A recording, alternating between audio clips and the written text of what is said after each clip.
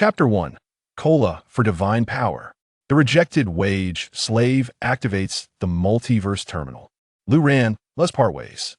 Those words rendered the melodious music in the cafe jarring. Lu Ran looked up at the woman across from him, her makeup exquisitely applied. Lu Yen, his girlfriend of 3 years, pushed a letter across the table, her newly adorned diamond-studded nails shimmering under the light. This is a breakup letter. I wish to spare us both an unpleasant scene. Lu Ran's gaze shifted from the letter back to her face, his voice dry. Why? Why? Lu Yen appeared to find immense amusement in the situation, her lips curling into a mocking smile. Lu Ran, you're 25 without a car or a house, and your job is on the brink of termination. The life I desire, you cannot provide. Before she could finish, Lu Ran's phone screen illuminated with a notification. XX Technology.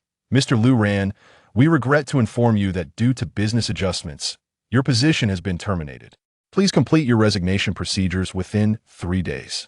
Heartbroken, unemployed, life's harsh blows struck him simultaneously. Lu Ran chuckled, his chest tightening with anxiety. He gazed at Lu Yen, the girl who once vowed to strive alongside him, now only a stranger filled with disdain. A crimson Ferrari screeched to a halt outside, drawing gasps from the crowd.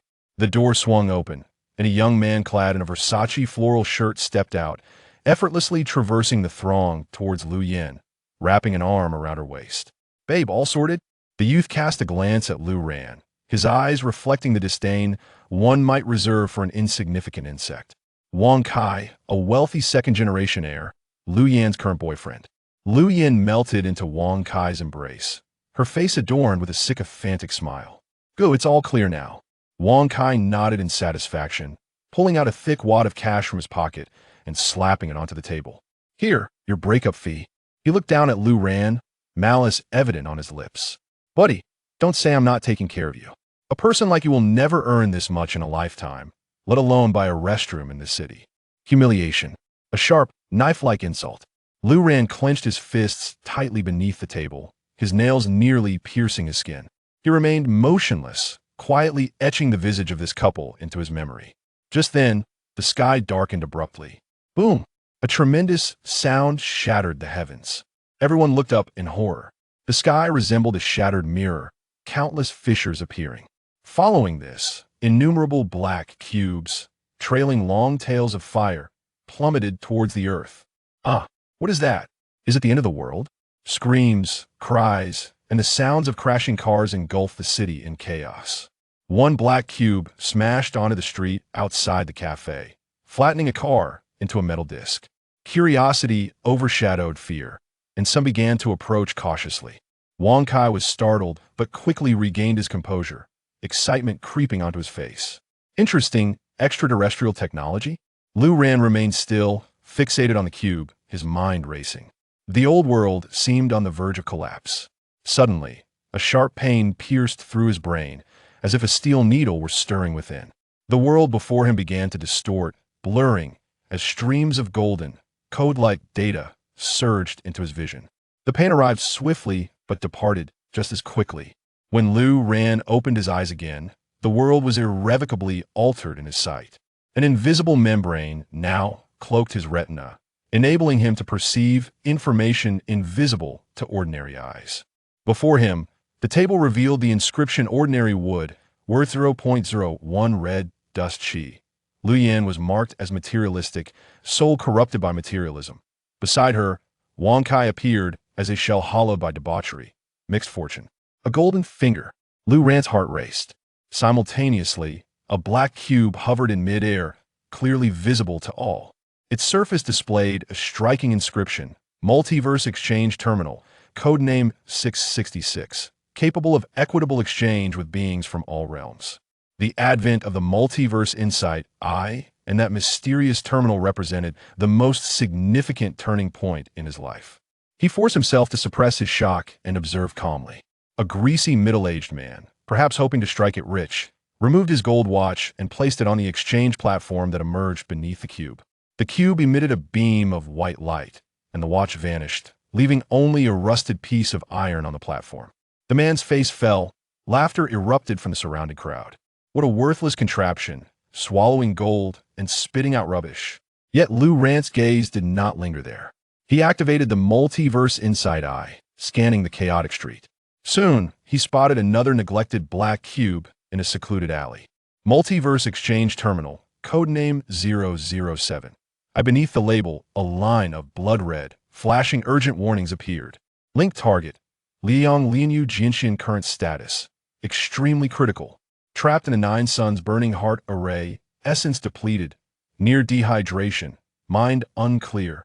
Emergency requirement, a draft capable of quenching the heart's fire and freezing the soul. A draft? Lu Rant's breath hitched for a moment. He reached for his backpack. Inside lay a bottle of chilled cola he had just purchased from the convenience store. Due to his unemployment, he hadn't even dared to drink it immediately. On Earth, it was merely a 3-yuan beverage. But to a Sword Immortal on the brink of being scorched, was this bottle of chilled cola not the very draft he desperately needed? This thought ignited like wildfire. He's lost it, that guy's gone mad. A passerby pointed at Lu Ran as he rushed against the flow of panicking people towards the lonely corner.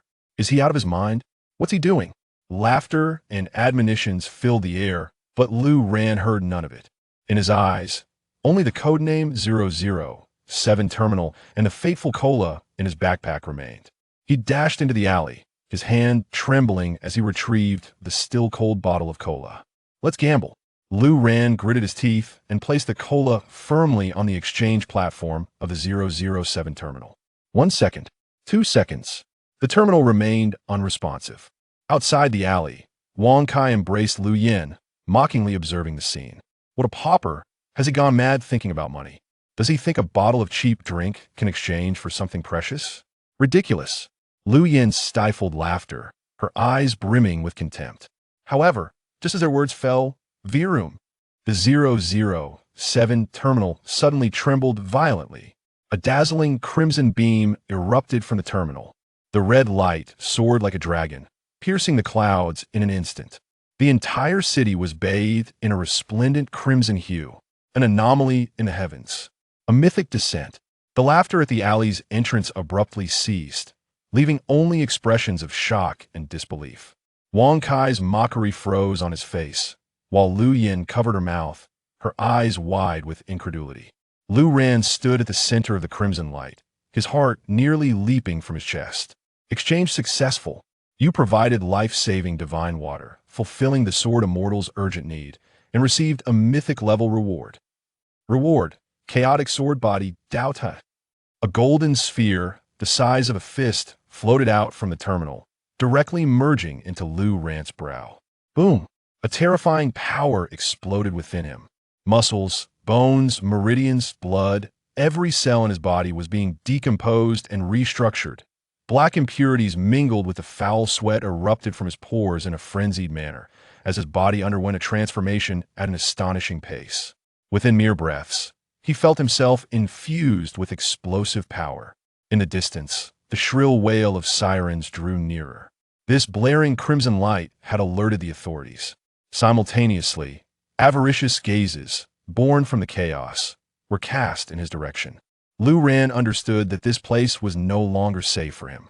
He sensed the surging power within, realizing that from this moment forth, his life had irrevocably turned around.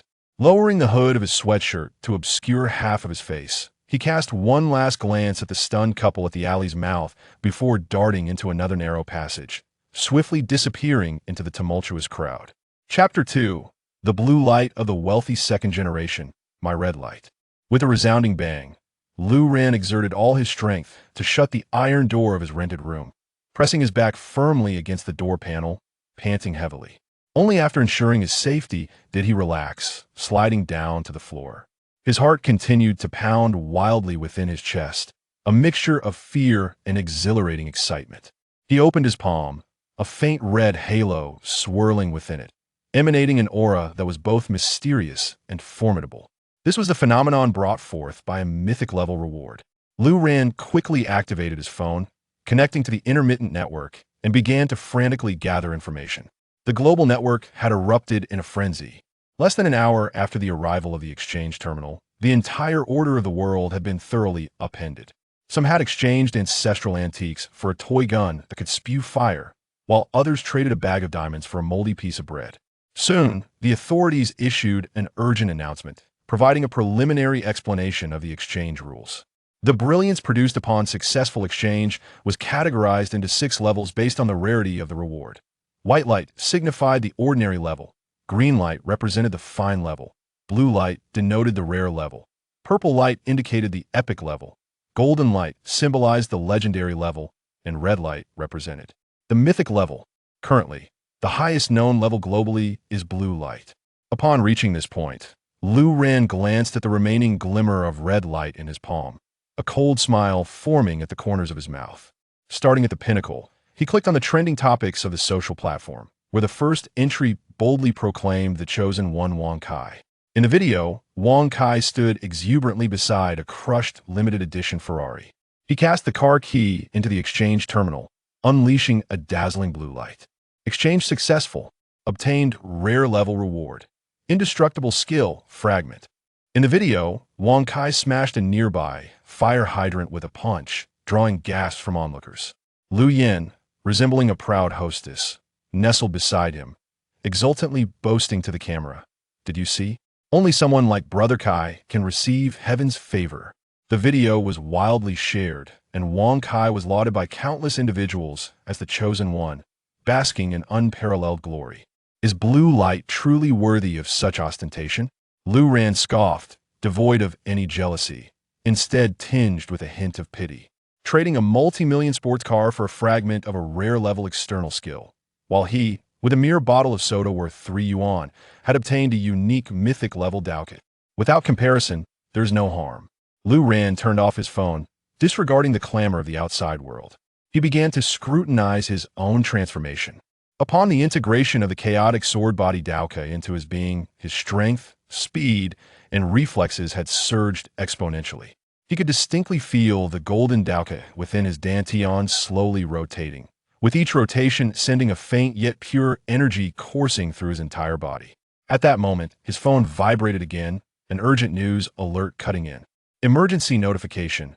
All global surveillance cameras have been rendered inoperative due to unknown magnetic field interference. Furthermore, according to preliminary rules, each person has only 3 exchange opportunities per day. Citizens are urged to use them wisely. Surveillance down? 3 opportunities per day? Lu Ran's expression sharpened as he immediately grasped the implications. Without the constraints of monitoring, the darker aspects of human nature would be amplified infinitely in the night. Help! No, don't come near. Suddenly, a neighbor's terrified scream echoed from the adjacent room, followed by a chilling sound of gnawing, abruptly ceasing.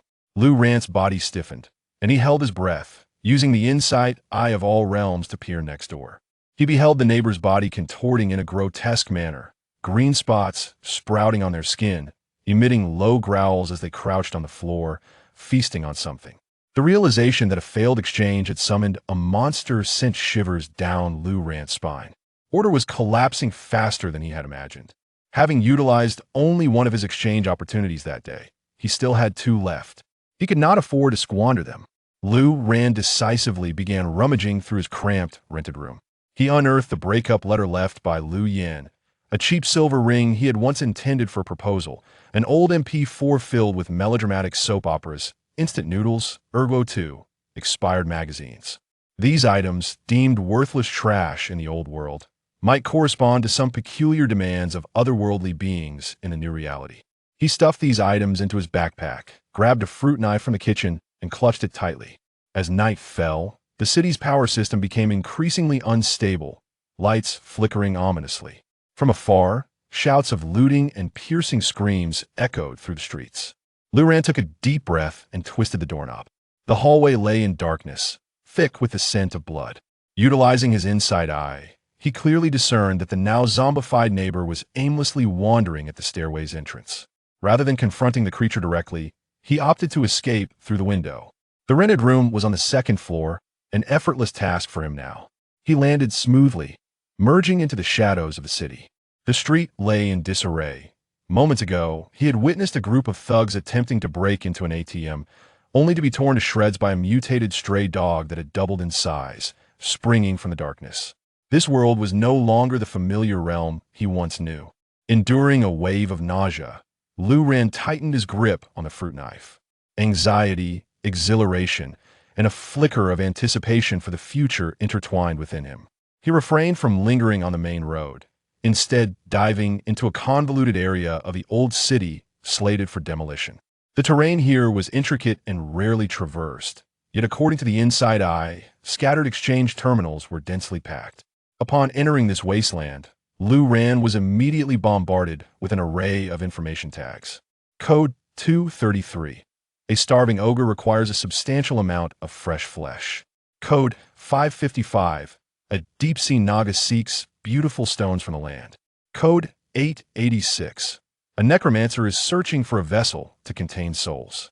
The overwhelming demands left him dazed. He calmly sifted through them, discarding those requiring exorbitant costs or offering low returns. Ultimately, his gaze landed on a terminal deep within the ruins, radiating a chilling aura. Heavenly Exchange Terminal, Code 444. Linked Entity. The ghostly mother current status. Troubled by love, entangled by inner demons' urgent demand. An object embodying ultimate detachment to sever emotional ties and attain the path of ghostly immortality. A slow smile crept across Lu Ran's lips as he retrieved the breakup letter Lu Yen had pinned to him from his backpack. Chapter 3. The breakup letter becomes an epic weapon. Thugs block the door. In the abandoned demolition zone, the moonlight was fragmented by the dilapidated buildings, casting mottled shadows. Lu Ran stood before the terminal codenamed 444, calmly analyzing the situation. The tokens of extreme detachment weighed heavily in his hand as he contemplated the breakup letter, his gaze shifting toward his backpack. At that moment, he noticed that the Wan Jiet Dong Cha Jian seemed to undergo a marvelous evolution. As he focused on the items within his backpack, new informational tags materialized. Lu Yan's breakup letter, containing a hint of betrayal and resentment from the mundane world, regarded as a delectable delicacy by certain spectral beings. Cheap silver ring, bearing the weight of a false love vow, tainted with the essence of deceit. Expired Playboy magazine, saturated with base carnal desires, possessing a faint allure for certain succubi. Lu Ran's eyes sparkled with realization. So that was it. The golden finger could not only discern the terminal's requirements, but also decode the hidden value of earthly items across the myriad realms. This discovery filled him with exhilaration. This was not merely an information gap. It was a dimensional strike. Countless items deemed as trash on Earth could be priceless treasures in the eyes of beings from other realms.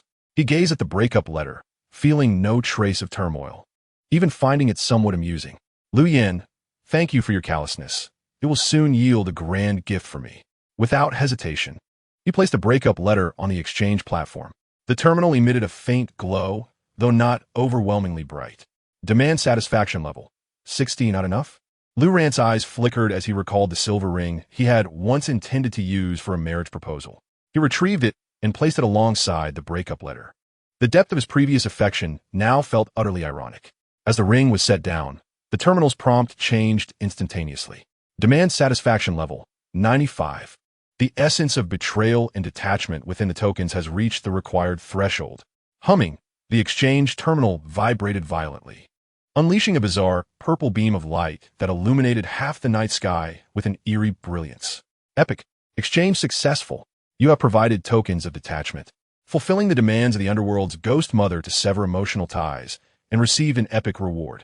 Reward, Soul Bell. An ancient bronze bell appeared on the exchange platform, its body etched with obscure runes. Lu Ran grasped it eagerly, a chilling stream of information flooding his mind. Soul Bell. Epic shaking the bell releases a soul shock, imposing a mandatory mental deterrent and temporary paralysis on targets below your level, with a chance of effect on targets of the same level. A powerful control artifact. This was practically a divine tool for survival and retaliation. Just then, a shadow darted from the nearby ruins. It was a mutated wildcat, its crimson eyes gleaming, claws extended, exuding a foul wind. In the past, Lu Ran would have had no chance of evading. However, now, his reflexes surpassed that of an ordinary person. As the wildcat pounced, he instinctively raised his hand and gently shook the soul bell. A resonant chime echoed through the air. The ferocious mutated wildcat froze mid-leap, as if a pause button had been pressed before crashing to the ground and convulsing a few times before falling still. So powerful, Lu Ran felt both astonished and delighted. This was merely an unconscious activation. If fully unleashed, the effects would likely be even more terrifying. Yet, the soaring purple light brought new troubles. Over there, quickly. Damn. The purple light. It must be a treasure. The distant roar of motorcycle engines and the excited shouts of thugs approached rapidly, their glaring headlights sweeping toward him. Lu Rant's expression changed instantly. He swiftly stowed the soul bell and, without a moment's hesitation, darted into a nearby, abandoned residential building. He chose not to confront them head-on. With their numbers, these thugs might have also acquired some low-level enhancements through exchanges. In the face of the unknown, evading their attention was the wisest choice. Utilizing the agility granted by Hundun GNT, he navigated through the dark corridor and quickly climbed out of a window on the opposite side, shaking off his pursuers. During his escape, he noticed a sticky, foul-smelling green slime on the ground, unlike anything left by known human or biological entities. Dong Cha-Jin provided a prompt: saliva of abyssal worms, highly corrosive, indicating the possible arrival of otherworldly creatures nearby. This world is becoming increasingly perilous. Lu Ren glanced up at the night sky. It was nearing midnight. He needed to complete the third exchange swiftly. At midnight, the resetting mist would descend, during which all terminals would reset, and today's opportunities would be squandered. He quickened his pace, slipping into an even more dilapidated factory area, where the shadows deepened, providing better concealment. Just as he was about to find a terminal to use his last opportunity, a glimmer caught his peripheral vision from deep within the factory.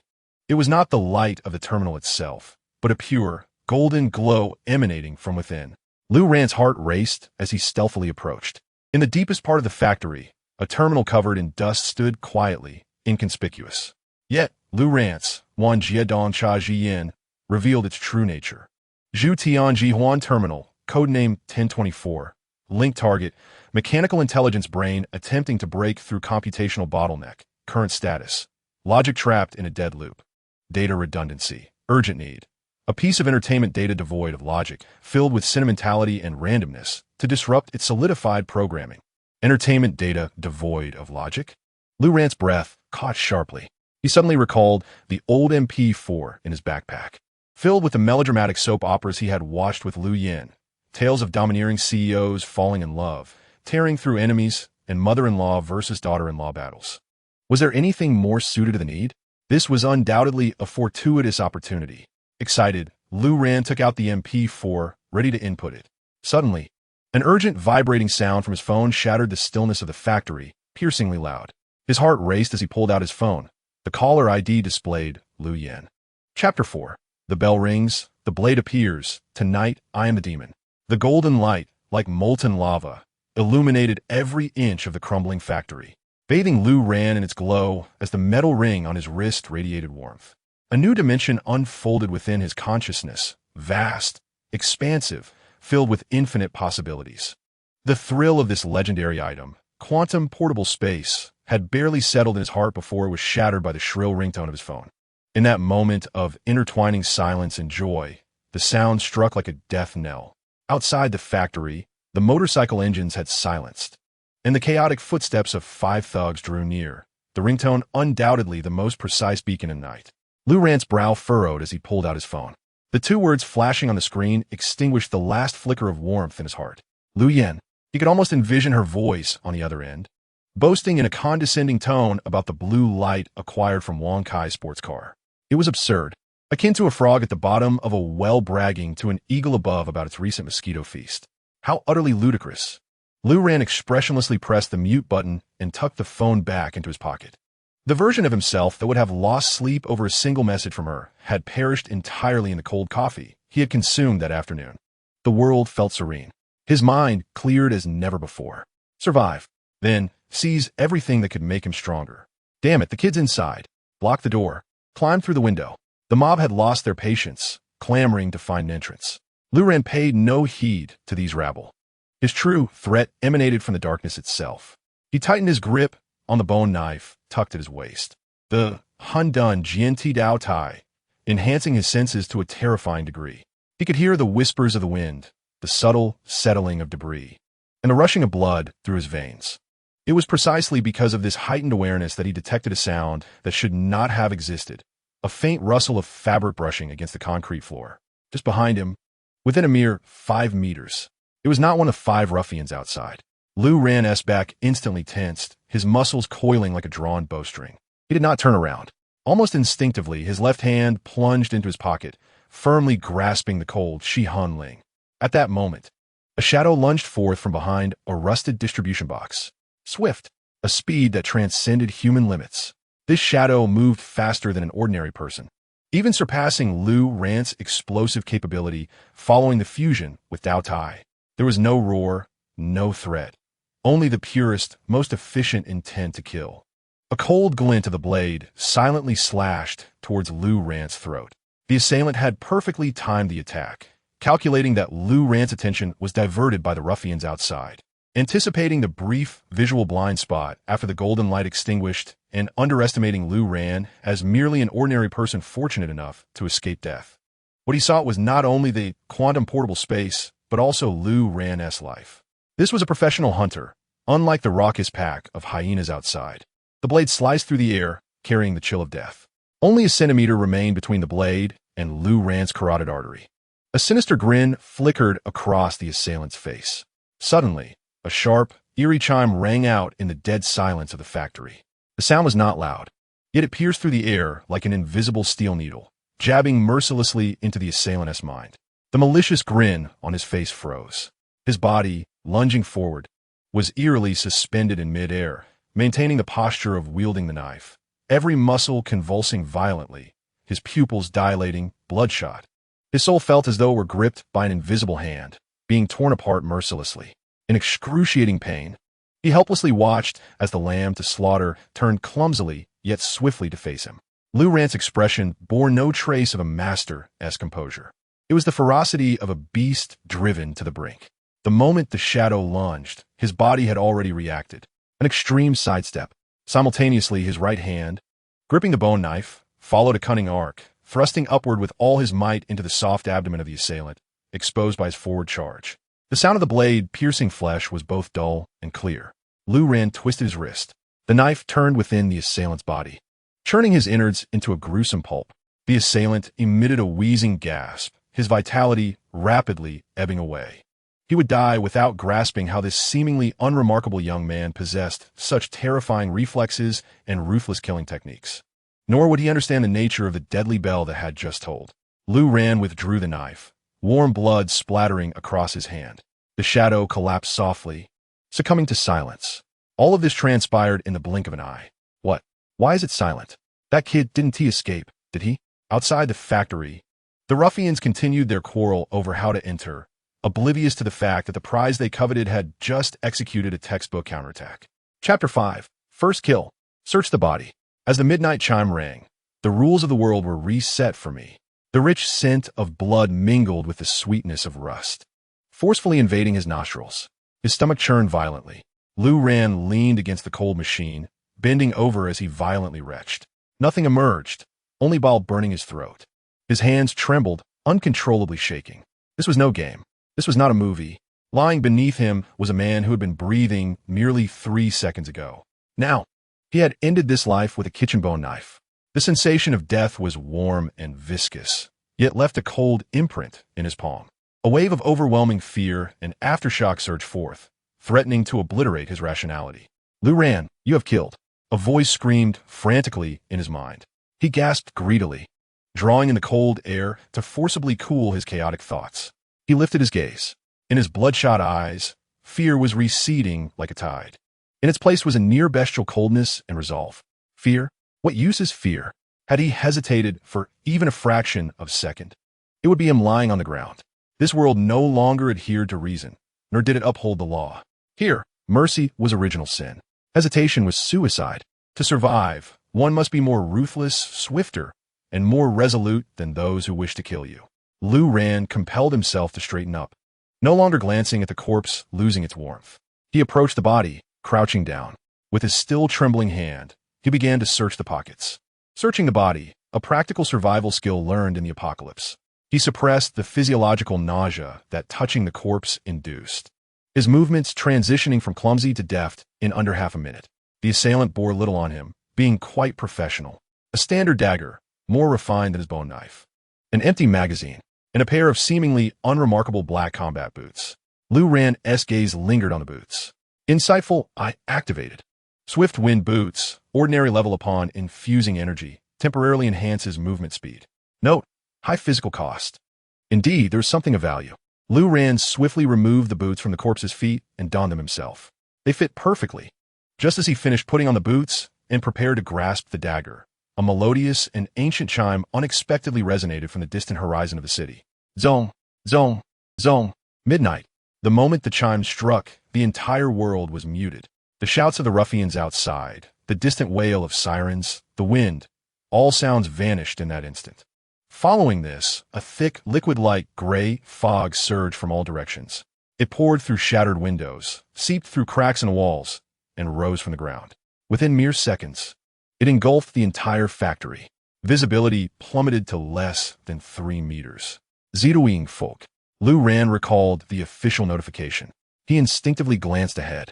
The dark golden terminal that had granted him the quantum portable space, upon encountering the gray fog, silently disintegrated, dissipating into nothingness. An even more unsettling scene unfolded. The corpse beneath him, still warm, was visibly dissolving under the shroud of the fog. Skin, flesh, bones, everything was melting away. Finally, even the bloodstains on the ground vanished without a trace, leaving no sign that the person had ever existed. Lu Ran's heart lurched violently. In that instant, he comprehended the chilling implications behind this rule. Erase all traces. The corpse, bloodstains, fingerprints on the weapon. This meant that from midnight until 6 in the morning, killings would leave no evidence, no proof, no way to trace back. The system was encouraging the birth of the law of the dark forest in the most ruthless manner. It was forcing everyone to become executioners just like itself. A roar, not belonging to humanity, a guttural sound filled with brutality and hunger, emanated from the depths of the thick fog. The sound was alarmingly close, as if just outside the factory. Lu Ran's body bristled with goosebumps. There was something in this mist. He hesitated no longer. With a thought, the quantum portable space bracelet on his left wrist flickered with a faint light, causing the dagger and empty magazine on the ground to vanish in an instant. The soul-collecting bell and the bone knife were also swiftly stored away. Then, he attempted to infuse a fragment of the peculiar power within him into the gale boots beneath his feet. A humming sound, a light, buoyant thrust surged from the soles of his feet. Lu Ran's figure flickered, transforming into a blurred shadow as he silently plunged into the dense gray fog. His speed had increased by at least 30%. He dared not take the main road and instead relied on his memory and extraordinary intuition to navigate the ruins. The gray mist was icy and piercing, causing dizziness as it filled his lungs. Occasionally, metallic scraping sounds, the dripping of slime, and the nauseating sounds of gnawing filled the air. This night, what was unleashed was not merely the evil within the human heart. Just as he was about to break free from the demolition zone, he suddenly halted, gazing upward at the sky. The thick fog obscured the moonlight. Yet, far above in the lofty heavens, an unimaginably massive shadow was slowly gliding. It bore no wings, its form undulating, yet it possessed countless limbs, each movement creating tremendous vortices in the fog below. What was that? Upon catching a glimpse, Lu Ran felt a shiver emanating from the depths of his soul. It was an entity he could not dare to provoke at this moment. He averted his gaze, suppressing the shock within, and pressed onward down the path to his home. With the aid of the gale boots, the journey that would typically take half an hour was completed in under 10 minutes. Upon returning to the dilapidated apartment building, he exhaled a long sigh of relief. The hallway was eerily silent. The unsettling chewing sounds from the neighboring room had also ceased. Lu Ran dashed upstairs with utmost urgency, returning to his less than 20 square meter rented room. Click! The door was locked from the inside. He dragged the wardrobe to firmly brace against the door. After completing this, his taut nerves finally began to relax. Leaning against the cold door panel, Lu Ran gradually sank to the ground, drenched in cold sweat, as if he had just emerged from water. Weariness washed over him. Murder, flight, the eerie fog, the colossal shadow above. This brief experience of just a few hours was more harrowing than the entirety of his past 20 years. He slumped on the floor, unwilling to move. Just then, a faint warmth suddenly surged from his dantian. The chaos, sword-bodied Dauka, which had integrated into him, stirred for the first time after several hours of silence. It awakened like a famished infant. It was restless, It craved sustenance to truly activate and bestow Lu Ran with genuine power. His eyes slowly brightened in the darkness. A new objective emerged. Chapter 6. Dao K's Hunger, Life and Death on the Line. First kill mutation, devour and evolve. A sharp pain erupted in his dantian without warning. It was not a cut or a burn, but a terrifying hollow sensation of internal collapse. Ugh! Lu Ran let out a muffled groan, his body arching violently. Like a shrimp being crushed, cold sweat instantly pouring down his forehead. Pain! The agony emanated from his very soul, as if something was frantically stirring within the essence of his life. Within the dantian, the once docile, chaos sword body Dao transformed into a ravenous vortex, brutally consuming every ounce of energy within him. His muscles twitched, his bones groaned, his vision darkened, and consciousness seemed poised to plunge into an abyss. He felt as though he would be drained dry by his own golden finger. Food! Lu Ran clenched his teeth, forcing these two words from the depths of his throat. The Daoke was hungry. It needed to feed. He leaned against the wall, struggling to maintain his balance as the world around him warped in agony. He attempted to summon the power of the Dao, but was met instead with an even more savage hunger and a sense of tearing. Calm down. Lu Ran gasped for breath, his nails digging deeply into his palms, using the pain to compel his mind to function. Energy. What the Daoke required was pure energy. What existed in this world? In an instant, as the thought arose, two barely perceptible sword shadows flickered in the depths of his pupils. The eye of insight from all realms activated passively. The world before him was instantaneously reconstructed. In the air, countless gray specks, smaller than dust, floated aimlessly. They were dim, lifeless, like firewood that had burned out, exuding their final warmth. A line of faint golden text emerged.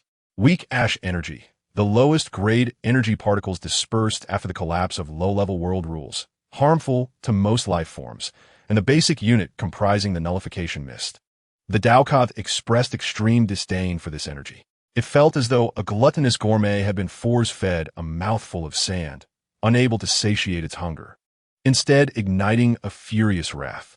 No, absorbing this garbage from the air would only lead to a quicker demise.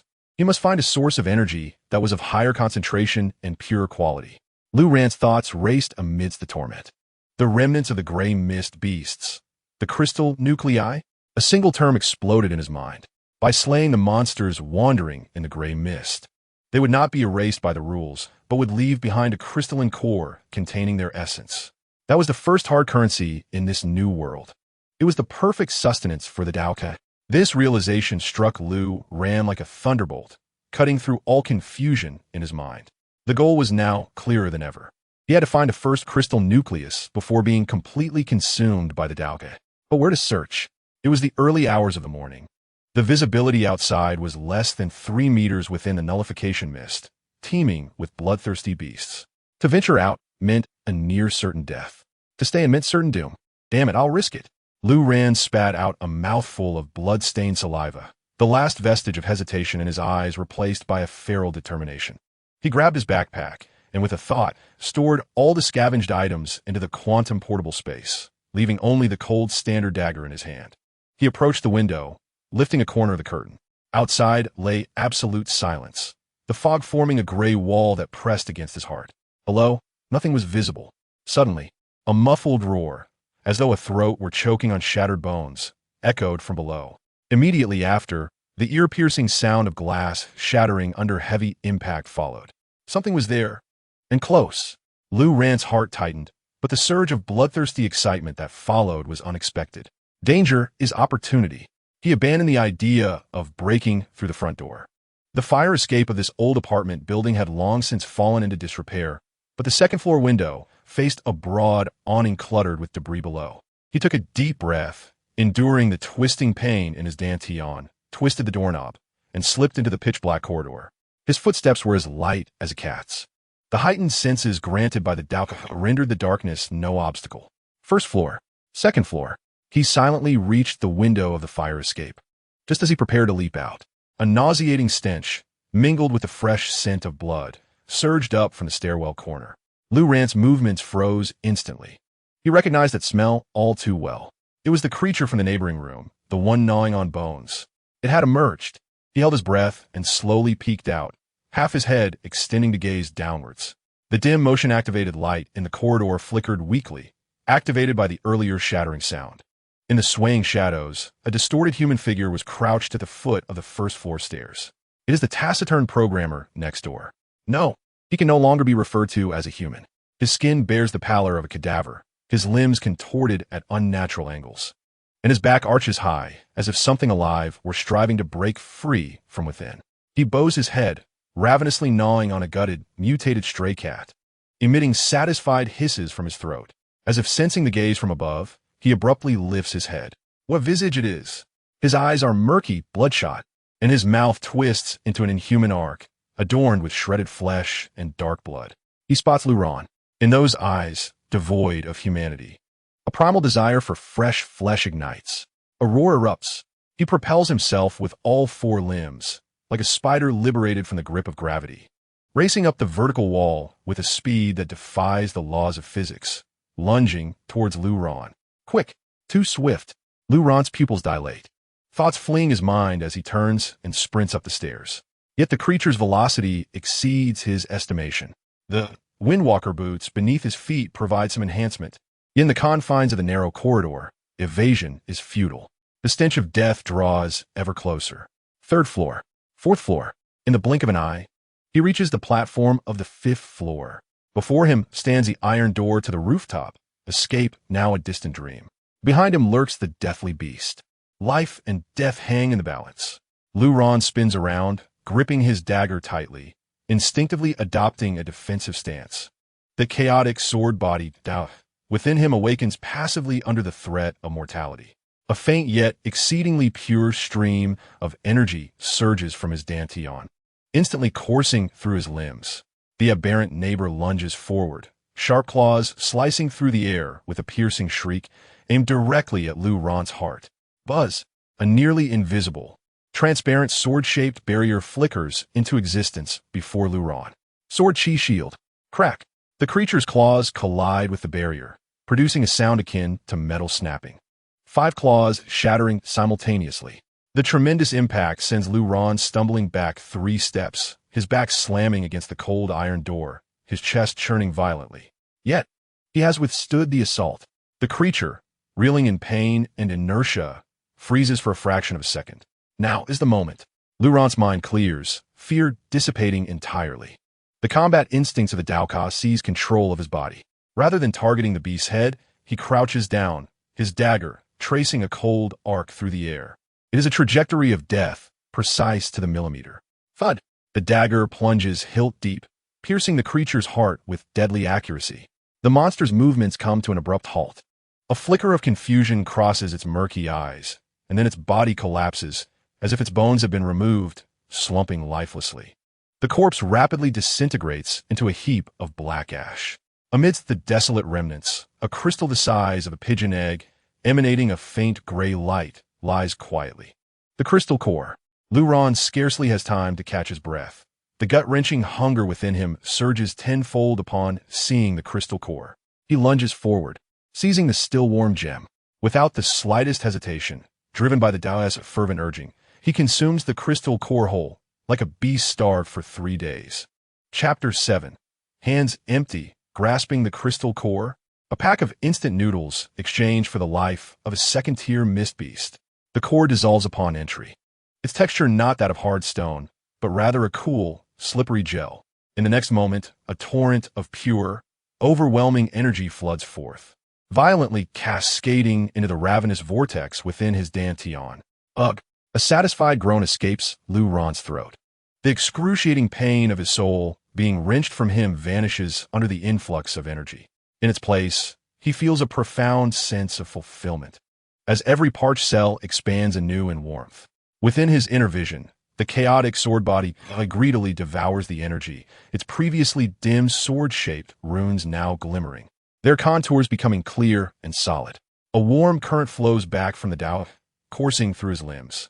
Luron senses his body being optimized, reshaped. Strength, speed, and all fundamental senses surge to new heights. He flexes his fingers. A series of criss-crack sound from his joints. An overwhelming confidence washes over him. Should he encounter the aberrant neighbor again, he would need no strategy, A mere glance would suffice to bring it down in an instant. This is the power of the crystal core. Sword Chi Shield. Lu Ran's thoughts stir. Buzz. No longer does a nearly invisible, transparent ripple appear before him, but rather a pale, blue, sword-shaped shield of Chi, materialized and solidified. It remains thin yet possesses a genuine form, no longer a passive, disposable trump card. What else can it do? Lu Ran's curiosity peaks as he attempts to direct this nascent energy towards the standard dagger in his hand. Hiss! A thin layer of azure radiance envelopes the blade of the dagger. He turns, slicing effortlessly through the iron railing at the stairway's edge. There is no jarring clash of metal, no sense of resistance.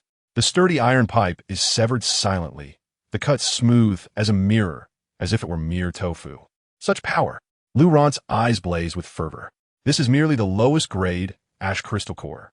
What marvels would the blue or purple-hued cores yield? He steadies his thoughts and begins to inspect his spoils. The neighbor's corpse has turned to ash, leaving nothing behind. He glances at the powdery residue remaining after the crystal core's absorption, preparing to clear it away. A prompt from Insight Eye appears. Ash residue.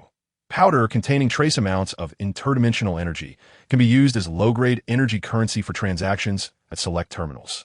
Current value. Approximately equivalent to 1 standard energy unit. Currency? Lu Ran is taken aback. This substance is not merely fodder, but money? A thought strikes him like a jolt of electricity. He himself possesses the Insight Eye, able to exchange Earth's refuse for rare treasures across dimensions. Meanwhile, other survivors lack such an ability. Their most reliable means of becoming stronger is to risk their lives hunting mist beasts for crystal cores. Thus, the treasures he acquires with cheap resources could be seen as life-saving elixirs in the eyes of others. Conversely, the crystal cores, earned through perilous labor, could be exchanged at negligible cost in his hands. The disparity of information. This is the essence, the most terrifying key to wealth in this new era. It is feasible. Lu Ran's breath quickens. He immediately identifies an ideal test subject. The one boasting blue radiance online, hailed as the chosen one, Wang Kai.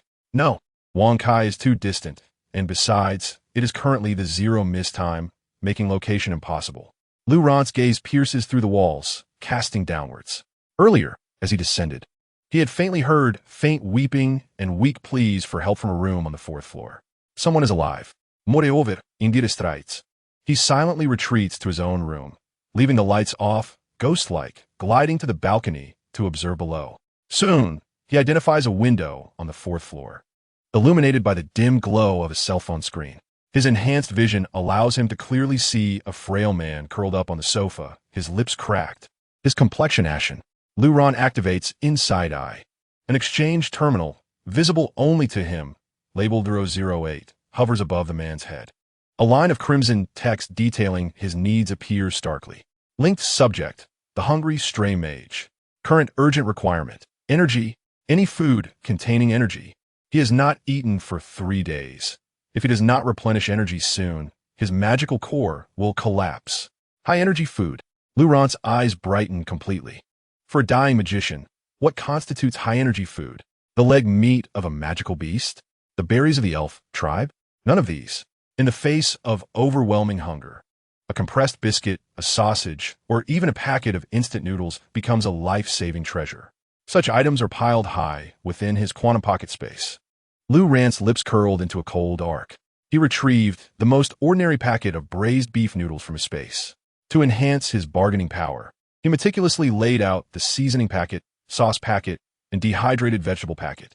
Having completed this, he focused his thoughts and tossed the instant noodles, worth less than 5 yuan, along with its packaging, into the virtual exchange interface hovering before him. Target, terminal number 008. Exchange. In the next moment, on the 4th floor, a man was gazing at photos of his wife and daughter on his phone, preparing to relinquish all hope. An overwhelming, soul-quaking aroma exploded into existence. It was the scent of braised beef. He shot his head up. An intact packet of instant noodles, along with all its seasonings, abruptly appeared on the coffee table before him. The man believed he was hallucinating due to hunger. Trembling, he reached out to touch the solid noodle cake. It was real. Food was food.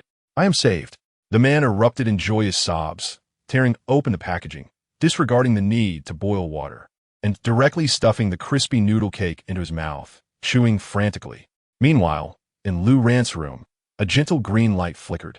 Exchange successful. The transaction counterpart is extremely satisfied.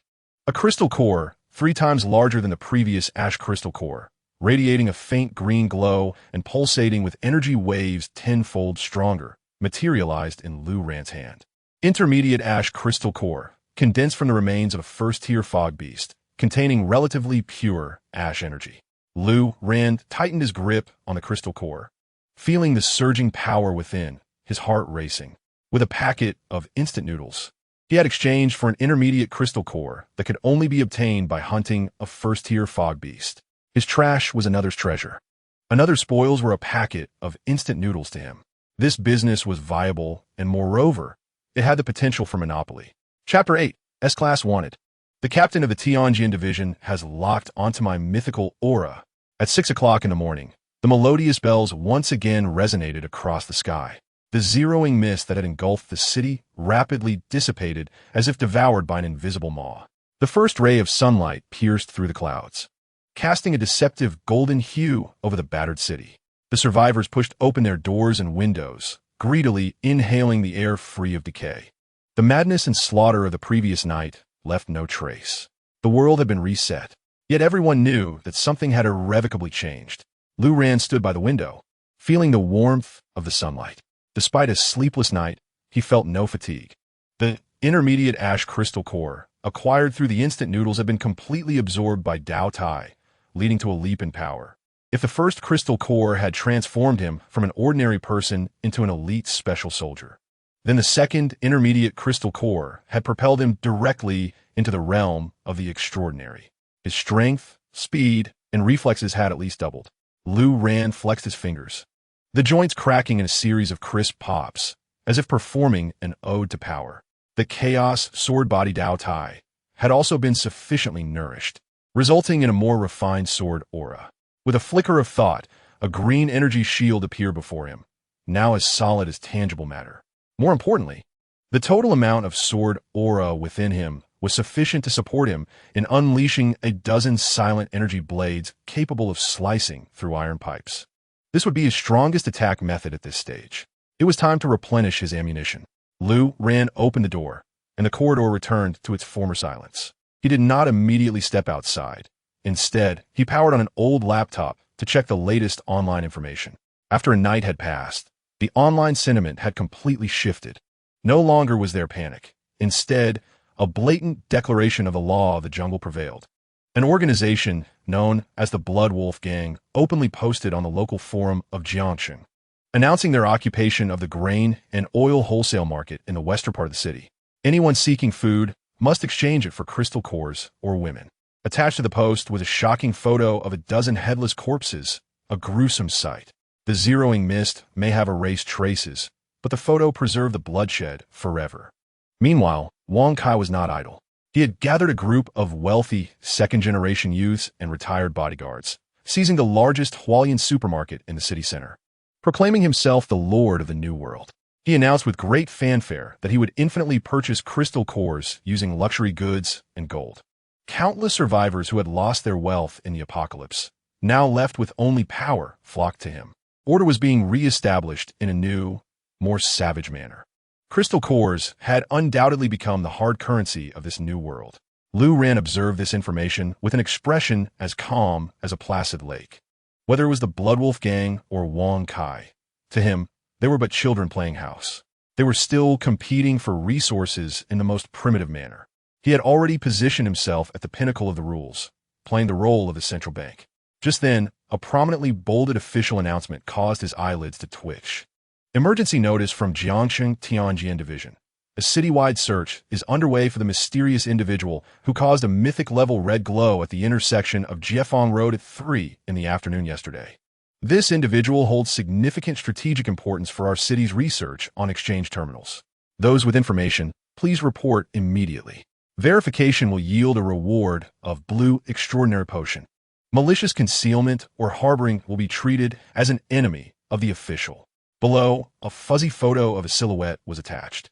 A man clad in a hoodie was seen walking against the flow of people towards the terminal codenamed 007. It was Lu Ran, Tianjin Division. Lu Ran narrowed his eyes. The official reaction was much swifter than he had anticipated. Offering a reward of a blue extraordinary potion was no small matter. It was foreseeable that all factions in Jiangsheng would search for the man with the red glow like rabid dogs. He needed to exercise greater caution. Fortunately, the surveillance system was paralyzed, and the opponent only had a blurry silhouette. Finding him would be akin to searching for a needle in a haystack. Lu Ran shut down the laptop, slung his empty backpack over his shoulder, and left the apartment. His objectives were clear. First, to seek out more terminals and leverage the information gap to continue accumulating primitive capital. Second, to find a safer stronghold. Third, he required a true sword. The standard dagger was too short to fully unleash the power of the chaos sword body Dao Tai. He did not head to the city center, but instead delved into the forgotten, chaotic old districts. Here lay the paradise for scavengers. Approximately half an hour later, in an abandoned school playground, Lu Ran spotted his first target of the day, a survivor team. 7 or 8 individuals were gathered around the corpse of a mutated dog, comparable in size to a wild boar, excitedly dividing it among themselves. Leading them was a burly bald man with bandages wrapped around his arms, clearly having just emerged from a fierce battle. A young man was struggling to pry a grayish crystal core from the mutated dog's head with a knife. Damn it. Finally took this guy down. Exhausted me to death. Boss, we struck gold. This crystal core is much larger than the ones from yesterday. The bald man wiped his sweat and grinned. Brothers, you've worked hard. When we get back, I'll share 2 liang of meat with you. Just as they were celebrating their spoils, Lu Ran strolled over unhurriedly. His appearance immediately raised their vigilance. The 7 or 8 individuals swiftly surrounded him, wielding steel pipes and fire axes, their expressions hostile. What do you want, kid? Planning to rob us? The bald man coldly inquired, a glint of malice flashing in his eyes. Lu Ran shook his head slightly, a smile that straddled the line between geniality and indifference gracing his features. He remained silent, merely retrieving an item from his quantum portable space. It was the intermediate ash crystal core he had bartered for with instant noodles. The moment that green crystal, radiating a faint emerald glow and pulsating with energy far surpassing a typical crystal core, materialized, everyone present was rendered speechless. Their breaths became labored. A green crystal core? This could only be obtained from an intermediate fog beast, right? The bald, muscular man's eyes widened in disbelief. They had fought tooth and nail, even losing a brother, to slay a mere low-level first-tier, mutated dog, earning nothing but a subpar ash crystal core. Yet, here stood this seemingly frail youth, holding an intermediate crystal core. A stark contrast. Brother, what is this? The bald man's demeanor underwent a complete transformation, his tone turning courteous. Lu Ran continued to smile, tossing the intermediate core casually in his hand. A trade. He gestured toward the inferior crystal cores they had just pried from the remains, still smeared with brain matter, along with their scattered spoils. With this, I will exchange for all your possessions. A single intermediate crystal core for all their worthless items? This deal seemed like a windfall from the heavens. The bald man and his companions exchanged incredulous glances, seeing both ecstasy and disbelief reflected in one another's eyes. Fearing Lu Ran might reconsider, they hurriedly produced everything of value they possessed, laying it on the ground. 5 inferior crystal cores, 3 bottles of mineral water, half a pack of biscuits, and a first aid kit. This was all they owned. Lu Ran didn't even glance at it. A simple wave of his hand brought it all into his quantum portable space. Then, he tossed the intermediate crystal core to the bald man, as if discarding a stone. Pleasure doing business. With that, Lu Ran turned and departed without hesitation. Behind him, the bald man and his team erupted in jubilant cheers, believing they had found an easy mark in a seemingly dim-witted big shot. Little did they know, in Lu Ran's eyes, they were the fools trading gold for stones. The cost of that intermediate crystal core was merely a pack of instant noodles. The 5 inferior cores he acquired could be exchanged through Insight I for treasures far exceeding the value of the intermediate core. This wealth derived from the disparity in information filled him with an almost divine thrill. His primitive accumulation was advancing at a breakneck pace. Shortly after Lu Ran's departure, 2 agile figures appeared at the edge of the playground like phantoms. Leading them was a tall woman clad in black combat attire, her strikingly cold features marking her as Lung Qingli, the leader of the action team from the Jiangxing division of the Tianjin Bureau. She surveyed the lingering energy fluctuations on the ground, casting a glance toward the retreating figures of the bald man and his group, her brow furrowing slightly. "Captain, the energy source has vanished, taken by that group," reported a teammate beside her. Without a word, Lung Qingli remained silent. Her talent lay in energy perception. She could detect energy residues invisible to ordinary eyes. Moments ago, an energy wave had erupted here, far exceeding that of a typical crystal core, which was indeed the intermediate crystal core. However, it was not the core that captivated her attention. Rather, there lingered an exceedingly faint aura next to that energy fluctuation, one that sent shivers down her spine. This aura was sharp, pure, and ancient. Merely perceiving a trace of its echo caused her B-level energy perceiver's skin to sting. This aura resonated with the core essence of the crimson light from the previous day. He was here. Lung Qingli's voice was cold and grave. The man who triggered the red light was just here. Chapter 9, with the cost of a pack of instant noodles. I have played the entire city's survivors like puppets. On the playground, the bald man and his team gathered around the green intermediate crystal core, squealing like gophers. They handled it with utmost care, taking turns to caress it as if touching a divine blessing. No one noticed a cold, sharp perception sweeping over them from afar like an invisible spotlight. Just as Lu Ran stepped out of the school gate and melded into the shadows of the street, he abruptly halted. The hairs on the back of his neck stood on end. A chilling sensation, akin to being targeted by a natural enemy, coursed down his spine. He had been locked onto. This was not a gaze, but rather a probing from the energy level, more direct and aggressive. Lu Ran did not turn back.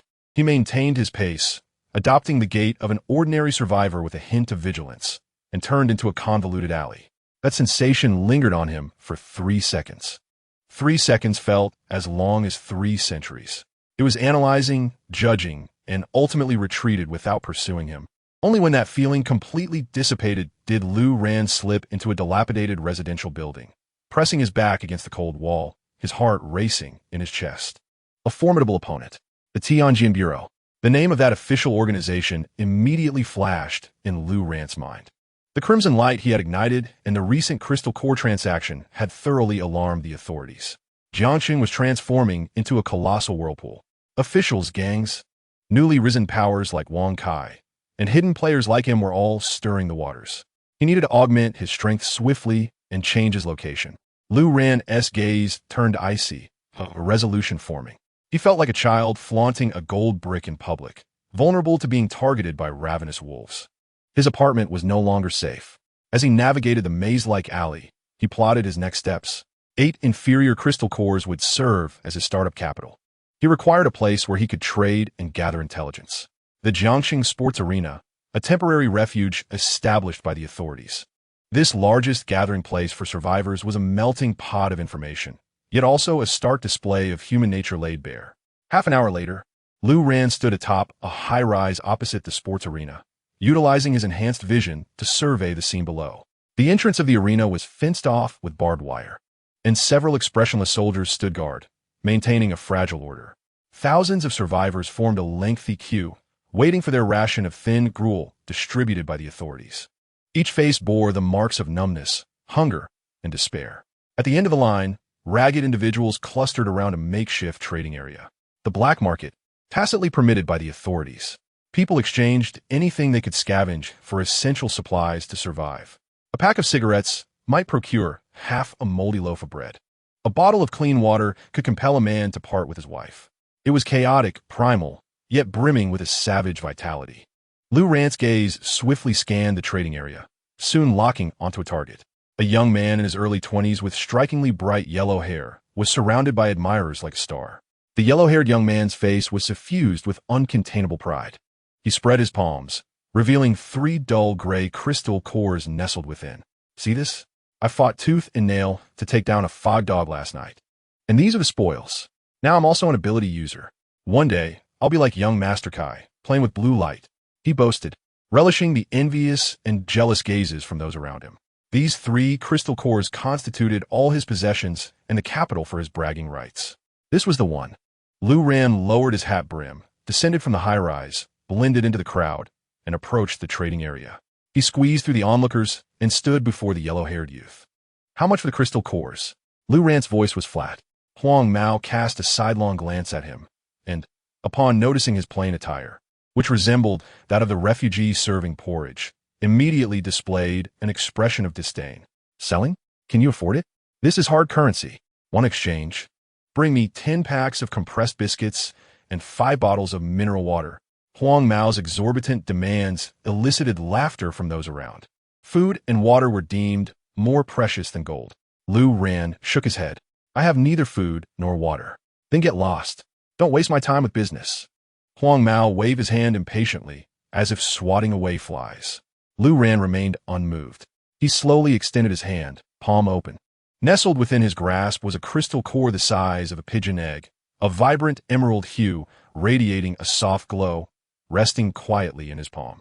It was the intermediate ash crystal core he had acquired in exchange for a packet of instant noodles. The surrounding laughter abruptly ceased. All eyes were drawn to that captivating shade of green. If Huang Mao's inferior crystal core was akin to a dusty glass bead, then Lu Ran's was comparable to imperial green jade, entirely incomparable in quality. Huang Mao's eyes nearly bulged from their sockets. His breath growing labored as a greedy blaze ignited within him. Intermediate crystal core? How do you possess such a thing? His voice trembled. Lu Ran offered no reply, merely gazing at him calmly, reiterating, will you exchange? Yes, of course I will. Huang Mao, fearing a reversal, nodded vigorously like a chick pecking at grain. He hurriedly thrust his 3 prized inferior crystal cores into Lu Ran's hands, then snatched the intermediate core, clutching it tightly in his fist as if it were his future. The crowd erupted into chaos. Has he lost his mind? Trading an intermediate core for 3 worthless ones? Is he a fool or a genius? Countless envious, greedy, and venomous gazes converged upon Huang Mao. Realizing the danger, he clutched the intermediate core, scrambling to escape the throng, not daring to look back. A bloody struggle over this crystal core was about to unfold in the dark corners of the shelter, and the orchestrator of it all, Lu Ran, had already slipped away silently into the crowd. He weighed the 8 inferior crystal cores in his hand. Cost, a packet of instant noodles. Profit, immeasurable. The initial step of primitive accumulation through the disparity of information had been accomplished. He swiftly departed this contentious place. Before the next fog descended, he aimed to complete the second infusion of energy into the Dao Tai, striving for new skills. Shortly after Lu Ran left the gymnasium, Lung Qingli appeared in the trading area with her team. She crouched down, pinching a handful of dust from the ground. Her fingertips detected a faint, lingering trace of energy that had yet to dissipate. The sharp, pure sword intent reemerged, albeit for a fleeting moment. Captain, did you find something? A team member whispered. Lung Qingli rose slowly, her gaze fixed on the direction Lu Ran had vanished, her expression grave. He is not trading. He is strategizing. He is accumulating wealth and power in ways we cannot comprehend. For the first time, a note of wariness tinged Lung Qingli's voice. We must locate him before he spirals out of control. Chapter 10. He flaunts the blue light wind blade, while I sever the building with a mere finger. Night. Jiangcheng, the underground parking lot of an unfinished building. The air was thick with the dampness of cement and mold, a paradise for rodents and ants. And at this moment, Lu Ran's sanctuary. He sat cross-legged in the deepest part of the parking lot. Before him lay 8 ash crystal cores. These hard currencies, for which survivors risked their lives, were but firewood to him, possessing slightly higher energy. Within his dantian, the chaotic sword body Dao Tai emitted a low hum, conveying an almost greedy warmth. It was time to begin. Lu Ran refrained from directly consuming the cores. He had discovered that swallowing crystal cores raw resulted in a haphazard energy mix, with low absorption efficiency and potential internal harm. However, by offering them as a sacrifice through the inside of the worlds, as an intermediary, he could purify the energy. Closing his eyes, he focused his thoughts and cast 1 inferior crystal core into the virtual terminal interface. With no trading partner, he chose to sacrifice it for himself. Buzz. The crystal core silently disintegrated in his palm, transforming into an extremely pure stream of energy, which the Dao Tai consumed in 1 gulp. It was indeed effective. Lu Ran felt invigorated and proceeded to sacrifice the remaining 7 crystal cores. 8 streams of warmth flowed back into his dantian, and the sword-shaped runes on the Dao Tai suddenly illuminated as if fully activated. The Dao Tai was finally satiated. Soon after, a torrent of magnificent and pure sword energy surged forth from the Dao Tai, cleansing his meridians. The previously thin layer of sword energy had now coalesced into a stream, surging through his veins. The sword chi shield skill was instantly pushed to perfection under the influx of vast energy. Lu Ran's thoughts flickered. A robust blue sword chi shield, several times thicker, coalesced before him. This shield was no longer a mere illusion. It was woven from countless fine sword energies, solid as steel. He had an instinctive feeling that he could now stand still and let that mutated neighbor from last night attack, and they wouldn't even graze his skin. Yet, this was not his greatest gain. The moment the sword chi shield reached perfection, a brand new skill unlocked in his mind. Derived skill, chi blade cutting. Description: compressing the sword energy within the body to a high degree and releasing it, forming a remote chi blade with formidable cutting power. A ranged attack. Lu Ran's eyes sparkled. This completely filled the gap in his abilities. He rose, fixing his gaze on a steel-reinforced concrete pillar the size of an adult's thigh, 50 meters away. There were no incantations or complex movements needed, only a thought. The sword energy within him was swiftly drawn forth, compressed at his fingertips. Swoosh! A half-meter-long, pale, blue crescent-shaped chi blade shot forth from his fingertip. Silent and devoid of explosion, the chi blade sliced through the air, striking the pillar with precision. In the next moment, Lu Ran watched as the massive pillar slowly toppled at its midsection, the cut as smooth as a mirror. Boom! Half of the pillar crashed to the ground, a thunderous sound reverberating, causing the entire underground parking lot to tremble. Lu Ran stared at his fingertip, then at the pristine cut, momentarily rendered speechless. Was this power a bit excessive? He recalled Wang Kai's blue wind blade, which had been praised across the internet. That wind blade merely left a shallow impression on a tree trunk, while his chi blade cutting had severed steel-reinforced concrete. The disparity between mythic-level techniques and blue extraordinary potions was as vast as the sky and the earth. Indeed, one could now refer to me as a humanoid cutting machine. Lu Ran chuckled to himself, in high spirits. With this skill, his hunting efficiency would soar. He concealed his presence, preparing to leave this exposed hideout. Just as he stepped out of the parking lot, the distant commotion reached his ears. It was emanating from the shelter at the gymnasium. Lu Ran had no intention of getting involved, but a familiar, ostentatious aura belonging to Wang Kai was unmistakably pungent even from hundreds of meters away. He paused, his figure flickering, and soon appeared atop a residential building, overlooking the spectacle unfolding at the shelter's entrance. Several off-road vehicles and an armored food truck aggressively blocked the entrance. Pushing the official soldiers aside, a group of armed black-clad bodyguards surrounded a man, Wang Kai. He had donned an even more eye-catching white trench coat, his hair slicked back, sporting gold-rimmed glasses, exuding an elite demeanor. Beside him stood Lu Yin, her makeup immaculate, chin held high like a peacock. Survivors of Jiangcheng. Wang Kai stood atop the armored vehicle with a megaphone, his voice resonating throughout the square. From this day forth, I, Wang Kai, officially accept the invitation from the esteemed Tianjin to become the vice president of the Jiangcheng Extraordinary Association. I declare that my new world group shall procure an unlimited supply of various crystal cores and information on extraordinary abilities at premium prices. Any extraordinary individuals wishing to join me will receive the finest treatment and the most beautiful companions. His words ignited a tremendous uproar in the square. In a display of strength, Wang Kai raised his right hand. A ghostly blue badge glimmered on his wrist. This is the Storm Badge, an extraordinary equipment certified by Tianjin. With a gentle wave, he unleashed a blue wind blade, several times thicker than the one seen in yesterday's video, cleaving a distant crumbling wall into flying debris. The crowd erupted in gasps of astonishment. This power is beyond the reach of those novice, extraordinary individuals. Lu Yin gazed at Wang Kai with adoration, entwining her arm with his while casting a disdainful glance at the ragged survivors below, as if to say, "Look, this is the man I have chosen." At that moment, Wang Kai's gaze inadvertently swept across Lu Ran, lurking in the shadows at the street corner. He, of course, could not recognize him. To him, Lu Ran's faded combat jacket resembled that of all the impoverished souls waiting for relief supplies in the square. He picked up a loudspeaker and, in a mocking tone, shouted towards Lu Ran's direction. Hey you, the garbage picker. What are you staring at? Don't even think about getting lucky. There's no place for you in this world. From this day forth, any scavenger daring to roam outside must either join me and surrender all their gains or await being sliced in half by my wind blades. An unabashed threat, brash and domineering. Silence fell over the square as everyone was stunned by Wang Kai's proclamation. Lu Yin laughed, her joy palpable, believing Wang Kai to be at his most handsome in this moment. Faced with such a pointed humiliation, Lu Ran remained expressionless. He did not even raise an eyelid. It was meaningless to argue with a clown destined to be crushed. He turned to leave. Yet, in that fleeting moment of turning away, two flickering sword shadows ignited deep within his gaze. The passive activation of the eye of universal insight.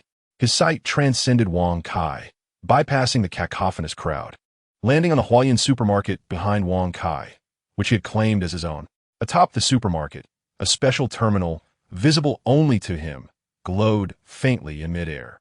A line of fiery crimson text materialized in his view, linking to a soon-to-be-extinguished flame elemental plane. Current urgent need, extreme heat. A tremendous amount of heat is required to reignite the core of the plane. Non-flame attributes of heat are acceptable. Replacement reward, rare flame talent. The seed of the blazing sun.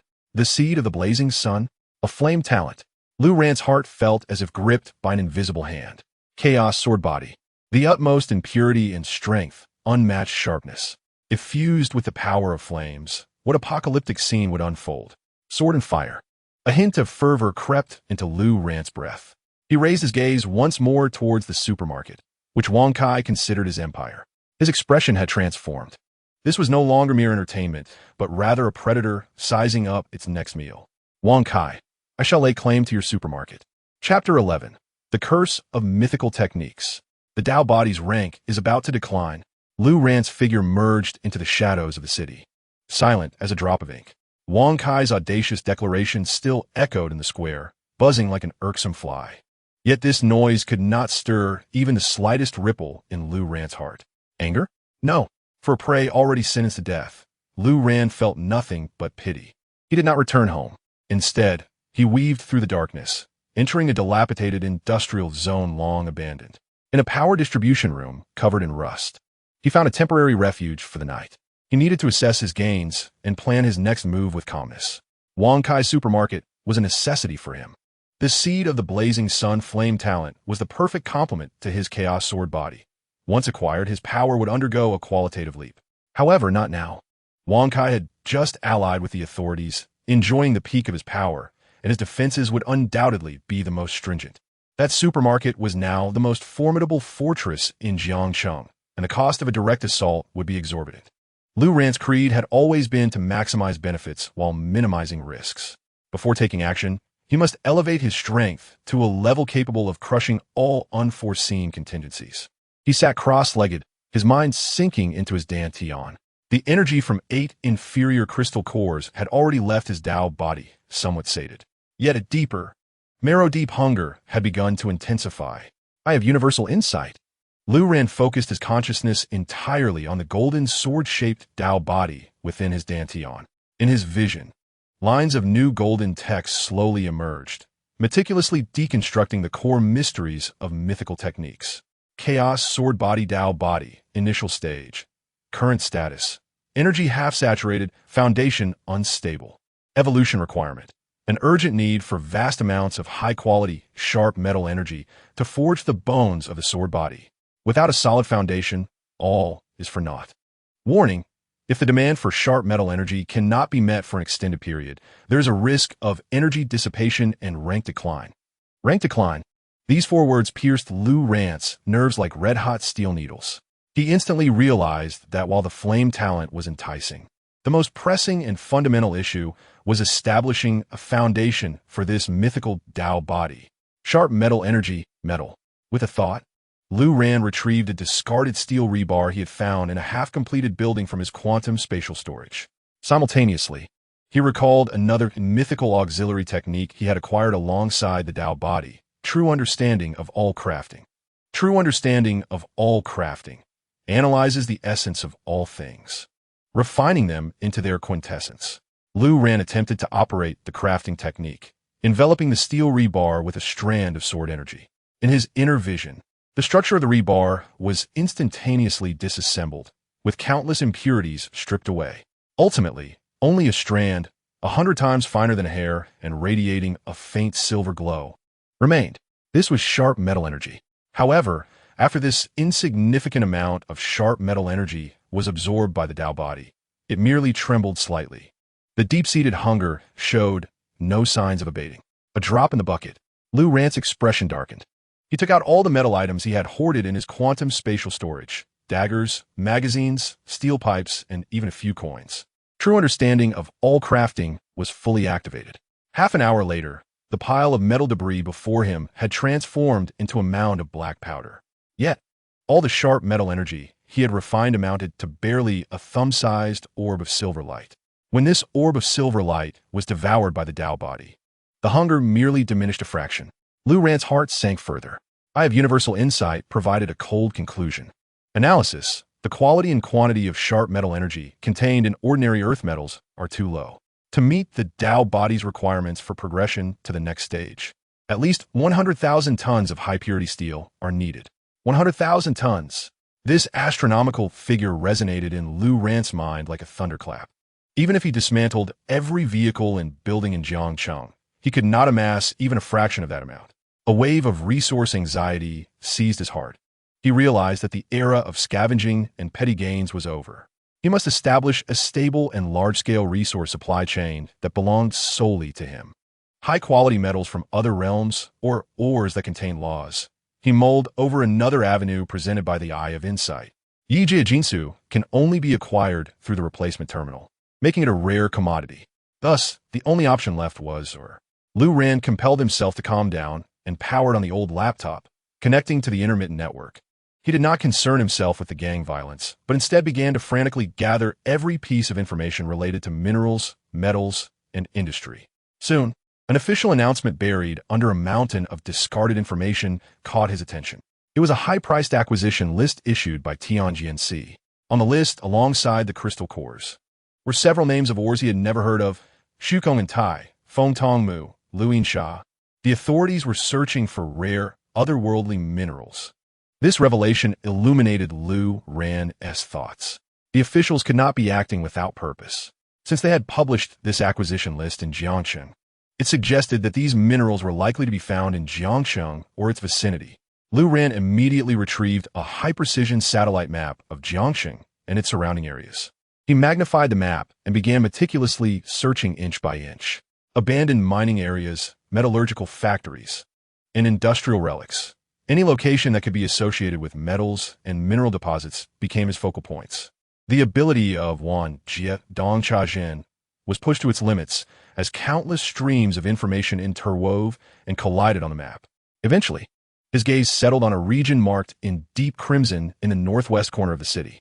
Chengbei Zhongxing Bing Gongchang, abandoned, was a large military-industrial complex built during the Soviet era that had been abandoned for various reasons. Beneath the factory, the map indicated with a dashed line, undiscovered high-density composite metal veins. He had found it. Lu Ran's breath caught sharply. However, before he could revel in his discovery, the bright red area marking and accompanying warning text on the map doused his excitement with cold reality. Warning: high radiation residue, frequent mutant biological activity. Note: according to unreliable rumors, this area has been occupied by a mysterious force known as the Black Snake Society, and anyone who intrudes will mysteriously disappear. Black Snake Society? There was no trace of fear in Lu Ran's eyes, only a glimmer of cold resolve. He had no path of retreat left. Within his dantian, the Hun Dun Jian Ti Dao Tai seemed to sense its master's determination, sending waves of eager pulsations. It was both urging and calling out. To grow stronger, any danger must be faced. Lu Ran stood up, placing the standard dagger he had seized from an assailant alongside the bone knife he had previously used before him. Kban Bulyan Oizgenye Atiwatet. The two pieces of common iron melted in his hands, reassembling and refining. 10 minutes later, a brand new short sword appeared in his grasp. The blade measured 1 foot and 2 inches, longer than the dagger, yet more agile than a long sword. The blade glimmered with a chilling gleam under the dim light. Although fundamentally still common iron, its sharpness and resilience had significantly surpassed its former state through the process of purification and countless strikes. Next, he removed the Ji Feng Shui from his feet and reinforced it with the remaining materials, enhancing the boot's durability. When all was completed, the sky outside had turned completely dark. The resonant chimes of a bell rang out once more. Midnight. The Guizhou mist arrived as anticipated. Lu Ran sheathed the short sword at his waist, donned his empty mountaineering backpack, and with a swift motion, he melted into the thick darkness outside the window. His target was the forbidden place, the Chongbei Binggong Chong, shrouded in shadows and mist. Chapter 12. The activation of the divine furnace disturbs the entire city. The reforging of scrap metal into divine gold. The gang approaches for revenge. The Guizhou mist was denser than the previous night. The chilling fog seeped in everywhere, carrying an oppressive stillness that reduced visibility to less than 3 meters. Lu Ran navigated through the abandoned streets and buildings. His figure crouched low, like a solitary wolf hunting in the night. The Ji Feng Shui, propelled by the sword energy, allowed him to land silently yet with astonishing speed. Wan Jiet Dong Cha Jian was his only radar in this deathly zone. 30 meters to his left, an aberrant wild dog, 3 times its normal size, was gnawing on something, radiating a pallid energy aura. In the shadow of a building to his front right, 2 mantis-like arthropods lay in ambush, their sharp forelimbs gleaming with a metallic coldness. Lu Ran's breathing remained steady as he skillfully evaded these wandering predators with each precise step. The Chongbei Binggong Chong was farther and more remote than he had anticipated. After an hour, he finally reached the factory's outskirts. Towering smokestacks, rusted gantry cranes, and endless factory buildings loomed, their silent steel frames crouched within the fog, exuding a sense of foreboding pressure. The air was thick with the scent of rust and machine oil, mingled with a hint of blood. The factory's walls were already in ruins, yet several key entrances were guarded by makeshift barricades and watchtowers. In the view of Dong Chajin, several faint energy points, wrapped in overcoats and wielding rifles, paced back and forth in the watchtowers. The patrols of the Black Snake Society. Lu Ran chose not to enter through the front gate. Instead, he ghosted around the factory's outer walls, searching for weak points in the defenses. When he reached a pile of rubble at the back of the factory, his footsteps halted abruptly. In the vision of Dong Chajin, beneath a highly concealed crevice in a mountainside, a cave, obscured by rubble and weeds, emanated an unusual energy fluctuation. This was neither a terminal nor a biological entity. It was an ancient, profound presence that had endured the silence of countless ages. Lu Ran's heart raced as he stealthily approached. Parting the waist-high weeds, he uncovered a dark cave barely large enough for a single person to pass through. Above the entrance, faded red paint bore the words, 073 Hao Ren Fong Gong Cheng, an abandoned underground air raid shelter. The peculiar aura emanated from deep within the shelter. Without hesitation, Lu Ran slipped inside. The passage was narrow and damp, stretching downward for about 100 meters, before opening into a vast underground space. It appeared to have once served as a temporary command post or supply depot, littered with decayed desks and iron racks. At the center of the space, an oddly shaped object captured all of Lu Ran's attention. It was a bronze cube, approximately 2 men tall, adorned with intricate golden patterns, resembling both an altar and a colossal furnace. It was not a replacement terminal. All replacement terminals would be reset and decomposed upon the arrival of the Guizhou mist. Yet this object remained untouched, completely transcending the rules of this world. Lu Ran approached slowly, placing his hand on the cold bronze surface. Wan Jiet Dong Cha Jian activated to its fullest capacity. A torrent of information surged into his mind like a burst dam. Detected eternal artifact, eternal forging furnace, terminal form in dormant state. Origin, a mobile resource extraction unit left behind by a high-level mechanical civilization. Core ability, capable of analyzing and refining all substances, purifying them into the highest quality energy essence. It disregards rank and type, refining all. Current status, furnace core energy depleted, in dormant state. Restart requirement. A flame core containing indestructible or eternal attributes is needed to restart the furnace core. Lu Ran's lungs felt instantly empty. His heart stopped for a moment, only to be seized by an overwhelming force, nearly bursting, to refine all substances, to extract any low-tier metal into high-quality, sharp metal essence. This was a divine artifact tailored specifically for him. It perfectly addressed the demand of Hundun Jian Tidao Tai for vast quantities of sharp metal essence. With this, why seek out high-grade mineral veins?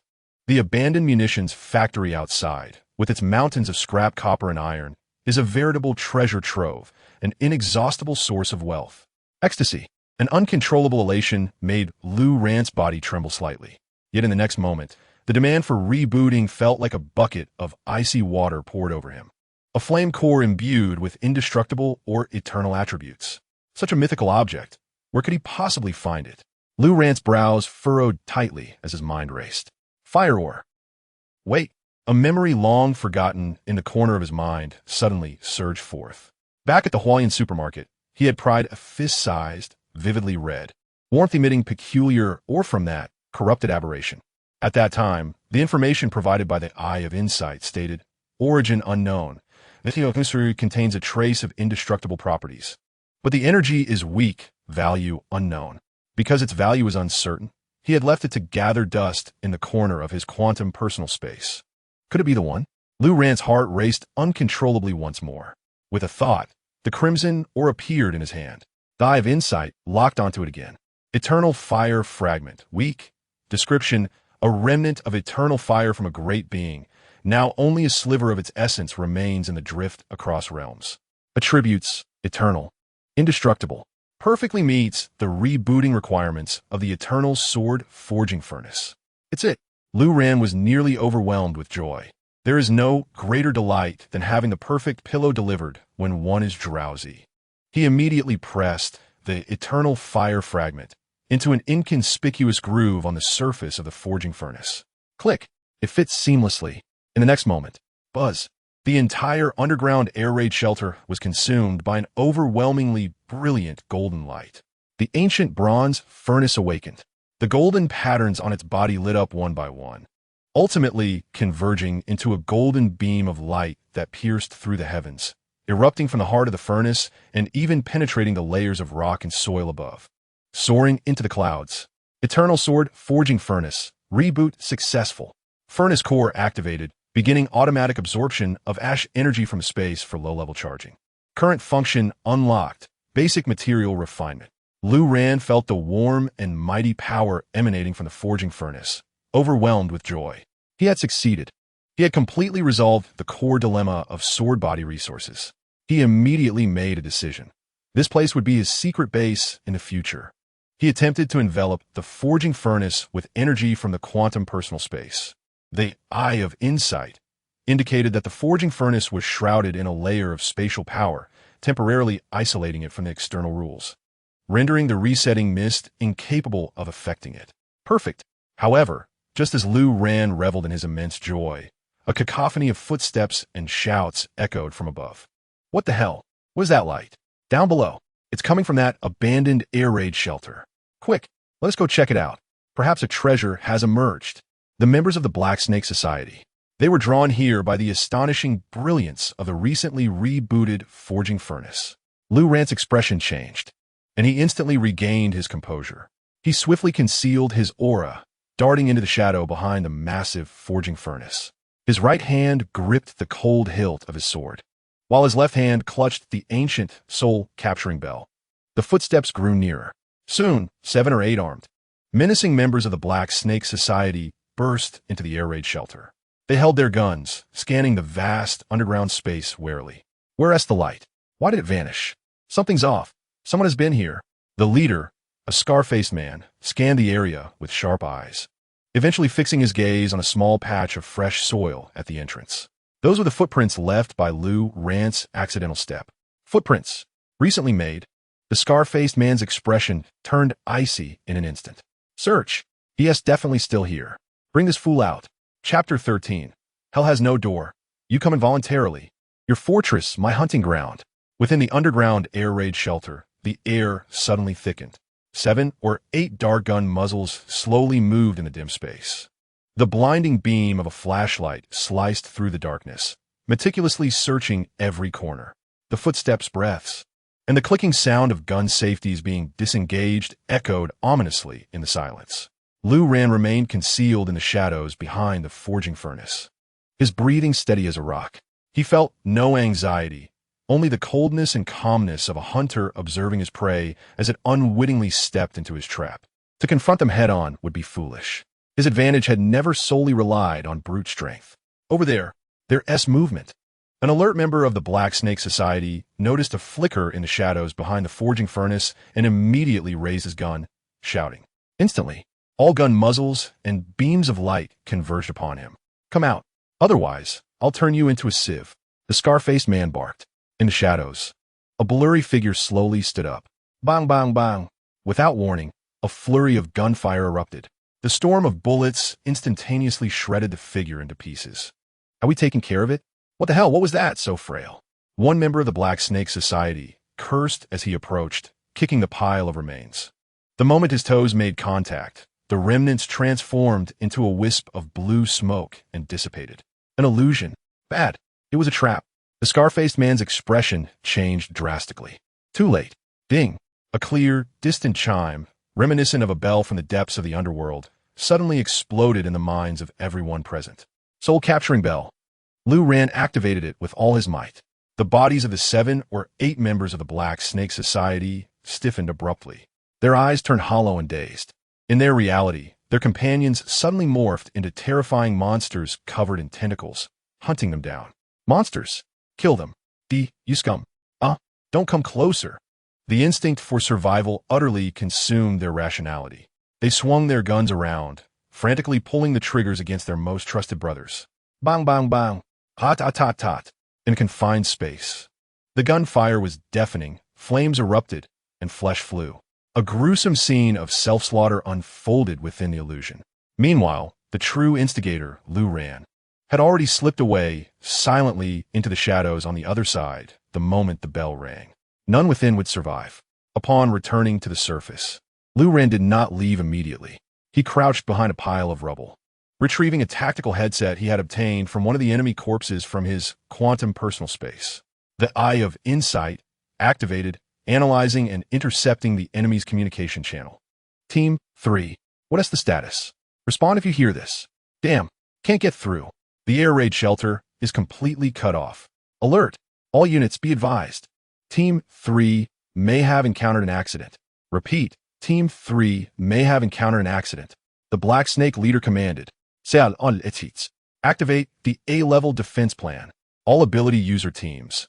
Assemble immediately at the central control room. The headset crackled with the chaotic and urgent calls of the Black Snake Society's command system. A cold smile curved Lu Ran's lips. He not only confirmed that the munitions factory was the stronghold of the Black Snake Society, but he also gained an unexpected advantage through their communications. This abandoned munitions factory had been transformed into a fortified bastion, hoarding a vast supply of metal resources. The Eye of Insight even vaguely sensed an enormous, unimaginable energy of sharp metal gathering in the core area of the factory. The metallic reserves therein are sufficient to enable the eternal casting furnace to operate until the end of time. A madcap scheme rapidly took shape in Lu Ran's mind. Hiding? Sneaking? No, he would take the initiative. He intended to seize this impregnable armory along with all its resources for himself. This place would become his exclusive base for the production of Rue Gene Essence, the first stronghold on his path to sword body evolution. Naturally, he had also heard the term ability user squad. The energy perception of the insightful eye had captured several energy fluctuations deeper within the armory, surpassing that of ordinary individuals. Among them, the strongest energy level was nearly equivalent to the cold blue raccoon he had sensed outside the gymnasium. This Black Snake Society was no mere rabble. Yet, within Lu Ran's eyes, there was no fear, only a fervent battle intent. Just right, with the chaotic sword body newly formed and the chi blade cutting in hand, he had been lamenting the lack of a worthy whetstone. He quietly assessed the strength of both sides. The adversary was numerous, armed with firearms, and possessed at least one B-grade ability user. Meanwhile, he boasted the terrifying physique of the chaotic sword body, the speed of the gale boots, the crowd control of the soul-capturing bell, and the lethal weapon that is chi blade cutting. More importantly, he was concealed in the shadows, wielding an absolute information advantage. The odds of victory were substantial. The dense mist of oblivion provided the perfect cover for his actions.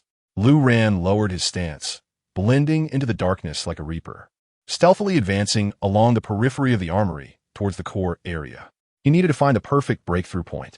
Just as he was sneaking around the outskirts of a dormitory area, two familiar voices that made him feel nauseated reached his ears. "Brother Kai, did you hear that?" It sounded like gunfire. It was Lu Yan's voice, tinged with a slight tremor. "What are you afraid of?" A man's voice responded, feigning calm. "This is the territory of the Black Snake Society. Who dares to seek death? Besides, I'm here to protect you." Lu Ran's footsteps came to an abrupt halt. His gaze pierced through the walls, landing in a brightly lit room on the second floor of the dormitory. Vung Ki, Lu Yan, they were actually here. A fleeting glint of murderous intent flashed in Lu Ran's eyes.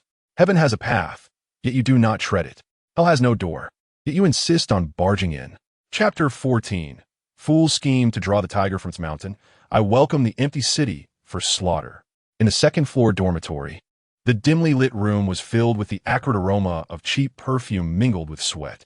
Wang Kai stood bare-chested before a mirror, straining to inflate his somewhat ostentatious biceps. An abnormal yellowish glow pulsed across his skin. His muscles appeared grotesquely swollen. "Yana, look!" Wang Kai turned, unable to contain his pride. "This is bull strength. Although it's just a white grade enhancement, I can now punch a cow to death." Ever since his New World group was crushed overnight by the Blood Wolf gang, he and Lu Yan had sought refuge with the Black Snake Society like lost dogs. To obtain a trivial position, he had spent all his cash to exchange for this lowest-tier physical enhancement through the society. Even so, in his distorted perception, he believed himself to be superior, an extraordinary being looking down on mortals. On the bed, Lu Yan, dressed in an ill-fitting nightgown, carefully applied a bottle of green ointment to her face. This was a foreign skincare product she had bartered for with her dwindling beauty from a minor leader of the Black Snake Society. The results were astonishing. Within just 2 days, her skin, roughened by the apocalypse, regained its smoothness, even appearing more supple than before. Upon hearing Wang Kai's boast, she responded absently, "Brother Kai, you're really amazing." However, her gaze uncontrollably drifted toward the window. The recent barrage of gunfire left her heart racing. This so-called Black Snake Society was bloodier and more lawless than she had imagined. Here, she felt like an item that could be exchanged at any moment, devoid of any sense of security. A flicker of regret took root within her. Wang Kai's bull strength was nothing but a joke in front of those truly armed men who would kill without hesitation. Meanwhile, outside the dormitory, in the shadows of the wall, Lu Ran observed everything with clarity. Through the vision of the all-world insightful eye, Wang Kai's so-called bull strength showed energy fluctuations as faint as a flickering candle in the wind. Before his chaotic sword body, Dao Embryo, it was a complete farce. Lu Ran felt no tumult within, only a cold, detached calm as he watched the antics of a clown. Just then, bang, the door was violently kicked open.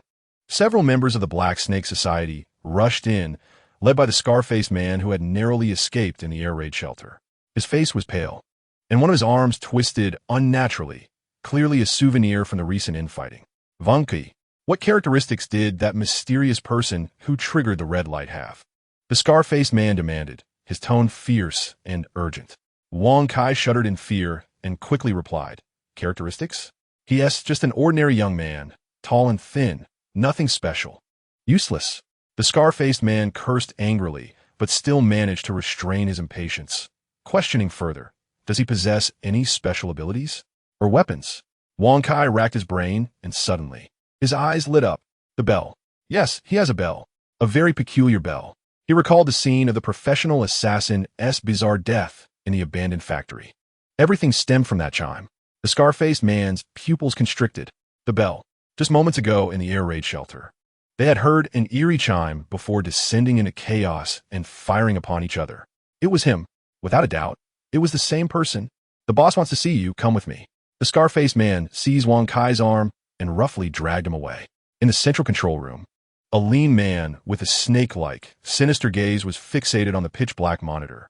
He was the leader of the Black Snake Society, Haish. "Boss, I brought him." The scar-faced man pushed Wang Kai before Haish.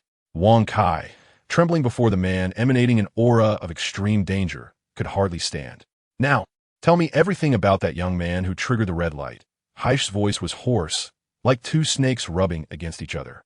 Wang Kai dared not withhold anything, spilling forth all he knew about Lu Ran, embellishing the details.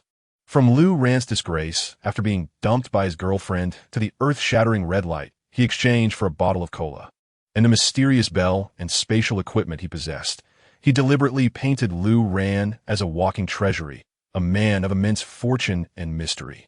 He aimed to leverage the Black Snake Society to eliminate Lu Ran, his looming threat, and seize everything from him: the red light, the spatial equipment. The eerie bell ignited a flame of greed in Haish's eyes, growing ever more fervent. He licked his cracked lips, excitement evident in his voice. Good, very good. Relay my command. All combat personnel, immediately head to Air Raid Shelter 073. Set up a net to capture this fat sheep. Remember, alive. He sought to pry open Lu Ran's mouth and uncover the secret that could exchange for mythical rewards. With a command issued, the armed personnel throughout the armory rallied like sharks sensing blood, frantically converging towards the air raid shelter. Wang Kai watched all this, his face contorting into a twisted grin. He returned to the dormitory, boasting to a worried Lu Yen, "Did you see that? With a single word from me, I can mobilize the entire Black Snake Society. That Lu Ran is doomed. When the leader finally captures him, all his treasures will belong to us." A smug smile appeared on Lu Yan's face, as if she could already envision Lu Ran kneeling in supplication, while she stood triumphantly, crushing him beneath her feet. Above them, within the cold confines of the ventilation ducts, Lu Ran heard every word with crystal clarity. A cold smirk curled at the corner of his lips. "You refuse to walk the path to heaven, yet you willingly plunge into hell. Wang Kai, truly a genius. Not only did you help me confirm the intelligence, but you also proactively relocated the majority of the ordnance factory's active forces. I graciously accept this generous gift of a clean sweep. In return, I shall ensure that you and Lu Yin meet a thoroughly neat demise." A glint of murderous intent flickered in Lu Ran's eyes. He no longer concealed his power. The strength of Hundun GNT surged silently through his limbs. Like a long-hidden cheetah, he swiftly advanced through the intricate maze of ducts toward the most vulnerable yet crucial communications center of the ordnance factory. The main force of the Black Snake Society was en route to the empty air raid shelter, while true death circled behind them, raising its blade. A one-sided massacre was about to unfold on this rainy night. Chapter 15. One man, one night, slaughtering a city. Old love on their knees, regret like tides. Midnight. The world was drowned in ink, a blend of mist and torrential rain swirling into chaos. Visibility was less than a meter. Raindrops hammered down like steel pellets upon rusted metal, the cacophony dense enough to mask the sounds of war. A perfect night for murder. Creak. The iron door of the communications center silently twisted open from within. Two members of the Black Snake Society slumped in their chairs, eyes rolled back, frothing at the mouth, their souls shattered by the she-soul bell. Lu Ran emerged, clad in a salvaged raincoat, the brimmed shadow obscuring most of his face. Only his eyes shone, eerily bright amid the endless darkness. He severed all external communications here. Now, this ordnance factory was an isolated island, a steel tomb prepared for the entirety of the Black Snake Society. A pale blue sword aura flowed, enveloping the newly forged short sword in his hand. This was not merely energy, it was the murderous intent he had suppressed for over 20 years, finally unleashed. In the next moment, his figure vanished, completely merging with the torrential rain. Who? A four-man patrol team, with the leader first sensing an unnatural chill in the air. Instinctively, he shouted a warning, his gun swinging toward the oddly distorted curtain of rain. The other three team members instantly fell into a defensive formation, muscles tensed. However, the response to them was a blade of azure light, swift enough to tear through vision. Swoosh! The sound of the blade slicing through rain, combat uniforms, flesh, and bone was sharp and fleeting. The leader's head wore a look of shock even as his body crumpled. The trigger never got pulled. The remaining three members barely registered a flash before their comrade's corpse splashed into the mud, sending crimson droplets flying. They had no time to feel fear. In the icy rain, three warm streams of blood erupted simultaneously. The arms of the three team members holding their guns snapped cleanly at the elbows, falling to the ground. Precise, efficient, rendering their combat capabilities useless created an even greater terror than outright death. My hand. Enemy attack. The piercing screams barely escaped their throats before being swallowed by the raging rain. Lu Ran did not pause for a moment. With the power of swift wind boots, his form left behind several afterimages as he lunged toward the next illuminated window. This was his first time unleashing Hundun GNT without reservation in actual combat. Power surged through his limbs like a tsunami, inexhaustible. His senses stretched to inhuman limits. He could clearly track every raindrop's descent and hear the accelerated heartbeats of enemies 100 meters away. Countless bullets aimed at him transformed into slow-moving red lines within the vision of Inside Eye. A slight sidestep, a simple twist of the waist. All lethal trajectories grazed past the hem of his clothing. This feeling, he had seized control of time. He held dominion over the lives and deaths of everyone on the battlefield. Exhilarating, a previously unknown, soul-rending thrill surged from the deepest recesses of his heart. For over 20 years, he had played the role of a compliant good person, suppressing all his nature and desires. Now, in this lawless jungle of steel, the beast named Slaughter within him was thoroughly unleashed. He no longer dodged or concealed himself. He was the storm.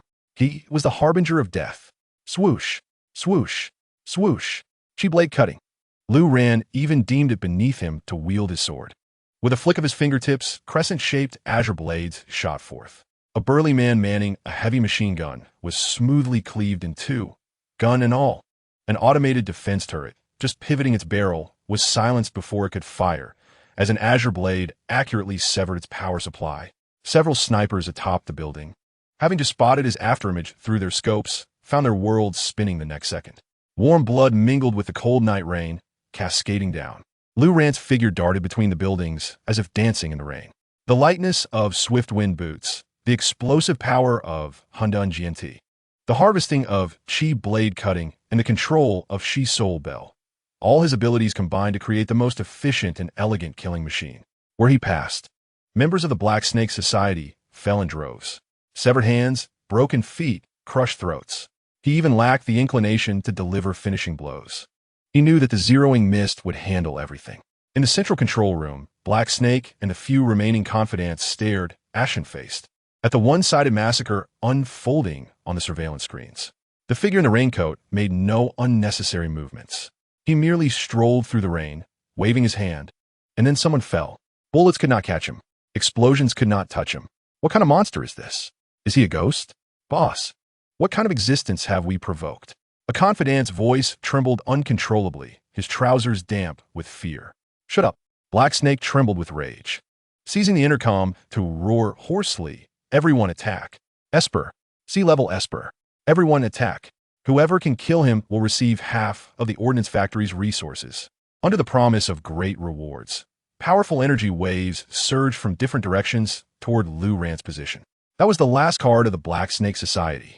Yet, Lu Ran merely cast a cold glance at the three glowing points approaching in Inside Eye, a mocking curve forming at the corner of his mouth. He changed direction, advancing rather than retreating. Target, the central control room. He aimed to strike directly at the heart. Boom! A resounding crash.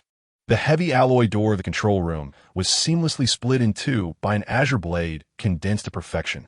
Lu Ran, drenched in rain, exuding a thick, inescapable stench of blood, slowly stepped inside. His gaze swept over the now paralyzed Black Snake, landing accurately on the two trembling figures hidden behind him, Wang Kai and Lu Yan. Their eyes were a tumultuous mix of utter terror, regret, and the disbelief of a world collapsing around them. They could not fathom how the figure advancing through blood and rain could possibly be the Lu Ran they had so casually humiliated and trampled upon. Chapter 16. You trade beauty for life? I shall make you offer your face as sacrifice. The air within the control room was colder than the rain-soaked night outside. The alloy door, breached by a violent force, allowed rainwater mixed with the metallic scent of blood to snake across the floor. There stood Lu Ran, rainwater trickling from the brim of his hat, yet the aura he exuded seemed to instill fear even in the falling rain. Wang Kai and Lu Yan found their minds blank, struggling to breathe. How could it be him? Why him? That impoverished office worker. too timid to even order a cup of coffee in the cafe, whom they had shamelessly belittled.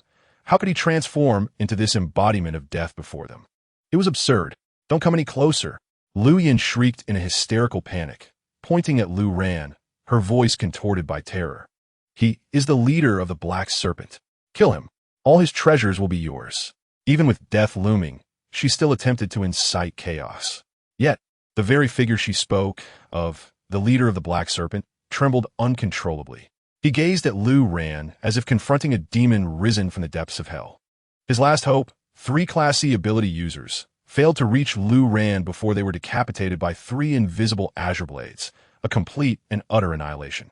Who on earth are you? The leader of the Black Serpent rasped, struggling to maintain his composure. I, the Black Serpent, bear no grudge against you, nor do I harbor any enmity. Why pursue total annihilation? Lu Ran's gaze finally shifted from Wang Kai and Lu Yin to his face.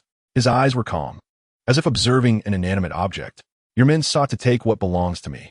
Lu Ran's voice, equally composed, sent a chill down the Black Serpent's spine. It's a misunderstanding. This is an absolute misunderstanding. The Black Serpent, drenched in cold sweat, frantically pointed at Wang Kai. It was him. This bastard instigated it all. My lord, I will flay him alive to atone for my sins. Wang Kai's face drained of color, and he collapsed to the ground, crawling toward Lu Ran, forcing a smile more grotesque than tears. Rangu, I was wrong. I am not human. I am a beast, he cried, slapping his own face wildly, the sound echoing sharply. Please spare me. I will give you all my money.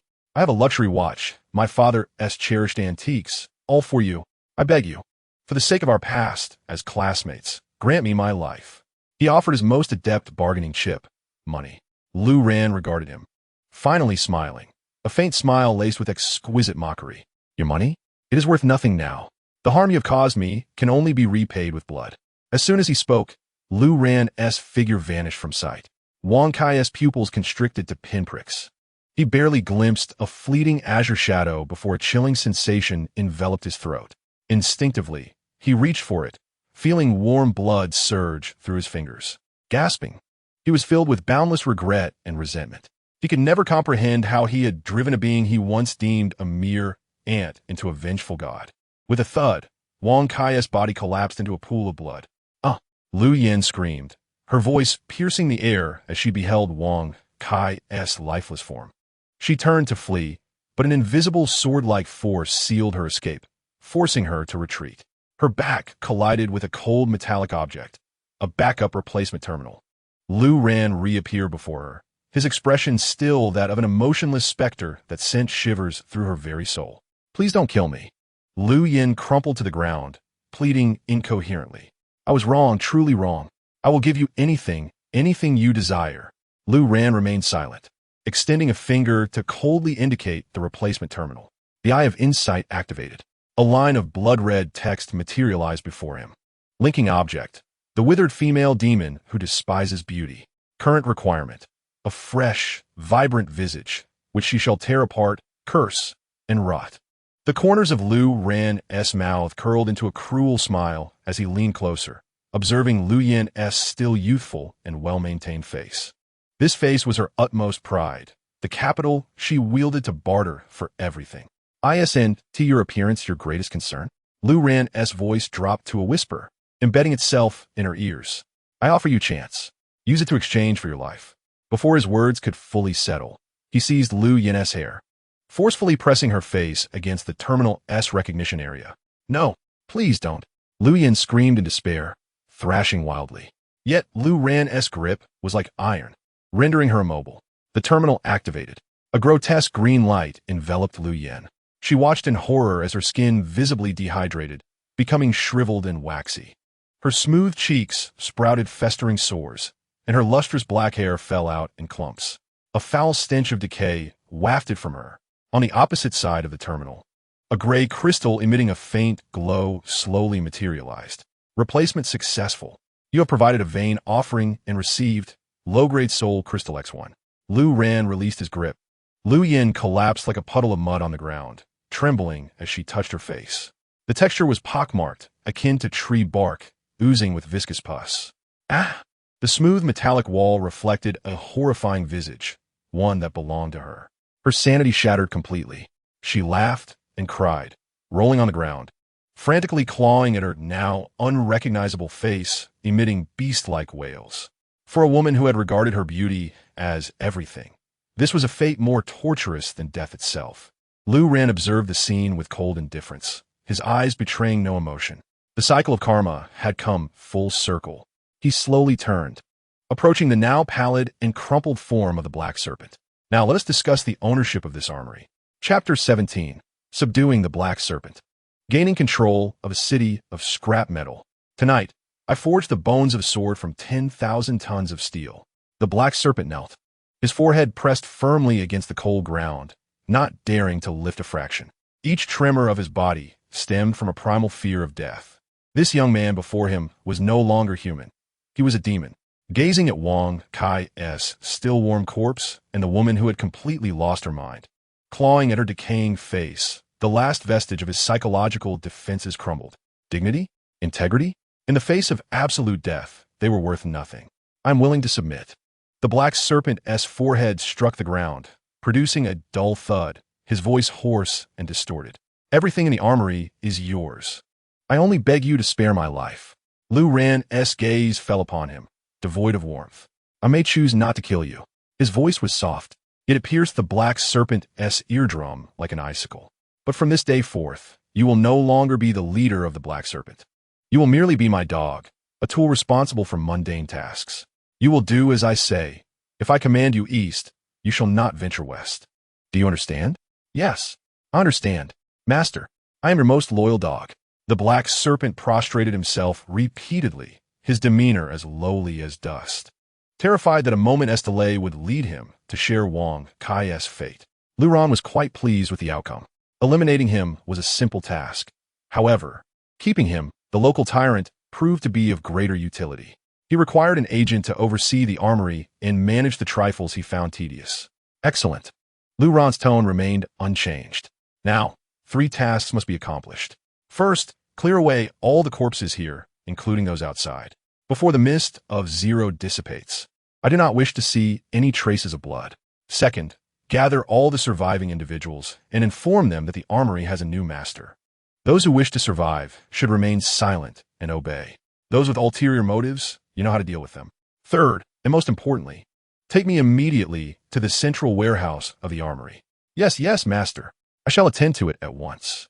Heisha felt as though he had been granted a reprieve, scrambling to his feet and turning to the stunned confidants outside, unleashing a frenzied tirade of survival. Are you all deaf? Did you not hear the master's orders? Get to work. Soon, under Heisha's bloody coercion, the steel fortress resumed its operations. Meanwhile, Lu Ran, guided personally by Heisha, ventured into the depths of the armory.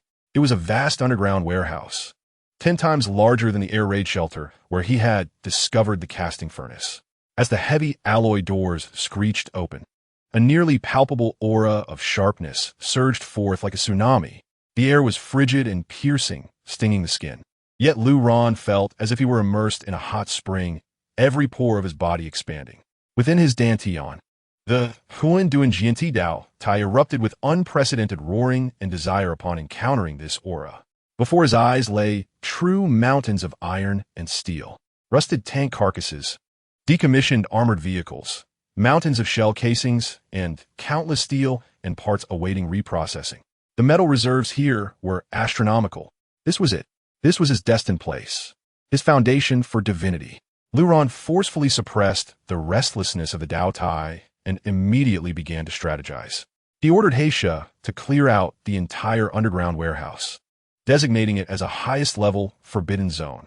Anyone daring to approach, aside from himself, would be mercilessly slain. Then, he silently relocated the Yongheng Zhu Jianlu, hidden in the air raid shelter, to the very center of this underground warehouse. After completing these tasks, he stood before the casting furnace, his obsidian pupils reflecting the ancient patterns of the furnace. Let us begin. With a thought, the Liangzi Suation Kongjin opened, and a mountain of discarded steel was poured directly into the furnace's feed opening. Simultaneously, the principles of Wanwu Lianxi Jinjia were pushed to their utmost limits. The once silent Yongheng Zhu Jianlu roared to life as the Yongheng Jihua Sanpian within shone brilliantly. The entire furnace rumbled violently, its golden patterns writhing like living dragons, emitting a high-pitched dragon's roar. Through the vision of the Dongcha Jiyan, the scrap metal was instantaneously disintegrated and vaporized upon entering the furnace's heart by an unimaginable temperature. All impurities were completely eradicated under the purifying flames of eternity, leaving behind only the purest, most primordial essence of sharp metal, refined, compressed, and coalesced into a singular point of exquisite light. In mere minutes, a melodious chime echoed like celestial music, a palm-sized piece of liquid silver metal, emanating a breathtakingly sharp aura, slowly emerged from the furnace's output. Gaochuandu Rue Jinjing Sui description, a top-tier metal essence refined from the Yongheng Zhu Jinlu, an excellent material for forging divine weapons and constructing sword bodies. It was done. Luran grasped the Rue Jinjing Sui. It felt icy to the touch. Yet the energy contained within was as ferocious as a volcano on the brink of eruption. Without hesitation, he pressed it against his dantian. The Dao Tai, akin to a glutton starved for eons, opened its greedy maw and ravenously devoured this essence of utmost purity.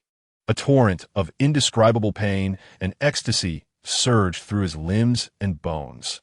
Luran could distinctly hear his bones cracking inch by inch, only to be reconstituted by this energy in a manner more robust and keen. His meridians expanded, his flesh refined. Every cell in his body screamed with thirst, and then was filled, stretched, and reborn by this divine energy. The hunger of the sword body was alleviated at an astonishing pace. His strength surged visibly. Continue. Luran's eyes turned crimson, resembling a frenzy. He no longer fed the furnace piece by piece. Instead, he maximized the capacity of the Liangzi Suation Kongjian, transforming into the most primitive of laborers, continuously pouring mountains of discarded metal from the warehouse into the casting furnace. The Yongheng Zhu Jinlu resembled a colossal mouth connected to a black hole, welcoming all. One piece after another of high purity, Rue Jinjingte was ceaselessly produced. Luran sat cross-legged beside the casting furnace, pressing these essences into his dantian, allowing the Dao Tai to voraciously consume. His aura ascended with terrifying speed. Meanwhile, Heisha had completely seized control of the situation. Following Lu Ran's instructions, he established a new intelligence and resource transportation network.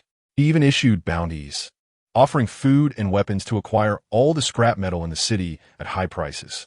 An underground kingdom, centered around the armory and monopolizing the metal resources of Jiangcheng, was quietly taking shape. However, just as Lu Ran reveled in the exhilaration of rapidly increasing power, a piece of intelligence from Heisha compelled him to temporarily halt his cultivation. Master, a new faction has recently appeared in the southern part of the city, behaving quite strangely. They neither seek food nor weapons, but are specifically searching for a type of black, luminous stone. A black, luminous stone? Luran's brow furrowed slightly. He realized that as the exchanges deepened, more and more otherworldly forces began to extend their reach toward Lanxing. His armory, this vast repository of resources, would inevitably become the target of covetous eyes. He needed to grow faster, stronger, just as he prepared to resume his training. His gaze inadvertently swept across a corner of the underground warehouse's depths. There lay a heavily fortified alloy chamber door, secured by massive iron chains and numerous locks. "What is that place?" Luran inquired. A look of mixed fear and memory crossed Heisha's face. "Master, that is the forbidden area of the armory, left by the former leader, and no one is permitted to approach. It is said that a devouring demon terminal is locked inside." Luran halted his movements. He slowly approached. The Wan Jia Dongsha Jiyin silently penetrated the heavy alloy door. An extraordinary terminal, exuding an overwhelming sword intent, appeared before his eyes. A line of blood-red text gradually materialized. The sword spirit, yearning for pure sword intent, requires a source of sword path to break free from its cage. Chapter 18 Official Alarm. My threat level, City Annihilation.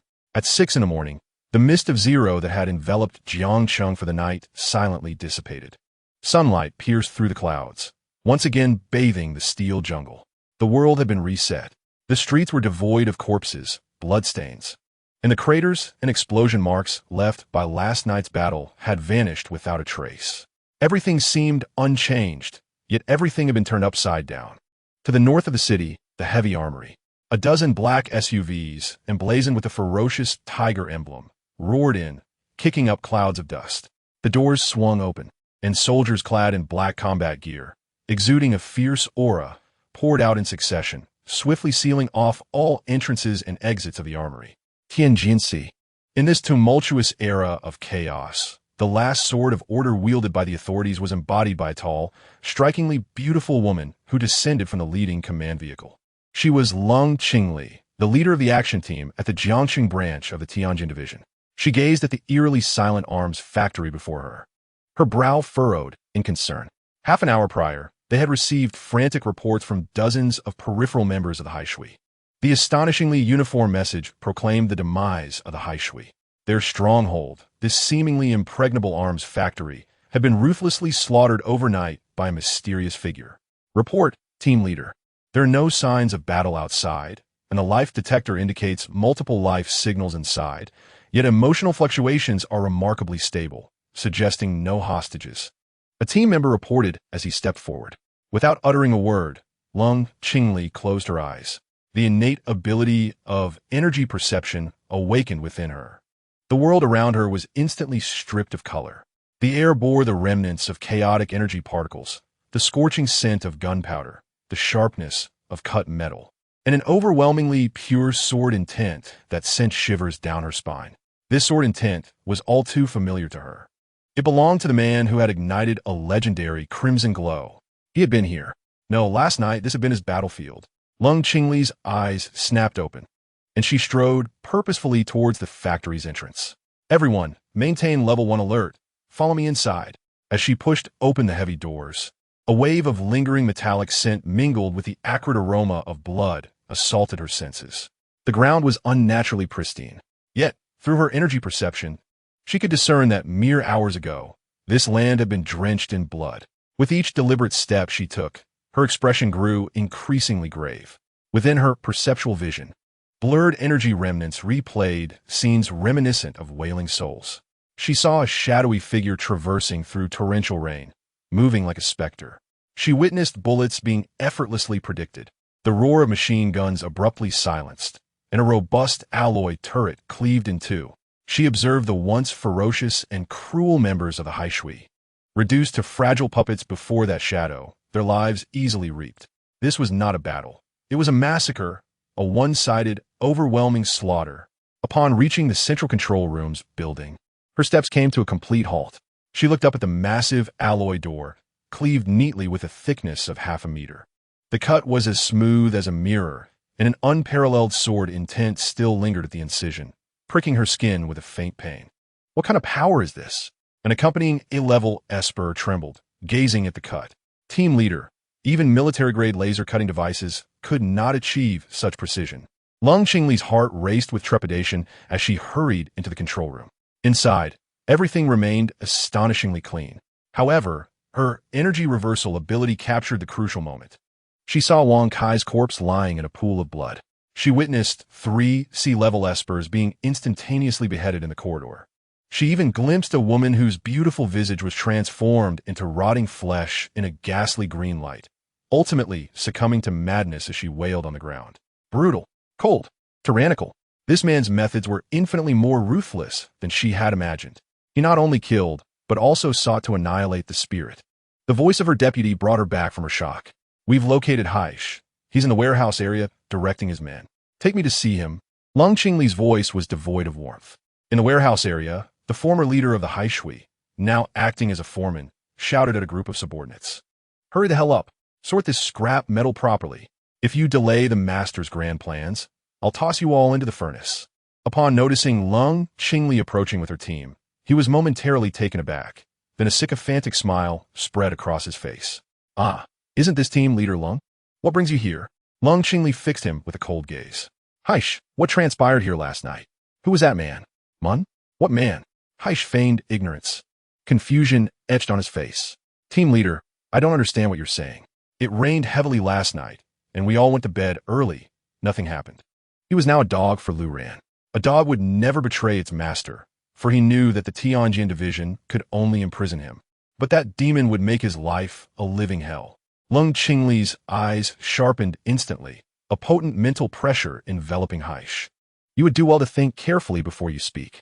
Heish trembled, cold sweat breaking out instantly. Yet, as he recalled Lu Ran's indifferent gaze and Lu Yan's tragic fate, he steeled himself. Team leader, I truly know nothing. Just then, a team member rushed in and whispered urgently into Lung Qingli's ear. Her expression darkened significantly. What did you say? All the scrap metal in the city is being transported here? Yes, team leader. We've discovered that the Haishui has issued a bounty, offering food and weapons at prices far above market value to acquire all scrap within the city. Currently, all the scavengers and small survivor teams in Jiangsheng are going mad. Monopoly. He is monopolizing the metal resources of the entire city. A terrifying thought surfaced in Lung Qingli's mind. The man had bloodied the arms factory not to seize territory or exert dominance, but to construct a resource supply base for himself. What on earth does he intend to accomplish? Why does he need so much metal? How strong can one man's power truly be? Does he believe he can single-handedly oppose the entire world? Lung Qingli felt a profound sense of helplessness wash over her.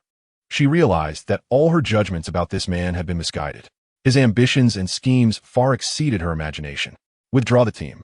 Ultimately, Lung Qingli issued the order to retreat. Without evidence, and with the adversary uncooperative, remaining here served no purpose. Raise the threat level of the mysterious individual to city-destroying grade. Issue an S-level wanted notice, disseminate his energy image, and place a bounty across the city. Additionally, immediately apply to headquarters. I require higher-level energy detection permissions. I want to turn Jiangxing upside down. As Lung Qingli turned to leave, her eyes were filled with an unprecedented gravity. She had an ominous premonition that a storm brewing would determine the fate of Jiangsheng and even the entire world, with its epicenter being the man whose name she did not even know. Meanwhile, deep within the underground warehouse of the arms factory, Lu Ran slowly opened his eyes. He had learned of the Tianjin division's arrival and departure through the intelligence network of Heish. He paid it little mind. A group of mortals still dividing the world by energy levels could not comprehend the realm of existence he now occupied. In his vision, there was only the vast expanse of all realms. After a night of frenzied consumption, nearly 1/10 of the discarded metal in the warehouse had been depleted. A deluge of sharp gold essence flowed into the chaotic sword body Daoke, like rivers converging into the sea. At that moment, the Daoke within his Dantian had transitioned from mere illusion to solid reality, radiating a brilliant silver glow akin to a true star. His body had undergone a monumental transformation. Every inch of his skin was as resilient as the toughest alloy, and every bone was inscribed with sharp laws. He felt invulnerable, as if he could withstand a missile without injury. However, the hunger of the Daokai had not yet fully subsided. It craved more. It appears that mere quantitative change is insufficient. Lu Ran rose, casting his gaze towards the innermost depths of the warehouse, where a heavily locked chamber door lay ensconced in iron chains. The investigations of Tianjin Sea and the emergence of new forces instilled within him a sense of urgency. He must swiftly transform all resources into genuine power. The essence of the sword Dao, he murmured, a glimmer of determination flashing in his eyes. He was uncertain of what it entailed, yet he believed that this ravenous demonic terminal might yield unexpected surprises. He approached slowly, lifting his hand to grasp the cold iron chain, thicker than an adult's thigh. Chapter 19. The sword type ultimately achieves. My body is the essence of the sword Dao. The air in the underground chamber was frigid and stagnant. Lu Ran stood before the alloy door secured by heavy iron chains. He extended his hand, gripping one of the cold chains. It felt heavy, its surface marred by dark red rust, as if steeped in endless blood. The black serpent had claimed that within lay a demonic terminal that devoured humans. An ability user of B rank had been reduced to a desiccated corpse upon contact, their very soul consumed. Henceforth, this place became a forbidden zone. Yet, a smirk curled at the corners of Lu Ran's mouth. Daboting humans. The true glutton within him was the chaos sword body Dao. Open. Lu Ran growled, his arm muscles instantly bulging. The body, nourished by an abundance of sharp gold essence, erupted with terrifying power. Crack! The sharp sound of breaking echoed. The special alloy chains, strong enough to tow a tank, were crushed in his grasp. Following suit were the second and third chains. Bang, bang, bang. A series of explosive sounds ensued. A dozen special locks and all chains were effortlessly torn asunder and cast aside. He lifted his foot and delivered a powerful kick to the heavy alloy door. Boom! The entire underground warehouse shook violently. The door, as if struck by a battering ram, caved in, leaving a massive footprint, and then collapsed, raising clouds of dust. As the dust settled, in the center of the chamber stood an ancient-looking blue stone terminal. Its surface was inscribed with myriad arcane, sword-shaped runes, emanating an ancient and razor-sharp aura. The Eye of all realms activated. Warning: high concentrations of desolation sword intent detected. This intent possesses extreme lethality to the soul. Terminal name: Sword Tomb. Linked object: ancient sword spirit fragmented. Status: imprisoned by the laws of desolation. On the brink of dissolution. Core requirement: a pure essence of the sword Tao to sever the cage of laws and reshape the sword spirit's form. Ancient sword spirit? Essence of the sword Tao. Lu Ran furrowed his brow. He attempted to place a freshly refined piece of high-purity sharp gold essence onto the exchange platform. The Sword Tomb terminal remained unresponsive. Material energy was insufficient for its needs. What exactly is the essence of the sword Tao? Lu Ran sat cross-legged, lost in contemplation. Could it be that this path was a dead end? Just as he prepared to abandon hope and return to devouring scrap metal, an unexpected change erupted. Buzz. The chaos sword body Daoke within his dantian erupted with a deafening roar without warning. The silver star, now as solid as reality, began to spin wildly, contracting and then expanding. An indescribable agony engulfed Lu Ran's entire being. Ugh! Lu Ran stifled a groan as beads of sweat rolled down his forehead. His body felt as though it were cast into a colossal furnace, disassembling inch by inch from the inside out, only to be reassembled. Bones wailed, meridians ruptured, flesh evaporated. Transformation. After consuming vast amounts of sharp gold essence, the chaos sword body Daoka finally reached the critical point of its first metamorphosis. Lu Ran gritted his teeth against the excruciating pain, clinging to a sliver of clarity within his spiritual platform. This was a crisis, yet also a monumental opportunity. Success would lead to a rebirth. Failure would mean death and annihilation. Boom! The vibrations of the Dao Tai intensified. Cracks began to surface on Lu Ran's body, as if he were porcelain on the verge of shattering. Golden blood seeped from the fissures, radiating a divine glow. Just as his consciousness was about to be consumed by agony, the sword tomb terminal suddenly illuminated. The sword-shaped runes on the blue stone appeared to come alive, glowing and resonating mysteriously with the Daokai within his dantian. A pure and vast sword intent surged forth from the terminal, transcending time and space, pouring into Lu Ran's brow. Crack! It felt as though something shattered within his mind. His consciousness was drawn into an endless void. Here, he beheld a colossal sword piercing through heaven and earth. With a single strike, it shattered the starry river. With another thrust, all laws were extinguished. This was the essence of the sword, the manifestation of the Tao. In that moment, Lu Ran's consciousness was wholly immersed in the magnificent flow of the sword Tao. Uncertain of how much time passed, when he finally opened his eyes again, the world had transformed entirely. He could perceive the flowing energy particles within the air. He could hear the whispers of metal at the molecular level. His perception extended infinitely, encompassing the entire armory, even allowing him to clearly see the black serpent berating a slothful worker. His body had been reformed.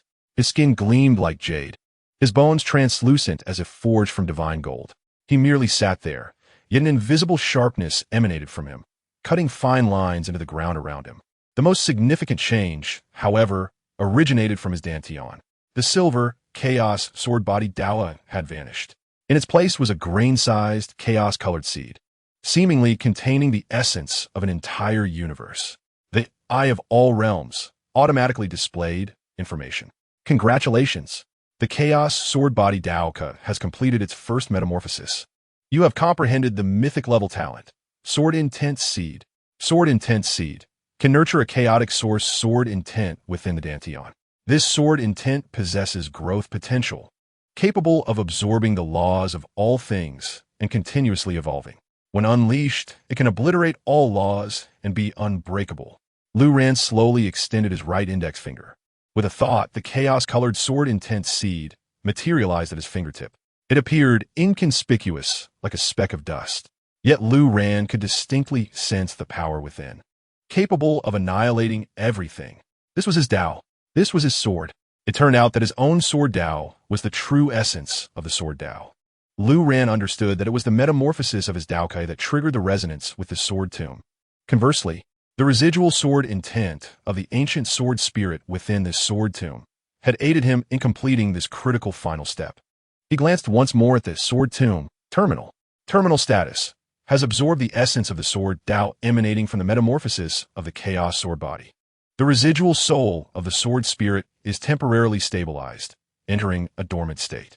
New requirement: a complete essence of life to reshape the sword spirit's form. The essence of life. Lu Ran etched this term into his mind. He rose, stretching his body, and an unprecedented sense of power coursed through his limbs. With a casual flick of his hand, a silent sword chi sliced through the air, leaving a terrifying scar half a foot deep on the opposite alloy wall. This was merely a casual strike. He dared not imagine the might of unleashing the sword intent seed. It was time to test his newfound power. Just as he pondered this, a piercing alarm rang out, reverberating throughout the underground base. An unidentified object was approaching at high speed. Lu Ran's gaze instantly turned frigid. He stepped forward, his figure akin to instantaneous movement, vanishing within the confines of the secret chamber. In the next moment, he materialized upon the grounds of the arms factory. He lifted his gaze towards the distant night sky.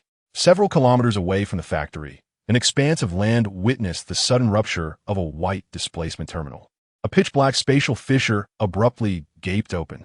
Following this, towering beings, exceeding 3 meters in height, clad in grotesque bone armor and wielding colossal battle axes, exuding a potent aura of bloodlust and slaughter, surged forth from the rift in an unending stream. Their gazes were precisely fixed upon the direction of the arms factory, their greedy eyes reminiscent of sharks scenting blood. The Wan Jia Dongcha Jiyan instantaneously relayed information. Species: Abyssal Plunderer, Tier 1. Target: high-density energy source.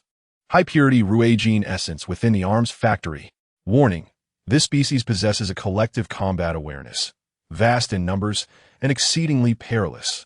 Lu Ran observed the dark tide of the otherworldly legion as it surged forth, a faint smile gracing his face. Excellent. Just in time. I shall utilize you to test the first drop of blood from my new seed. In his hand, a long sword forged from Ruagine essence had appeared, unbeknownst to him. The Wanxiang Jianxia required no activation. The seed of sword intent lay poised, ready to unleash carnage. Chapter 20. A single sword clears all. My sword intent is named Annihilation. The night was as dark as ink. The wilderness outside the arms factory had thickened with the palpable aura of death. The legion of abyssal plunderers, like a flood unleashed, rushed towards the factory. With each step they took, the ground trembled beneath them. The heavy panting and the clanging of their bone armor merged into a symphony of mortality. In their perception, the enormous factory in the distance was a treasure trove radiating endless temptation. Within lay the supreme quality energy essential for their evolution. By consuming it, they could metamorphose into even more formidable Tier 2 plunderers. Greed overshadowed all else. Yet, as they approached within a kilometer of the arms factory, a figure unexpectedly materialized upon their path. A human, a being that appeared frail and delicate against their massive forms, seemingly fragile enough to shatter with a mere touch. He stood alone in the center of the wilderness, grasping a long sword aglow with chaotic radiance, quietly observing the deathly army. His expression was serene, as if gazing down upon a collection of lifeless entities. Roar. The leading plunderer let out a savage roar. According to the laws of the abyss, any creature obstructing their path to plunder faced only one fate: to be torn to shreds. It hurled its massive axe towards Lu Ran. The axe, weighing 1,000 pounds, tore through the sound barrier, creating a white shockwave aimed directly at his face. In the face of this terrifying strike, capable of cleaving a main battle tank, Lu Ran moved. He did not dodge, nor did he block with his sword. Instead, he merely raised his left hand. Clang! A crisp sound echoed like gold striking jade. The rapidly spinning axe was halted mere centimeters from Lu Ran's face, firmly grasped between his two fingers. The violent kinetic energy came to an abrupt halt. Time, in that instant, was forcibly frozen. All plunderers ceased their advance in unison.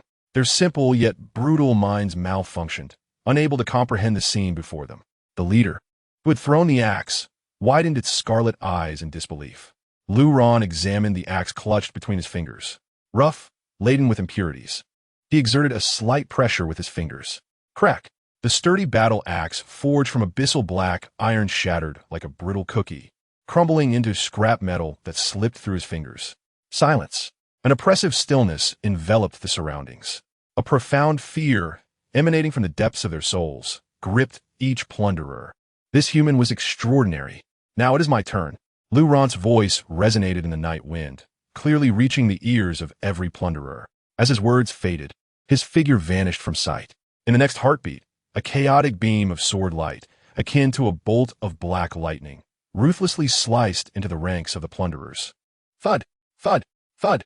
Blood erupted skyward like a fountain. Heads were sent soaring into the air.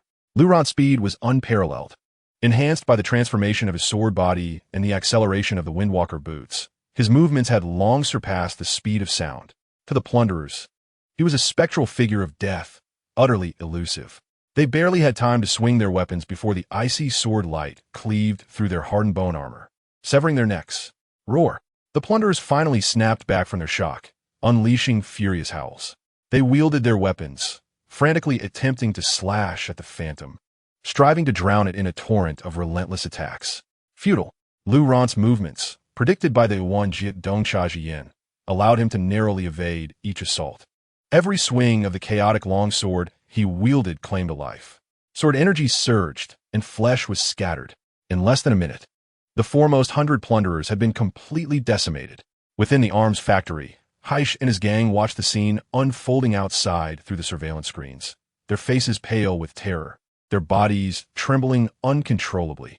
Is this still human? He single-handedly slaughters an entire otherworldly army. So terrifying, so horrifying. Heish clamped a hand over his mouth, stifling a scream. He felt an overwhelming sense of relief, immense gratitude for having knelt quickly and thoroughly. In comparison to this true demon, his former so-called Heish association was nothing more than a complete farce. In the wilderness, Lu Ran's massacre continued unabated. There were no flamboyant skills, only the most basic thrusts, slashes, and cuts. Yet, in his hands, these fundamental sword techniques transformed into the most efficient and deadly art of killing. Each strike precisely pierced vital points. Every movement perfectly evaded threats. He was a cold and efficient killing machine. The seed of sword intent within his dantian trembled slightly, radiating a sense of exhilaration. The slaughter nourished it. Finally, the Tier 2 plunderer leader could no longer endure the carnage. It let out a thunderous roar. Its bone armor engulfed in a layer of crimson flames. A ferocious aura, surpassing all other plunderers, erupted with a resounding force. It forsook all defense, charging towards Lu Ran like a red meteor, intent on obliterating this damned human into mere pulp. In the face of this cataclysmic assault, Lu Ran finally halted his advance. He lifted his head, watching the blood-colored meteor approach with increasing proximity, a satisfied smile gracing his face. Now is the moment. Slowly, he raised the chaotic longsword in his hand. The minuscule seed of sword intent within his dantian erupted with brilliant light, an indescribable force. Originating from the very essence of the universe, a fusion of annihilation, chaos, and sharpness was ignited. Buzz. There was no thunderous roar, only a minuscule, nearly imperceptible black sword ray that flashed from the tip of Lu Ran's sword. This sword ray was small, slender, and appeared insignificant. But the moment it manifested, the entire world was muted. The wind ceased. Sounds vanished. Even light was consumed. The furious plunderer leader maintained its forward charge, its face still contorted in a grotesque grin. Then, a slender black line extended from its brow, reaching down to its groin. In the next instant, a soft sound echoed. Its body, along with the impenetrable carapace, was neatly severed in two. The incision was as smooth as a mirror, with no blood flowing forth.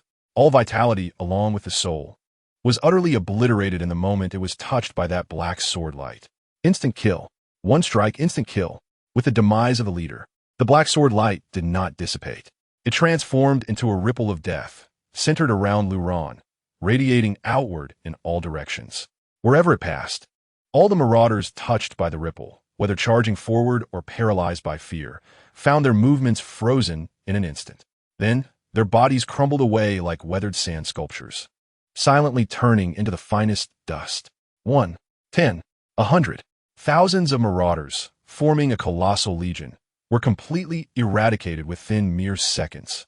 In the entire wilderness, apart from Luran, there was not a single creature standing. Only the remnants of weapons and fragments of shimmering carapaces littered the ground. Luran sheathed his sword and slowly exhaled. The seed of sword intent within his dantian dimmed slightly, but continued to rotate slowly, absorbing the energy of the heavens and earth for recovery. The power of this strike exceeded his imagination. This was the true strength that belonged to him. He began to survey the battlefield. The eye of all realms swept across, and soon he selected some fragments imbued with a unique aura of law from the remnants of the carapaces and stored them in his quantum space. These were the nourishment for the chaos sword body. Finally, he approached the corpse of the marauder leader, which had been split in two. Within the core of its body, Luran discovered a peculiar rune radiating faint spatial fluctuations. Information from the eye of all realms gradually emerged. Item name: Dimensional Beacon, fragmented. Description: a peculiar item used by the Abyss Marauder Legion for interdimensional teleportation, inscribed with the spatial coordinates of its home dimension. Note: the energy of this beacon is about to be depleted, but perhaps it can be used to locate a brand new world. Luran's eyes instantly brightened. He gazed at the dimensional beacon in his hand and glanced back at the depths of the armory, where the silent sword tomb lay. A bold plan began to take shape in his mind. Passive waiting would forever leave him trailing behind others, collecting dust. Only by taking the initiative could he transform all realms into his hunting ground. This was the true path of the strong. His gaze pierced through the endless void, beholding the myriad of dazzling worlds that shimmered with light. A new game was about to begin. Chapter 21. You want to recruit me? The Tianjin is not qualified to trade with me. The alarm of the armory eventually subsided into silence. Heisha, accompanied by a group of trusted aides, cautiously dealt with the remnants of weapons and carapace fragments left by the otherworldly beings in the wilderness. They dared not approach Luran even a step, only watching from a distance as he glided like a specter across the battlefield, collecting fragments they could not comprehend. Each heart was tumultuous with waves of astonishment. That was an army composed of thousands of monsters, yet before Luran, they crumbled like paper. Especially the final silent black ripple that emptied the battlefield had etched itself into their souls as an eternal imprint. What on earth is our boss? One of the aides trembled to ask. Heisha smacked him hard on the back of the head, lowering his voice to hiss with a mix of fear and fervor. Don't ask what you shouldn't. We only need to know that we are following a god. He understood better than anyone what it meant to be attached to such an existence. It was a bottomless fear, but also an opportunity to ascend to greatness. Luran paid no heed to the thoughts of those tools. He stored the dimensional beacon in his quantum space, his mind already forming a vague yet audacious plan. However, this plan required time and further preparation. The immediate priority was to digest the gains from this battle. He returned to the underground Forbidden Zone, a warehouse he had transformed into a private training chamber. He fed all the fragments collected from the marauder carapaces, which contained faint auras of space and slaughter laws, to the sword intent seed in his dantian. The seed trembled slightly, absorbing these fragments of law, its brilliance seeming to condense a bit. Yet the next transformation remained a distant prospect. It was still too little. Luran was not surprised by this. The growth of mythic-level talents required an immense amount of resources. He sat cross-legged, preparing to continue nourishing the sword body with sharp gold essence. Boss. Heisha's voice sounded from outside, laced with unmistakable tension. Speak. Luran did not even lift his eyelids. There are people looking for you outside. Heisha's voice was somewhat hoarse. It's the people from Tianjin. He paused before adding. They didn't T-force their way in, but sent a collaboration invitation through my channel, specifically requesting to meet you. Lu Ran's actions froze for a moment. Tianjinsi. He had long anticipated that the authorities would come knocking again. With such a commotion at the armory, coupled with the previous invasion of otherworldly beings, it would have been difficult to avoid notice. However, he did not expect the other party to adopt such a humble posture. A collaboration invitation? The corners of Lu Ran's mouth curled into a cold arc. He stood up. Have them wait at the abandoned warehouse number 3 in the western suburbs. I will go alone. The night deepened. The abandoned warehouse number 3 in the western suburbs, long neglected, was permeated with a strange scent of rust and dust. Lung Qingli, clad in black combat attire, stood tall, her delicate face shrouded in shadows, her expression inscrutable. Behind her stood 3 team members with a heavy aura, all elite members of Tianjinsi, each at least peak sea-level ability users. Their hands rested on their weapons at their waists, muscles tense, poised for action. Captain, will he really come? A young team member could not help but ask, his voice dry. They had already been waiting here for nearly an hour. Aside from the sound of the wind, there was nothing. He will. A single cold word escaped Lung Qingli's lips. Her energy perception talent was operating with an unprecedented intensity. A barely perceptible yet razor-sharp aura had enveloped the entire warehouse. That aura hung over them like a Damocles sword poised to drop. Cold, indifferent, as if ready to cleave down at any moment. The other party had long since arrived. They were merely observing them. Just then, from the deepest shadows of the warehouse, a figure emerged without warning. He wore the most ordinary white mask and draped in a large black cloak, completely obscuring his form. He stood there quietly, merging with the darkness. No sound of footsteps. No notice. Not even a heartbeat. If it weren't for the visibility to the naked eye, Lung Qingli would have almost thought that nothing was there. It was him, the man who had ignited the mythic red glow. The 3 team members behind, Lung Qingli instantly felt their hair stand on end, their energy surging uncontrollably, adopting defensive stances. Pressure, a terrifying pressure capable of crushing bones and will. They felt as though they were not facing a man, but rather an unfathomable abyss brimming with endless murderous intent. Do not be tense. A hoarse, deep voice emanated from beneath the mask. If I wanted to kill you, you would already be corpses. Lung Qingli raised her hand in a gesture to halt her team's agitation. My lord, we mean no harm. I am Lung Qingli, captain of the Jiangxing Action Team of Tianjinsi. We have come to discuss a potential collaboration with you. Her voice was cold, yet tinged with a seriousness she herself was unaware of. Lu Ran's gaze fell upon her. The one Jiedong Cha Ji Yin activated. Lines of information clearly emerged before his eyes. Name, Lung Qingli. Identity, team leader of the Jiangxing Action Group, Tianjinsi. Ability, B-grade energy perception. B-grade energy reversal. Current status, highly alert, inner tension, assessing your threat level, core intent, recruitment. Should recruitment fail, a decision will be made based on your response regarding the initiation of the Thunder Plan and the implementation of coercive measures. The Thunder Plan? Coercive measures? Lu Ran silently sneered within. Indeed, the so-called cooperation was merely a euphemism. Cooperation? A hint of amusement tinged Lu Ran's voice. How do you propose we cooperate? Under the invisible pressure, Lung Qingli straightforwardly stated, we hope you can join Tianjinsi.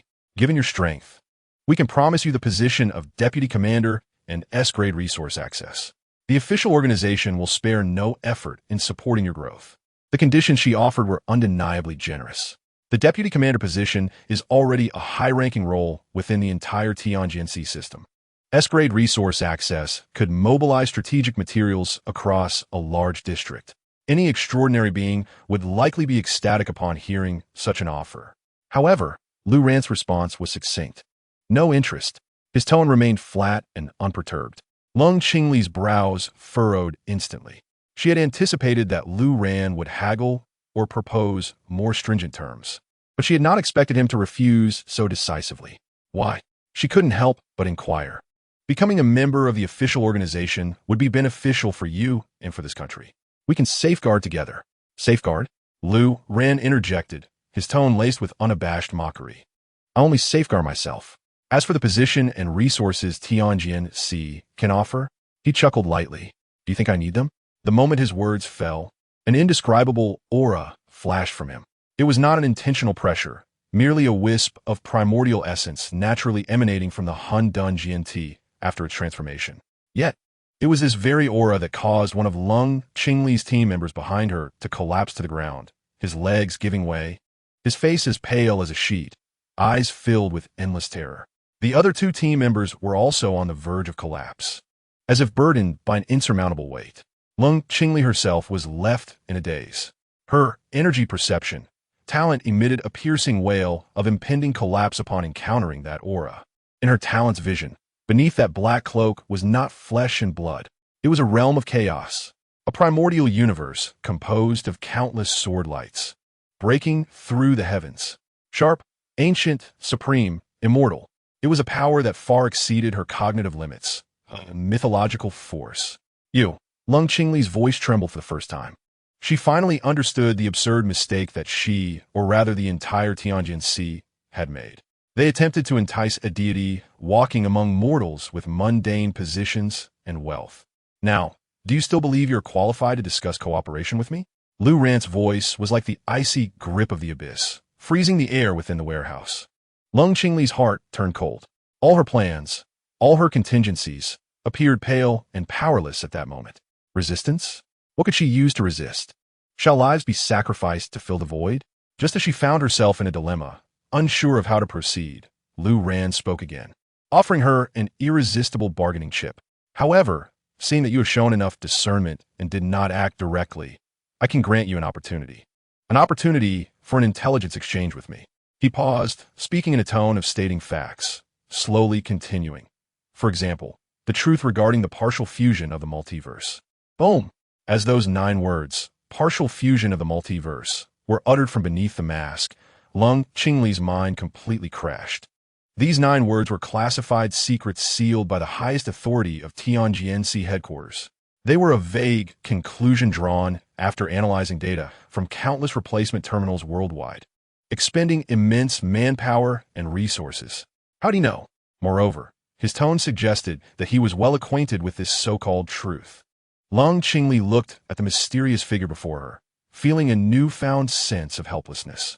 This man not only possessed godlike power, but also held information from a higher dimension that far exceeded the official's imagination. To oppose him? That would spell disaster for the entire Tianjin and the nation. She began to reconsider how to maneuver with this mysterious powerhouse, seeking a sliver of hope for the future of Blue Star from him. Chapter 22. An exchange? No, this is my gift to you. The abandoned warehouse was enveloped in an eerie silence. The team members behind Lung Qingli still trembled from the terrifying aura they had just experienced. Meanwhile, she was completely shaken by the bombshell of information regarding the partial fusion of the multiverse that Lu Ran had thrown at her. This was no longer a test. This was an overwhelming display of power, a blatant pressure stemming from higher dimensional information. She struggled to swallow, reassembling her words. What do you want? Lung Qingli's voice was no longer cold, but carried a hint of dryness.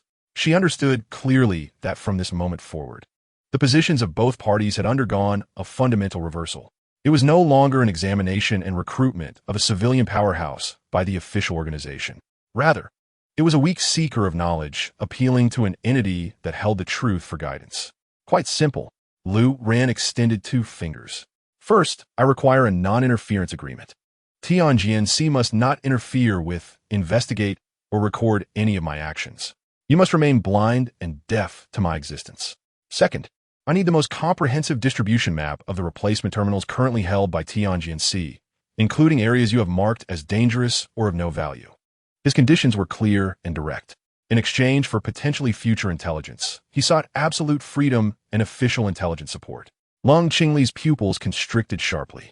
This is impossible, she instinctively retorted. Absolute freedom implies absolute uncontrollability. We cannot. Her words were abruptly cut off. Lu Ran interrupted her again. You will soon agree. His tone was immensely confident, as if stating an established fact.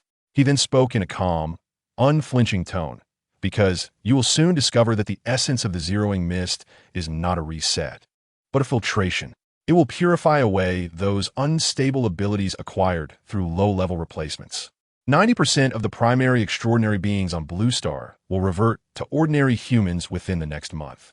At that time, You will face an unprecedented defensive window. And the true threat, those predators from high-level dimensions, are only just beginning to emerge. Boom! The two words, dimensional fusion, were like thunder. And now, this segment of dialogue was a cataclysmic tsunami that shattered her worldview. The zeroing mist purifying abilities? 90% of extraordinary beings reverting to ordinary humans? How could this be possible? This completely overturned all of Tianjianxi's research and understanding of the mist. Yet, gazing at the mysterious figure before her and listening to his emotionally detached narration, a sense of absurdity arose within Long Qingli. What he said was true. He had foreseen everything. Of course, Lu Ran did not possess foresight. He merely articulated the higher-level information regarding the zeroing mist that the one Jiedong Chajiyin had just deciphered. The truth of the Guivo mist lies in its role as a buffer and filter amidst the conflicting laws of myriad realms, gradually purging the unstable remnants of inferior otherworldly laws or low-level abilities, while discerning vessels capable of sustaining higher laws, embodying the true essence of formidable beings. This is a global upheaval, a ruthless sifting of sands. Those mundane heroes who revel in their meager powers, attained by mere fortune, shall soon revert to their true forms. Only those, like him, endowed from the outset with mythic-level techniques, will emerge as the true beneficiaries of this selection process. In an instant, Long Qingli's complexion turned ashen. There was no need for validation. Lu Ran's words elucidated the long-standing enigma within the Tianjin Bureau regarding the alarming rise in cases of ability deterioration recently reported by the headquarters medical department. The root of the issue lay here. If what he spoke was true, then the future of launching was a thought too dire to contemplate. I must report this to the higher-ups. Her voice trembled uncontrollably. She recognized that her negotiating power had dissipated. The intelligence Lu Ran had divulged was of immense value, sufficiently so to compel the upper echelons of the Tianjin Bureau to acquiesce to any reasonable demands he might propose. In light of the impending monumental crisis facing launching, the notion of a non-intervention agreement appeared markedly more palatable. After all, an uncontrollable entity willing to provide intelligence was a far more favorable prospect than an unequivocal adversary. Very well, Lu Ran nodded, granting you 10 minutes. Without hesitation, Long Qingli turned and moved to a secluded corner of the warehouse, activating the highest level of encrypted communication. Lu Ran stood composed, as if everything was firmly under his control. He was acutely aware that this transaction had come to fruition, with the official promise of non-intervention. He could circumvent numerous unnecessary complications and navigate launching with greater freedom in search of resources that would augment his strength. The distribution map of the exchange terminals was of paramount importance. The efficiency of individual searches could never rival that of a national apparatus. What the Tianjin Bureau deemed dangerous, worthless areas were, in his eyes, potentially laden with unexpected treasures. 10 minutes elapsed. Long Qingli returned, her expression a tapestry of complexity. The headquarters has consented. She retrieved a military-grade encrypted tablet from her tactical backpack and handed it to Lu Ran. This is the most comprehensive terminal distribution map currently available. Your non-intervention agreement is effective immediately. The Tianjin Bureau will rescind all warrants and investigations against you and provide the necessary operational cover. Excellent. Lu Ran accepted the tablet, his fingertips gliding across its surface, vast streams of data flowing into his quantum personal space. As a return gesture, he glanced at Long Qingli and remarked coolly, "Inform your superiors to keep an eye out for something known as law fragments. These typically exist within high-tier otherworldly beings or are produced by mythic-level terminals. This substance shall serve as the true hard currency of the future, and it is the key to cultivating top-tier powerhouses." Upon concluding his statement, his form melted seamlessly into the shadows, vanishing without a trace, leaving Long Qingli alone. Rooted in place, grappling with the weight of the term law fragments, her mind tumultuous and unsettled. At the Tianjin Bureau headquarters, a highly classified meeting was underway. After Long Qingli recounted her encounter with Lu Ran and all the intelligence he had shared, the conference room fell into an oppressive silence. Present were the titans of the military and political realm of Longhua, each seasoned in the tumultuous tides of power. Yet in this moment, their faces were uniformly etched with gravity and astonishment. The truth of the Guzero mist, 90% of the extraordinary would be eliminated, an elderly general repeated hoarsely, his eyes brimming with concern. And what are those law fragments? If all this is accurate, then our world's dynamics will be irrevocably altered. Another senior official pounded the table, declaring that the assessment of this mysterious individual must be revised upward. Uncontrollable, invincible. Cooperation is our only path forward. Lung Qingli's actions were astute. The non-intervention agreement must be stringently upheld. What we require now is his intelligence, not his enmity. Ultimately, the meeting reached a consensus. The individual codenamed Sword God would be subjected to the highest level of the Lighthouse Plan. Observe only, engage not, interfere not, while striving to maintain amicable relations to secure more intelligence about the future. Lu Ran had single-handedly compelled a national apparatus to concede. The architect of this upheaval had returned to his armament factory base. He did not immediately commence studying the map. Instead, he contacted Haish. Investigate a person named Lu Yan for me. Additionally, look into an underground organization called the Shadow Council. From Lung Qingli, he had not only acquired the official concession, but had also gleaned insights from her recent memories through the Eye of Insight, including information about his former girlfriend, Lu Yan. Following the incident at the armament factory, she had narrowly escaped, her appearance marred, harboring resentment, and ultimately taken in by a nefarious organization known as the Shadow Council. For this woman, Lu Ran felt no lingering affection. Yet, a familiar figure from his past, filled with animosity, posed a potential threat. Knowing this, he resolved to eliminate her entirely. Soon, Haish's intelligence network returned with updates. Lu Yan, confirmed missing, but recent records indicate appearances in the neighboring city's underground black market, seemingly having acquired some peculiar power. The Shadow Council, an extremely dangerous underground organization, steeped in darkness and sacrifice, shrouded in mystery, with no leads at present. Has she fled? Lu Ran was unconcerned. In the face of overwhelming strength, any schemes would prove futile. He set this matter aside temporarily and opened the terminal distribution map provided by the Tianjin Bureau. A vast three-dimensional map unfurled before him, marked with thousands of luminescent points representing known exchange terminals. The majority were white and green, with a few blue. Lu Ran's gaze bypassed these. His finger traced rapidly across the map, ultimately pausing in an area marked by the authorities with a red skull icon. This was an abandoned Taoist temple nestled deep within the mountains. The accompanying note bore a terse warning. Danger level, extremely high. Chaotic energy field, otherworldly vegetation encroachment. With reconnaissance teams annihilated. Internal terminal assessment deemed white, of no value. No value? The corners of Lu Ran's mouth curled upward, for within the chaotic energy field, his Eye of Insight discerned a unique terminal emanating an ancient and weathered aura. This was no ordinary exchange terminal. It was a hidden sanctuary. Chapter 23.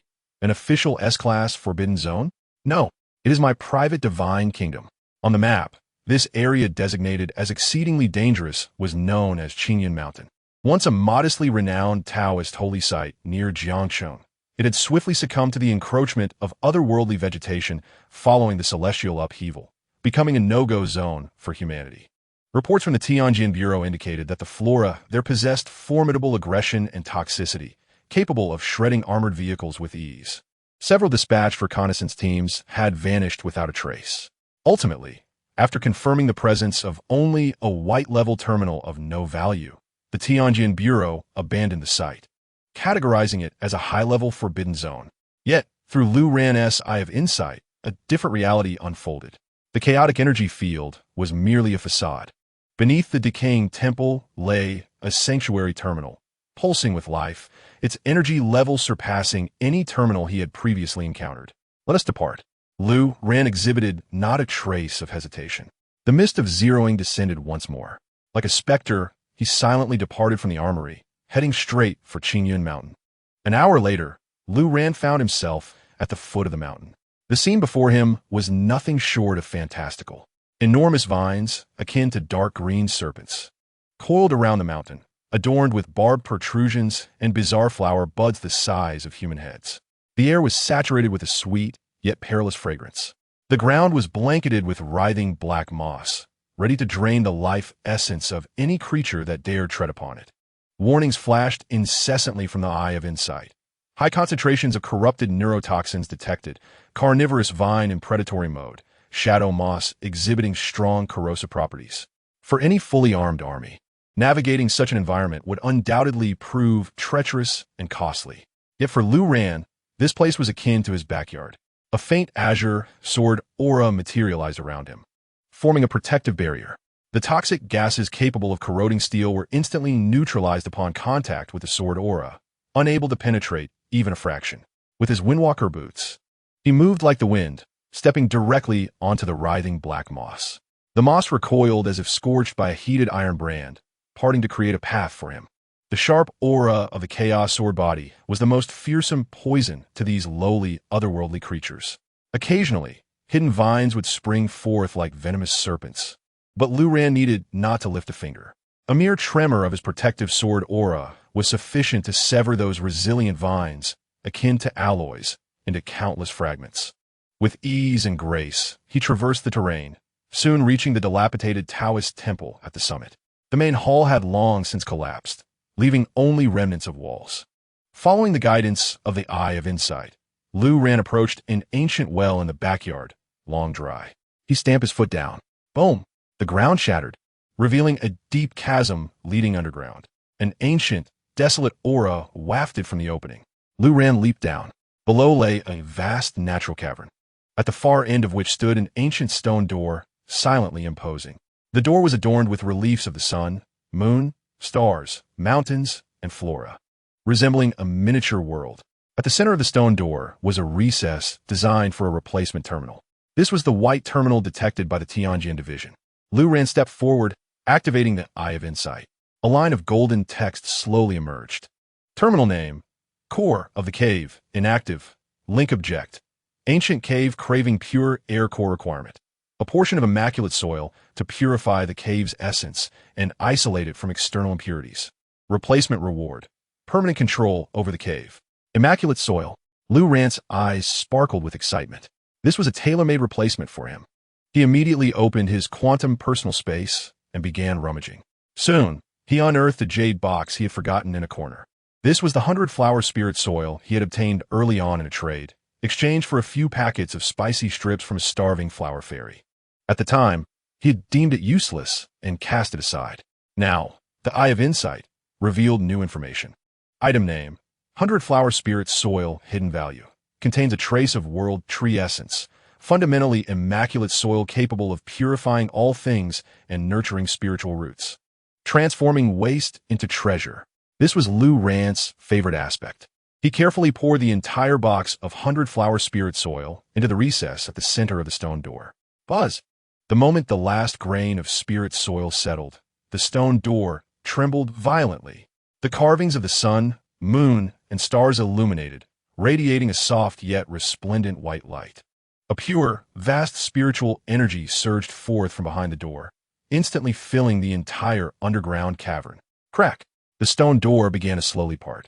Behind it lay not the anticipated cave, but a vast expanse of white light. Lu Ran stepped inside. The scene before him unveiled a separate little realm. This space spanned several football fields, with a dome adorned with star-like lights emitting a gentle glow, bright as day.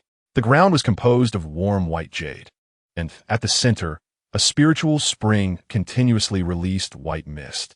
The air was thick with an almost liquefied spiritual essence.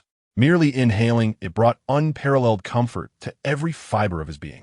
Surrounding the entire space, a transparent light barrier completely isolated this realm from the outside world. Ding! Replacement successful. You have gained permanent control over the Sword Furnace secret realm. The system's notification merely confirmed what Lu Ran felt most vividly. He sensed an intrinsic connection, as if this space had become an extension of his own being. With a mere thought, he realized that the light barrier could thwart all prying eyes. More importantly, it rendered him immune to the resetting rules of the zeroing mist. This meant he could store anything here, establishing a truly permanent foundation. The spiritual spring was tirelessly drawing energy from the void, transforming it into pure spiritual essence, sustaining the energy equilibrium within the secret realm. Perfect! A satisfied smile graced Lu Ran's lips. This was indeed a flawless, utterly secure private base. With a thought, He directly transferred the eternal sword-casting furnace from the underground warehouse of the armory to the center of the secret realm via the quantum personal space. Boom! The massive bronze sword-casting furnace landed steadily on the white jade floor. With this secret realm, he could finally unleash his creativity and engage in the industrial production of refined metal without fear of detection. This place would become his true stronghold. He named it the Sword Furnace Secret Realm. Just as he contemplated how to utilize this realm, a slight frown creased his brow. He sensed an exceptionally powerful aura sealed deep within the secret realm. This aura flickered and vanished, leaving him unsure if it was merely an illusion. He attempted to probe with the eye of insight, but an invisible force rebuffed him, revealing only a blur of chaos. Intriguing. This cave seemed to harbor secrets. Lu Ran refrained from acting impulsively. He understood that with his current strength, he was not yet ready to confront such an existence. He committed this matter to memory and began to sit cross-legged in the secret realm, attempting to cultivate. Nurtured by such dense spiritual energy, the seed of sword intent, born from the chaos sword body Tao Embryo, devoured the surrounding spiritual essence at an unprecedented pace. The seed's glow intensified, growing increasingly solid. Lu Ran's strength steadily climbed. However, just as his cultivation reached a critical moment, the rotation of the sword intent seed abruptly halted. A powerful, primal hunger surged forth once more. Yet this time, it craved not ordinary spiritual essence nor refined metal energy, but something of a higher, purer nature, closer to the origin of the world. The Eye of Insight automatically displayed information. Your sword intent seed has reached the current stage's bottleneck. New demand. Desires to devour fragments of the law to perfect its structure and awaken new divine abilities. Fragments of the law. This term again. Lu Ran's gaze sharpened instantly. It seems that enhancing his strength and seeking the fragments of the laws has become his most paramount objective. Chapter 24. The Global Decline of Extraordinary Abilities. Only I feed on the laws. Within the realm of the sword furnace, spiritual mist swirled, thick enough to be nearly palpable. Lu Ran opened his eyes. The sense of ease brought by cultivation completely dissipated, replaced by an agitation that emanated from the depths of his soul. Inside his dantian, the chaotic-hued sword-intent seed had ceased its rotation. It resembled a colossal beast, sated with mundane sustenance, now utterly disinterested in the surrounding abundant spiritual energy. A bottleneck. It arrived far sooner than anticipated. Ordinary spiritual energy had transformed from a delicacy into mere, nutrient-less soil. It craved sustenance of a higher caliber. Lu Ran uttered 4 words, fragments of the laws. This was not the first time he had encountered this concept. Previously, it had merely served as a means to intimidate the Tianjin division, a bargaining chip for his freedom. Now, it had become the sole barrier constraining his evolution. Refined gold essence, to forge the form of my sword bone. Only the fragments of the laws can ignite the spirit of my sword soul. Lu Ran closed his eyes, his consciousness fully immersing in the sword seed. Sword heart clarity. This was an innate divine ability that emerged after the transformation of the chaotic sword body. In an instant, his perception was infinitely heightened, stretched, liberated from the confines of the corporeal realm. The world transformed before his eyes into an entirely different vista. No longer was there matter, nor energy, only an invisible colossal net enveloping the universe, woven from countless thin yet resilient threads. Flames appeared as crimson threads, wild and fervent. Ice manifested as azure threads. Frozen in stillness. Space-time, slaughter, life, all phenomena of the world were but fragments of this immense net. The so-called fragments of the laws were merely the minuscule remnants that occasionally broke off and peeled away when this net was impacted by external forces, such as the laws from other worlds. The deductions of sword heart clarity were cold and precise, swiftly presenting 2 paths. The first, hunt. Hunt those formidable high-tier beings from other realms. They serve as vessels of the laws, naturally harboring cores of power within, which are the embodiments of the law fragments. For instance, the Abyssal Raider leader he had vanquished with a single strike, whose skeletal armor retained the echoes of the laws of slaughter and space. The second, seek. Search for the legendary, rare, mythical exchange terminals. Such terminals connect to true higher planes, and the rewards they offer are likely complete crystallizations of the laws or artifacts imbued with the power of the laws. The objective was clear. Lu Ran's consciousness returned to his body, his gaze now lucid. Hunter or treasure seeker, he desired both. A mental command traversed space, resonating directly within the mind of the black snake in the armory. Utilize every channel to gather global intelligence on any high-tier beings from other realms or suspected mythical terminals. Any clue, no matter how minute, must be reported immediately. Simultaneously, he sent a vague intelligence request to Lung Qingli through encrypted channels. The machinery of the state, a blade not to be wasted. Having completed all this, Lu Ran did not remain idle. The Sword Furnace realm was his absolute sanctuary. He produced the essence of all crafting he had exchanged from the Underworld Mother. In the past, he regarded it merely as a refining manual. Now, through the lens of Sword Heart clarity, every character, every rune seemed to come alive, disassembling, reassembling, and evolving into boundless mysteries before his eyes. All things as the embryo, my intent as the soul. Lu Ran sat cross-legged before the eternal sword forging furnace, extending his index finger. At its tip, a strand of chaotic sword energy coiled, akin to the finest of chisels. He began to etch upon a block of iron, no larger than a fist. These were not mere lines, but a concentrated mark of his own sword path will. The process was exceedingly arduous. The sword energy was too domineering. Before he could complete the initial gesture of the first rune, the block of iron could not withstand the pressure and silently disintegrated into the finest metallic dust. Again, the second block, the third block. His focus was unprecedented, his control over power reaching an unimaginable level of intricacy. After the 137th block of iron turned to ash, it finally happened. A brand new block of iron before him suddenly radiated with brilliance. A complex and arcane sword-shaped rune flickered within, ultimately stabilizing as it was imprinted. The information from Eye of Insight emerged. Basic sharpness rune. Effect: slightly enhances the sharpness of the attached object. Success. This represented his genuine entry into the realm of crafting. A breakthrough from 0 to 1. His sword path would no longer be confined to himself, but could be imparted upon all things. In the days that followed, Lu Ran was utterly absorbed. He inscribed both the sharpness rune and armor-piercing rune onto his frequently used flying daggers. He even reverse-engineered portions of the laws of the Soul-Capturing Bell, combining it with the essence of all crafting to create a batch of disposable soul-shocking talismans, which, when activated, could unleash a localized spiritual impact. At the entrance of the realm, he also set up several simple sword energy traps powered by runes. His combat methods were becoming increasingly multifaceted and lethal. Just as Lu Ran was immersed in his pursuits, a top-level encrypted intelligence from the Tianjin division arrived in his quantum personal space. The sender was Lung Qingli. The content was not the information he sought, but rather a near desperate inquiry, laden with a sense of helplessness and terror. Mr. Lu, we have confirmed the mist purification you spoke of. However, we have discovered a more terrifying phenomenon. Those extraordinary individuals stripped of their abilities are also experiencing a slow and unstoppable decline in their vitality. We wish to know, is this part of the selection process? Chapter 25. The Global Decline of Extraordinary Abilities.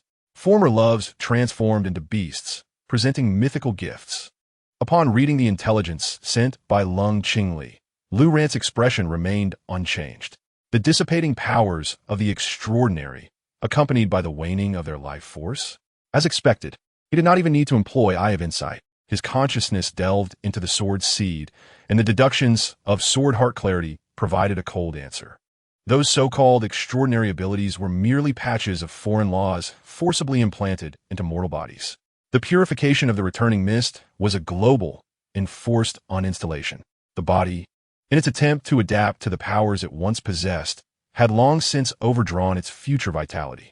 When the power was withdrawn, the consequences of this overextension would erupt instantaneously. The decline of life force was merely the beginning of repaying the debt. This is the price of usurping powers not belonging to oneself. Lu Ran felt no sympathy for them. The path of the extraordinary was, after all, a reckless gamble against the heavens, wagering everything one had. Weakness is the original sin. This world, undergoing reconstruction, was proclaiming this truth in the most brutal manner. Even the qualification for survival would become an exclusive privilege for the strong. He tapped his fingertip and replied to Lung Qingli with a single word. Yes. Concise, frigid. This word alone was enough to keep the high-ranking officials of the Tianjin Division's command center awake through the night. For Lu Ran, this revelation only served to reinforce his conviction in his path. His chaotic sword body, born of himself, was a creation from nothingness, not an external grafting.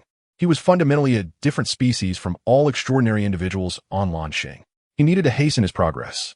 An invisible sense of urgency intensified within Lu Ran. The defenses of Lanxing were crumbling. As the inferior extraordinary beings were purged, the time would come for the true high-tier predators to indulge in their feast without restraint.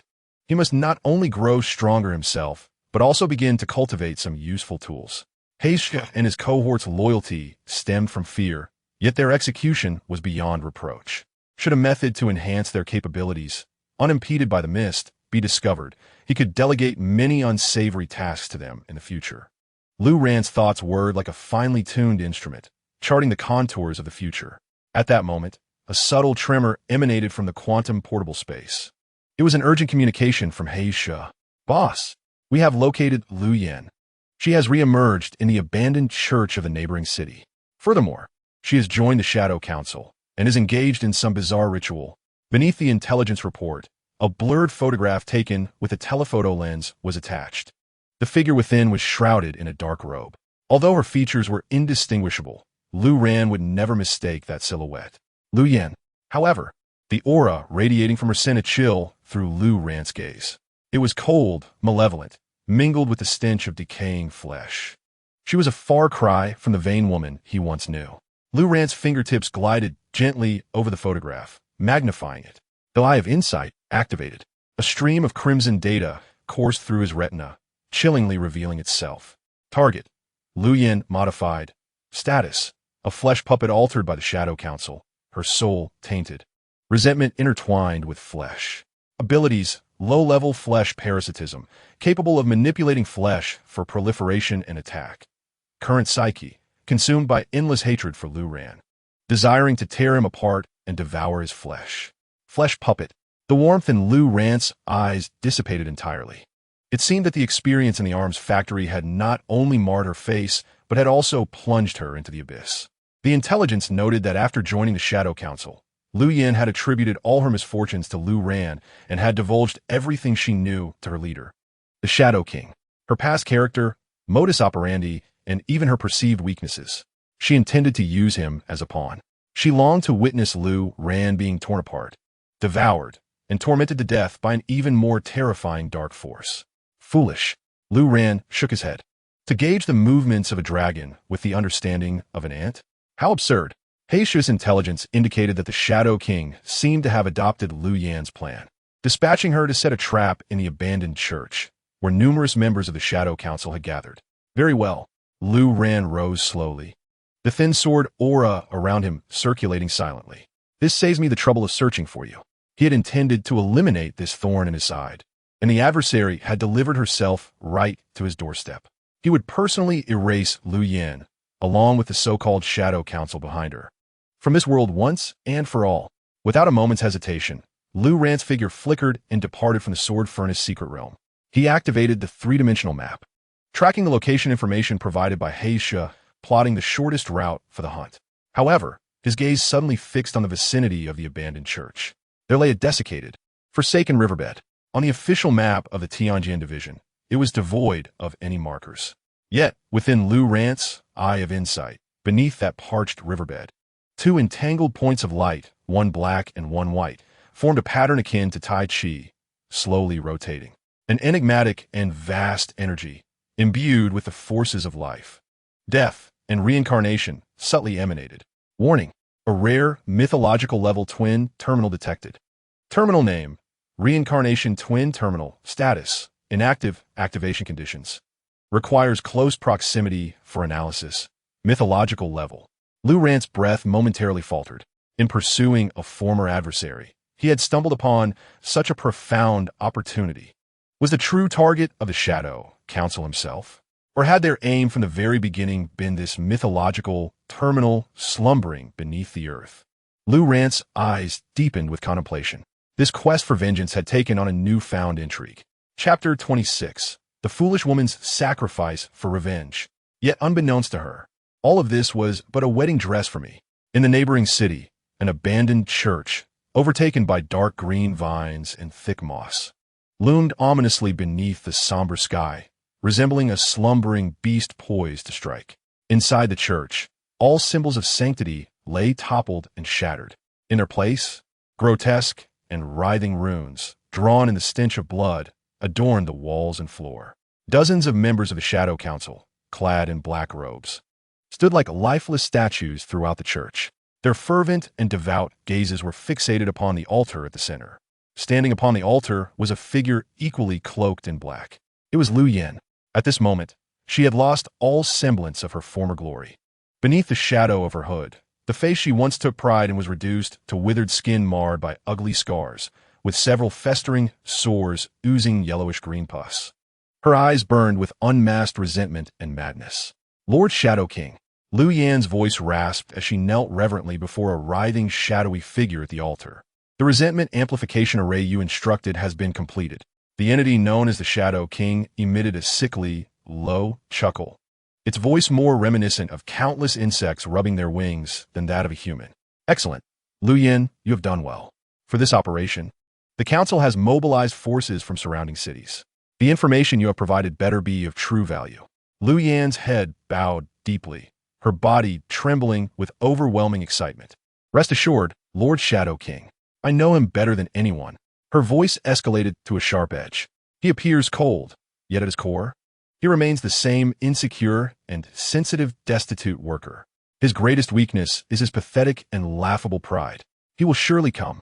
He cannot tolerate the existence of a failure like me, nor can he bear the thought of me faring better than he. She forcibly twisted all her tragic experiences post-disfigurement into a narrative of jealousy and oppression stemming from Lu Ran. Under the indoctrination of the Shadow Council and the daily fermentation of her own resentment, her logic had completely unraveled, ensnaring her in a world of hatred of her own making. The Shadow King held no interest in her psychological analysis. It was solely concerned with profit. Are you certain he will breach our meticulously laid trap for your sake alone? Of course. Lu Yan's head shot up, her eyes reflecting a morbid confidence. Moreover, I possess knowledge of his most significant secret. He must have some method to consistently acquire high-level substitution rewards. Otherwise, an ordinary person could not possibly become so powerful in such a short span. Once we capture him and pry his secrets from him, the Council will gain an endless stream of artifacts and techniques. This revelation finally intensified the Shadow King's writhing. As an organization that revered dark laws and exchanged blood and flesh sacrifices for power, the Shadow Council's desire for such secrets far surpassed all else. Excellent. The Shadow's voice dripped with satisfaction. Then, you shall serve as the final bait for this trap. Once he appears, all the Council's forces will tear him to shreds. Understood. The glimmer of vengeful delight sparkled in Lu Yan's eyes, as if she could already envision Lu Ran being overwhelmed by countless fleshly monstrosities, kneeling before her in agony and despair. She remained oblivious to the fact that she had already been meticulously analyzed by unseen eyes. Target: Lu Yan modified.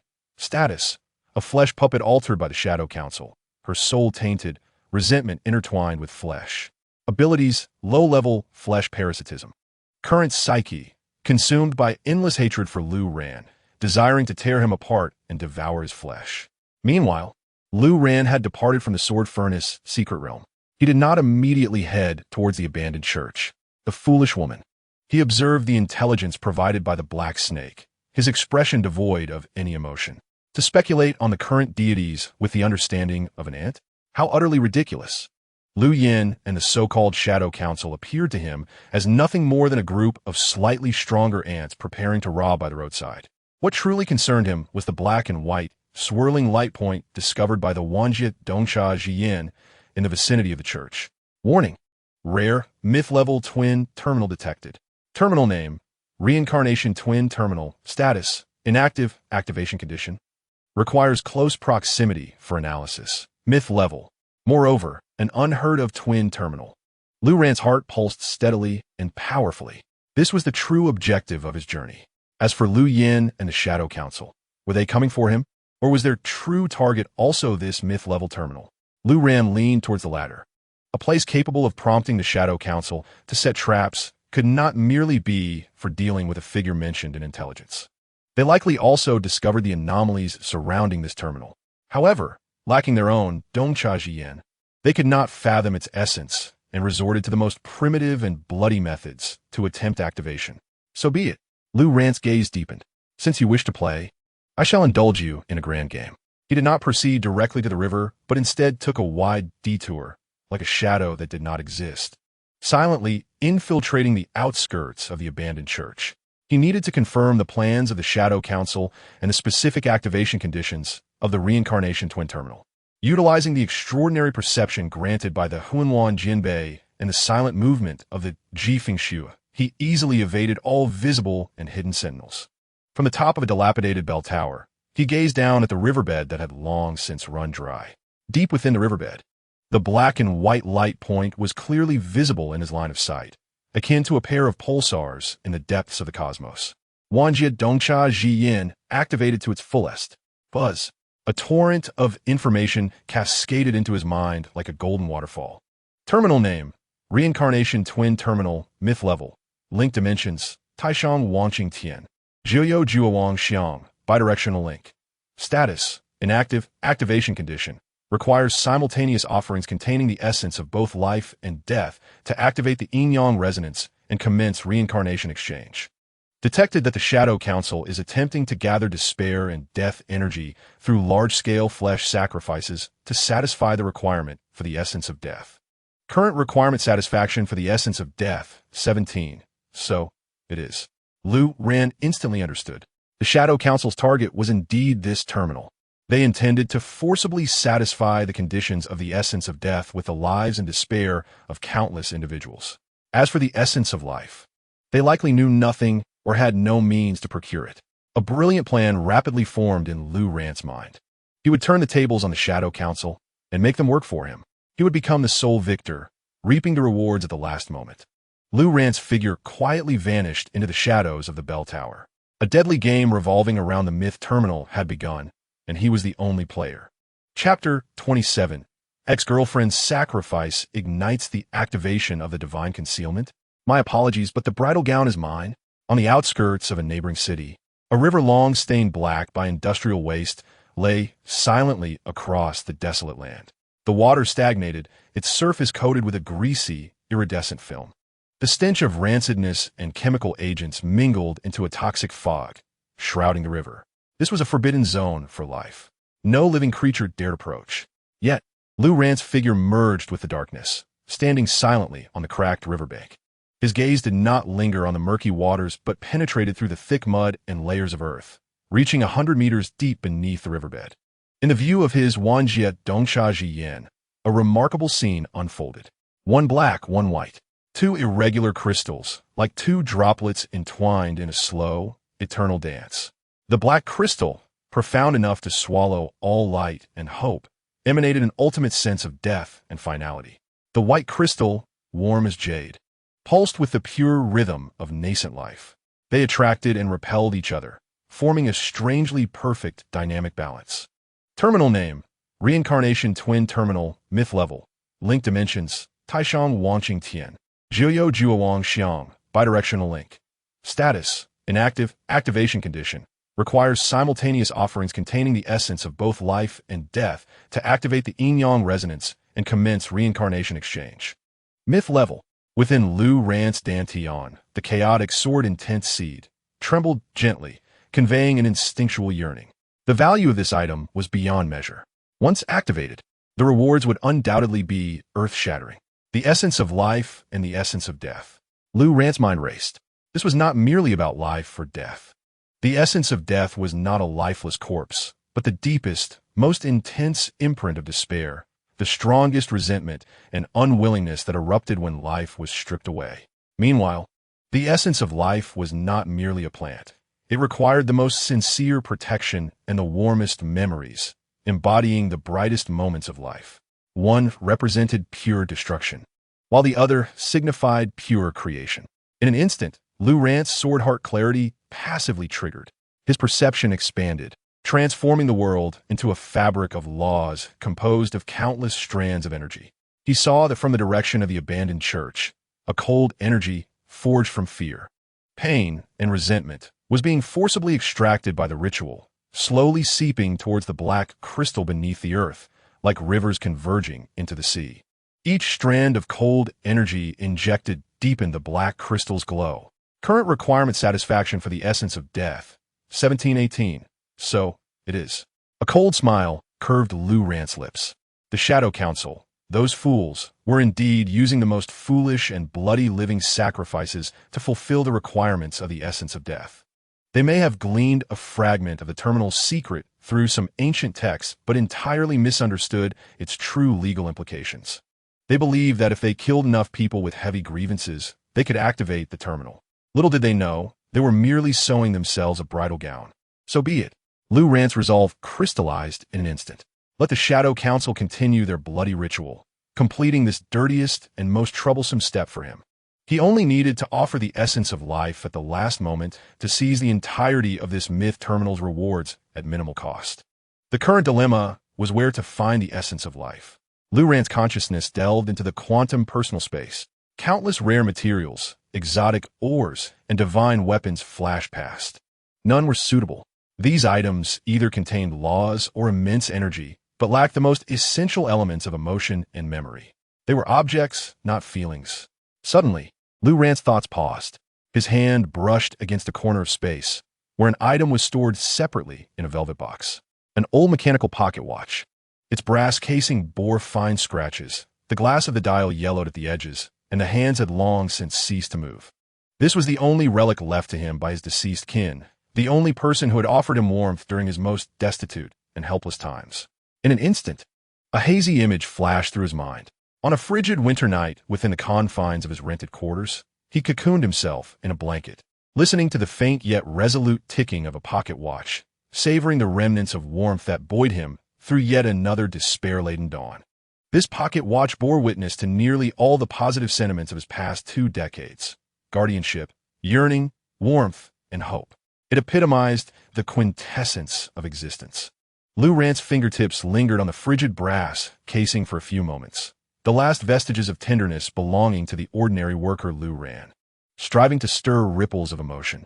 Yet in the next heartbeat, a jolt surged within his dantian as the sword intense seed resonated violently, a piercing clarity of rationality and cold sharpness flooding his mind.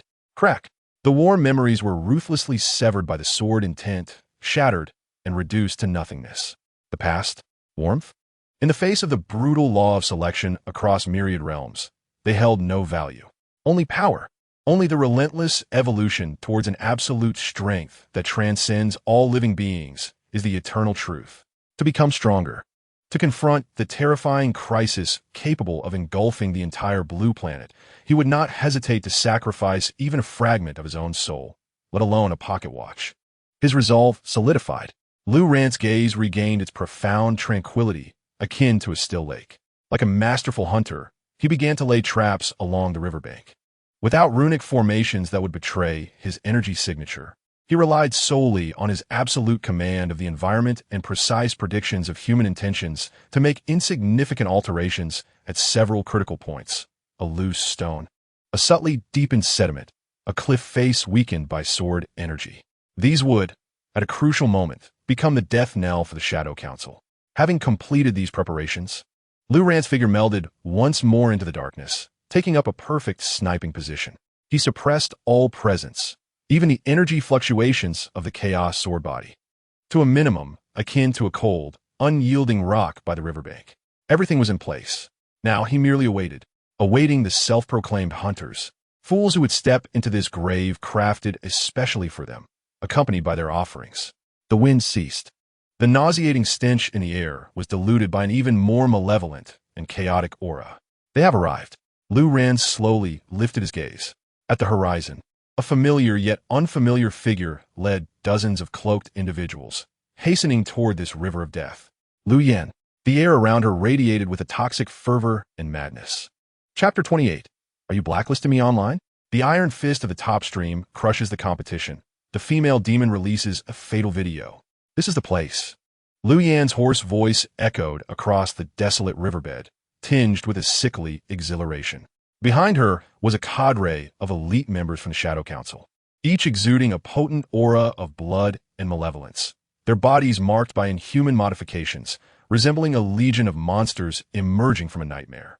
Lord Shadow King deduced that this location harbored the most concentrated death energy, making it the ideal core for a flesh-and-blood grinding mill. Lu Yin was unaware that she was indicating the optimal sacrificial point derived from Lu Rant's sword heart clarity. Her eyes glimmered with avarice and fervor. Quickly, set up the formation. Use fresh flesh to summon the great darkness. The council members sprang into action, dragging struggling captives from their skins, like livestock to the slaughter. Commencing the gruesome sacrificial array. The air was rent with piercing screams, shattering the night as silence. However, just as the formation was on the verge of completion, a cold, indifferent voice echoed, as if resonating not through the air, but directly within their souls. How dare a swarm of maggots in the gutter touch the brilliance of myth? All the transformed monsters recoiled in terror. A figure appeared before them, seemingly materialized from thin air. In the moonlight, he stood tall, his features obscured by an impenetrable shadow, save for his eyes, which shone with a terrifying brightness, as if capable of drawing one's soul into an endless abyss. Lu Ran. The moment Lu Yin beheld him, her hatred engulfed the last vestiges of her sanity. You finally dare to show yourself, scum, she screamed maniacally. Kill him. Tear him apart. Roar. The monsters of the Shadow Council erupted in unison. Bone spikes flew, venom rained down, all directed toward Lu Ran. He stood quietly, not even twitching a finger. Buzz. A nearly imperceptible chime resonated from him. Soul-Capturing Bell. An invisible surge of spiritual force swept across the battlefield like a tsunami. The frenzied monsters, in mid-charge, froze abruptly. The weaker ones had their eyes dimmed in an instant, their souls shattered, collapsing like puppets with severed strings. The slightly stronger ones fell into a brief stupor, turning their frenzied assaults upon their comrades. The battlefield transformed into a scene of mutual slaughter within moments. Lu Ran did not cast a single glance at the rabble. He stepped forward, traversing the chaotic battlefield toward Lu Yin. No, it's impossible. Lu Yin gazed in horror at the hellish scene, her madness replaced by overwhelming fear. The monstrous legion she once took pride in could not endure even a second before this man. Is this the power you borrowed? Lu Ran's voice resonated in her ear, calm, yet imbued with an air of judgment. Too weak. Lu Yan's psychological defenses crumbled entirely, and she unleashed her last resort. Flesh parasite. Her emaciated form instantly melted into a writhing mass of blood and flesh, darting toward Lu Ran's ankle like a venomous serpent, attempting to burrow into his body, to corrode and devour him from within. However, Lu Ran merely lifted his foot, not to block, but to kick. With precision, he struck the writhing mass, altering its trajectory with immense force. Thud! The mass of flesh was sent flying, landing squarely at the center of the riverbed, directly above the reincarnation twin terminal. Ah! From the writhing flesh, desperate screams erupted. She recognized her defeat, utterly and completely. An explosion of boundless resentment, unwillingness, and despair detonated within her heart. Lu Ran, I will haunt you even in death. I curse you, to eternally sink into oblivion. Under the catalyst of extreme despair and hatred, she opted for the most extreme course of action. Sacrifice. She offered her disfigured, modified body, laden with endless suffering and hatred, alongside her tainted soul, entirely to the unknown entity beneath her feet. Boom! Deep within the earth, one end of the reincarnation twin terminal erupted with a blinding black light. The black crystal, representing the ultimate death, was fully activated. Lu Yan's writhing mass of flesh twisted and evaporated in the black light, her screams and curses dissolving into the purest essence of the death principle, greedily consumed by the terminal. Lu Ran observed this scene in silence. He watched as the woman who had entangled with him for 2 lifetimes vanished from existence. Within him, there was no elation of revenge, no pity, only a profound sense of release from the past. He slowly raised his hand. An aged brass pocket watch appeared in his palm. He took one last look at the blurred iris on its cover, his fingertips grazing gently over it, as if bidding farewell to his former self. Then, he released his grip. The pocket watch plummeted, descending into the soaring blacklight. At the moment the watch made contact with the terminal, boom! Another light, starkly opposed, infused with boundless vitality and warmth, surged skyward. The white crystal, symbolizing the ultimate life, also activated. Black, white, two luminous pillars, piercing through the heavens and the earth, intertwine and swirl above the riverbed, resonating with an otherworldly energy. The entire sky is painted in stark black and white, a vivid representation of the duality of yin and yang, transforming the very fabric of reality. The astonishing spectacle instantly stirs the entire city, prompting the alert sirens of the Tianjin division in the neighboring city to echo through the air. A report is made, detecting a maximum-level energy fluctuation. The energy source is located in the abandoned riverbed on the western outskirts. Immediate deployment of all combat personnel. Meanwhile, at the Tianjin division headquarters in Jiangxing, the energy monitoring device before Lung Qingli emits a shrill warning, indicating an imminent explosion. She gazes at the crimson point on the screen that has completely maxed out, her body trembling, the color draining from her face. It can only be him. She has no doubt that only one man on the entire Blue Star could unleash such chaos. Without hesitation, she leads her troops towards the source of the phenomenon at full speed.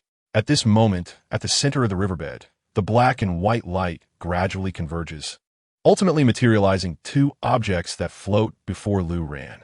One is an ancient iron sword box, modest in size, yet evoking the illusion of containing countless galaxies within. An ancient and immense sword intent emanates from it, causing the surrounding space to ripple. The other is a mysterious rune composed of black and white, constantly twisting and transforming, as if severing and reshaping an invisible thread of causality with each shift. Chapter 29. Severing Causality. The mythical sword box emerges. Your fate is no longer yours. The dual lights of black and white recede like a retreating tide, leaving the world in a profound silence. The two divine objects hover silently before Lu Ran. He extends his hand, grasping the ancient iron sword box. It feels cold to the touch, yet immensely heavy, as though he is cradling a collapsed expanse of stars. Information from the Eye of all realms materializes clearly on his retina. Name, Wanxiang Sword Box, mythical level growth type. Rank, nascent stage, can evolve with the owner's strength. Ability 1, accepts thousands of swords, capable of housing countless divine weapons, absorbing their traits and converting them into nourishment for the sword box. Ability 2, nurtures sword spirit. A sword spirit embryo has already been born at the core of the sword box, which can be nurtured with fragments of laws or advanced sword intent. After hatching, it will become your exclusive sword spirit, resonating with your will. Ability 3, transforms all, currently not unlocked, requires the sword box to evolve to maturity. A mythical level growth type weapon. A flicker of fervor ignites within Lu Ran's eyes. This is precisely what he needs. Although the chaos sword body is formidable, it has always lacked a sword capable of embodying its full power. A long sword forged from sharp gold essence is ultimately just a mundane object. The Wanxiang sword box perfectly resolves all his dilemmas. It is not merely a repository of weapons, but a companion that can evolve alongside him. With a subtle thought, the sword box silently merges into the quantum portable space. His gaze then shifts to the continuously twisting black and white rune.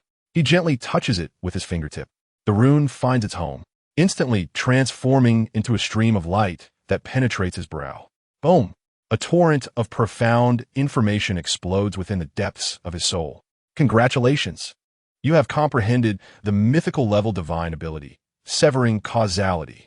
Divine ability name, Severing Causality. Effect, consumes a portion of mental energy and sword intent to sever a segment of the target's causal line.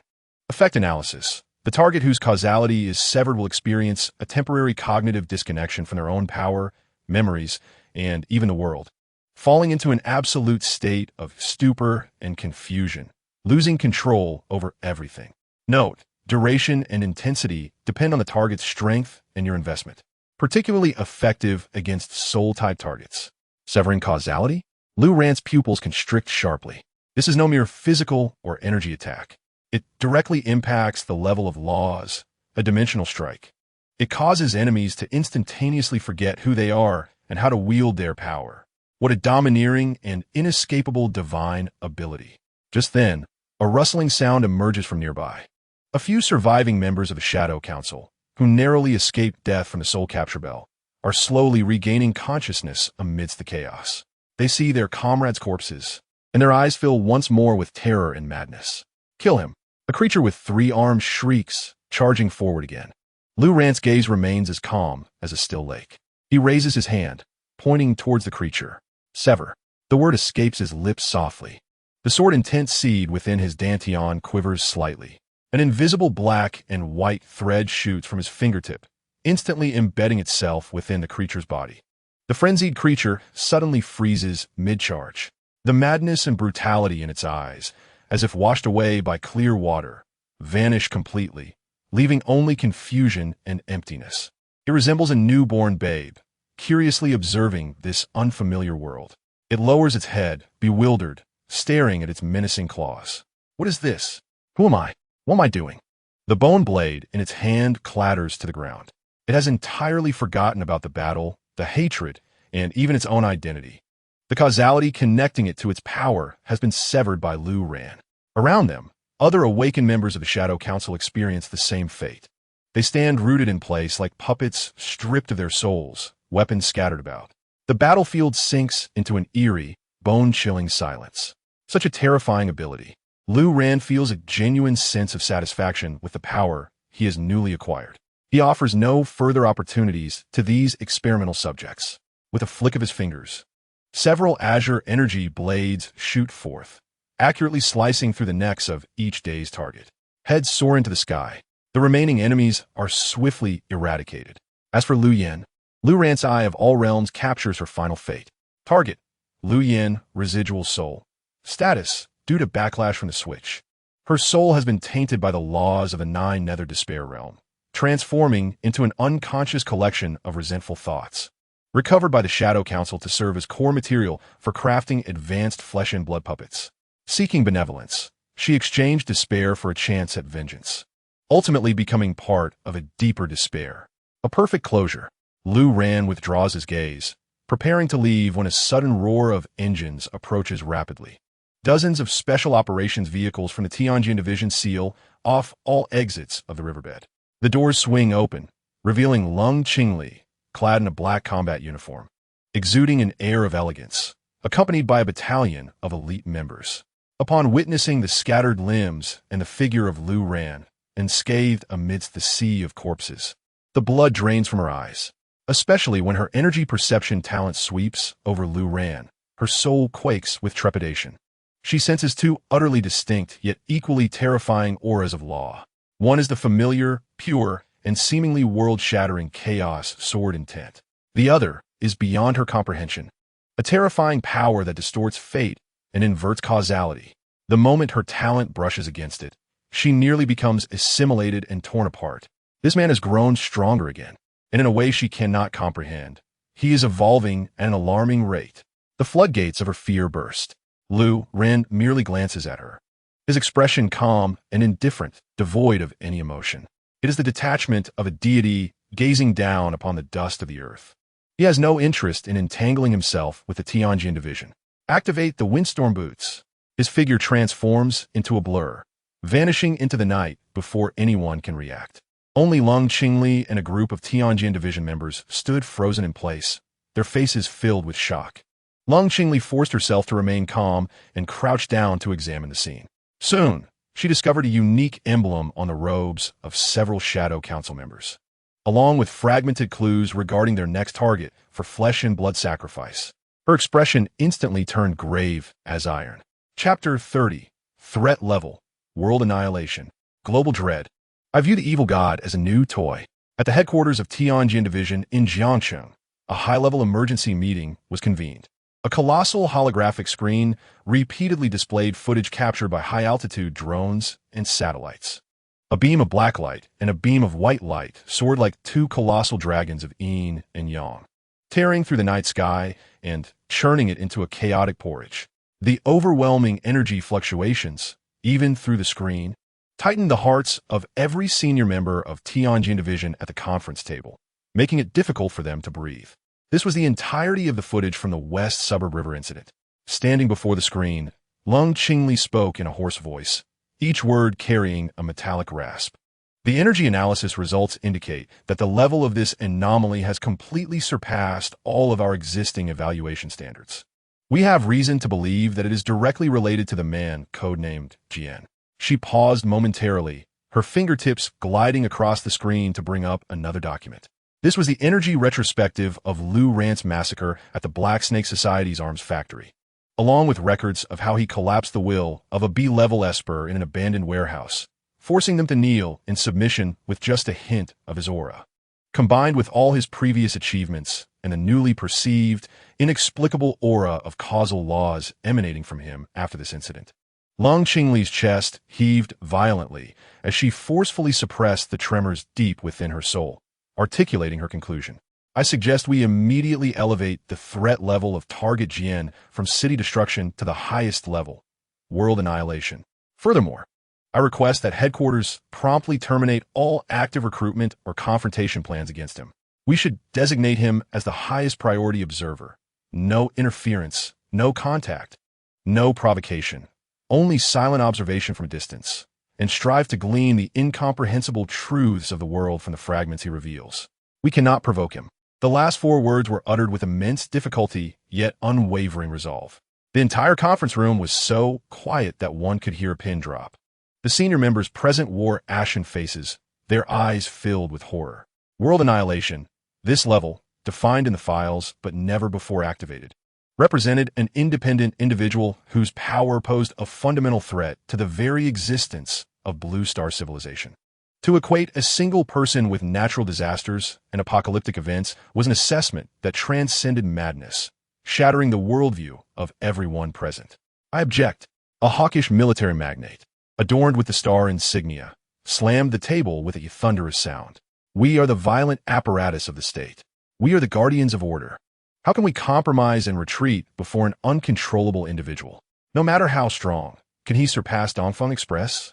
Lung Qingli regarded him with an almost pitying gaze. General, you do not grasp what we are truly facing. He is not human. In his energy perception, we, and even the entire Tianjin division, are mere mortals. He has completed a leap in the hierarchy of existence that we cannot fathom. To employ technological weapons against an entity that wields the laws is akin to shooting arrows at the sun. Moreover, her tone was frigid enough to freeze the soul. We do not even know where his limits lie. Every time we believe we have sufficiently overestimated him, he reveals even more unfathomable power. To provoke him would only result in our erasure, along with this city, from the map. A heated debate erupted in the conference room. Ultimately, before the cataclysmic black and white light beam imagery and the even more terrifying schemes of the Shadow Council that Lung Qingli had brought back, compromise became the only choice. The highest echelon of Tianjin Division ultimately approved Lung Qingli's proposal, officially designating Lu Ran as the 001 highest priority observer. His codename was changed from Jian to Shenqi. At this moment, Lu Ran, who had triggered a seismic response among the official upper echelons, had returned to his secret realm of the Sword Furnace. The tumultuous winds outside were of no concern to him. He sat cross-legged before the eternal sword-casting furnace, fully immersed in his gains. Before him floated the newly acquired mythic-grade weapon, Wanxiang Jinxia. He reached out and gently placed the fragments containing the laws of slaughter and space, which he had obtained from the bone armor of the Abyss Plunderer leader, upon the sword box. With a hum, the sword box emitted a cheerful chime. The ancient starry patterns on its surface seemed to come alive, shimmering with starlight as they slowly engulfed the fragments of law.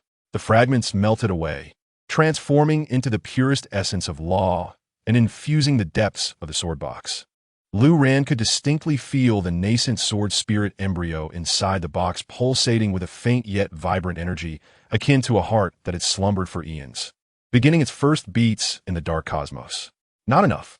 Lu Ran sensed the sword spirit embryo's insatiable hunger for the law fragments, akin to a black hole. It seemed that accelerating the search for law fragments was not only for the evolution of the sword intense seed, but also for the swift hatching of the true sword spirit of this mythic weapon. Subsequently, he began to study the newly acquired supernatural ability, Zhan Yinhua. This was a power that completely overturned his previous combat system. With each attempt and deduction, his strength steadily advanced toward a deeper, unfathomable level, just as he immersed himself in the growth of power. Intelligence from the Black Snake came through a special channel of the quantum portable space. Boss, based on the emblem and clues you provided, we have identified the Shadow Council's next target. They appear to be planning a larger-scale flesh and blood sacrifice, directly aimed at the central square of Jiangcheng, the most densely populated area. Intelligence suggests they intend to summon a manifestation of some evil god from another world through this sacrifice. Upon reading this intelligence, Lu Ren slowly opened his eyes. His gaze pierced through the barrier of the secret realm, directed toward Jiangcheng. His expression was cold, devoid of any ripples. It appeared that the Shadow Council was entangled in deeper matters than he had anticipated. Behind them likely stood a genuine high-level otherworldly force. Very well. Lu Ren stood up and stretched his limbs. Just in time to test my new sword against you. His thoughts sank into the Wanxiang Jinxia. Within the chaotic space of the sword box, he seemed to perceive a faint call from a distant time and space.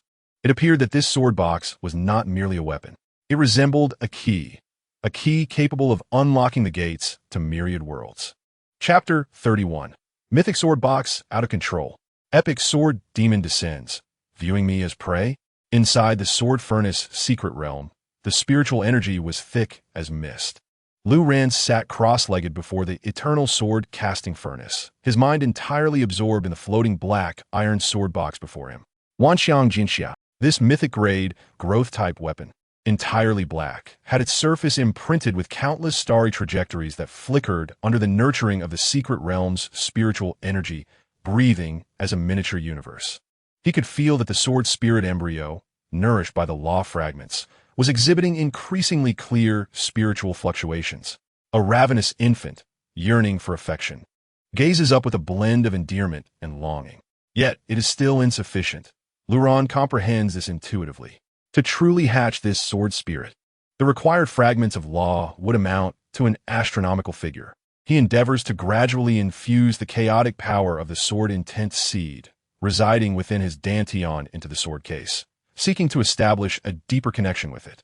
As Lu Ren's sword intent makes contact with the sword case, an abrupt anomaly occurs.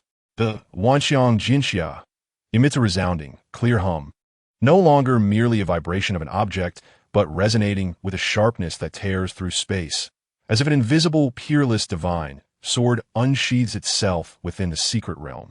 The starry patterns adorning the surface of the sword case illuminate instantaneously, shimmering and coalescing into an intricate spatial diagram of utmost complexity. Alarmed, Lu Ren's eyelids twitch violently. A powerful spatial fluctuation erupts violently from the sword case's center.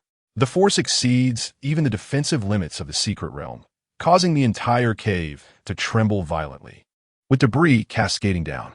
In the deepest recesses of the realm, in a corner Lu Ren had never noticed, the fabric of space is violently torn apart. This is no ordinary rift. It is pitch black and profound, its edges ablaze with a twisted, pure sword intent manifesting as black flames. An ancient, bloodthirsty aura, driven solely by the instincts of slaughter and destruction, surges forth from the other side of the rift. Warning: mythical item, Wanxiang Jinxia, has generated an extraordinary resonance with an unknown high-risk sword realm, forcibly opening a temporary dimensional passage. Warning: an epic-level creature is crossing realms. The crimson alerts flood Lu Ren's vision. For the first time, his expression turns gravely serious.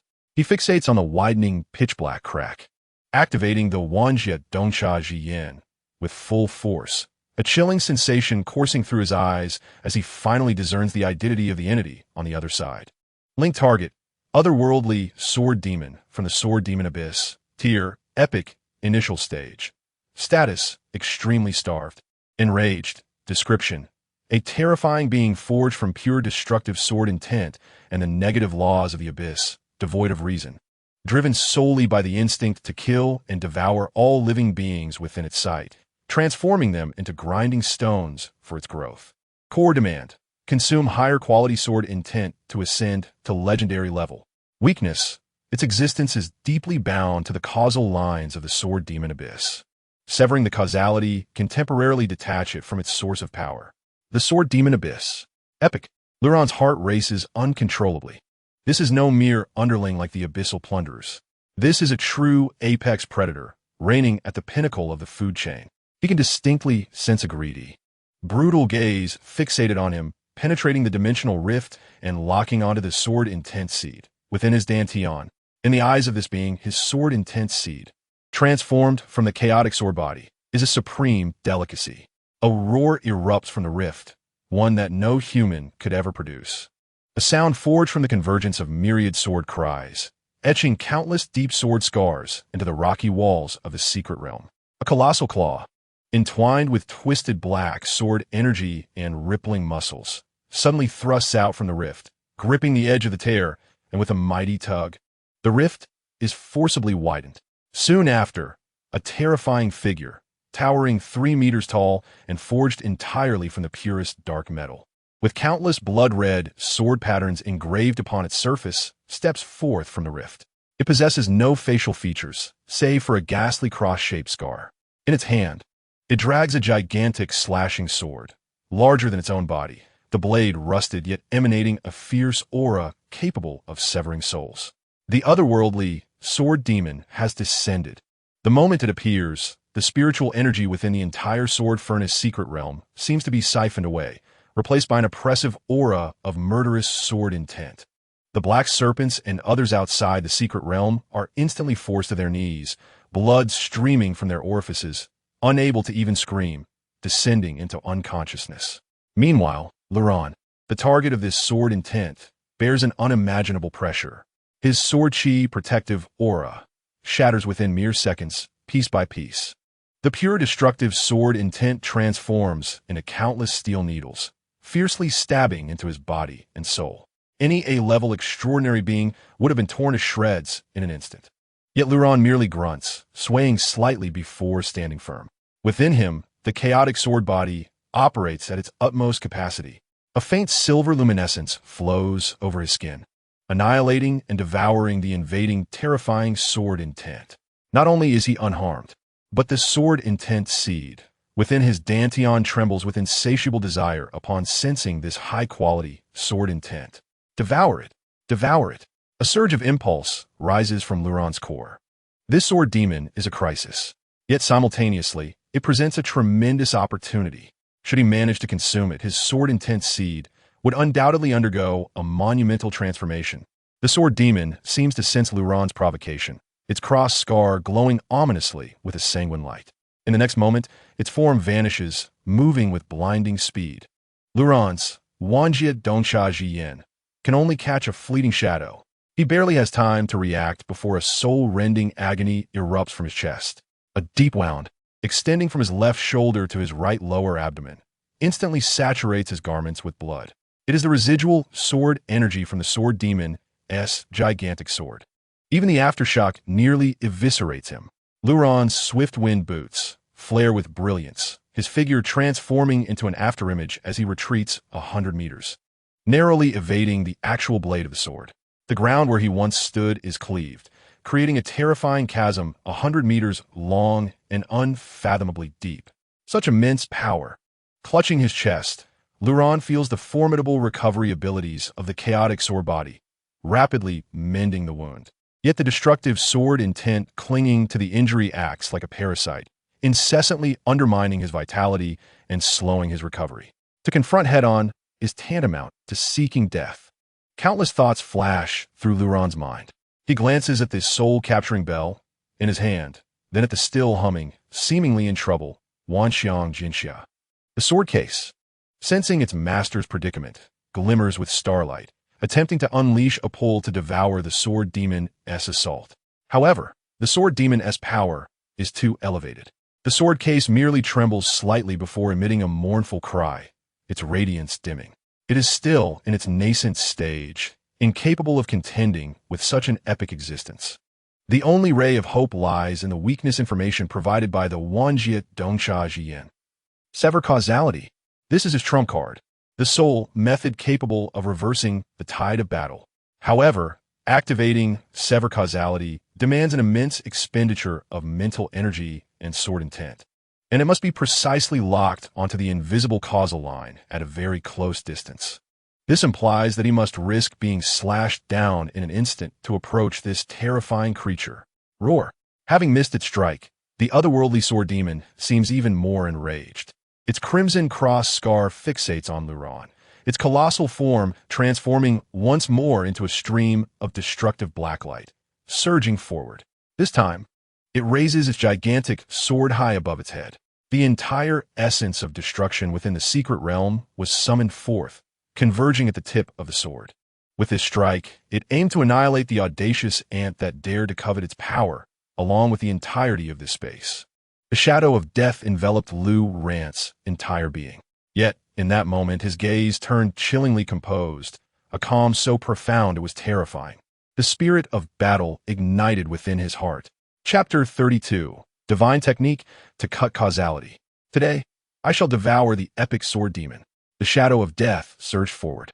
Upon the immense sword of the otherworldly sword demon, the laws of destruction from the sword demon abyss coalesced. This was no mere force. It was a concept of annihilation on a fundamental level. Before the blade could reach, Lu-Ran's soul was already being torn asunder by that dreadful sword intent. Flee. The speed of Windwalker boots was utterly meaningless before his opponent. Stand firm. The residual sword energy could bisect him, while the blade itself would obliterate his very essence. Lu-Ran's thoughts raced faster than lightning. He did not retreat. Instead, he advanced towards the cataclysmic sword light. Madness. This was the singular thought of any onlooker. Yet, within Lu-Ran's eye of insight into all realms, the world transformed into countless flowing lines. The movements of the sword demon, the circulation of power, the trajectory of sword intent, all slowed to an almost imperceptible pace. He perceived it. Within that furiously destructive sword intent, an exceedingly faint yet resilient thread of illusion extended from the sword demon, traversing the spatial barriers, connecting to the other end of the sword demon abyss. The line of causality. Now was the moment. Just as the colossal sword was about to make contact with his body, Lu-Ran contorted in a manner that defied physics, suddenly sliding sideways. His entire form nearly grazed the massive blade, slipping past it. The abyssal laws carried by the giant sword still left a horrific wound at his side, revealing bone, as large swathes of flesh were obliterated. Agony surged through him like a tsunami, yet Lu-Ran's expression remained unyielding. He endured the excruciating pain that could shatter one's will, concentrating all his mental strength and the power of the sword-intent seed within his dantian to his fingertips. Cut. A single cold word was silently uttered. There was no radiance. An invisible blade, transcending both matter and energy, was fiercely unleashed from his fingertips. The target was that thread connecting the sword demon and the abyss. The otherworldly sword demon, in the midst of wielding its sword with all its might, suddenly froze. The cross-shaped scar on its face flickered with crimson light, revealing a moment of confusion for the first time. It sensed that its innate power, the destructive laws derived from the great abyss, had, in that instant, severed its connection, like a king stripped of his authority and army in an instant. It remained itself. It was no longer a king. This realization left it in unprecedented chaos and stupor. In that fleeting moment, Lu-Ran seized this once-in-a-lifetime opportunity. A mere fraction of a second. Devour. He chose not to attack with sword energy. The epic physique, even without the laws, was not something he could easily break. He made a more reckless decision. He pressed his blood-soaked hand forcefully against the chest of the sword demon.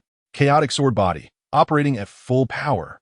An overwhelmingly domineering force of devouring erupted from his palm. If the sword demon's law was annihilation, then Lu-Ran's chaotic sword body was in essence consumption, to devour all things, refine myriad laws, and turn them to his own use. Roar. The otherworldly sword demon finally broke free from the stupor of cutting causality, letting out a roar of utmost agony. It felt its life source, composed purely of sword intent, being frantically drawn and consumed by a force it could not comprehend.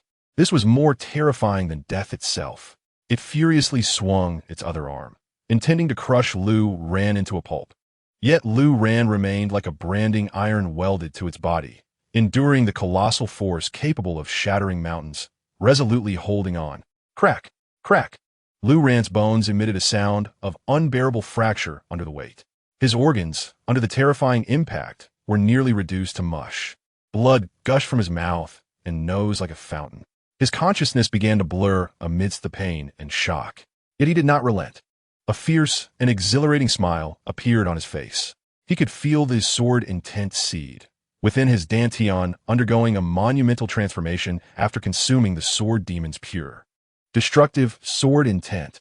The chaotic-colored seed began to manifest intricate patterns, visibly swelling and solidifying. Waves of power, far stronger than before, surged from the sword intent seed, frantically repairing his crumbling body. This was a contest of will, a high-stakes gamble between life and death, to see who would falter first. Roar. The otherworldly sword demon grew increasingly frenzied, its black sword energy soaring into the sky, transforming into countless blades that ruthlessly sliced at Lu Ran's body. Lu Ran's form oscillated between being cut and being mended, a relentless cycle. His vitality rapidly diminished. Meanwhile, the sword demon's source of sword intent was swiftly consumed by him. Time stretched infinitely. Finally, the movements of the otherworldly sword demon began to slow. The cross-shaped scar on its face dimmed. Cracks appeared throughout its massive form. Strands of its source sword intent uncontrollably seeping out. Nearly 70% of its power had been voraciously devoured by Lu Ran, though he was drenched in blood. His breath barely a whisper, resembling a specter of death. His eyes shone with an alarming brilliance. Within his dantian, that sword intent seed had expanded to its utmost limit. Just one final step remained for its metamorphosis to complete. Now was the moment. Lu Ran expended his last ounce of strength, awakening the nascent power within him on the verge of transformation. Once again, he concentrated a blade of sword energy at his fingertips. This blade was no longer azure. Instead, it embodied a profound, chaotic hue capable of devouring all light. Within it lingered a trace of the sword demon's destructive law. Break. The chaotic sword energy, like a bolt of black lightning, precisely pierced the sword demon's chest, striking its soul energy core unprotected by black metal. That was the source of all its power, its only vulnerability. Chapter 33. The Sword Demon Beheaded. I devour the laws and forge the kingdom of the sword domain. With a piercing sound, the chaotic sword energy effortlessly penetrated the energy core of the otherworldly sword demon. Time and space froze for a moment. The colossal and ferocious form of the otherworldly sword demon abruptly froze. It slowly lowered its head, gazing at the expanding black void in its chest. The cross-shaped scar on its face betraying a pure bewilderment for the first time. The epic sword demon, favored by the abyss, had been severed from its connection to the abyss and shattered at the source of its power by a mere mortal. This thought was more incomprehensible than death itself. In the next moment, crack, a crisp sound, resonating from the level of laws, erupted from its core. Countless dark fissures spread across its entire being like a spider's web. Roar. It opened its formless mouth, letting out one last short yet unwilling roar. Before the roar could end, its massive form could no longer maintain its shape and collapsed into oblivion. This was not erosion, it was annihilation. Every strand of destruction sword intent that composed its form instantaneously broke free from restraint, transforming into a black storm that engulfed the entire secret realm. Yet, as this storm of sword intent, capable of shredding steel, touched Lu Ran's body, it was forcibly captured and consumed by an even more overwhelming force. Lu Ran's Huan Duan GNT at this moment resembled a voracious vortex, drawing in all dissipated sword intent and consuming it within. He gasped violently, the excruciating pain coursing through his body, nearly bringing him to his knees. All of his strength had been utterly drained during that desperate strike. Yet, a grim yet exhilarating smile spread across his bloodied face. He had won. The dimensional rift suspended above the secret realm rapidly shrank after losing the energy support of the sword demon, ultimately sealing shut with a ripple of spatial distortion. The Jian Lu Mi Jing returned to an eerie silence, leaving behind only the remnants of devastation and a horrifying, bottomless sword scar that testified to the brutality of the recent battle. Lu Ran struggled to his feet, making his way toward the spoils of war. The first thing that caught his eye was a dozen fist-sized crystals, entirely black, yet emanating a profound wave of law. The information from the one Jiet Don Chaji materialized clearly before him. Name, Law Crystal Core, Destruction. Rank, Epic. Description, the core condensed from the law's essence mastered by an epic-level creature upon its death. It contains pure law power, a coveted treasure for high-tier transcendence, usable for the evolution of techniques, artifact charging, and comprehension of laws. Note, this item has remarkable effects on your Huan Duan Jianti and Wan Xiang Jianxia. Law Crystal Core. Lu Ran's gaze ignited with fervor. The value of this item far exceeded the countless measures of Rue Jin Jingce he had painstakingly refined. This was the true hard currency circulating across the myriad realms. He picked one up and pressed it directly against his dantian. Boom! Within his dantian, that seed of sword intent, now swollen to its limits, resonated with a deafening roar upon contact with the Law Crystal Core. A force far more pure and overwhelming than the Sword Demon's original sword intent was ravenously devoured by the sword intent seed. Crack! A crisp sound of hatching echoed in the sea of Lu Ran's consciousness. The sword intent seed had finally completed its second transformation. Ding! Your mythic-level talent, Sword Intent Seed, has completed its metamorphosis. You have comprehended a new divine ability. Sword Domain Prototype. Divine Ability Name. Sword Domain Prototype. Effect, centered on your sword intent. It unfolds a preliminary domain with a radius of 10 meters. Within this domain, you will receive comprehensive amplification and can suppress and distort the perceptions and actions of your enemies. The strength and range of the domain can grow with your power. Note, congratulations, you have embarked on the path of proving the laws through strength. A newfound sense of omnipotent power surged within Lu Ran. With a mere thought, the space within a 10-meter radius around him became viscous as mercury. The air was thick with an invisible, sharp sword intent. The hard rocks beneath his feet silently crumbled into powder under the pressure of this sword intent. Within this domain, he was the sole deity. This was the sword domain. Lu Ran felt this novel power, his heart filled with awe. This was not merely an enhancement of strength. It was a transcendence of life itself. His gaze fell upon the remaining spoils of war. Aside from the dozen law crystal cores, a singular object floated calmly at the epicenter of the sword demon's dissipating form. It was a heart composed entirely of the purest destruction sword intent, still faintly pulsating. Name, Sword Demon Heart. Rank, Legendary, Core Material. Description, the embodiment of an epic sword demon's sword essence and life source. An excellent core material for forging legendary sword-type divine weapons, and can be directly devoured, with a minuscule chance of comprehending the path of destruction. Note, it yearns, desiring a sheath capable of containing its power.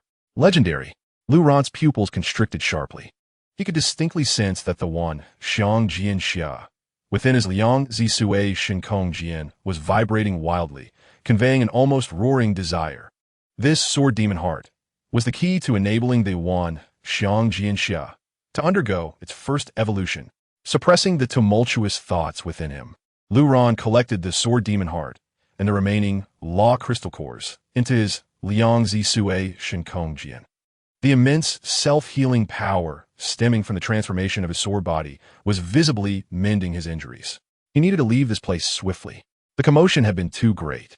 It was impossible to guarantee that it wouldn't attract unnecessary trouble.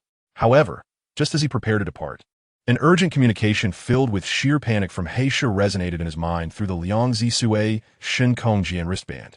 Boss, this is bad. The Shadow Council is mobilizing in full force.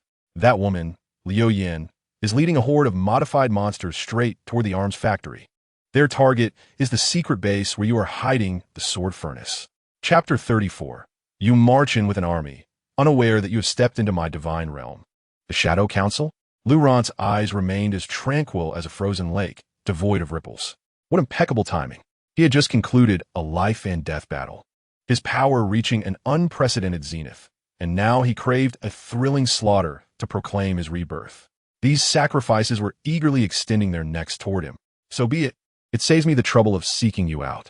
A cold smile curled at the corners of Lu Ran's lips. He felt no trace of anxiety. Instead, a fervent anticipation surged within him. He was eager to witness the magnificent death symphony his newly acquired divine ability, Sword Domain Prototype, could orchestrate upon the true battlefield. With a thought, he directly cast the still pulsating sword demon heart into the Wanxiang Jianxia through the Liangzi Sui Shinkong Jian. Buzz! The sword box erupted with a soul-shattering cheer. The myriad star patterns on its surface suddenly illuminated, radiating brilliance to the utmost. Upon entering the sword box, the legendary sword demon heart dissolved entirely, transforming into the purest torrent of destruction sword intent, which was ravenously absorbed by the sword spirit embryo at the core of the box. Lu Ran distinctly sensed that the spiritual fluctuations of the embryo were escalating at a terrifying rate. Countless fine cracks quietly emerged on the surface of the embryo. Something was about to break free. A force far more overwhelming and vast than before erupted from the sword box, surging into Lu Ran's limbs and bones in an instant. The mythic-level weapon, Wan Xiang Jianxia, had transitioned from its infancy to its growth phase. The hatching of the sword spirit embryo had reached the final stage before perfection. More importantly, a completely new ability had been unlocked. Transform into all forms. Lu Ran's eyes sparkled with brilliance. He extended his hand toward the void, slowly clenching his 5 fingers. Sword, Gome. The opening of the Wanxiang Jianxia silently spun into a dark vortex. A long sword materialized from within, landing precisely in his palm. The blade was ancient, shimmering with a faint chaotic luster, yet a thread of indistinct destruction black mist entwined around its edge. The moment he grasped it, an overwhelming sensation of unity, as if their bloodlines were intertwined, coursed through him. This sword was an extension of his will, a growth of his very arm. Wanxiang Xinjian, legendary. Its sharpness derived from the utmost condensation of Rui Jinjing Tsu. Its resilience bore the imprint of the laws of Huan Duan Jianti, and its essence of annihilating all things was inherited from the heart of an epic-level sword demon. With the divine sword in hand and the sword domain at his command, Lu Ran's battle intent surged to a boiling point. He hesitated not a moment longer. With a flash, he returned directly to the underground sword furnace secret realm of the arms factory through the Liang Zisui Shinkong Jian. Meanwhile, outside the arms factory, dark clouds loomed ominously over the city. Dozens of sinister and grotesque figures emerged from the shadows, surrounding the entire armory inescapably. The leader among them was Lu Yen. At this moment, she was no longer the despairing woman disfigured by tragedy. A writhing layer of flesh and blood enveloped her entire body, forming a grotesque and fearsome suit of flesh armor. On her face, she wore a pale, bony mask, revealing only a pair of eyes filled with resentment and madness. This was a reward for sacrificing all intelligence regarding Lu Ran in exchange for power from the Shadow King. The blood and essence of the Shadow Council members slain by Lu Ran had been infused into her body through a wicked ritual. The surge of power drove her into unparalleled madness. She blamed all her suffering for her disfigurement, her fall, her transformation into a monster on that man. Today, she would cleanse her shame with his blood and wails. Everyone, obey my command. Lu Yen raised a claw made of tendons and bones, her voice sharp and piercing, scraping against the eardrums of all present. Target the underground secret realm. Drag that damned wretch out his rat hole. Kill dozens of transformed council members, neither human nor ghost, alongside several aberrant beasts empowered by the dark gods. Let out bloodthirsty roars as they charged towards the entrance of the secret realm. Boom! Boom! Boom!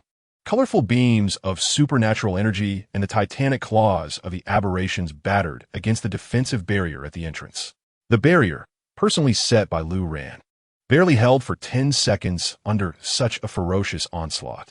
Spiderweb-like cracks madly spread across its surface. Ha ha ha! Lu Ran, do you see? Your turtle shell is about to shatter. Lu Yen cackled maniacally as she watched the barrier on the verge of collapse. Once I catch you, I will offer you as a sacrifice to the great Shadow King. Your skin will be made into scrolls, your bones ground into talismans, and your soul will wail in darkness for 10,000 years. However, just before the barrier shattered completely, a cold, emotionless voice drifted from within. Have you finished your ramblings? At that instant, a heavy, invisible force, as daunting as a mountain, erupted from the entrance of the secret realm. The form of the sword domain has descended. All the Shadow Council members charging at the forefront suddenly stiffened.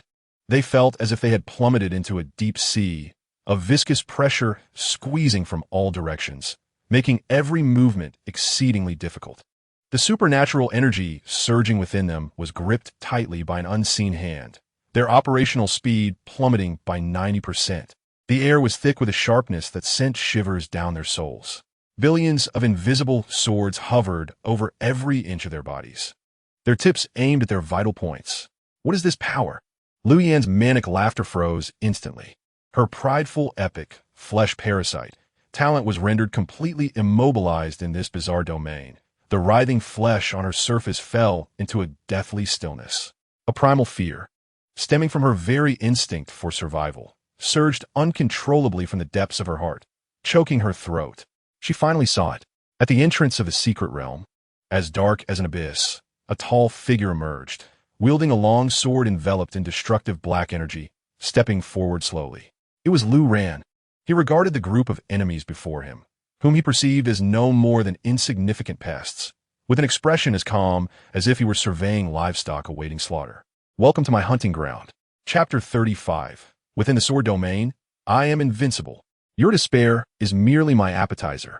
As Lu Ran uttered the words, welcome to my hunting ground, his voice betrayed no hint of emotion. Yet this extreme tranquility reverberated in Lu Yan's ears and those of all the Shadow Council members, igniting a primal terror far more chilling than the roar of hellish demons. Kill him for me. The fear emanating from the depths of her soul nearly drove Lu Yan to madness. She let out a heart-wrenching scream, forcibly extracting every ounce of flesh parasite power within her. The blood and flesh armor behind her proliferated wildly, dozens of crimson tendrils tearing through the air, brazenly defying the terrifying pressure of the sword domain, shooting towards Lu Ran like venomous snakes. The tips of the tendrils glimmered with a ghostly green venom, corroding the very space around them, which hissed in agony. Yet Lu Ran did not even lift an eyelid, standing still. The moment the flesh tendrils reached within an inch of him, clang, a sound of a sword ringing, clear as the dragon's roar from the heavens. The Wanxiang Xinjian in Lu Ran's hand merely quivered slightly. An invisible ripple of chaotic sword energy radiated outward from him. Puff, puff, puff. Those resilient tendrils, capable of easily piercing B-grade superhuman defenses, were completely disintegrated upon contact with the ripple of sword energy, reduced to the most fundamental particles, leaving not even a speck of dust behind. This is impossible. Lu Yan's pupils contracted to pinpricks. Despair, for the first time, crept across her mask. The epic power she had sacrificed everything for was rendered as fragile as a thin sheet of paper before this man. This was not merely a difference in power levels. This was a deity's crushing dominance over mortals. Now it's my turn. Lu Ran's figure vanished. Under the absolute control of the form of the sword domain, his speed transcended the limits of perception. In the eyes of the council members, immobilized by the sword domain, Lu Ran's figure appeared as a reaper omnipresent. The Wanxiang Xinjian, in his hand, left behind trails of deadly black afterimages in the air. There were no explosions, no dazzling effects, only the most efficient and purest artistry of slaughter. A 5-meter-tall giant clad in bone armor had just raised its war hammer overhead when a black line silently sliced through its neck. The massive head soared into the sky. The cut smooth as a mirror, devoid of blood, all vitality evaporated in an instant by the sword's accompanying destructive intent. A shadowy cheetah, swift as lightning, attempted to retreat into the shadows for a surprise attack, only to find the surrounding space solidified like ancient ice, pinning it firmly in place. Awaiting, it was a precise beam of sword light descending from above. Thud! The cheetah was neatly cleaved in two from head to toe. A massacre. A one-sided slaughter without any suspense. Within the form of the sword domain, Lu Ran was the sole ruler. The movements and intentions of all enemies were laid bare under the dual perception of the eye of all realms and the sword domain. Each swing of his sword embodied the dual principles of chaos and destruction, precise and lethal. The battlefield transformed into a meat grinder. Dozens of elite members of the Shadow Council, who had long been a headache for the Tianjin Sea, along with several powerful aberrant beings from another realm, were systematically slaughtered by Lu Ran alone. The entire front of the armory was strewn with corpses. Strangely, the ground remained clean. All life essence and twisted souls of the beings slain by the Wanxiang Xinjian were instantaneously devoured by the sword in a domineering fashion. The destructive black energy coiling around the blade of the Wanxiang Xinjian visibly thickened. Within the sword box, the sword spirit embryo, soon to break its shell, emitted a series of joyful hums. These tainted souls and flesh were exceptional nourishment for it. In the blink of an eye, only one person remained on the battlefield. Lu Yan. She stood frozen at the center of a mountain of corpses and sea of blood, trembling like chaff, her face ashen. She gazed at the man who strolled leisurely through the carnage towards her, the resentment and madness in her eyes consumed by boundless fear. Why? Her voice was hoarse and distorted, like a broken bellows. Why do you become so strong? We undeniably began this journey together. I refuse to accept it. I'm unwilling to yield. She could not comprehend why. Despite sacrificing her beauty, soul, and dignity for power, she still felt like a mere ant awaiting death before this man. Lu Ran approached her, his gaze cold and indifferent, looking down upon her. You are mistaken. We were never together. From the moment you chose betrayal, you were left behind by me. Slowly, Lu Ran raised the Wanxiang Shunjian, its tip aimed directly at her forehead. As for your unwillingness and despair, they are merely a rather decent appetizer to me. With these words, the sword light flickered. Poof! The Wanxiang Shunjian pierced through Lu Yan's skull, the destructive sword intent erupting wildly, beginning to devour her life essence. The expression of utter despair on her face was forever frozen in time. However, just as Lu Yan's body was about to be completely consumed, an unexpected turn of events occurred. Her pierced body suddenly exploded, transforming into an almost imperceptible bloodlight that shot towards the outside of the secret realm with an eerie pace that completely defied the laws of space. The ultimate life-preserving ability of Shui Ro Ji Sheng. At the brink of death, she condensed all her life essence and residual soul into this single point of bloodlight. Attempting to escape. Want to run?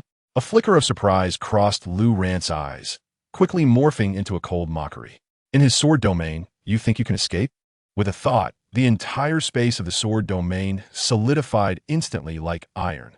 Yet, the bloodlight flickered bizarrely, piercing through the solidified space, momentarily slowing down before accelerating once more. Quite interesting. Lu Ran no longer held back, flicking his fingers. A chaotic sword energy infused with Zhan Yingua surged forth, swiftly catching up to the bloodlight and precisely severing it. Buzz! The bloodlight momentarily halted in midair. Within it, Lu Yan's instinctual residual soul emitted a silent shriek, and the causal connection to her life essence was instantly severed. But just as the bloodlight was about to be utterly obliterated, it split again. A small portion of the bloodlight exploded, transforming into a pure energy shockwave, buying another portion a mere 0.01 seconds. Meanwhile, the remaining majority of the bloodlight swiftly merged into the corpse of a high-ranking member of the Shadow Council in the distance, vanishing without a trace. At that moment, Lu Ran's sword domain reached its limit and gradually dissipated. She actually escaped?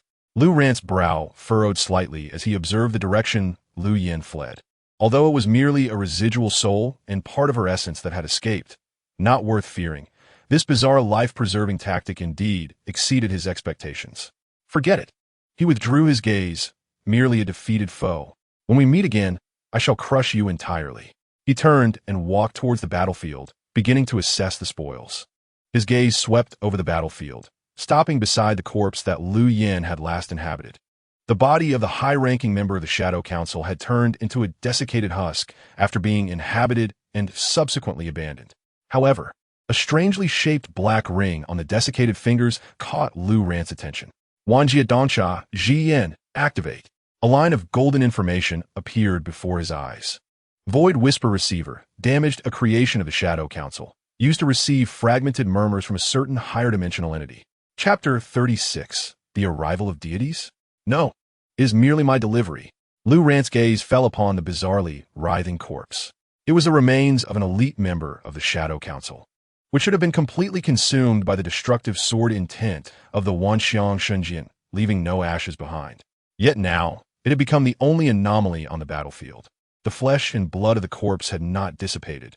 Rather, they were being manipulated by an invisible force, rapidly reassembling in a manner that defied the laws of physics. Crack! The fractured bones pierced through the flesh, rejoining on their own. The withered blood vessels suddenly swelled, coursing with liquid as dark as ink. Eyeballs forced their way out of the flesh, filling the entire body, spinning wildly, each exuding endless malice and chaos. A miniature altar composed of flesh and bone was rapidly taking shape. Wanjie Dansha Jiyan, a torrent of golden data, flashed before Lu Ran's eyes. Warning: higher dimensional spatial marker detected. Item name: Void Projection Altar, the final means bestowed upon the followers by the Shadow King. Status: activating. Function: using the remains and soul of the caster as offerings. Forcibly tearing apart the spatial barrier to construct a temporary dimensional passage, summoning a fragment of the Shadow King's Wolf in the Shadow Realm. Current progress: 78. The Shadow King? A playful smirk crept across Lu Ran's lips. The puppet master of the Shadow Council was finally making a personal appearance.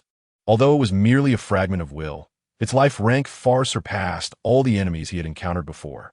Within the cover of the arms factory, He Shi and the remaining subordinates were already terrified beyond comprehension, trembling in fear, even too afraid to raise their heads. To them, this was a harbinger of a demon's descent. However, Lu Ran felt no tension. Instead, a fervent flame ignited in his eyes. This was the excitement of a hunter spotting a prime target. His Wanjie Dansha Jiyan penetrated deeper, on the other side of the soon-to-be formed dimensional passage. An incredibly pure and refined energy was gathering. This energy was infused with the deepest shadow laws and the most fundamental soul laws. It was chilling, eerie, yet filled with deadly allure. It was like the final piece of a puzzle, tailor-made for a certain purpose. Lu Ran's gaze fell upon the Wanxiang Jinxia in his hand. Buzzing within the sword box, the sword spirit embryo emitted an intense and desperate hum. It was hungry. It craved this last divine supplement to complete its emergence. Deep within the sword box, the sword spirit embryo had reached the brink of hatching. Its surface was covered in cracks, with internal energy surging violently. It sent out high-frequency vibrations, conveying an overwhelming desire. Hatching had reached 99%, with only the final step remaining. This step required a powerful and pure energy catalyst. What the sword spirit embryo sought was precisely the power contained within the Shadow King's fragment. The Shadow King had laid a trap for revenge. Using the fragment as bait and a vessel of power, he intended to strike at Lu Ran with it. However, the fragment carried not only combat intent, but also a highly refined essence of life. To the sword spirit embryo, this was the ultimate energy source for its transformation. Lu Ran keenly sensed the embryo's needs. He also perceived the energy characteristics contained within the Shadow King's fragment, his face breaking into a knowing smile. This smile radiated complete control over the situation. He realized that the Shadow King's entire arrangement would not unfold according to its intended script. The fragment, initially intended as a trump card for revenge and a trap, was merely a meticulously prepared vessel in Lu Ran's eyes. It contained the key item he needed. The Shadow King's fragment and its powerful energy were not threats. They were more akin to resources delivered with precise timing. The Shadow King believed he had set a trap, yet inadvertently provided Lu Ran with the opportunity to hatch the sword spirit. Lu Ran understood the Shadow King's character well enough to anticipate his backup plan. He successfully transformed it into his advantage. "So this is my opportunity," Lu Ran murmured softly. His voice carried the calm and confidence of someone who saw through everything. The opportunity he spoke of was not a mere stroke of luck, but a transformation of crisis through wisdom and strategy. The Shadow King's fragment and its powers coincidentally met the hatching conditions. This was not a simple confrontation. It was Lu Ran guiding the situation, converting the enemy's strength into his own. The Shadow King's schemes ultimately accelerated Lu Ran's rise in power and provided the most essential nourishment for his sword spirit. If that is the case, then allow me to assist you. Lu Ran not only refrained from intervening, but rather extended his finger and flicked it towards the blood-soaked altar. With a swift motion, a thread of chaos sword intent, finer than a strand of hair, precisely pierced the core of the altar. This sword intent became the most effective catalyst. Boom! The entire blood altar trembled violently, and a surge of black light erupted skyward. On the altar, the frantically rotating eyeballs simultaneously burst, transforming into the purest resentment and curses that merged with the black light. The activation progress skyrocketed from 78 to 100 in an instant. Crack! The space above the altar shattered like a mirror. A pitch-black rift, devouring all light, was forcefully torn open. On the other side of the rift lay endless darkness and void, where countless twisted, indescribable shadows roamed. An oppressive force from a higher dimension, mingled with decay and corruption, seeped through the rift, instantly enveloping the entire armory. The sky darkened in an instant. Dense clouds obscured the night sky, as if the heavens themselves were tainted by this malevolent power. A pure black beam of light, with no forewarning, plummeted from the rift, striking directly upon the altar. Within the beam, a blurred, towering figure, exuding authority, began to coalesce slowly. It had no specific form, composed solely of pure shadow. Yet merely its outline brought an overwhelming pressure, as if it could crush both bone and soul. Mortals gaze upon deities. Who dares to slaughter my followers and desecrate my name? A grand, cold, emotionless thought resonated directly in everyone's minds. This voice carried the absolute arrogance of a higher being. It seemed as though the slaughter of its followers was not due to their weakness, but rather a tremendous provocation against its divine might. Its gaze, composed of pure shadow, slowly swept across the remnants strewn about, ultimately fixing upon the lone figure still standing in the arena, Luran. A mere mortal from a lower dimension? The will of the Shadow King appeared somewhat taken aback. However, the next moment, its attention was drawn to the Wanxiang Jinxia in Luran's hand and the chaotic sword intent emanating from within him. Is this the aura of chaos? And this artifact containing the essence of myriad origins? For the first time, a flicker of emotional fluctuation appeared within the grand thought. Greed.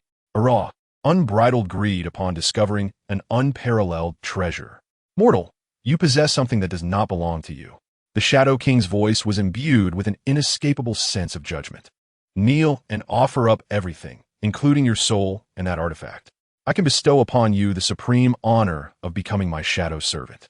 Its words resembled a decree from the heavens, carrying the power to distort reality and manipulate hearts.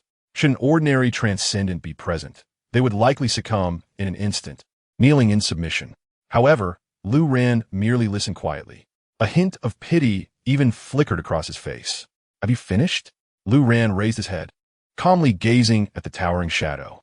Your rambling exceeds even Lu Yan's. Since the delivery has arrived, then, at the moment the words fell, Luran's figure vanished. Let's unbox. Chapter 37. Within the realm of swords, even gods may fall. My sword has awakened. The will of the Shadow King momentarily froze. It had descended upon countless dimensions and never imagined that a being so insignificant in its eyes would dare to speak to it in such a near-mocking tone. Are you provoking a god? Before the word god could leave its lips, a sense of crisis that pierced its very soul erupted. Buzz. No commands were needed. Centered on Luran's previous position, within a radius of 100 meters, the sword domain prototype silently unfolded. The space instantaneously thickened, becoming as viscous as mercury. In the air, every speck of dust exuded an endless sharpness, transforming the entire domain into a grinding wheel of sword intent, tightly enveloping the Shadow King's avatar. A domain? For the first time, the will of the Shadow King revealed an uncontrollable shock. Impossible. How could a mere mortal, who is yet to fully comprehend the laws, condense a prototype of a domain that only deities can master? Even its form, composed solely of shadow, felt an immense pressure within this sword intent domain. Movements were slowed. The power of the laws was suppressed by at least 30%. More critically, the sacred link originally connecting it to the shadow realm was forcibly severed by the power of the sword domain. It had become an isolated island. After the shock came an even more fervent greed. The Shadow King confirmed that this mortal had undoubtedly encountered an astonishing fortune that even deities would envy. If it could seize everything from him, it could potentially break through its own limits and ascend further among the endless deities of the Shadow Realm. Shadow binding. The Shadow King ceased its prattling, raising its giant hand formed of shadows and pressing down violently. In an instant, all shadows within the sword domain sprang to life. The shadows of buildings, the shadows of corpses, Even Lu Ran's own shadow projected onto the ground transformed into countless black chains, surging from all directions to bind Lu Ran completely and tear him apart. This was its authority. Wherever there are shadows, it is the absolute ruler. However, in the face of this overwhelming assault of laws, Lu Ran's figure vanished from sight. Not a mere visual disappearance. It was speed, an extreme swiftness that surpassed the activation speed of the laws. Under the enhancement of the Sword Domain prototype, Lu Ran became the sole deity of this space. Your laws are too slow. A cold voice echoed behind the Shadow King's avatar. The Shadow King spun around abruptly, only to be met with a simple yet profoundly destructive sword light. Wanxiang Xinjian. Clash. The sword edge collided with the hastily formed shield of shadow power, resulting in a thunderous impact. There was no earth-shattering explosion, only a sound that could send shivers down one's spine. That shadow shield, capable of withstanding a missile bombardment, crumbled before the Wanxiang Xinjian, as fragile as paper, effortlessly cleaved apart. The sword light continued unabated, striking fiercely against the Shadow King's body. Sizzle. A massive wound appeared on the Shadow King's shadowy form. At the wound, chaotic sword energy frantically eroded its shadow essence. In an overwhelmingly domineering destruction, sword intent was firmly embedded within, preventing its healing. Aya! The Shadow King let out a roar of agony, filled with incomprehensible horror. The law of destruction. You actually master the law of destruction. Who are you? It cannot comprehend. How could a mere mortal from a lower dimension simultaneously wield the powers of chaos, destruction, and domain, which were exclusive to deities? This completely subverted its understanding of the myriad realms. A being here to take your life. Lu Ran, having struck true, did not linger. His figure transformed into a series of lethal afterimages within the sword domain, unleashing a tempest of attacks upon the Shadow King from all directions. Each sword strike precisely targeted the energy nodes of the Shadow King's avatar. Each strike unleashed the obliteration of chaos and the slashing of destruction to the fullest extent. The Shadow King found itself utterly on the defensive. It possessed high-dimensional laws and insight, yet within the absolute domain of Lu Ran, its entire strength was firmly suppressed. Attacks could not keep pace with Lu Ran's speed. Defenses could not withstand the sharpness of the Wanxiang Xinjian. Its once proud shadow laws were now constrained by the more primordial forces of chaos and destruction. This was not a battle. This was a tutorial, a complete obliteration. No, I am the deity of the Shadow Realm. How could one possibly fall into the hands of an ordinary mortal? The Shadow King had completely lost his mind. He realized that if this continued, the fragment of his consciousness, which had so painstakingly descended, would truly be extinguished by this bizarre human. In the name of my divinity, I sacrifice the shadows of this realm. Shadows returned to the void. He unleashed the final forbidden technique. Boom! In that instant, all shadows within the entire armory and the surrounding kilometers were stripped of their souls, transforming into the purest form of shadow energy, surging wildly towards the Shadow King. His form swelled dramatically, his aura becoming exceedingly unstable. He was about to self-destruct. With the full strength of this fragment of consciousness and the energy garnered from sacrificing all the shadows in this place, he initiated a cataclysmic attack, intending to annihilate this area, along with Lu Ran, into nothingness. However, what Lu Ran awaited was precisely this moment. At the instant when the Shadow King concentrated all his power into one point and lowered his defenses to the minimum. Now is the time. A divine light erupted in Lu Ran's eyes. He did not retreat. Instead, he advanced, transforming into a resolute beam of sword light, plunging into the impending explosion of the Shadow King's colossal form. Devour. Buzz. The Wanxiang Jinxiao was pushed to its utmost limit. A force of absorption more tyrannical than a black hole erupted from the sword box. No. The Shadow King let out a roar of sheer terror. He felt that the massive energy he had gathered, sufficient to obliterate a small city, was being inexorably drawn and consumed by an irresistible force. Like a flood breaching a dam, finding its only outlet, the Wanxiang Xinjian, in Lu Ran's hand, transformed into an unfathomable whirlpool, ravenously devouring the essence of the Shadow King. Severing causality. In the final moments of the Shadow King's fragment's collapse, Lu Ran invoked his divine ability once more. An invisible blade precisely severed the last causal link between this fragment of consciousness and the essence of the Shadow Realm. Henceforth, the Shadow King's true fate would remain forever unknown to his body, who would only believe it to be a failed descent, consumed by the chaotic currents of space. Losing all energy support, the Shadow King's massive form disintegrated silently, like a punctured balloon. All the most pure shadows and the energy of the laws of the soul that had been extracted were continuously infused into the core of the Wanxiang Jinxia through the Wanxiang Xinjian. Crack, crack, crack. Within the sword box, the sword spirit embryo, covered in cracks, experienced an instantaneous expansion of its fissures. Finally, bang! A crisp sound, akin to celestial music, resonated deep within Lu Ran's soul. The sword spirit embryo shattered completely. A cute being, no larger than a palm and composed entirely of pure chaotic light, resembling a miniature Q-version sword, burst forth. It seemed a bit dazed as it shook its head, then immediately spotted Lu Ran.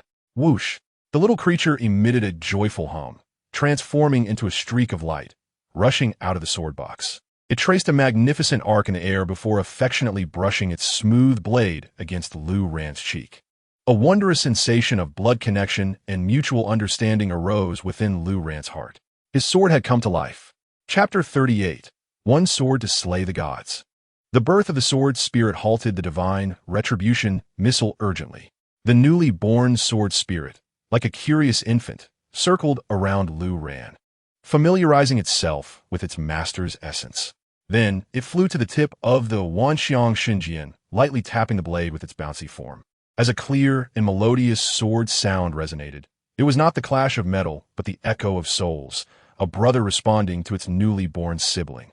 Lu Ran distinctly sensed that at the moment of the sword spirit's birth, the Wanxiang Jinxia and the Wanxiang Xinjian were infused with true souls. They were no longer mere cold weapons, but extensions of his will, parts of his being.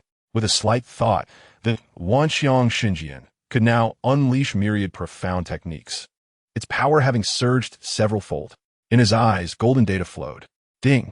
Your mythic grade weapon, Wanxiang Jinxia, has completed its final evolution. Sword Spirit, Chaos, Juvenile. Race, Innate Sword Soul, a unique life form born from the fusion of chaotic sword intent and the essence of myriad forms. Status, extremely close to the master. Filled with appetite for all energy bodies containing laws. Ability 1. 10,000 laws return to origin, can analyze and briefly simulate any law power the master has encountered, integrating it into sword techniques. For example, simulating shadow laws to unleash a silent shadow-killing sword. Ability 2, Sword Heart Resonance, shares the 5 senses and spiritual perception with the master, forming a panoramic combat vision without blind spots, greatly enhancing combat intuition and predictive capability. Ability 3, Myriad Forms Divine Armor. Unlocked requires the sword spirit to mature and devour sufficient world essences or divine fragments to unlock. A satisfied expression flickered in Lu Ran's eyes. 10,000 laws returned to origin meant that his offensive methods would be boundless and unfathomable. Sword Heart Resonance was a divine skill.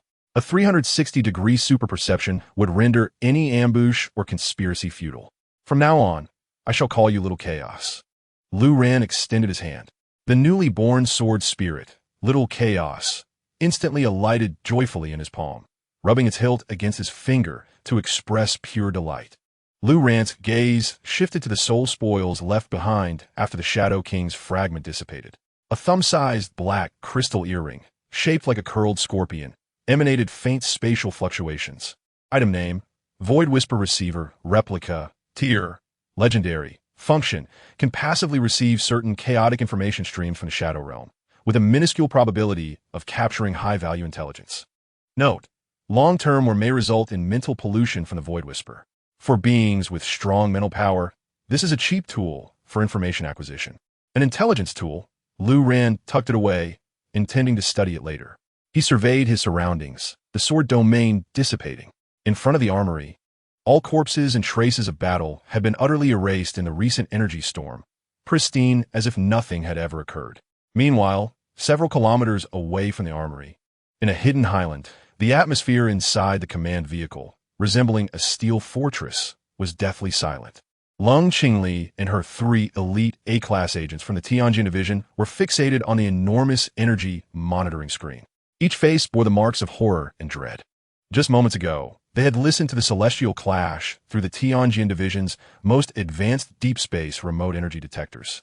Initially, the black energy pillar representing the Shadow Realm descended, its peak instantly breaking historical records, deemed a city-destroying level by the system. Everyone in the vehicle fell into despair. Jiangcheng was doomed. But then, another surge of energy erupted. The pure, sharp, and overwhelmingly tyrannical chaotic sword intent belonging to the deity Lu Ran. On the screen, the golden energy curve representing Lu Ran collided fiercely with the black energy curve representing the Shadow King at an incredible angle. Each collision sent the monitoring equipment into a cacophony of piercing alarms. The numbers fluctuated wildly, repeatedly surpassing their cognitive limits. They couldn't see the battle scene, but could envision the cataclysmic spectacle from the intensity of the energy collisions. Most astonishingly, the golden energy representing Lu Ran consistently suppressed the black city-destroying energy, until finally, the black energy made a desperate gamble, exponentially skyrocketing into the red zone, representing the unknown and destruction. He was about to self-destruct. Quickly, notify headquarters. Activate the highest evacuation protocol. A team member screamed, his voice trembling. Yet, Lung Qingli remained fixed on the screen, utterly motionless. She witnessed, at the moment when the black energy surged, the golden energy representing Lu Ran transformed into a resolute sword, piercing fiercely into the core of the dark energy. And then, everything came to an end. On the screen, the enormous curve of black energy instantly reset to 0. The golden energy curve representing Lu Ran briefly fell silent before leaping upward with even greater solidity, depth, and inscrutability. A seasoned A-class elite team member swallowed hard, his voice hoarse. "Captain, what just happened? Did that city-destroying energy vanish?" Another stared blankly at the golden curve of Lu Ran, which remained suspended high in the sky after stabilizing, murmuring, "Has his energy level risen again?" Silence. A prolonged silence. Eventually, Lung Qingli slowly closed her eyes. And when she opened them again, her sharp gaze was filled with boundless bitterness and awe. She picked up the encrypted communicator and connected to the direct line of the highest headquarters of the Tianjin division. On the other end of the line, the commander-in-chief's voice was as heavy as a mountain. "Qingli, what is the situation? The divine punishment missile is ready and can deliver indiscriminate saturation strikes on the target area at any time." Lung Qingli's body trembled. In a tone almost numb, she spoke slowly, report to the commander. "The strike is no longer necessary. The target deity." She paused, seemingly in search of the most accurate term. Perhaps, just now, the deity was slain. Chapter 39. Halt the divine punishment missile. Across the myriad worlds, I have come to hunt you. Slaying the deity? On the other end of the encrypted communicator, the commander-in-chief of the Tianjin division momentarily faltered. This commander, who wielded the extraordinary power of Daxia and possessed an iron will, felt as though his thoughts had been paused upon hearing those two words. Lung Qingli offered no explanation. Any language seemed powerless in the face of the energy data that represented destruction and rebirth. She merely encrypted and transmitted all the recorded data from the command vehicle back to the highest headquarters. The light curtain illuminated. When the report depicting the collision of two world-destroying energies, their clash, and the complete annihilation of one side was presented to the highest decision-making body of the Tianjin division, the entire command center plunged into a silence akin to the depths of the ocean. Everyone was frozen in place, their eyes fixed on the two startling energy curves. One was the pitch-black curve representing the Shadow King's avatar, which, after reaching a red peak deemed unknown and destructive by the system, was pierced through by the golden curve, and then vanished instantaneously. The other was the golden curve representing Lu Ran. It consistently suppressed the black energy throughout and, after absorbing its counterpart, fell silent briefly before leaping again with an even more terrifying magnitude. Ultimately, it stabilized, resembling a mountain range spanning the skies, profound, majestic, and unfathomable. After a long while, the commander-in-chief slowly leaned back in his chair, raising his hand as if to rub his temples, only to realize his hand was trembling slightly. He clenched his fist with all his might and, in a voice hoarse to the extreme, issued a series of transformative commands. Cease all active observation, probing, and countermeasure plans regarding Target 001. The threat level is now irrelevant. Move the target's file from the threat category to the coexistence category, with the highest priority. The code name remains deity. From this moment onward, our approach will shift from control to cooperation. At all costs, we must secure the deity's goodwill, even if it is merely to ensure he does not become our enemy. He paused, addressing the communicator, Lung Qingli. You are fully responsible for this matter. I authorize you to utilize the S-Class resource privileges of the Tianjin Division and attempt to establish an unofficial, limited cooperative relationship with the deity. Yes. Lung Qingli stood at attention, her voice resolute. After ending the communication, she gazed at the steady golden curve on the screen, her heart a tumult of emotions. Not long ago, she had contemplated how to recruit this dangerous man into the Tianjin Division. Now, she and the entire Tianjin Division had to reverse their roles, striving earnestly to gain his goodwill. How absurd, how realistic, unbeknownst to Lu Ran, who had been elevated from a potential nuclear threat to a strategic coexistence entity in the eyes of the officials. He returned to the Jinlu secret realm, sitting cross-legged. The newly birthed sword spirit, Xiao Hundun, joyfully danced around him. At times, it transformed into a streak of light, darting into the Wanxiang Jinxiang for a nap. At other times, it leaped onto his shoulder, rubbing its head against his neck, conveying a sense of affection and eagerness. Lu Ran's mind was completely immersed in the spoils he had just acquired, the Void Whisper receiver. He held the scorpion-shaped black crystal earring in his hand, infusing it with a faint hint of chaotic sword intent. With a hum, the earring emitted a faint glow.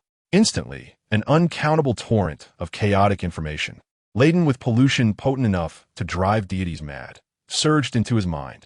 Sacrifice more flesh and blood for the great commander to be granted eternal life. Coordinates, harsh static. That world is delectable. The laws are weeping. Kill him. Kill that false god. The throne belongs to me. Tides are coming. The stars are returning to their positions. The hunt begins. Countless fragments of greedy, frenzied, resentful, and despairing thoughts roared and screamed within his mental realm.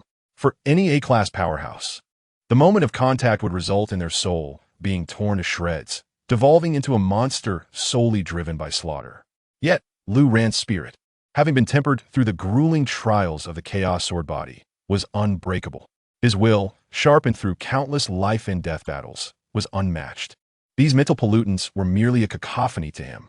His immense mental strength stood like a lighthouse, unwavering amidst the chaos and madness, as his consciousness became a searchlight, precisely filtering and capturing those valuable fragments of information. Before long, several keywords frequently mentioned by different thoughts were firmly locked in his mind. Stellar tide, stars returning to their positions, law erosion, coordinates exposed, hunt. Lu Ran slowly opened his eyes, a glimmer of understanding igniting deep within. He correlated these keywords with the highest official secrets regarding the localized fusion of the myriad realms obtained from Lung Qingli. A grand and cruel truth took shape in his mind. The so-called localized fusion of the myriad realms was merely a facade. Behind it lay a universe-level disaster sweeping across countless realms, the stellar tide. When the tide descends, the barriers between realms become exceedingly fragile. The laws of higher dimensional worlds will erode lower dimensional worlds like a tide, causing chaos and aberration in world rules. Simultaneously, the coordinates of Blue Star within the myriad realms will become strikingly clear, fully exposed to the gaze of countless beings from other worlds. Like an isolated island shrouded in mist in a dark ocean, when its lighthouse suddenly shines brightly, it will attract wandering ships, and more alarmingly, hordes of sharks sensing blood. Those predators from higher dimensional worlds refer to this tide as the hunt. Blue Star, along with countless low and medium dimensional realms exposed to the tide, will become their hunting grounds. This is a crisis capable of obliterating civilizations. Yet for Lu Ran, looking down at the receiver in his palm, and then at the sword spirit Xiao Hundun, who was nuzzling against his cheek with an adorable, hungry demeanor, it was an unprecedented feast. Chapter 40. Global Preparations for War. And I shall circle the deities and demons of the myriad realms as my prey. The next day, an anonymous piece of intelligence appeared silently on Lung Qingli's desk through the underground network of the Black Snake. The source was untraceable, and the content consisted of only a single line of text. The celestial tides are imminent, and the erosion of the laws has commenced. The coordinates of launching have been exposed, and the hunt is about to begin. Lung Qingli gazed at the luminous screen, feeling a chill surge from his tailbone to the crown of his head, as if every drop of blood in his body had instantaneously frozen. It is he, the deity. Who else, in the entirety of launching, nay, the entire world, could fathom such a despairing truth of the cosmos? This is not a warning. It is not even a notification. It is merely a fleeting glance of compassion cast down by a deity seated high in the clouds. Lung Qingli dared not exhibit the slightest negligence, and with trembling hands, he reported this intelligence to the Tianjin Bureau headquarters with the highest level of encryption. The central command of the Tianjin Bureau was enveloped in a profound silence. When this intelligence was presented before all decision-makers, no one could utter a word. Terms such as celestial tides and erosion of laws were foreign to them. However, the phrases launching coordinates exposed and the hunt is about to begin struck each heart like a red-hot hammer. Coupled with the recent exponential increase in the frequency and intensity of interdimensional biological incursions worldwide, a terrifying truth became apparent. An unprecedented one that would engulf the entire civilization was indeed approaching. Convey my orders. The commander-in-chief suddenly rose, his voice resonating with a steel-like intensity, laced with an uncontainable hoarseness. Initiate the barrier plan. All war zones of the Great Xia Kingdom enter the highest state of readiness. All extraordinary beings cancel their leaves and return to their posts immediately. All concealed extraordinary powers activate them all. Announce a portion of the truth to the public and commence nationwide mobilization. We must transform the entire nation into a fortress of war in the shortest time possible. Commands emanated from this heart of operations, reverberating throughout every corner of the Great Xia Kingdom. The colossal war machine, dormant for decades, roared back to life with a deafening clamor. The air across launching grew heavy and oppressive, akin to solidified molten iron. The storm was brewing. Regarding the rising winds of the outside world, Lu Ran paid no undue attention. Disclosing the intelligence to the authorities was merely a pawn dropped at his fingertips.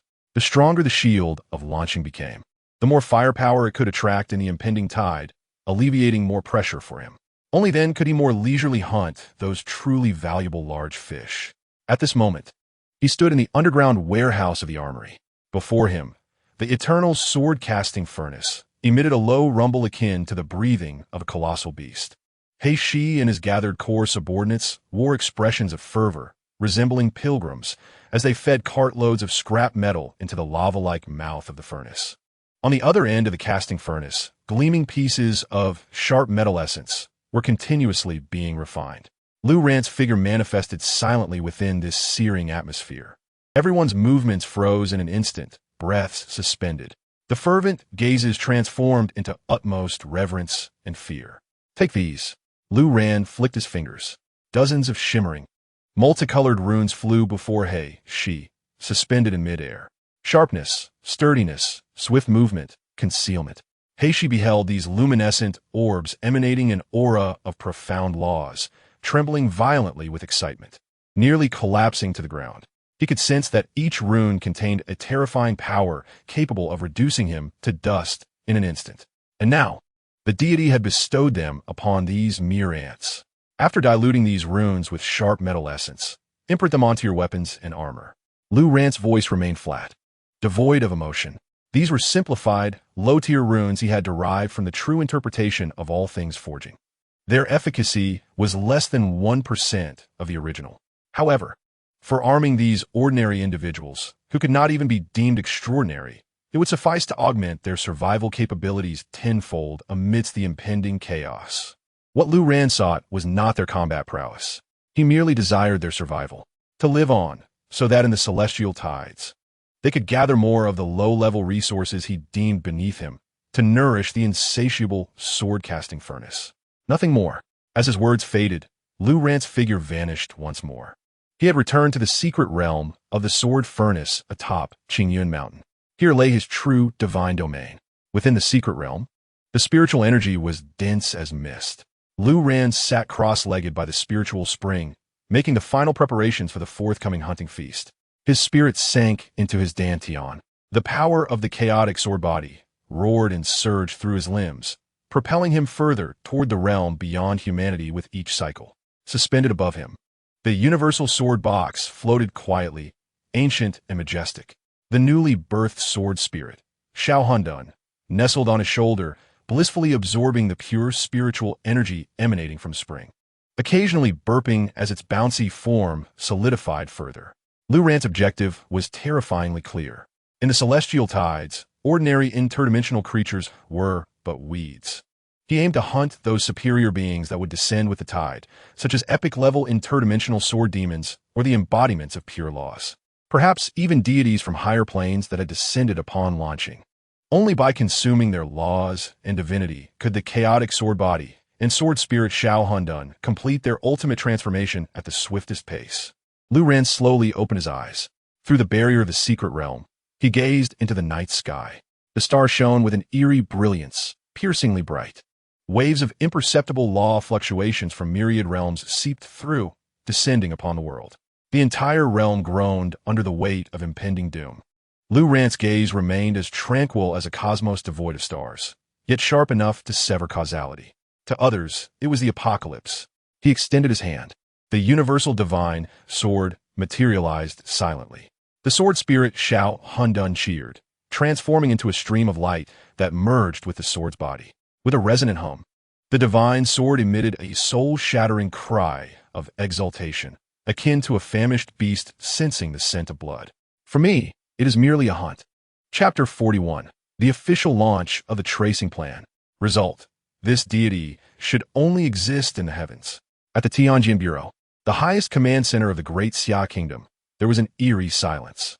On a massive circular screen, a file hung suspended. File number 001. Codename Deity. Below, a dozen decision-makers adorned with military stars bore grave expressions. The commander-in-chief's fingers tapped upon the cold metallic surface of the table. Each soft sound tightened the air further. Highest priority observer? His hoarse voice broke the silence, his gaze settling on Lung Qingli. Comrade Qingli, this definition is too vague. What we face may be a mobile, self-aware, uncontrollable mythological weapon. Regarding weapons, there are only two choices, control or annihilation. Lung Qingli straightened her back and saluted. Report, Commander. I stand by my judgment. Any attempts to control may provoke consequences beyond our endurance. Consequences? An elderly man with gold-rimmed glasses slowly spoke. He was the chief strategic analyst of the Tianjin Bureau. We have analyzed the worst-case scenario, the destruction of Jiangxing. For this, we have prepared 3 celestial retribution contingency plans. The color drained from Lung Qingli's face. The celestial retribution plan signified the sacrifice of an entire city to strike down a world-ending target. No, she exclaimed, you do not comprehend. His existence has transcended the scale of a city. If he so wishes, she intended to express that he could obliterate the world. But the words were too horrifying to utter. The commander-in-chief regarded her intently, then waved his hand. We will take your opinion into consideration. However, we must ascertain his true identity, his origin, and the basis upon which he transformed overnight from an ordinary mortal into a deity. I hereby command the immediate initiation of the Traceback Project. I demand to see every second of his life from birth to the present, in meticulous detail. The orders were issued. The state apparatus began to operate with chilling efficiency. The most elite intelligence analysts, behavioral psychologists, and even several extraordinary individuals with memory-reading abilities formed a clandestine investigative team. They delved into the small town where Lu Ran was born, interviewing distant relatives who could scarcely recall his face. They reviewed all records from his primary school to university, analyzing each report card down to the pixel level. They located the company where he had interned, and the supervisor who had once berated him as worthless under the cold gaze of the investigators. Repeatedly declared Lu Ran to be a meek and submissive individual. They examined Lu Ran's rental apartment, collecting every strand of hair and analyzing every fragment of data on his hard drive. Yet, as the investigation deepened, the expressions of the investigators shifted from confidence to confusion, ultimately solidifying into fear. The findings were compiled and sent to the command center. On the luminous screen, Lu Ran's resume was displayed clearly. It was also alarmingly empty. His records were strikingly mundane. A standard, inconspicuous individual among billions. A soul struggling at the edge of subsistence, battered by society into a state of despair. A failure who, just a second before the arrival of the replacement terminal, was agonizing over unemployment and heartbreak. His past resembled a glass of plain water, transparent and devoid of flavor. There were no signs of the extraordinary, no indications of serendipitous encounters, no hidden background. He seemed to have materialized out of thin air. This is impossible. The chief strategic analyst abruptly stood, staring intently at the screen. A person's temperament, behavior, and knowledge are shaped by their experiences. How could an ordinary worker possess the power and mindset to slay gods? This defies logic. It contradicts everything. The commander remained silent. He gazed at the eerily pristine file. A chill creeping up his spine. The unknown is the most terrifying. They would rather believe Lu Ran to be a hidden infiltrator from another world or an ancient being concealed for centuries. At least that would still fall within the realm of understanding. But now, all evidence pointed to the most absurd conclusion. An ordinary person had traversed in a mere month the evolutionary path that their nation could not fathom. This is not a miracle. It is a divine phenomenon. A phenomenon capable of overturning all their perceptions, rendering them as insignificant as dust. The voice of Commander Lung Qingli trembled as he implored once more, "I request the termination of the Traceback project. Every move we make may be under his scrutiny. Excessive probing will only provoke him." This time, no one objected. That blank file served as the gravest warning. Ultimately, the commander wearily waved his hand. The plan was suspended. The data was sealed and classified as top secret. Simultaneously, partial intelligence regarding the deity was shared with the Global Extraordinary Alliance. He was acutely aware that this was no longer a matter that the Dacian nation could handle. This entity, known as the deity, hung like a sword over the entire Blue Star civilization. Meanwhile, within the Sword Furnace secret realm, Lu Ran sat cross-legged, a scorpion-shaped earring floating before him. The intelligence network of the Black Snake had conveyed the Traceback project of the Tianjin division to him. Listening to the report from the communicator, filled with reverence and concern, Lu Ran's lips curled into a playful arc. A swarm of ants earnest in their study of the height of the sky. How laughable. He remained indifferent. His foundation lies in the chaos sword body, the eye of insight from all realms, originating from beyond the heavens, a truth that the laws and technologies of this planet could never decipher. However, this also served as a reminder. Even if the authorities retreated for the time being, this all-pervasive surveillance would never cease. He must become stronger, strong enough to make everyone understand that any form of intrusion is a sacrilege. Lu Ran gathered his focus, directing his attention back to the present. The eternal sword-casting furnace emitted a deep rumble. Within the furnace, fragments of bone armor stripped from the leader of the Abyss Raiders were slowly melting under the power of the true understanding of all things refinement. He aimed to forge himself a true piece of armor. Just as he was about to engrave runes with utmost concentration, suddenly, within his dantian, the chaos sword body emitted an unexpected, faint yet extremely restless hum. It was as if a slumbering dragon sensed the presence of a formidable foe, or like a famished beast caught the scent of a grand feast. Lu Ran's movements halted abruptly. He suddenly looked up, his profound gaze piercing through the barriers of the secret realm, gazing into the endless night sky. He beheld the ancient stars, which at that moment seemed to come alive. Chapter 42.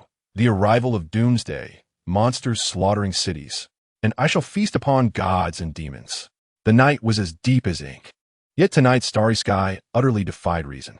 Above the dark canopy, all the stars abruptly brightened, radiating a brilliance so dazzling it was almost blinding. The light was no longer the distant cold silver, but a bizarre, radiant spectrum of colors. Visible beams of colorful light spread across the heavens, intertwining, submerging the entire world in a dreamlike haze. Across the globe, countless individuals stepped outside, gazing up at this miraculous celestial phenomenon, expressing awe. Some took out their phones, futilely attempting to capture this magnificent spectacle. Others speculated it to be a rare astronomical event, excitedly discussing it on social media. Only a few discerned a chilling essence buried deep within this exquisite beauty. Within the Sword Furnace secret realm, Lu Ran suddenly rose to his feet.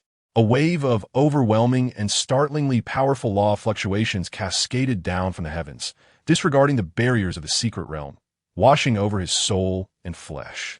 The chaos sword body within his dantian emitted an unprecedented and intense roar, a cry of hunger, a resonance of greed.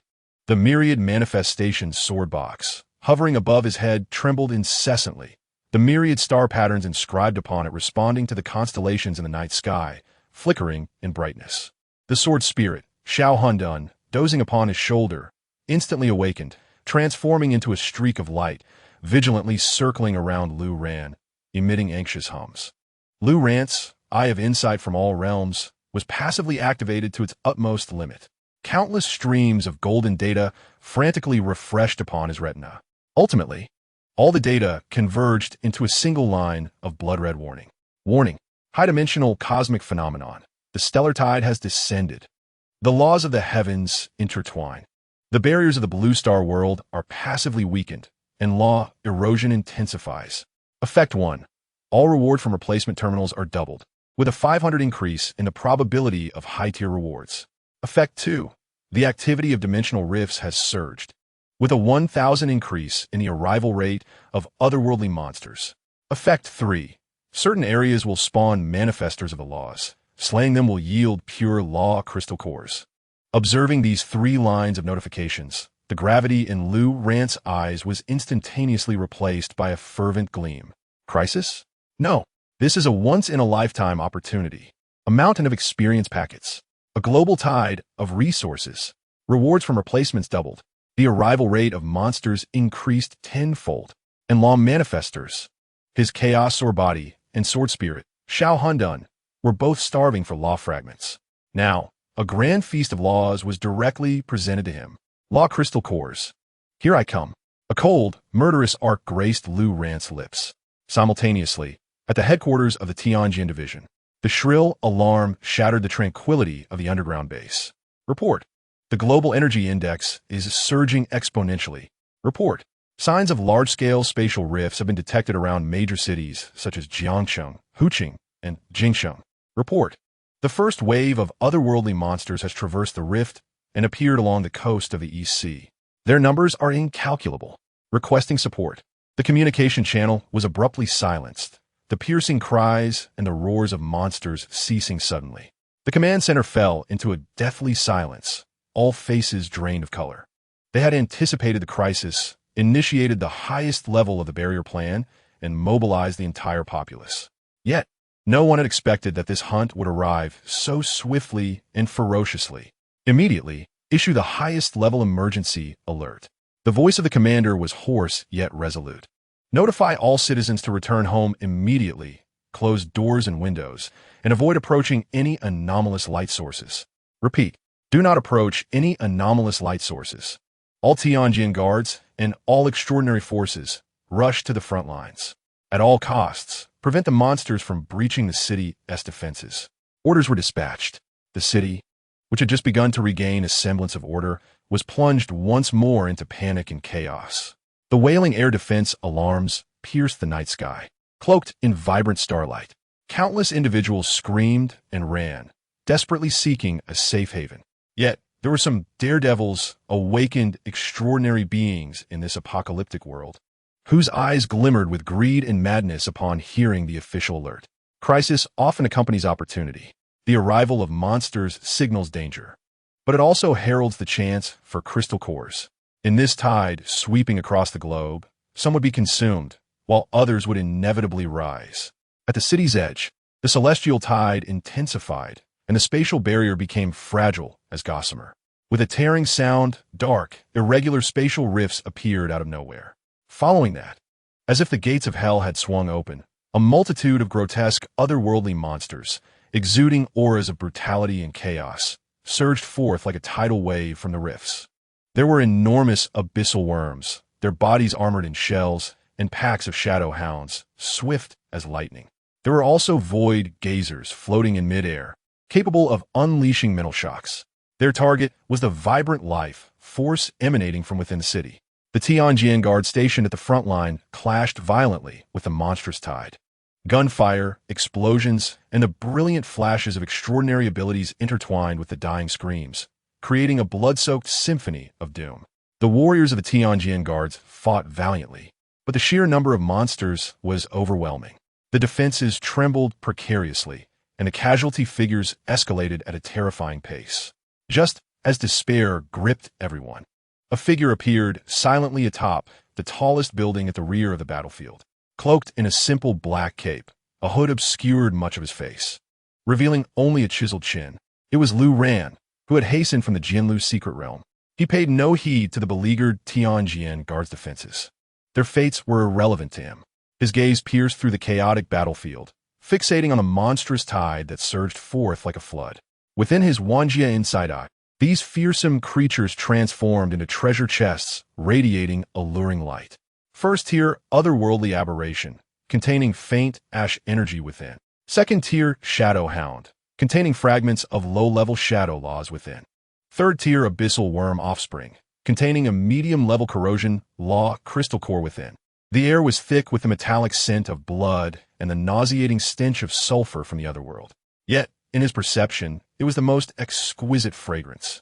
The hunt had begun, he whispered softly.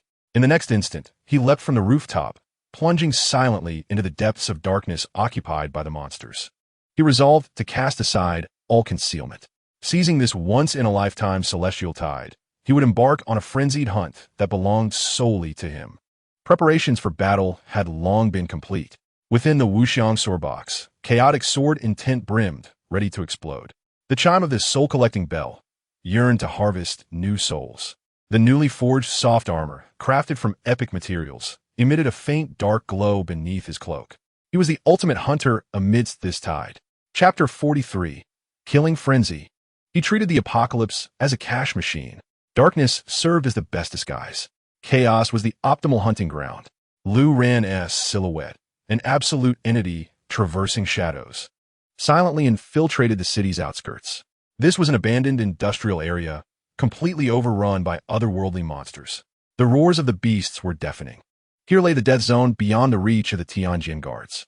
For any mortal, this place was hell. For Lu Ran, it was paradise. A third-tier brutal beast, comparable in size to a heavy truck, had just torn a bus into shreds with its massive pincers. Its crimson compound eyes glistened with primal urges for slaughter and destruction. The next moment, its movements faltered as it abruptly turned its head. A diminutive black figure stood silently before it, having appeared unnoticed. The brutal beast let out a disdainful roar as its colossal pincers, capable of rending the air, swung down toward Lu Ran with a shriek. This strike could flatten a small building. Lu Ran did not even bother to glance at the massive weapon descending upon him. He simply raised his right hand slowly. With a faint hum, an invisible field erupted around him. Sword Domain Prototype. Within a 10-meter radius, the space thickened like mercury. The unstoppable pincers, upon entering the sword domain, experienced a catastrophic drop in speed, as if colliding with an unseen wall. Each inch gained was a Herculean effort. Confusion and fear flickered for the first time in the brutal beast's crimson eyes. It could not comprehend why its strength had been stripped away in an instant. Lu Ran moved. His figure within the sword domain was so swift that it left only an afterimage behind. With a clang, the Wuxiang divine sword was drawn. A profoundly chaotic sword light flashed through the darkness. The brutal beast did not even have time to emit a mournful cry before its massive head was severed from its body with a seamless cut. Not a drop of blood spilled. All essence and soul were annihilated, consumed by the destruction intent of the Wuxiang divine sword. In that fleeting moment, boom! The enormous headless corpse collapsed to the ground. A fist-sized law crystal core, radiating a yellowish glow, rolled out from the carcass. Lu Ran casually beckoned. The crystal core flew into his hand, which he expressionlessly tossed into the quantum pocket space. The entire process took less than 3 seconds. This was merely an appetizer. Lu Ran's figure vanished completely within the ocean of monsters. The ultimate mowing mode was activated. Faced with swarms of low-tier, otherworldly monsters, he could hardly be bothered to draw his sword.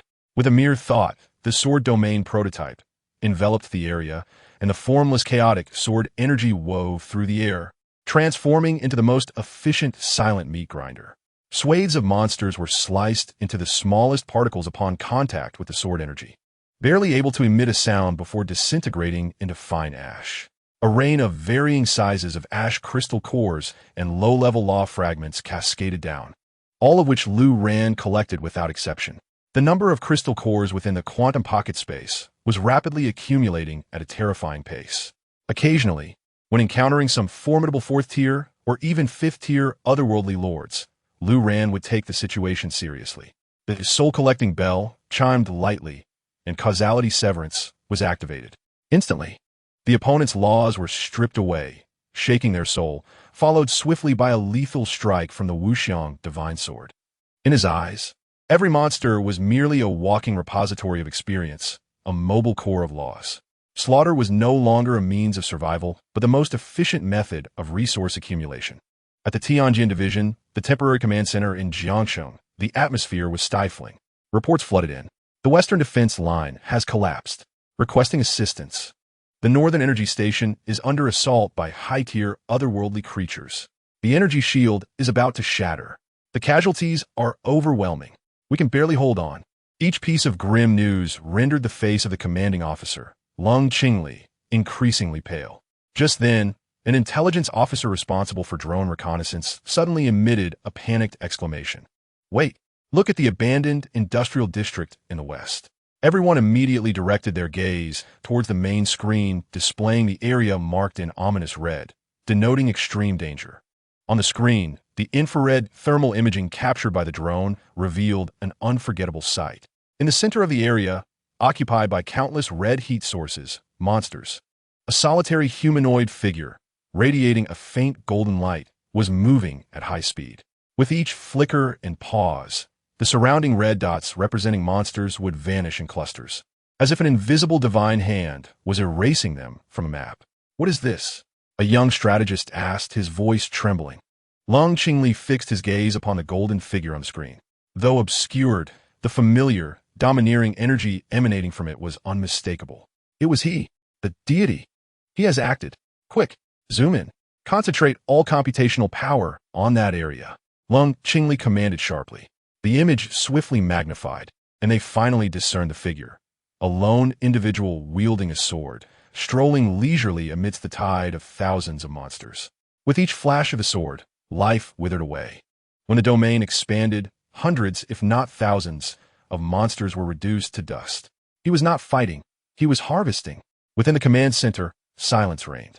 Everyone felt as though they were being choked, overwhelmed to the point of breathlessness. The defense line, forged from the lives of countless warriors, was on the brink of collapse against the monstrous tide. Yet, the man they had marked as their highest priority observer was transforming this most perilous death zone into his personal slaughterhouse. He alone has at least restrained a third of the monsters, the chief strategist murmured, disbelief lacing his voice. No, Lung Qingli shook his head, a hint of bitterness and reverence in his eyes. He is not restraining them. He is clearing the field.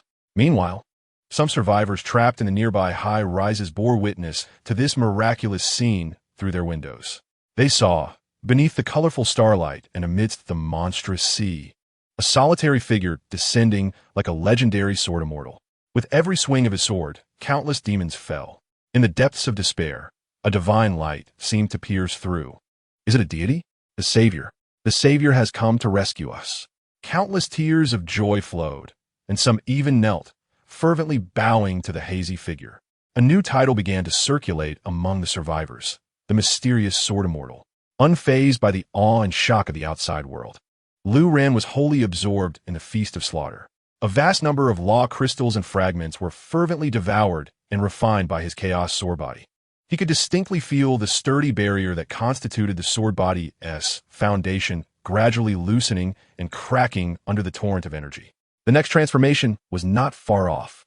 Simultaneously, the myriad realm sword box was greedily absorbing the souls and laws of the slain monsters. Inside the box, the sword spirit Embryo, born from the heart of the sword demon, exhibited increasingly potent spiritual fluctuations, as if it would break free at any moment. Just as Lu Ran was reveling in the carnage, he suddenly halted, his brow furrowed. he noticed that amidst the chaos of monsters, several otherworldly lords, far superior to their peers, were consciously herding and gathering the surrounding monsters. Their aim was not destruction, but directed towards the city center, as if executing a specific command. Just as Lu Ran prepared to confront and eliminate these commanders, a violent tremor surged through the ground beneath him. Subsequently, his once invulnerable sword domain prototype emitted intense, unstable fluctuations, as if something far more powerful was attempting to tear it apart from the outside. Lu Ran abruptly looked up.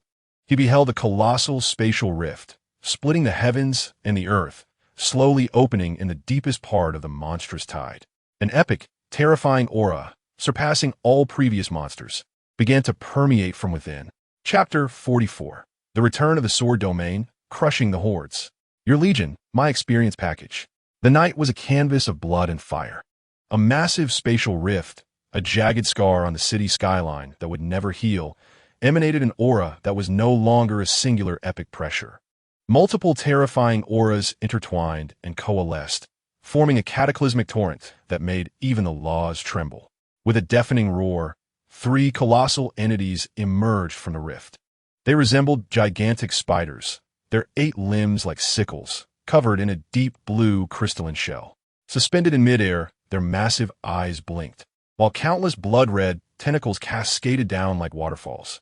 A towering 10-meter-tall minotaur wielded a colossal bone axe. Fifth-order pinnacle otherworldly lord, crystal abyss spider matriarch. Fifth-order pinnacle otherworldly lord, abyssal watcher. Fifth-order pinnacle otherworldly lord, bone tyrant. The eye of the myriad realms instantaneously provided all relevant information. Behind them surged hundreds of fourth-order elites and thousands of third-order monsters, like the most loyal guard, pouring forth. All the monsters had a singular focus, Lu Ran, or rather, the pure and immense chaos sword intent emanating from him, which drew the desire of all otherworldly beings. The 3 epic-level pressures, combined with the savage aura of thousands of high-tier monsters, transformed into 3 invisible mountains, descending upon Lu Ran's sword domain prototype. The cracking sounds echoed as the invisible domain enveloping Lu Ran within a 10-meter radius began to shatter. The effect of spatial stasis weakened drastically, and the oppressive sensation of the sword intent crumbled layer by layer. In the next moment, it was on the verge of complete collapse. The crimson eyes of the 3 otherworldly lords glinted with disdain typical of superior predators. A prototype domain? How dare it flaunt itself before us? Crush him! The bone tyrant bellowed a mental roar. In an instant, the Death Legion formed by thousands of monsters surged forth like a black tide unleashed, charging toward Lu Ran with devastating force. The earth trembled. The air mourned. It felt as though the entire world was about to be torn asunder by this power. In the distance, at the Tianjin Division Command Center, the drone's footage rendered the room silent. Lung Qingli's nails dug deep in her palm, blood sliding down. Yet she remained oblivious. It was over. The chief strategist's face turned ashen. To be besieged by such a scale of monstrous legion, even a deity would have no chance of survival. However, at the eye of the storm, Lu Ran closed his eyes. He did not gaze upon the apocalyptic, monstrous tide, nor did he concern himself with the impending collapse of the sword domain. His mind sank entirely into his Dantian, into that chaotic universe composed of countless sword lights. The pressure was still insufficient. He murmured softly. In the next moment, Lu Ran suddenly opened his eyes wide.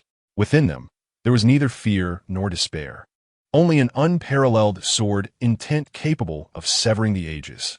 Break for me! Boom! An indescribable roar erupted from Lu Ran's very being, resonating from the depths of his soul. The cracked sword domain prototype did not dissipate at that moment. Instead, it shattered willingly, transforming into billions of the purest sword path light particles. Subsequently, these particles, in an unfathomable manner, instantaneously reassembled. Buzz, a visible, translucent ripple, tinged with a faint chaotic hue, centered around Lu Ran, surged forth like a tsunami. 10 meters, 50 meters, 100 meters. A vast region with a radius of 100 meters was instantly enveloped by this brand new domain. This was no longer a prototype. It was a truly complete and flawless sword domain.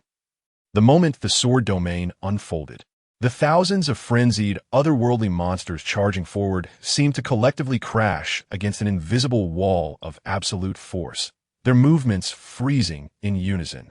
An absolute suppressive force, emanating from the laws of the universe, descended upon each creature. Their strength waned. Their bodies felt as heavy as lead. Their proud abilities were gripped tightly by an invisible hand, rendering them incapable of exerting even a fraction of their power. Within this domain, Luron was the sole deity. How is this possible? The crystal prison spider, matriarch, emitted a sharp, piercing mental shriek, filled with horror. This was not merely a suppression of power. It was a distortion of the very laws. Within this domain, the laws of the sword stood as the supreme and singular truth. Luron paid no heed to their astonishment. He slowly raised the universal god sword, its tip angled toward the ground. He gazed upon the thousands of creatures mired in despair, fear evident in their eyes, and a cold smile graced his lips. "Welcome to my world." With those words, he swung his sword. There were no earth-shattering sword lights, no cataclysmic explosions, just a simple, straightforward strike. Yet behind him, hundreds upon thousands of condensed chaotic sword energies materialized out of thin air. Each sword energy was honed to an exquisite sharpness. Each contained the will to annihilate all existence. They were imbued with life, transforming into a dazzling and lethal river of sword energy, cascading downward upon the still monster horde. Sizzle, sizzle, sizzle. The sounds of flesh being pierced melded into one. It was a gruesome tableau that would strike terror into the hearts of gods and demons alike.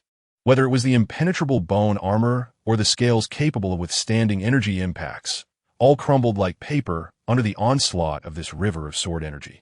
One monstrous creature after another was pierced, sliced, and shredded the moment they encountered the sword energy. Their bodies were disintegrated into the smallest fragments of flesh and blood. Their life essence and souls were greedily devoured by the universal god sword's annihilative intent. There were no screams, no bites, only a chilling, efficient, and cold slaughter. In the distance, on the gigantic screen of the Tianjin Command Center, the concentrated red heat sources representing thousands of high-tier monsters rapidly melted away, like snow under the blazing sun, extinguishing in mere seconds. Ultimately, the entire screen was left with only 3 exceptionally bright red points at the center, along with the radiant golden figure of the deity. Within the command center, one could hear a pin drop. Everyone gaped, their eyes bulging as if witnessing the most incredible miracle in the world. One sword. Lung Qingli's lips trembled, her voice hoarse. One person, one sword. Cleared an army of monsters capable of annihilating a city. This was not mere strength. This was divine might. At the center of the battlefield, Luron slowly sheathed the sword. Within the sword domain, blood and flesh flew, severed limbs strewn about, while the law crystals fell like raindrops from the shredded monster corpses, clinking as they hit the ground. The capacity of the quantum portable space was completely filled. His gaze fell calmly upon the 3 otherworldly lords, also immobilized by the sword domain. Now, it is your turn. For the first time, despair flickered in the eyes of the 3 lords. They struggled frantically, summoning all their power in an attempt to break free from the domain's constraints. Futile. Within Luron's sword domain, resistance was merely a jest. Luron's figure vanished in an instant. The next moment, he reappeared above the crystal prison spider matriarch, thrusting downward with his sword. Thud! The universal god sword effortlessly penetrated its proud crystalline skull, the annihilative sword intent instantly obliterating its soul core. Next came the Abyss Gazer. Finally, the Bone Tyrant. These 3 fifth-tier peak lords, capable of wreaking havoc in the outside world, fell beneath Luron's sword without even a single move, transforming into 3 higher-quality law crystals, shimmering with radiant light. The sword domain gradually dissipated. In a radius of 100 meters, apart from Luron, no living being remained. Only the scattered crystals sparkled under the multicolored starlight. Countless survivors who witnessed this scene through various means erupted into frenzied cheers after a brief silence. They knelt before that solitary and majestic figure, fervently bowing, chanting the newly birthed title. Mysterious Sword Immortal. Mysterious Sword Immortal. Luron disregarded the clamor from the outside world. He could feel the immense power nurturing his chaotic sword body after the sword domain fully matured. The sword body was repeatedly tempered, becoming denser and purer. Only one final step remained until complete awakening. He began to clear the battlefield, collecting the high-quality law crystals one by one. Just as he picked up the crystal dropped by the Bone Tyrant, his movements paused momentarily. He discovered a minuscule, peculiar rune, composed of countless stellar trajectories, imprinted beneath the skin at the severed neck of the bull-headed demon. He immediately examined the bodies of the other two lords. Indeed, in the same location, he found identical runes. This was no coincidence. A trace of solemnity flickered in Laurent's eyes. He promptly activated the Eye of Universal Insight, striving to analyze this mysterious rune. Ding! High-dimensional law imprint detected. Analysis in progress. Analysis complete. Item name: Star Servitude Mark. Source: Shadow Council. Effect: those marked will become servants of Shadow Council. Their actions remotely controlled by higher-level council members. Shadow Council? Upon reading these 4 words, Laurent's pupils constricted sharply. Shadow King, Liu Yin. He had thought he had uprooted the organization, yet it was one of the true masterminds behind the global upheaval of the Stellar Tide. These so-called otherworldly lords did not arrive by happenstance. They were summoned and controlled by the Shadow Council, sent as cannon fodder to assault the Blue Star defenses. Their schemes were far grander than he had imagined. Chapter 45. The Sword Heart is transparent, understanding all laws. The black market of the heavens opens. I am the sole dealer. The Stellar Tide continues unabated. Yet, the battlefield in the western suburbs of Jiangcheng has descended into an eerie silence. The air is thick with a mingled sense of blood and sulfur, combined with the pure energy emanating from the law crystals, forming a peculiar fragrance. Laurent stood at the center of a mountain of corpses and a sea of blood. His expression calm, though his mind raced. Shadow Council. He stroked his chin, a glimmer of danger flashing in his eyes. A Shadow King whom he had casually obliterated, and an ex-girlfriend, Liu Yin, whom he had sacrificed as an offering. The organization behind this phenomenon possesses an astonishingly terrifying power, capable of enslaving epic-level lords from other realms and unleashing cataclysmic disasters like the Stellar Tide on a global scale. The implications of this reality send shivers down one's spine. It signifies that the hierarchy of the Shadow Council is far beyond what he had previously estimated. The Shadow King may merely be an inconsequential figure within this grand scheme. Intriguingly, a cold smile crept upon Laurent's lips. The greater and more enigmatic the enemy, the more precious the treasures they likely possess. He temporarily set this realization aside, focusing on the bountiful rewards before him. This frenzied hunt had yielded him an unprecedented fortune. Within the quantum personal space, countless colorful crystal cores piled up like mountains, nearly filling the entire space. He settled into a meditative posture, and with a mere thought, shimmering law crystal cores emerged from the space, surrounding him like planets orbiting a star. Little Chaos, it's time to feast, he murmured. The sword spirit, Shao Chaos, perched on his shoulder, emitted a joyful hum, transforming into a streak of light as it darted among the law crystal cores, voraciously devouring the power of the laws contained within. Meanwhile, Laurent pressed the largest and highest quality batch of over a dozen epic-level law crystal cores directly onto his Dantian. Chaos Sword Body, operate at full capacity. Boom! A tsunami of pure and overwhelming energy surged through his palms, flooding into his body. This energy, tempered through countless life and death battles and enriched by the culmination of the sword domain, had reached an unimaginable pinnacle of quality. At this moment, the influx of massive law crystal cores was akin to dousing a roaring fire with a bucket of boiling oil. Crack! Laurent distinctly heard the crisp sound of the barrier binding the final form of the Chaos Sword Body, shattering. Soon followed the second and third cracks, like spiderwebs rapidly spreading across that barrier. In an instant, Laurent's consciousness was drawn from his body, plunging him into an indescribable state of wonder. A tremendous roar echoed in his mind, as if the heavens were being split open. Countless truths about swords, the mysteries of laws, and the essence of cosmic creation and destruction exploded within his consciousness, reconfiguring in an instant. In that fleeting moment, he comprehended the soft laws contained within a droplet of water. He grasped the firm laws embedded in a rock. He understood the trajectory of the wind, the path of light, the passage of time, and the structure of space. Everything around him shed its superficiality, revealing its innermost essence woven from countless lines of law. Ding! Congratulations, host! Your Chaos Sword body has completed its third transformation after absorbing a vast amount of law power. You have comprehended the mythic-level passive divine ability, Sword Heart Clarity. Divine ability, Sword Heart Clarity effect. Your sword heart resonates with the laws of heaven and earth. You can perceive the subtle operations of all laws, and your understanding of the sword path has reached perfection. Any enemy before you will reveal countless flaws, unable to escape your gaze. The divine ability awakens. Lu Ran slowly opened his eyes. The entire world appeared fundamentally different to him. He saw countless energy particles floating in the air, invisible to the naked eye. He discerned how the technological runes inscribed on the distant Tianjin Division's drones guided the flow of energy.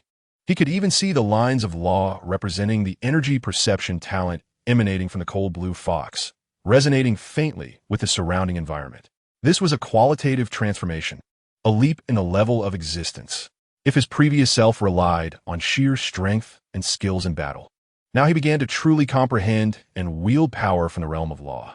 He felt as if he had merged with the laws of heaven and earth. With a thought, the sword domain unfolded once more. This time, he sensed an unprecedented mastery over the sword domain. He could even simulate some basic powers of law within it. For instance, making the air as scorching as flames or the ground as muddy as a swamp. Though these were merely rudimentary simulations, they signified that he possessed the embryonic form of a creator. Exhaling deeply, Lu Ran released a breath that coalesced in the air into a tiny sword-shaped ice crystal, exuding a sharp aura that lingered. Simultaneously, the universal sword box emitted a joyful hum. Under the invisible nurturing of the sword heart clarity, combined with the consumption of countless monster souls, the hatching speed of the sword spirit embryo at the core of the sword box surged once more. Crack! A light sound echoed as the embryo, formed from the heart of the sword demon, finally cracked open the first fissure. A wave of even stronger spiritual fluctuations emanated from within. It was merely a step away from breaking free. At the Tianjin Division headquarters, the cold blue fox stared intently at the screen. She observed Lu Ran sitting cross-legged after clearing the battlefield, surrounded by countless points of light, seemingly engaged in a form of cultivation. Suddenly, the chief energy analyst beside her let out a ghostly scream. "Commander, look at the energy curve of the deity." Everyone immediately turned to look. They beheld the golden energy curve representing Lu Ran, which, after enduring a cataclysmic battle, not only showed no signs of decline, but, after a brief period of stability, began to ascend with a steeper angle at a frenzied pace.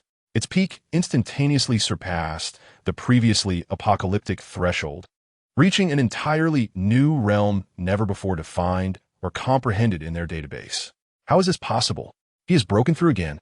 After such a terrifying battle, he not only remains unexhausted, but has grown even stronger.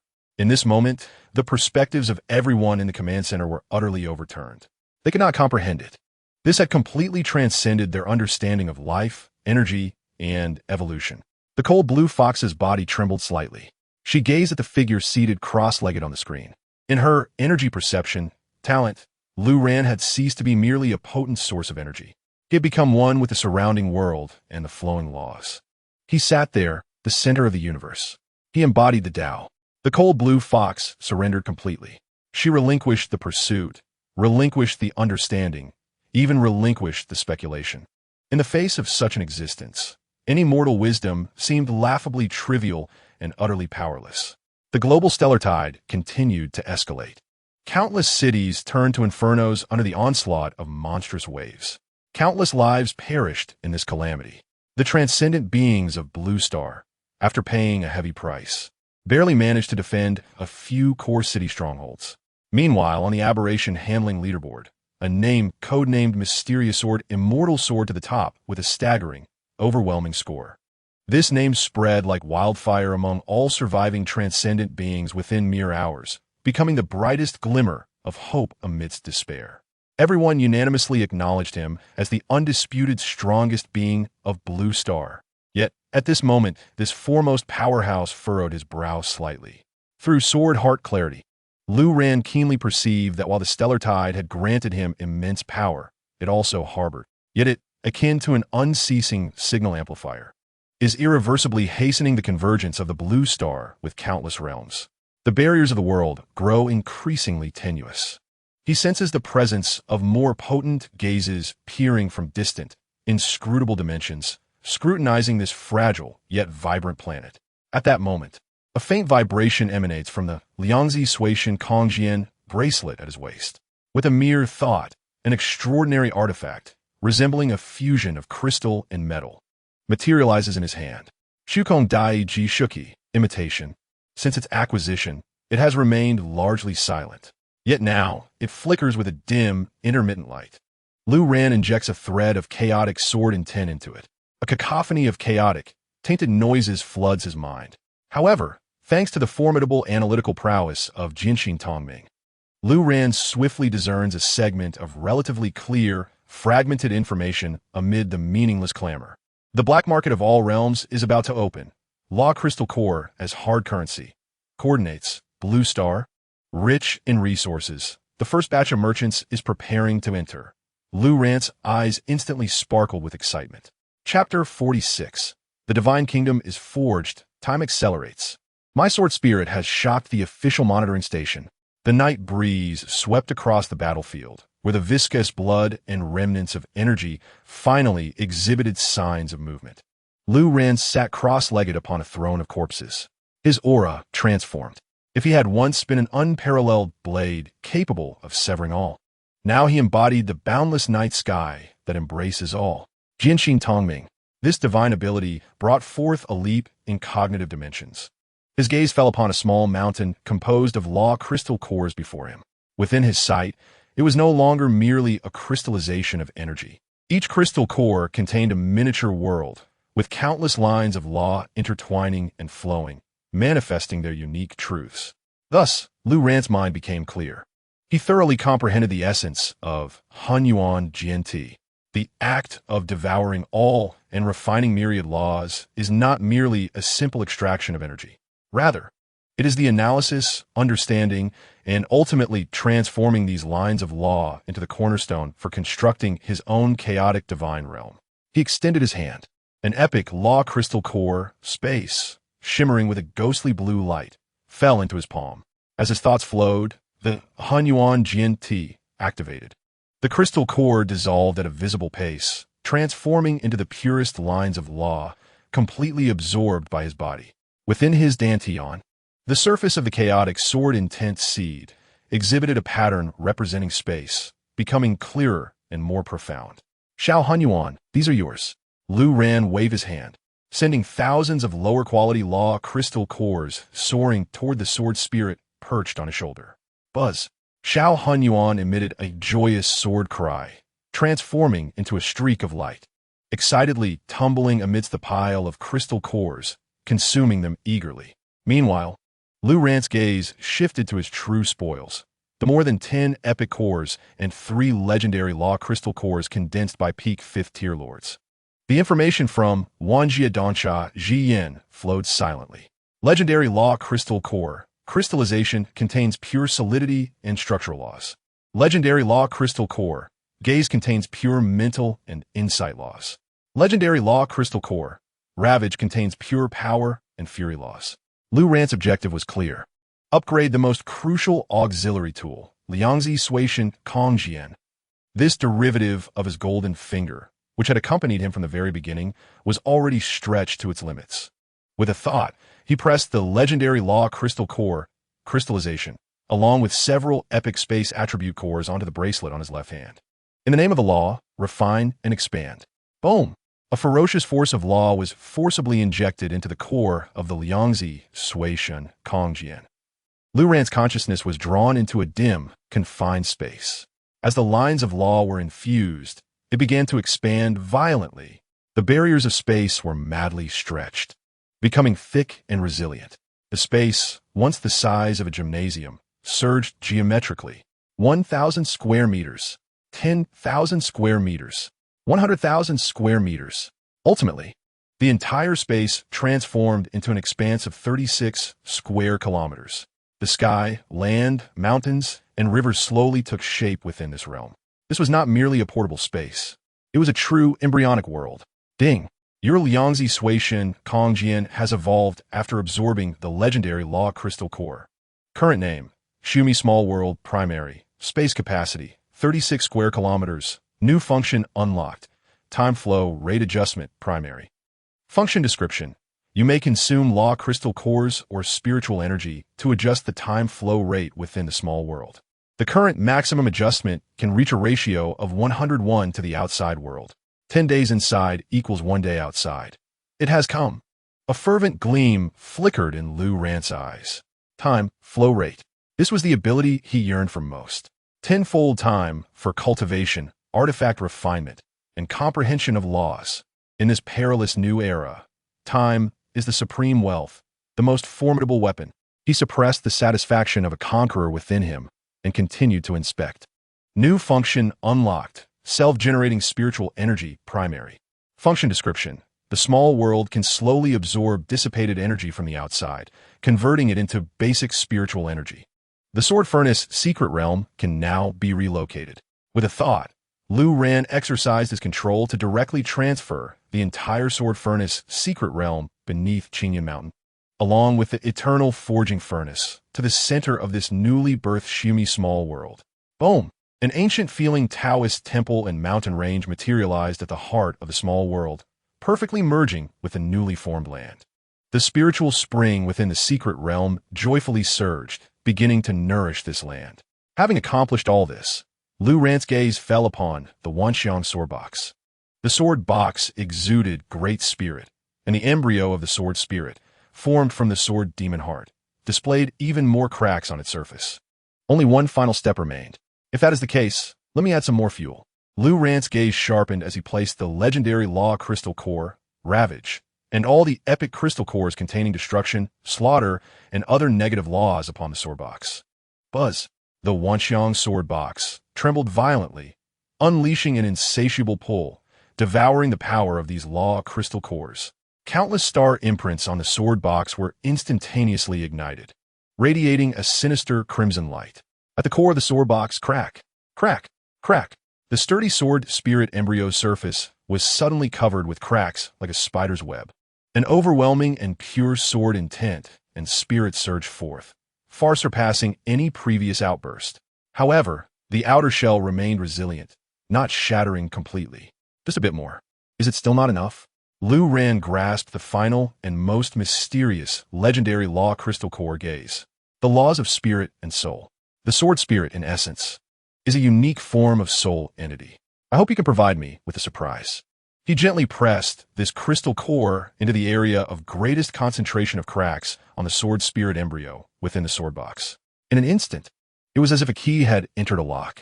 A pure force of the law of souls precisely flowed through the cracks into the embryo's core. The next moment, an extraordinary transformation occurred. Simultaneously, on the Blue Star, in the supreme command of the Tianjin division of the Daxia Nation, the atmosphere was thick with tension. Report. The peak value of the stellar tidal energy has passed.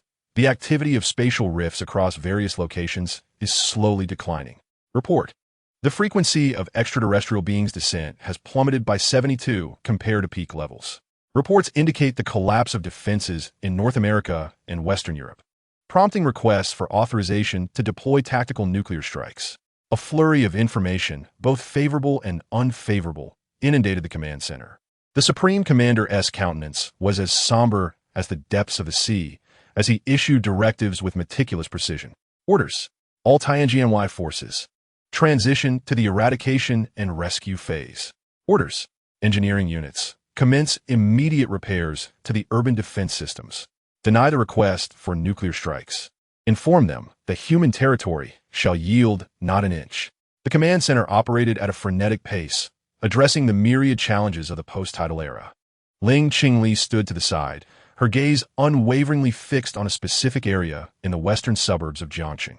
Ever since the deity had taken a meditative posture, the energy fluctuations there had entered an unnaturally stable phase. Yet, she knew that beneath this veneer of calm, a terrifying tempest was brewing. Suddenly, the energy monitoring device beside her emitted a piercing alarm that tore through the air. Alert! Alert! Detection of unknown, incomprehensible ultradimensional energy response. Coordinates. Jiangxing Western Suburbs Industrial Zone. Energy levels have exceeded the limits of divine retribution detection. An analyst pointed at the screen in horror, his voice quaking. On the display, the golden energy curve representing Lu Ran, after a brief period of stability, surged once more, this time in a vertical ascent. However, it was no longer just a simple gold. Intertwined within that golden light was a trace of deep purple, symbolizing the essence of soul and spirit. The two energies intertwined flawlessly, conjuring a terrifying aura that sent shivers down the spines of all observers. What is he doing? The Supreme Commander bellowed in disbelief. Ling Qingli's eyes were glued to the screen, her energy perception, talent issuing frantic warnings. She beheld it before that man. An ancient sword sheath emanated a radiance that seemed to devour the heavens and the earth.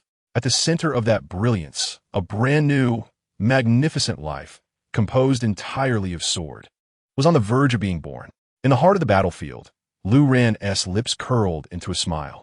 He heard it, a crisp sound, akin to the shattering of an eggshell, and a voice resonating deep within his soul, imbued with endless reliance and intimacy, the sound of the sword. Chapter 47. The title curtain falls. A new world is born. I am the sovereign of the black market. Buzz. A clarion sword cry, not carried by the air, but resonating directly at the level of the laws, reverberated through the ruins that had recently endured a baptism of blood and fire. Above, the myriad manifestations sword sheath. The sword spirit Embryo, transformed from the heart of the sword demon, shattered after devouring a core of laws as vast as mountains.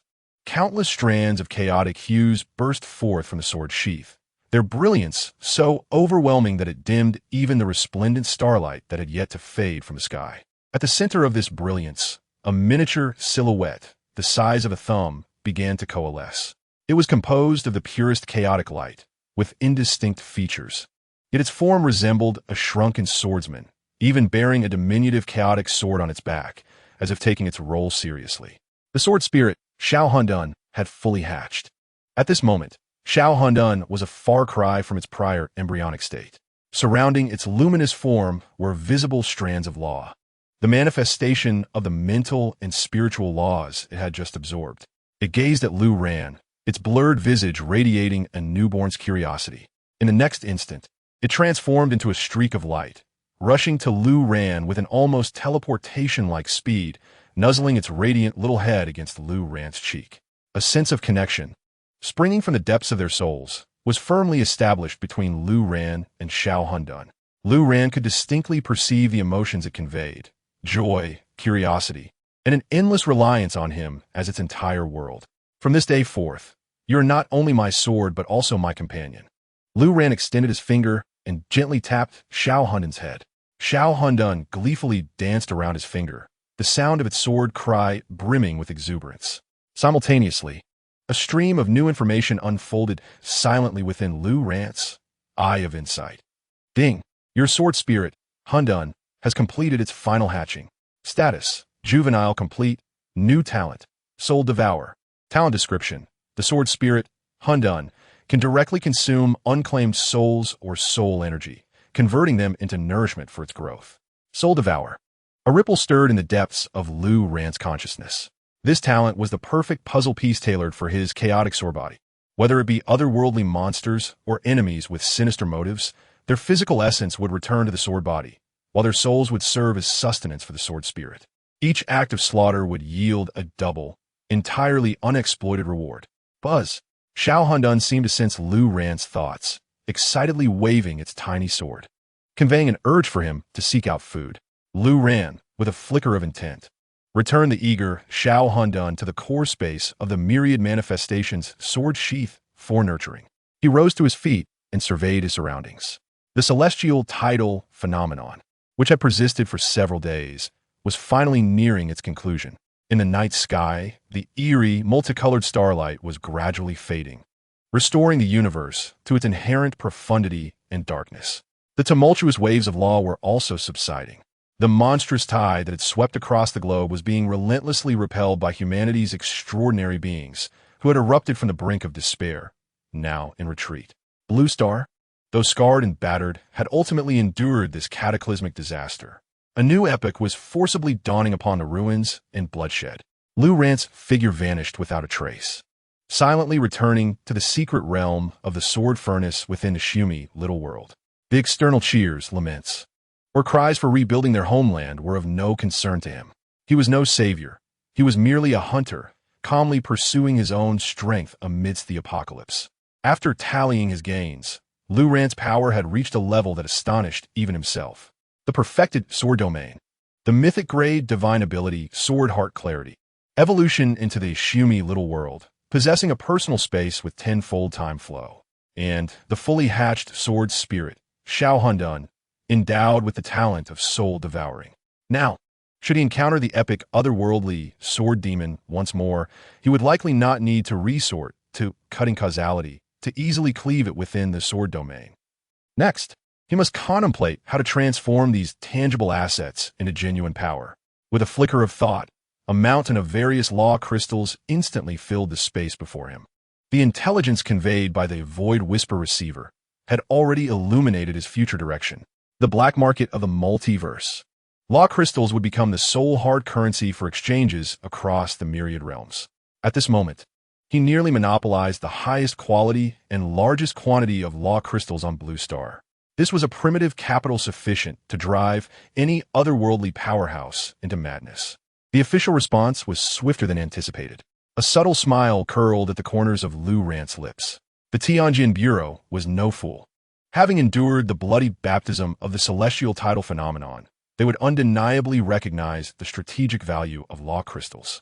A battle for the law crystals was about to unfold on Blue Star, and he would emerge as the sole banker in this grand game. As Lu Rant had predicted, on the day following the conclusion of the celestial tidal phenomenon, an announcement jointly issued by the headquarters of the Tianjin Bureau of the Daxia Kingdom and the Global Extraordinary Alliance shook the entirety of Blue Star. The Tianjin Guards have been officially established. The announcement declared that a new elite force, the Tianjin Way, would be formed from the surviving extraordinary individuals across the globe, specifically to confront high-intensity crises from other realms. Accompanying this announcement was a list that drove countless individuals to madness. The Rule Crystal Acquisition Program. The Tianjin office would purchase all Rule crystals that have fallen into civilian hands at astonishingly high prices, far exceeding market value. A basic gray crystal could be exchanged for enough resources and contribution points to sustain a family within a safe zone for a lifetime. This announcement acted as a potent stimulant, injecting hope into the hearts of those who had just endured calamity and were filled with trepidation.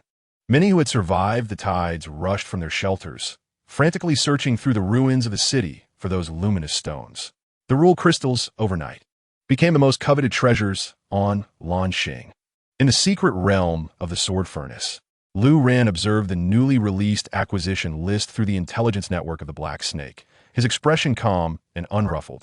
The prices were 30% higher than he had anticipated. It seemed that the officials were indeed desperate. He understood their intentions well. They aimed to monopolize the Rule crystals by harnessing the power of the nation, cultivating top-tier individuals to establish a future system of extraordinary strength for Lanxing. A commendable ambition, yet they had encountered Lu Rant. Through the communication bracelet of the Sumi Shao Shijia, Lu Rant issued a command. "Master, what are your orders?" Came the respectful voice of the Black Snake, infused with the excitement of having survived. "Initiate the dust plan, acquiring all qualities of Rule crystals on the black market at prices 20% lower than the official purchase price. Acquire as many as possible." "Understood, Master." "Furthermore, assist me in conveying a message to Lung Qing Li." Lu Rant paused, a hint of amusement in his tone. "Inform her that a mysterious Sword Immortal is quite interested in the distribution map of her exchange terminal." Severing the communication, Lu Rant's eyes reflected an indifferent mastery of the situation. The officials desired the crystals? Very well. Yet what he sought was the entirety of Lanxing, his future intelligence, resources, and absolute authority. He aspired not merely to be the dealer at the table, but to personally dictate the rules of this game. At that moment, the long-silent Su Kong Diu Jie Shou Qi emitted a faint tremor once more. Lu Rant probed into it with his consciousness. This time, the stream of information was clearer than ever, as though a distant gaze had finally been accurately cast upon him. The first batch of cross-border merchants has departed. Destination: Coordinate 739, New Life Domain, Lanxing. Warning: an Order Weaver's subordinate rule reconstruction team has locked onto this domain. The performance is about to commence. Order Weaver? Lu Rant's actions remained unchanged, yet all his focus honed in on this novel term. A new organization, seemingly of a higher echelon than the Shadow Council, had surfaced, and they appear to be on their way. As dawn broke after the tide of the stars, piercing through the blood-red haze enveloping the city, the air remained thick with the acrid scents of gunpowder, blood, and the stench of otherworldly corpses. Yet, those who had survived ultimately persevered. A storm, fiercer than the monster's siege, had quietly begun to unfold. At precisely 6 o'clock in the morning, an announcement jointly issued by the Tianjin office headquarters of the Great Xia Nation and the Global Extraordinary Alliance reverberated through all surviving channels worldwide. The announcement contained 2 key points. First, the Tianjin Way was officially established. This super force, uniting elite, extraordinary individuals from around the globe, opened its doors to all survivors who had demonstrated courage amidst the tides. Secondly, the Rule Crystal Acquisition Program. The announcement, emblazoned in striking crimson font, accompanied a list that left countless breathless. A subpar gray ash crystal can be exchanged for 100 contribution points, sufficient for a family of 3 to acquire 1 year's worth of basic supplies in the safe zone. An excellent green crystal can be exchanged for 1,000 contribution points, granting qualification for Tianjin Way reserve members. A rare blue crystal can be exchanged for 10,000 contribution points, conferring the status of a formal member of Tianjin Way along with a Class C extraordinary potion. This announcement instantly ignited the ruins of Lanxing. Despair and fear were wholly consumed by a more primal frenzy. Countless survivors rushed out from their shelters towards the monster graves that had once instilled terror in their hearts. The corpses of those death-bringing monsters now glittered like treasures. The luminous stones. Find them. We can survive. A nationwide treasure hunt had commenced. In the Sumi Shao Shurjia, within the Sword Furnace secret realm, Lu Ran sat cross-legged beside the spiritual spring. A screen composed of light suspended in the void before him. The screen displayed the announcement from the Tianjin office. Master, just as you predicted, the officials have made their move. The voice of the Black Snake came through the quantum communication bracelet, tinged with barely contained excitement. Moreover, the price they have offered is 30% higher than our estimates. Lu Rant's expression remained unchanged. High. It was not high enough to persuade those desperate individuals to willingly part with what they had risked their lives to obtain. He saw through the Tianjin office's overt scheme. By establishing an official guide price far exceeding market expectations, they sought to forcibly absorb all scattered rule crystals. They aimed to monopolize resources and cultivate their own top-tier combat forces for Lanxing. A grand, correct endeavor filled with ambition. Unfortunately for them, they had encountered Lu Ran. What is the situation at the official acquisition points? Lu Ran inquired. Master, the response has been tepid, replied the Black Snake with pleasure. The entire city is frantically searching for crystals, yet very few are actually sold to the officials. Why? Because your dust plan has already covered the entire city. Hours before the official announcement was made, Lu Ran's directive had been issued. The dust plan involved utilizing the Black Snake's extensive underground network in the city's dark corners to acquire all rule crystals circulating among civilians at prices 20% lower than the official purchase price, in exchange for tangible goods. Take as many as you can. The contribution points and the promise of a prosperous life in the safe zone were mere futures. In contrast, Lu Ran's offer of compressed biscuits, antibiotics, and clean water was immediate. For the precarious survivors, the choice was straightforward. Excellent. Lu Ran's thoughts functioned like the most precise computer, coldly calculating the flow of funds and resources. He resembled a seasoned financial magnate who had quietly established his position before the game even began. Now, he was the sole dealer in the rule crystal market of Lanxing. Black Snake. Master, please command. Initiate the second step. Gradually release the low-quality crystals we have acquired through multiple channels at slightly lower prices than the official acquisition price. The Black Snake hesitated momentarily. Then his scalp tingled with awe. Master is brilliant. This way, the officials will spend exorbitantly to acquire a mere fraction of what they seek, while keeping the market alive. And we can use this money to procure more crystals. It is a perpetual motion machine. Proceed. Lu Rant's voice was devoid of emotion. This was merely the most fundamental operation of capital. His gaze had long since transcended this tiny planet. Severing the communication, he focused his mind, and the jet black, Su Kong, Du Jieshou Qi, appeared in his palm. The receiver suddenly vibrated faintly. Lu Ran delved into it with his consciousness.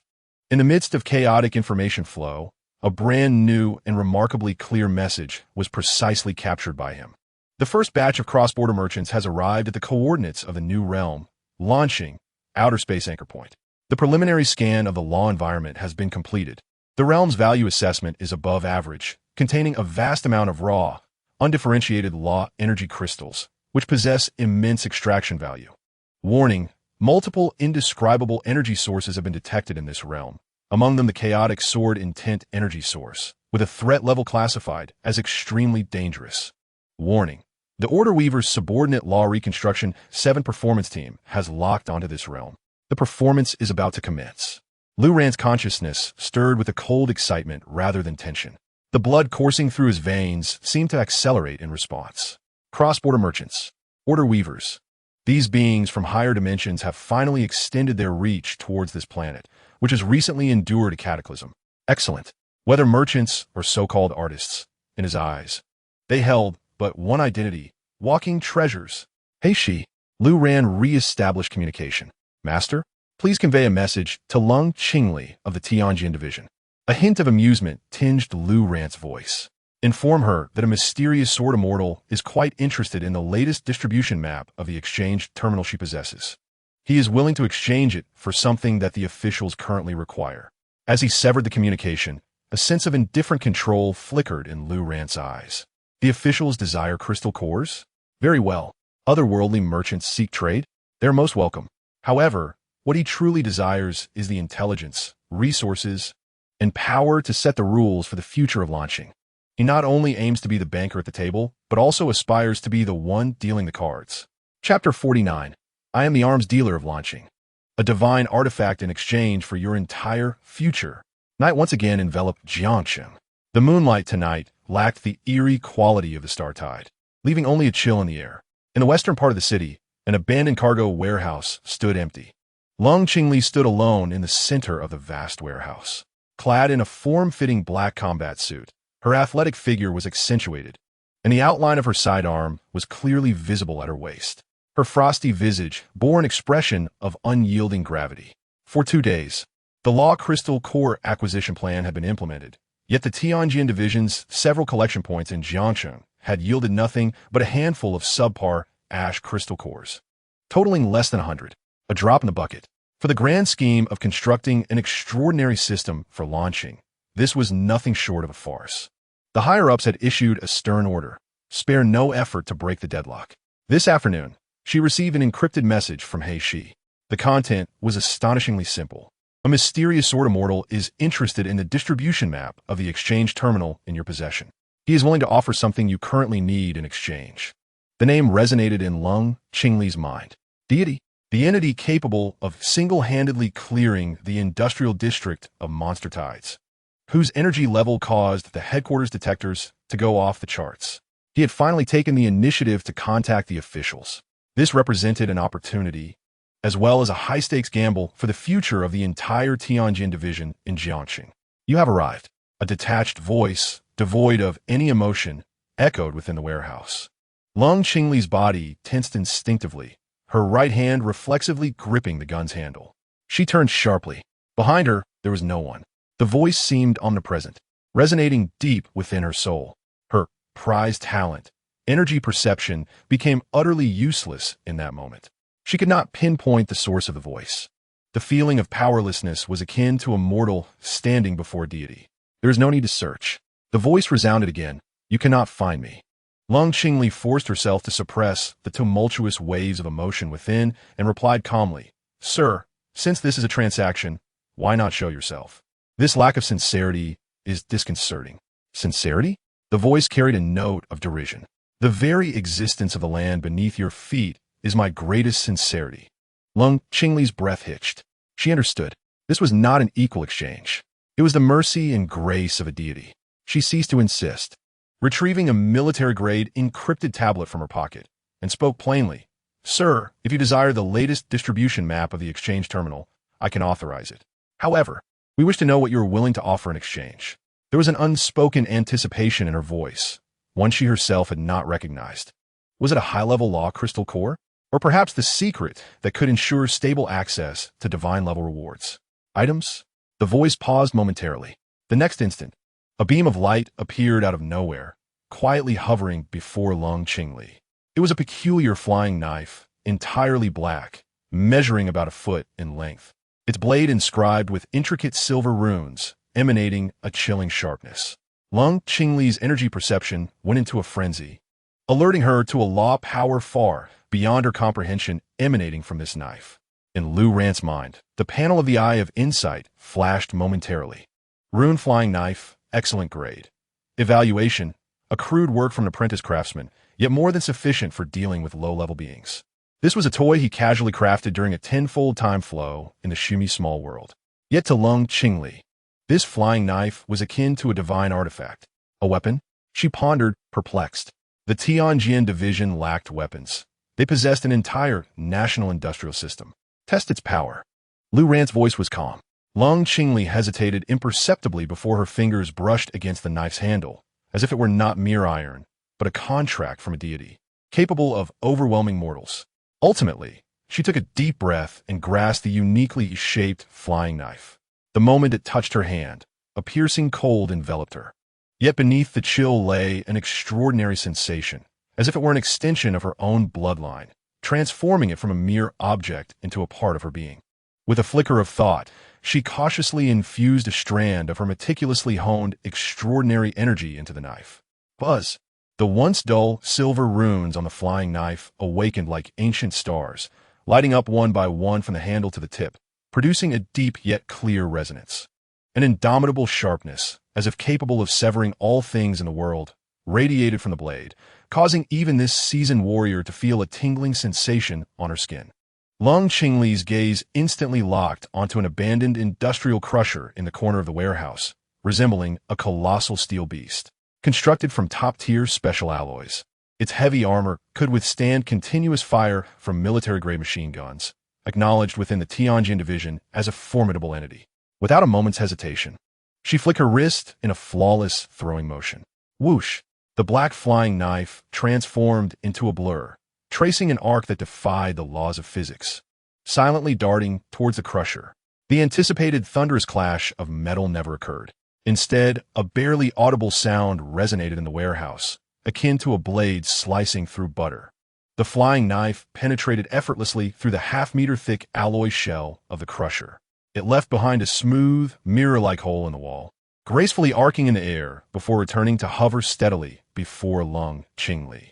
In that moment, the colossal crushing machine lingered in an oppressive stillness for several seconds, when suddenly, a slender black line appeared, piercing through the blade, and with an unstoppable force, it silently traversed the entire body from top to bottom, accompanied by a muted metallic groan. This steel behemoth, weighing several tons, was neatly cleaved in two. The cut was as smooth as a mirror, reflecting the distorted face of Lung Qingli, twisted in sheer horror. How could this be possible? She could no longer maintain her composure, letting out a hoarse and sharp cry, her voice trembling with shock. She understood all too well what the defense of that crushing machine signified. Even the most elite armor-piercing unit of Tianjin Division, wielding the highest technology in ultra-high-frequency vibrating particle blades, needed to cut at the same spot for several seconds to barely create a small opening. Yet this seemingly unremarkable flying knife had effortlessly pierced through with a single strike, even severing in half. This was beyond the realm of technology. This was a law, a pure, unreasonable force stemming from a higher dimension. Now, how do you value this item? Lu Ran's voice resonated once more. Lung Qingli's breath quickened. She instantly grasped the deity's intent. He was not seeking to trade the law crystal core. He intended to barter with this law weapon, capable of altering the course of war. The law crystal core was merely fish, whereas he offered the fishing rod, the method of catching fish.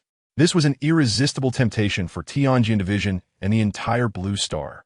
If every Tianjin soldier could equip such a weapon, Lung Qingli dared not pursue that thought further. She abruptly lifted her head and spoke into the empty warehouse. "We have received your sincerity, Your Excellency. I must report to headquarters immediately. Please wait." She did not retrieve the flying knife, for she knew it was merely a prototype. With utmost haste, she dashed out of the warehouse, leaped into an off-road vehicle, and sped towards the Tianjin Division branch at a near-manic pace. The fate of Blue Star might be irrevocably rewritten from this night onward. Inside the warehouse, silence returned once more. Lu Ran's silhouette slowly emerged from the shadows. He glanced at the severed crushing machine with indifference. This was merely the beginning. His ambition was to become the sole arms dealer of Blue Star, making the government his largest workforce. Utilizing the might of the entire national apparatus to gather resources scattered across Blue Star to address those nuisances he deemed as insignificant as ants. He himself could completely extricate from these tedious affairs, freeing his hands to concentrate fully on the impending feast worthy of his intervention. To welcome those guests who traverse boundless dimensions, embodying greed and arrogance, believing themselves to be hunters. He raised his head, his gaze piercing through the roof towards the profound night sky. Within his sword-heart transparency vision, several uniquely designed energy ships silently descended upon the desolate wilderness outside Jiangqing. A remarkable black market of the multiverse was about to commence. Let me see what fine treasures you interdimensional merchants have brought. Lu Ran's figure once again blended into the shadows, vanishing from sight. Chapter 50. A drop of essential oil in exchange for divine status. The multiverse as my ATM. 100 kilometers east of Jiangsheng, a chaotic rocky wasteland formed by tectonic shifts lay before him, a forbidden zone for life. Under normal circumstances, even the lowest-tier mutated creatures would not dare tread here. Yet tonight, a bizarre spectacle emerged at the center of the wasteland. The space rippled like undulating water waves. Ships of varied designs slowly emerged from the void. Some resembled enormous crystals shimmering with iridescent light, while others were grotesque creations of gears and steam. And even a colossal star beast floated in the air, its body as grand as a mountain. The first batch of interdimensional merchants had arrived. They hailed from disparate dimensions, representing diverse civilizations, yet were drawn together by a singular desire: the Law Crystal Core. As the last ship came to a halt, a marketplace constructed of light materialized in the center of the wasteland. Stalls, streets, and a dazzling array of rare treasures appeared, also astonishingly real, yet imbued with an ethereal quality. The black market of the multiverse, a temporary trading point that only opens at the intersection of dimensions. Is this the new realm number 739? The primal essence of the law in the air is intoxicating. A figure cloaked in shadows let out a raspy laugh, with only 2 crimson glimmers flickering beneath the hood. Do not take it lightly. The warnings from the void beacons have reached you all. This world harbors indescribable entities. On the other side, a merchant from a mechanical civilization emitted a cold, synthetic voice, its body composed of frigid, precise metal. What powerful beings could possibly exist in a newly baptized realm? Likely just locals who stumbled upon a few ancient relics.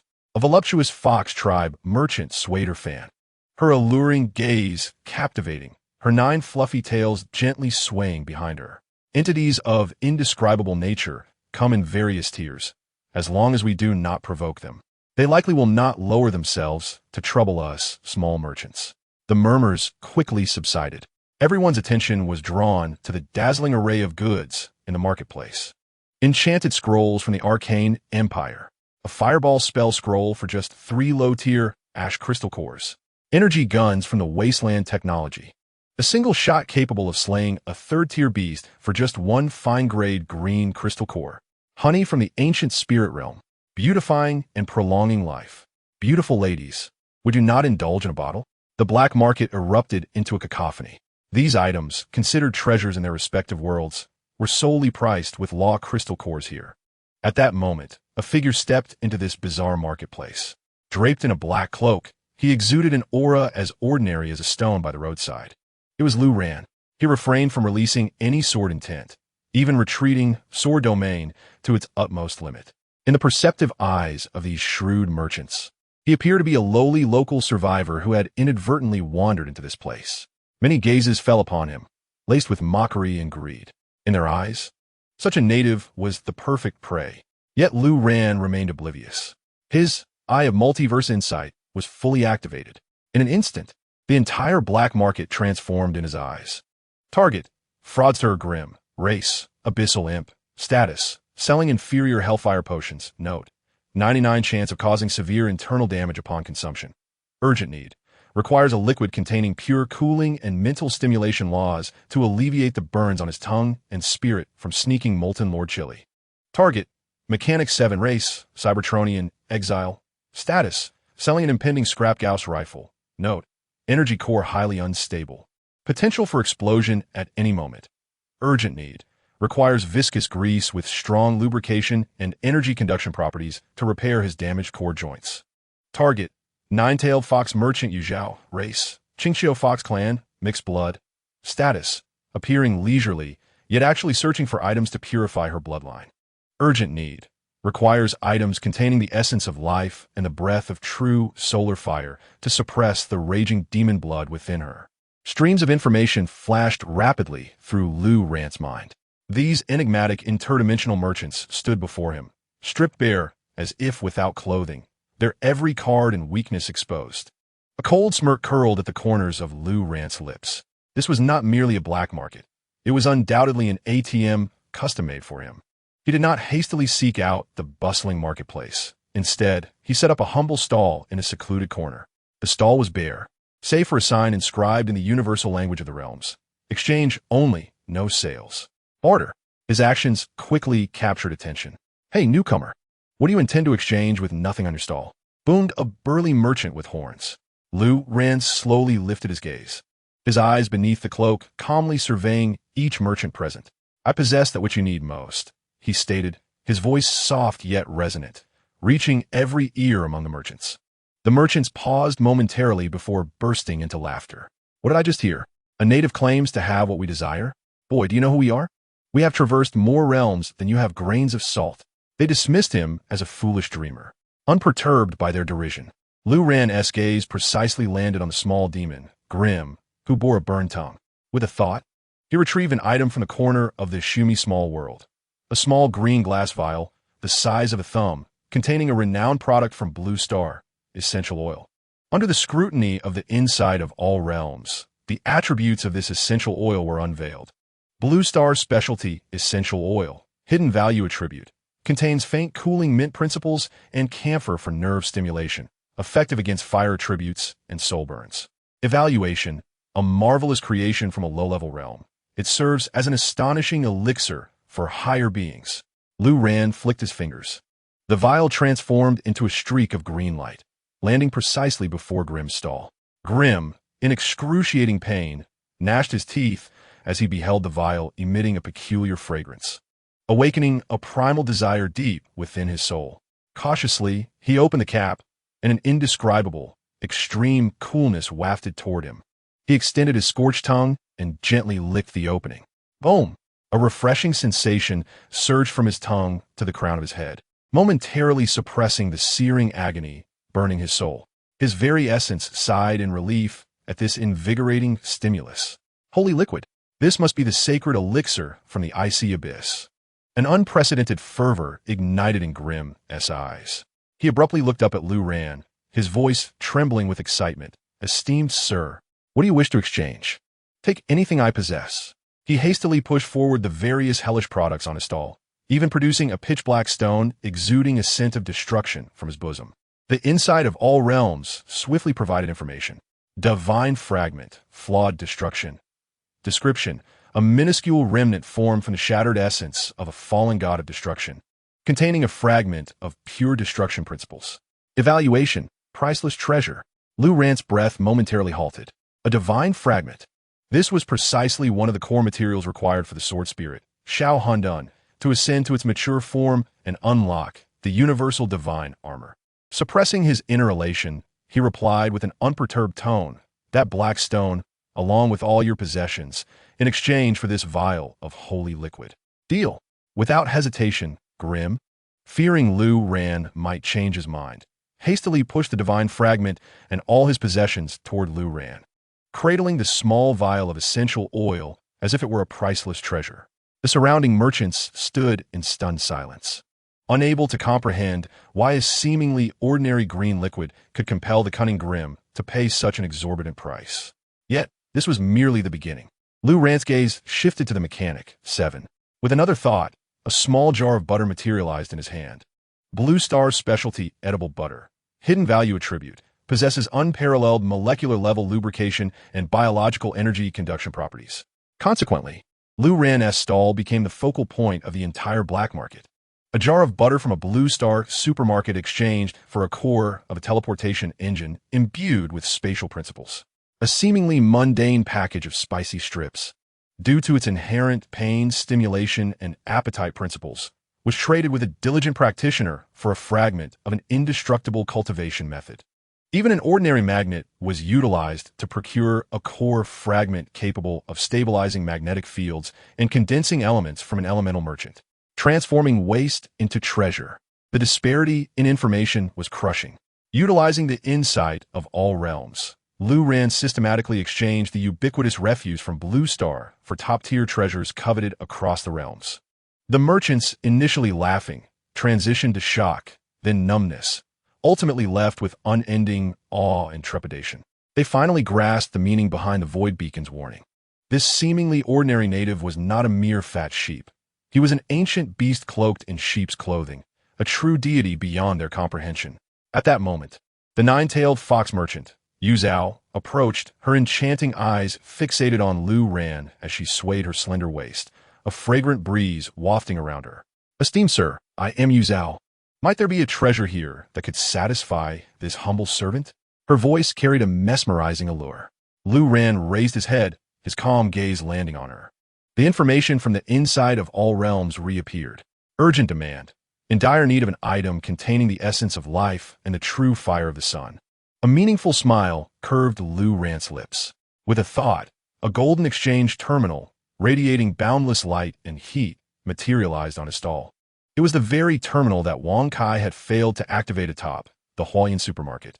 Its exchange reward was rare flame talent, seed of the sun. The corners of Lu Ran's mouth twisted into a knowing arc. He summoned forth the golden terminal, which shimmered with radiant energy. In the gaze of the insight of all realms, its exchange reward was crystal clear, rare flame talent, seed of the sun. This item, while not entirely compatible with Lu Ran's chaos ore body, was of little consequence to him. Yet for the nine-tailed fox merchant, who desperately needed the sun's true fire to purify her bloodline, it was a lifeline, a singular ladder to a higher plane of existence. The moment the golden terminal appeared, Yu Zhao's enchanting gaze froze, her alluring demeanor evaporating, replaced by sheer astonishment and fervor. She felt it, that pure essence emanating from the core of a star, the true fire of the sun. It was the supreme divine object she had yearned for, traversing countless realms in search of it. This, Yu Zhao's voice trembled as she fixated on the golden terminal, as if glimpsing her path, her future. The surrounding merchants erupted into chaos. Another divine object? Good heavens! Who is this native? Is he a walking treasury of deities? First the invigorating holy liquid, now the terminal containing the true fire of the sun. My understanding of reality is being turned upside down. All the merchants' gazes were fixated on Lu Ran, filled with awe, greed, and a deeper, more profound fear. This seemingly ordinary native exhibited a depth of character that far surpassed their expectations. Lu Ran paid no heed to the surrounding clamor. His calm eyes rested upon Yu Zhao, his voice indifferent yet imbued with an undeniable authority. This object is known as the seed of the blazing sun. It requires extreme heat to activate, akin to a star on the verge of explosion or a full-force strike from a fire deity. As Lu Ran slowly articulated the activation conditions, each word struck Yu Zhao's heart like a heavy hammer. Her complexion instantly turned pale. Such stringent requirements were an insurmountable task for her. Just as hope flickered to life, it was mercilessly extinguished. The feeling of plummeting from heaven to hell nearly shattered her resolve. However, Lu Ran's next words rekindled a glimmer of hope. "However, I can assist you in activating it." Yu Zhao suddenly raised her head, her eyes bursting with incredulity. "My lord, are you serious?" "Inevitist," Lu Ran replied, his tone still tranquil. "Yet, there's no such thing as a free lunch. What price are you willing to pay for this opportunity?" Without a moment's hesitation. Yu Zhao understood this was her sole chance, her only possibility to alter her fate. She bowed deeply to Luran, lowering herself to the utmost degree. My lord, I, Yu Zhao, along with the Qingqiu Merchant Association behind me, am willing to offer everything. With a wave of her hand, all the exquisite goods from her stall levitated and soared toward Luran. These are all the rare treasures I have collected over my travels through 37 realms. Following that, she removed a silver bracelet shimmering with spatial fluctuations from her wrist. This is my storage artifact, the Jizihuan, containing a 100-mile space filled with all the liquid assets of my Qingqiu Merchant Association. Having done all this, she still felt it insufficient. Gritting her teeth, she retrieved an ancient jade slip from her bosom and presented it with both hands. My lord, this is our Qingqiu Fox clan's closely guarded secret, documenting spatial markers of over 100 nearby wild black markets and temporary wormholes. Among them is even an ancient trade route leading to the Shattered Star Ring. The moment the jade slip emerged, gasps echoed around them. For these interrealm merchants, a stable and covert trade route held greater value than certain divine artifacts. This meant endless resources and wealth. The nine-tailed fox had truly wagered all her possessions, even the future of her merchant association, for this opportunity. Luran's Inside of All Realms swiftly scanned the treasures. Most of the peculiar items were flashy but superficial, yet abundant in quantity. The Jizihuan was indeed a commendable spatial device, far surpassing his quantum personal space. However, the jade slip containing the spatial markers was the real priceless treasure. It opened the door to a broader world for Luran. Excellent. A hint of satisfaction finally crept into Luran's voice. With a wave of his hand, he gathered all the items into his Shumi small world. Then, his gaze returned to the golden seed of the blazing sun terminal. Under the tense, expectant, and astonished gazes of all the merchants, Luran slowly extended a finger. His fingertip bore no extravagant visual effects nor any earth-shattering aura. Only a barely perceptible stream of chaotic sword intent, seemingly capable of devouring all, quietly coalesced. He gently tapped the terminal, which required extreme heat to activate. Buzz. Contrary to expectations, there was no raging inferno nor terrifying heatwave. The golden terminal, upon contact with Luran's chaotic sword intent, seemed to recognize its sovereign. The solar true fire laws contained within offered no resistance. Instead, it yielded humbly to that strand of chaotic sword intent, instantaneously assimilating, deciphering, and then detonating. Boom! A dazzling golden beam shot skyward. Within the pillar of light, a seed composed seemingly of pure sunlight slowly emerged, radiating a terrifying heat that made the entire black market tremble. Ding! Exchange successful. You have acquired the rare flame talent, Seed of the Blazing Sun. Luran flicked his finger, and the Seed of the Blazing Sun transformed into a stream of light, merging into Yu Zhao's third eye. Instantly, Yu Zhao's body was enveloped in boundless golden flames. Yet, the solar true fire, capable of scorching mountains and boiling seas, inflicted no harm upon her.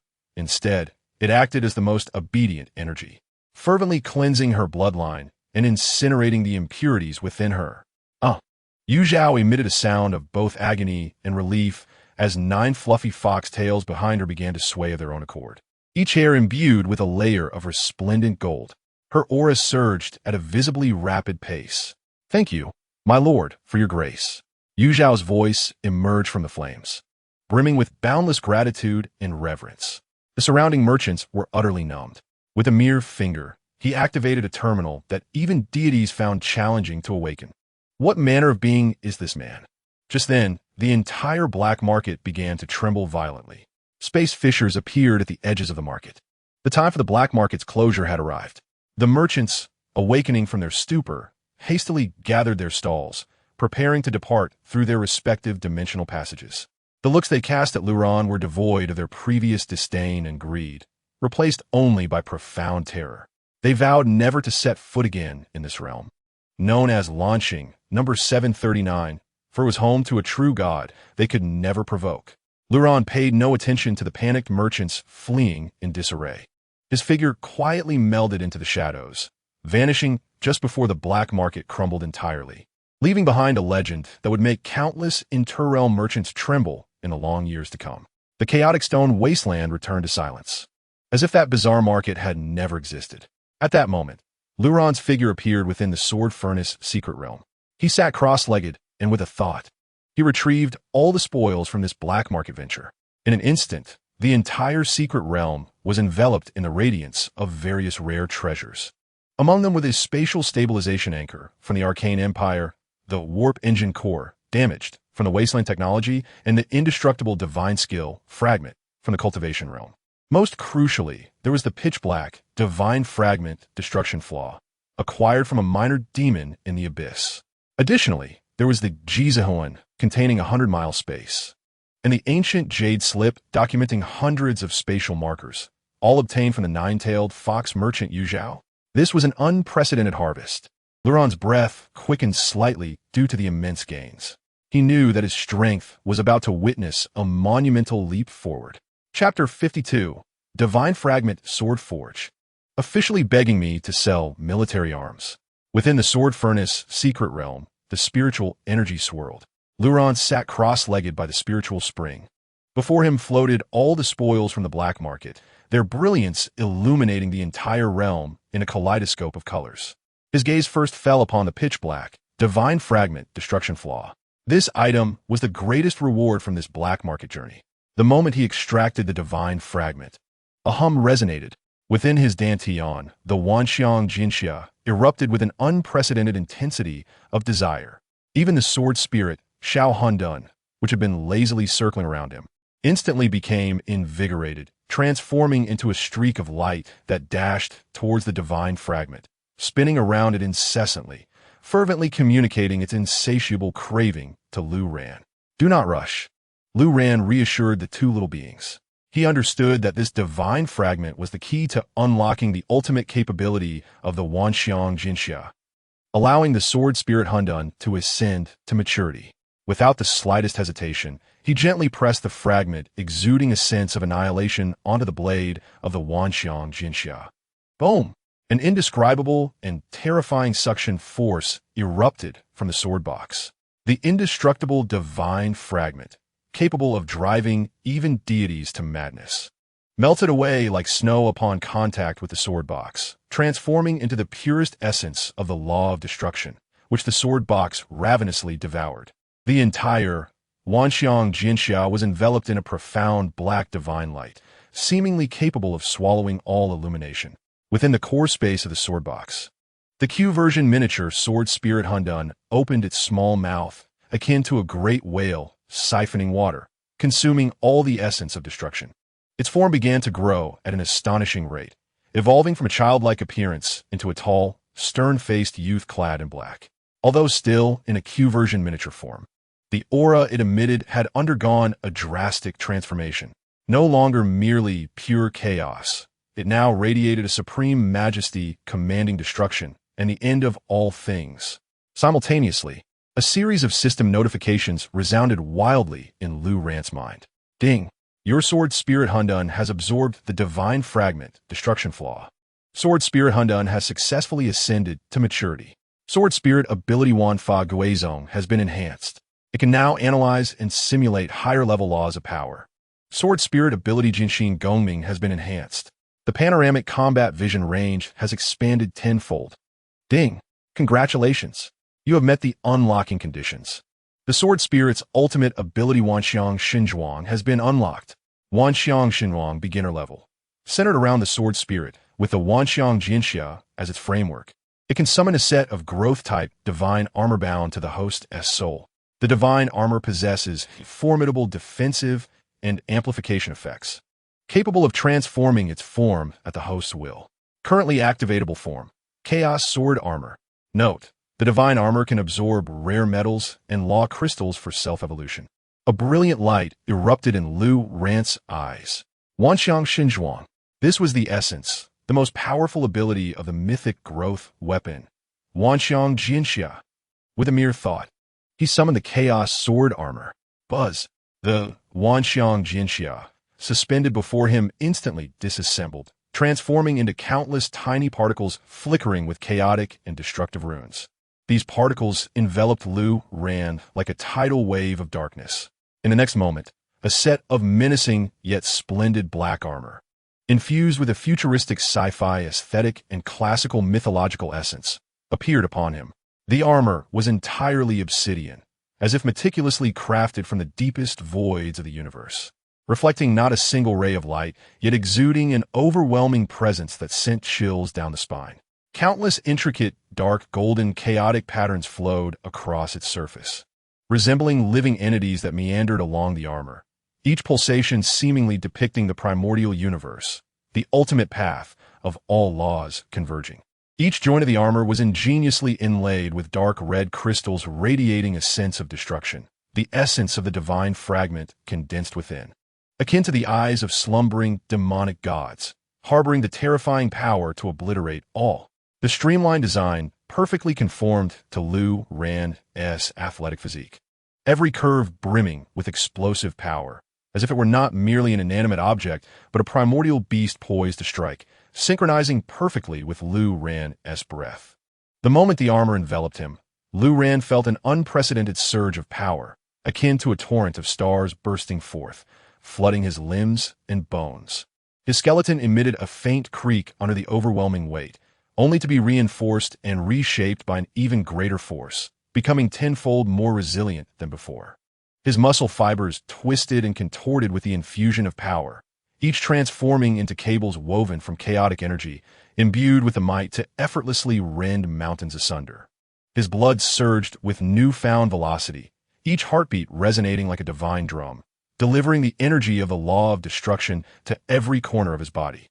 In this instant, his strength, speed, and defense experienced terrifying amplifications, multiplying by several times, even dozens of times. This was a purely physical enhancement, devoid of any rationale, granting him the illusion that he could confront the stars with his mere corporeal form. More importantly, he sensed that his bond with the sword spirit Shao Hundun had reached an unprecedented level of intimacy. He was no longer merely engaging in spiritual communication with the sword spirit. It felt as if he had donned the spirit itself, their souls and wills completely intertwined. It was as if he possessed a second body, with every part of the armor responding to his will as effortlessly as his own arms. With a slight thought, the armor covering his right arm transformed instantly into a massive shield adorned with chaotic runes, capable of withstanding an epic-level attack. With another thought, the shield retracted, replaced by a 3-foot-long blade of destructive energy extending from his gauntlet, its dark red edge flickering ominously, slicing through the surrounding space. He could even distinctly feel that the armor plates extending from his back, akin to a spine, could unfurl in an instant, transforming into a pair of colossal chaotic wings, granting him the speed to tear through the heavens. This chaos sword armor was not merely a defensive ensemble, it was the ultimate weapon, versatile in form and unified in offense and defense. Lu Ran slowly clenched his fist, sensing the roaring power coursing within him, filled with awe. This set of armor was not just for defense. It was a weapon of war. He even felt that now, without activating the Jinyu, the power of this divine armor alone was sufficient to easily crush the epic-level sword demon he had previously encountered. Just as Lu Ran reveled in the joy of his burgeoning strength, the quantum communication bracelet he placed aside suddenly began to vibrate violently. It was an urgent communication from He Shi.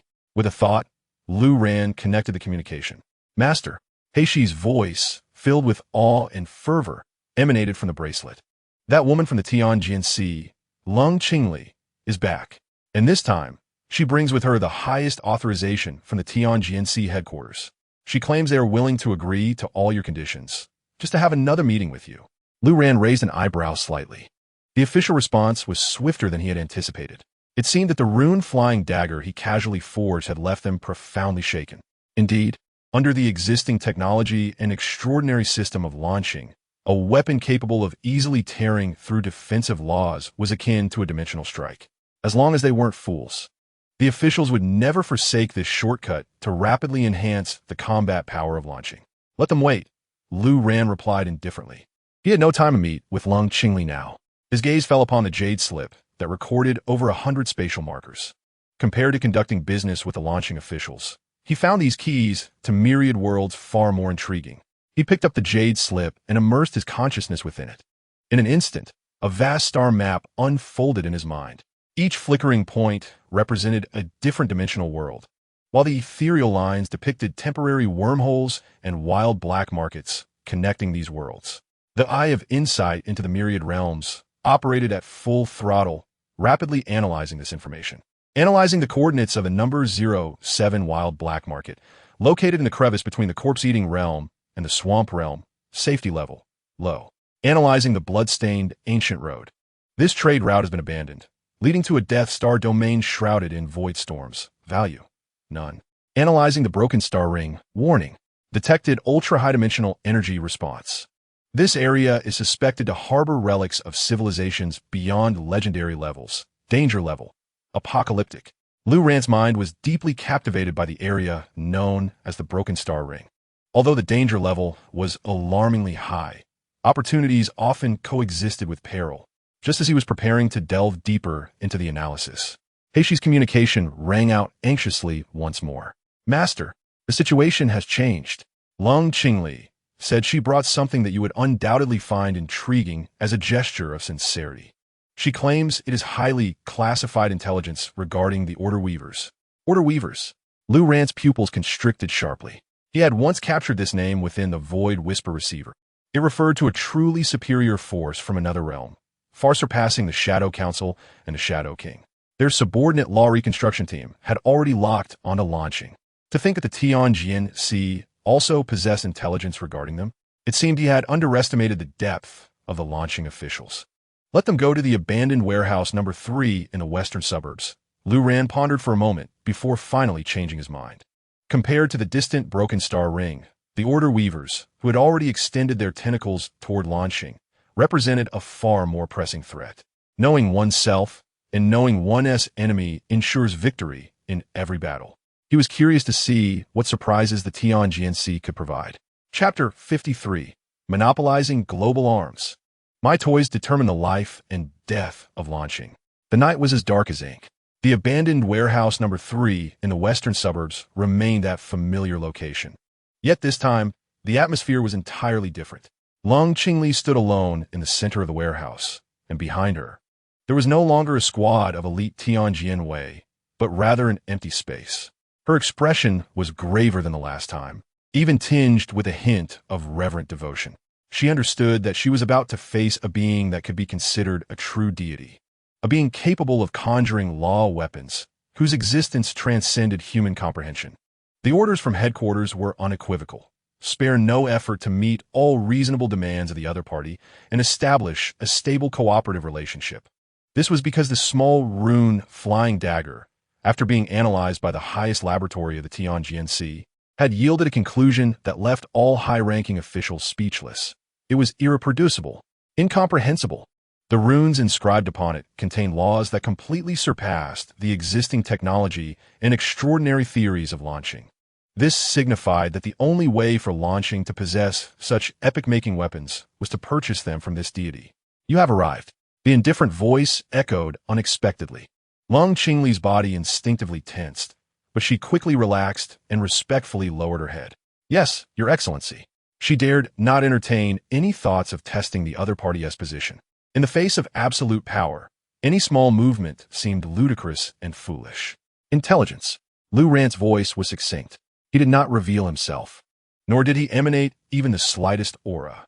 Yet Lung Qingli could feel an invisible pressure, seemingly emanating from a higher dimension, enveloping the entire warehouse. Beads of cold sweat formed on her forehead. She dared not be negligent for even a moment and promptly took out a specially made, encrypted USB drive from her bosom. Your Excellency, this is all the high-dimensional information flow we captured during the analysis of the Celestial Tide, combined with fragmented prophecies obtained from a certain myth-level replacement terminal, ultimately organized into comprehensive intelligence regarding the Order Weavers. Our understanding of them is also very limited. We only know that they are a terrifying organization focused on weaving and reconstructing the laws of the world. They act as the correctors of the universe, erasing any civilization they deem discordant, and launching, due to the Celestial Tide and exposed coordinates, has already been marked by their subordinate 7th Performance Team as the next stage for their performance. Performance? Lu Ran's voice bore a hint of confusion. Indeed, a performance. Lung Qingli's tone was laden with bitterness. According to the fragmented prophecy, the Order Weavers never directly waged war. Instead, they transformed the target world into a grand stage, setting the script and guiding, or rather forcing, all living beings within that world to act according to their script. The conclusion of a performance often signified the end of a civilization or its complete reconstruction into the form they desired. The warehouse fell into a deathly silence. Lung Qingli awaited nervously. She was uncertain whether this intelligence would satisfy the deity. After a long while, Lu Ran's voice finally resonated again. Interesting. Your intelligence is somewhat useful to me. Upon hearing this, the weight that had been pressing on Lung Qingli's heart was finally alleviated by half. Then, Your Excellency, regarding the transaction for law weapons, she cautiously inquired. My conditions. Hey, she should have conveyed them to you already. Lu Ran's voice returned to its previous indifference. First, I require all high-quality law crystal cores collected by the Tianjianxi and the Global Extraordinary Alliance behind you, especially epic and legendary levels. I want them all. Second, I need a real-time, updated, and the most complete distribution map of replacement terminals, including those unknown terminals classified as restricted areas by you. In exchange, I can provide you with 100 rune weapons armed to the teeth every month. Lung Qingli's breath quickened instantly. 100 weapons. This number far exceeded her expectations. It was enough to qualitatively enhance the combat power of the most elite teams within the Tianjianxi in a short time, although the conditions were exceedingly harsh. Monopolizing the top strategic resources of Lanqing's future, she knew that headquarters had no other choice. On behalf of the Tianjianxi and the Global Extraordinary Alliance, I agree to your conditions, Lung Qingli stated with unwavering determination. Good. Lu Ran's voice revealed no hint of emotional fluctuation. This is the first batch.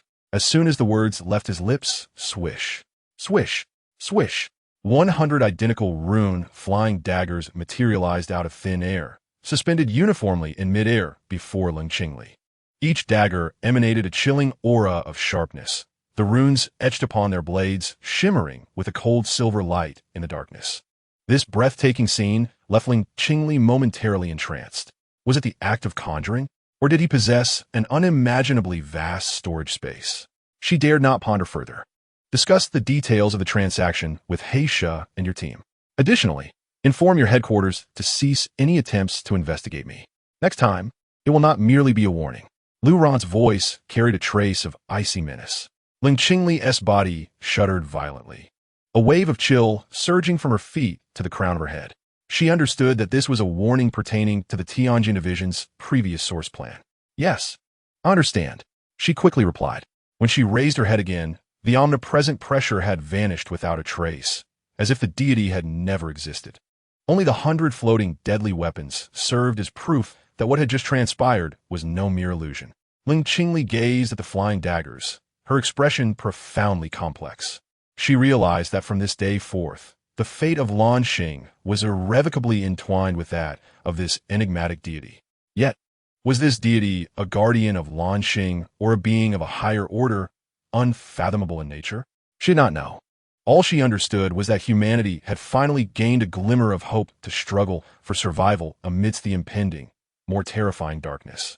Within the Shumi small world, Lu Ran's figure gradually materialized. He casually tossed a secured USB drive containing information about the Order Weaver to Jianling Xiaohuanduan. Xiaohuanduan, analyze it. Yes, Master. The black-clad youth form of Xiaohuanduan respectfully accepted the USB drive, his eyes emitting streams of data as he rapidly decrypted and analyzed the information contained within. Meanwhile, Lu Ran redirected his focus back to his cultivation. The transaction with the authorities was merely a cog in his grand design. Harnessing the power of the official forces to gather resources across Lanqing would liberate him from the tedious accumulation of raw materials, allowing him to concentrate on enhancing his own strength. The law crystal cores continuously supplied energy. In a small world where time flowed at tenfold speed, he could produce rune weapons in mass quantities with the efficiency of an assembly line. This was a guaranteed profit. He sat cross-legged, his mind focused, retrieving thousands of multicolored law crystal cores from Yu Zhao's mustard seed ring. These were the stock of the Qingqiu Commerce Guild. Although the quality was generally subpar, the quantity was substantial. Xiao Huanduan, these are your treats. Lu Ran piled the crystal cores before Xiao Huanduan. Thank you, master. Xiao Huanduan exclaimed joyfully, diving into the pile of crystal cores, devouring them like a hamster, his aura gradually expanding. After settling the sword spirit, a hint of gravity crossed Lu Ran's face. He gazed upon the few genuinely high-quality epic crystal cores he had acquired from the black market. Taking a deep breath, he began to operate the Chaos Sword body with all his might. With the augmentation of tenfold time flow, his cultivation speed reached an astonishing degree. Each epic crystal core was crushed to powder in his hands, the pure law energy being consumed voraciously by his sword body. His aura surged steadily. However, merely 3 days had passed, less than 8 hours in the outside world, when Lu Ran suddenly opened his eyes, his brows furrowing tightly. The epic crystal cores before him had been nearly exhausted. Moreover, his Chaos Sword body, after an initial rapid advancement, had once again hit a bottleneck. With its growth rate slowing to a crawl, he was abruptly awakened to the harsh reality. The tenfold time flow meant that his cultivation speed was 10 times that of the outside world. Yet correspondingly, his resource consumption rate was also tenfold. He had fallen into a new and far more terrifying resource predicament. The meager law crystal cores collected from the Lanxing authorities were utterly inadequate to sustain such a voracious consumption. It was akin to a dragon trapped in a small pond, rapidly depleting its water supply. He had to explore new, more productive resource sites. A steely determination flickered in Lu Ran's eyes. The novice village of Lanxing could no longer accommodate his growth. He needed to take the initiative and venture into the broader realms of the myriad worlds. Chapter 54. Tenfold cultivation depletes Lanxing. The illusionary realm of the neighboring city hides the divine. The alarm bells of resource depletion rang loudly in Lu Ran's heart. He stood by the spiritual spring of the Shumi small world, acutely aware of the insatiable hunger emanating from his Chaos Sword body, his expression more serious than ever. The tenfold time flow was a double-edged sword. It allowed Lu Ran to attain levels of cultivation in a fraction of the time that others would take decades to achieve. Yet the cost was the necessity of a vast reservoir of resources to support such a terrifying rate of cultivation. Clearly, Lanxing was not that place. It was merely a novice village newly ensnared in the game of the myriad worlds, impoverished in resources and limited in yield. Master, the market for law crystal cores within and around Jiangsheng has been completely depleted. Heisha's urgent communication confirmed Lu Ran's assessment. Our people have scoured all known anomaly regions and terminal refresh points. Even the official acquisition points have not received a single high-quality green crystal core in recent days, let alone blue ones. The entire market seems as though it has been thoroughly drained. A wry smile crept across Lu Ran's lips. That something was none other than himself. His consumption alone had emptied the extraordinary ecosystem of the entire Jiangsheng and its surrounding areas. This monopolistic and frenzied cultivation was unsustainable. He again turned his gaze to the latest distribution map of the exchange terminals transmitted by the Tianjin division. This map was 100 times more detailed than the previous version, encompassing nearly all known terminal information in the Great Xia Kingdom. The vast majority of terminals were marked white and green, many of which were exhausted or abandoned. Clearly, in the wake of the Star Tide's treasure-hunting frenzy, the value of these low-level terminals had been completely drained. Lu Ran's gaze swiftly traversed the map, invoking the full power of the Eye of Myriad Worlds in sight, filtering out those terminals marked by the authorities as high-risk or unknown. Soon, his attention was captivated by a golden marker located in the neighboring city of Linen. Special Golden Terminal, Myriad Manifestations Illusion. Official description: a trial of heart and will, a labyrinth of inner demons, with an extremely high energy level and unknown properties. Several A-grade extraordinary squads have entered for exploration, all of which ended in failure, with survivors either mad or foolish, suffering severe mental trauma. Rewards unknown, danger level S. A labyrinth of inner demons? A flicker of interest crossed Lu Ran's eyes. For one who had comprehended sword heart clarity, any trials targeting the mind or illusions would be inconsequential. This was practically a bespoke challenge for him. Moreover, a golden terminal that had led A-grade extraordinary squads to total annihilation would undoubtedly offer extraordinary rewards. He had to visit. Lu Ran made his decision instantly. However, he did not set off immediately. Linen, as one of the core cities of the Eastern War Zone, was far beyond Jiangqing in terms of the Tianjin division's influence. Recklessly intruding into an S-level danger zone under tight surveillance by the authorities would inevitably lead to unnecessary trouble. He needed a reasonable justification, or rather, a transaction that the Tianjin division could not refuse. He, assuming the enigmatic identity of the Sword Immortal, re-established contact with Ling Qingli through Heisha. This time, his request was rather straightforward. He sought detailed intelligence regarding the Wanxiang Huanjing and an uninterrupted opportunity to enter. When this message reached Ling Qingli's ears, she was in the midst of reporting to headquarters about the allocation plan for the law weapons. Upon hearing this request, she found herself engulfed in a tumultuous internal struggle. The latest directive from headquarters mandated collaboration and observation of the deity, striving to accommodate his requests, yet under the condition that he must not become increasingly uncontrollable. The Wanxiang Huanjing represented the most significant unstable factor in Linen City. Providing him with this information would be akin to granting a wild tiger, already beyond restraint, a pair of wings. Just as she wavered, Heisha's communication came through once more. My master says that if Tianjin finds it troublesome, then so be it. Furthermore, the next batch of law weapons may be indefinitely postponed due to a shortage of raw materials. A blatant threat. Ling Qingli's expression instantly darkened. She realized she had no room for negotiation. The future of the entire Blue Star was, to a certain extent, tied to this transaction. Gritting her teeth, it seemed she had made a difficult decision. Wait, tell your master that I require more leverage. Moments later, an encrypted file was sent to Ling Qingli's terminal. Inside the file were 10 newly forged runic weapons. Unlike before, these 10 flying daggers bore a new silver rune, tracking, that emitted spatial fluctuations. In addition to the sharpness and armor-piercing runes, Runic Flying Dagger, Elite Level. Runic Core, Sharpness, Master Level. Armor-Piercing, Master Level. Tracking, Elite Level. Effect, able to lock onto the spatial coordinates of the struck target for 10 minutes. Upon seeing this attribute, Ling Qingli's pupils constricted to the size of pinpricks. Tracking, Spatial Coordinate Locking. What did this imply? It meant that once struck by such a weapon, the enemy would have nowhere to hide. This held immeasurable strategic value for pursuing those elusive otherworldly beings and even contending against the elusive existence of the Order Weavers. She could not refuse, nor did she have any rationale to do so. The deal was sealed. Taking a deep breath, Ling Qingli encrypted and sent a top-secret intelligence report regarding the Wanxiang Huanjing. Simultaneously, she exercised her S-level authority to issue a command to the Linen City branch.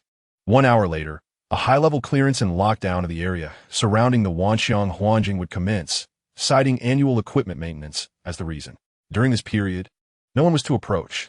After completing all of this, Ling Qingli leaned weakly against her chair, feeling as though she had been drained of all her strength. She understood that she was engaged in a high-stakes gamble, betting that this deity, upon acquiring greater power, would still stand on the side of humanity. Meanwhile, Lu Ran had already obtained all the intelligence on the Wanxiang Huanjing. Without a moment's delay, he vanished into the Sword Furnace secret realm. His next destination was Linen City. A brand new stage, filled with unknowns and opportunities, awaited his arrival. To him, the so-called Heart Demon trial was merely a one-sided massacre about to commence. Chapter 55. The Illusion of the 100-meter Mirrored Demon Ex-Girlfriend. Shattering the delusion to prove the Sword Heart. Linen City, as the core hub of the eastern war zone of the Daxia Kingdom, boasted a prosperity and scale that far surpassed Jiang City. Towering skyscrapers, juxtaposed with defensive fortifications composed of energy shields, filled the city with a cyberpunk aesthetic reminiscent of a post-apocalyptic world. On the streets, one could see numerous hurried, transcendent beings, their energy fluctuations predominantly above the third tier. The Tianjin Guard patrols, clad in black exoskeleton armor and wielding energy weapons, maintained order in every corner of the city. The transcendent civilization here had evidently reached a remarkably mature stage. Lu Ran donned a slight disguise as he walked through the bustling streets of Linen City, activating his Wanjie Dongcha Jiyin to quietly observe this unfamiliar city. He discovered that the power dynamics within the city were intricate, with several powerful civilian transcendent guilds existing alongside the official Tianjin Sea, and even some secretive organizations with deep ties to otherworldly entities lurking in the shadows. The control of the Tianjin here was not absolute. He made no stops elsewhere and headed directly to the People's Square located in the city center. In the center of the square stood a massive cube, reaching a height of 100 meters and constructed entirely of pure reflective surfaces, silently reflecting the light of the sky, exuding an air of mystery and oppression. This was the Wanxiang Huanjing. Surrounding the cube, the Tianjin had erected a warning line several hundred meters away, with dozens of elite Tianjin guards solemnly stationed around it, prohibiting anyone from approaching. Despite this, hundreds of thousands of transcendent beings gathered beyond the warning line, pointing and discussing the enormous mirror cube. Is this the Wanxiang Huanjing? Truly lives up to its name. Just gazing upon it feels as if one's mental energy is being drawn in. I heard that last month, the leader of the Mad Lion battle group, an authentic peak A-level powerhouse, entered to challenge it, but within 3 minutes he was carried out and is still lying in a mental hospital. Alas, this place is a meat grinder, specifically designed to consume us strong ones. Who knows why the officials placed it in the city center? What else could it mean? A selection process. It is said that anyone who can emerge alive, even for just a minute, will experience a qualitative leap in strength. If one can break the record, unimaginable divine rewards await. Blending into the crowd, Lu Ran listened to the conversations around him, gaining clarity on the situation. The authorities had designated this place as a public challenge point, partly to sift out true top-tier powerhouses and partly to intimidate the restless civilian forces within the city. He employed his Wanjie Dongcha Jiyan to conduct a thorough analysis of the Wanxiang Huanjing. Name: Wanxiang Huanjing, high-level spiritual interference type terminal. Link dimension: Heart Demon Realm, legendary level. Core rules: entrants will confront their innermost obsessions, fears, and desires. Performance within the illusion will directly determine the quality of the ultimate reward. Evaluation: an excellent trial ground for sword heart practitioners. After confirming the information, Lu Ran no longer hesitated. He traversed through the crowd and approached the warning line directly. Halt! Military restricted zone, no approaching. A Tianjin guard immediately stepped forward, sternly admonishing him. Lu Ran said nothing, merely displaying the temporary pass representing S-level authority that Ling Qingli had provided him. Upon seeing the special emblem on the pass, the Tianjin guard's expression changed dramatically, and he immediately stood at attention, saluting. Commander! He dared not impose any further obstruction and promptly opened the entrance to the warning line. Lu Ran's actions instantly drew the attention of everyone nearby. Who is that guy? How does he possess an S-level pass? He looks unfamiliar, and his aura is rather plain. Could he be some relative from a prominent family? A relative? In front of the Wanxiang Huanjing, there are no relatives to speak of. To enter is to face a struggle for survival. The surrounding transcendent beings cast glances of disdain, sympathy, and anticipation at the unfolding drama. Lu Ran remained oblivious to their gazes. He calmly walked up to the towering mirror cube. An officer from the Tianjin, tasked with guarding the area, approached him, saluted, and then expressionlessly stated, Commander, as per regulations, I must remind you, the mortality rate of Wanxiang Huanjing reaches a staggering 87, with a disability rate, mental breakdown, of 129. Please think twice. His gaze carried a hint of warning and counsel against proceeding. Clearly, he regarded Lu Ran as just another privileged youth seeking to gild his reputation. I understood. Lu Ran replied with a mere 2 words. Then, amidst the mocking and astonished gazes of all present, he extended his hand and calmly pressed it against the frigid, glistening surface. An irresistible force surged forth. In an instant, his consciousness was drawn from his body, plunging into a warm and gentle realm, reminiscent of the initial white light of life. As the radiance faded, Lu Ran found himself seated at a familiar, somewhat worn computer desk. Outside the window lay the well-known cityscape at night, and unfinished planning documents were scattered across the keyboard. A savory aroma wafted from the kitchen. Lu Ran, stop working and come eat. A voice, so familiar it caused his heart to momentarily falter, emerged from the kitchen. He slowly turned his head to see Lu Yin, the woman he once believed would be by his side for a lifetime, who had ultimately cast him aside for the sake of a mere apartment. Dressed in a charming apron and wearing a gentle smile, she brought steaming plates of home-cooked dishes to the table. You look exhausted. Those dark circles under your eyes are showing. Lu Yin tenderly approached, wrapping her arms around him from behind and resting her cheek against his back. I'm sorry. I was only joking when I mentioned breaking up before. I would never truly leave you. Her voice was so tender it seemed to exude warmth. The world had not changed. There were no terminal exchanges, no myriad realms, no bloodshed or violence. He remained the ordinary worker, tirelessly striving for a living, and the woman he loved was still by his side. In this moment, Lu Ran's heart, which had grown as cold as steel amidst endless slaughter, experienced a barely perceptible ripple. Yet this ripple was akin to a boulder cast into a tranquil lake. Buzz, the sword heart, divine ability, was instantaneously activated. A pure and unyielding sword intent erupted from the depths of his soul. All manifestations are but illusions. Lu Ran's gaze instantly regained clarity and indifference. The perfect world before him was suddenly marred by spiderweb-like fractures in his eyes. As the illusion failed to tempt him, its true nature was revealed. The gentle Lu Yin transformed in an instant into a monstrous entity composed of flesh and resentment, opening its gaping maw to devour him. The city outside morphed into an endless abyss, horrifying entities he had once glimpsed.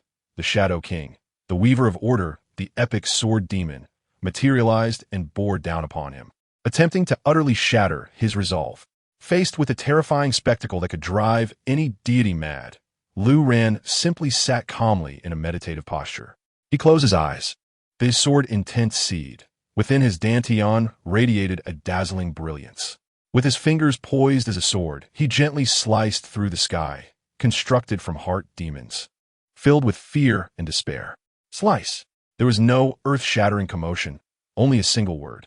Yet, that word contained the supreme sword path capable of severing all laws and dispelling illusions. Crack. The entire illusory world shattered like a canvas cut by an unparalleled blade, instantly filled with intersecting fractures.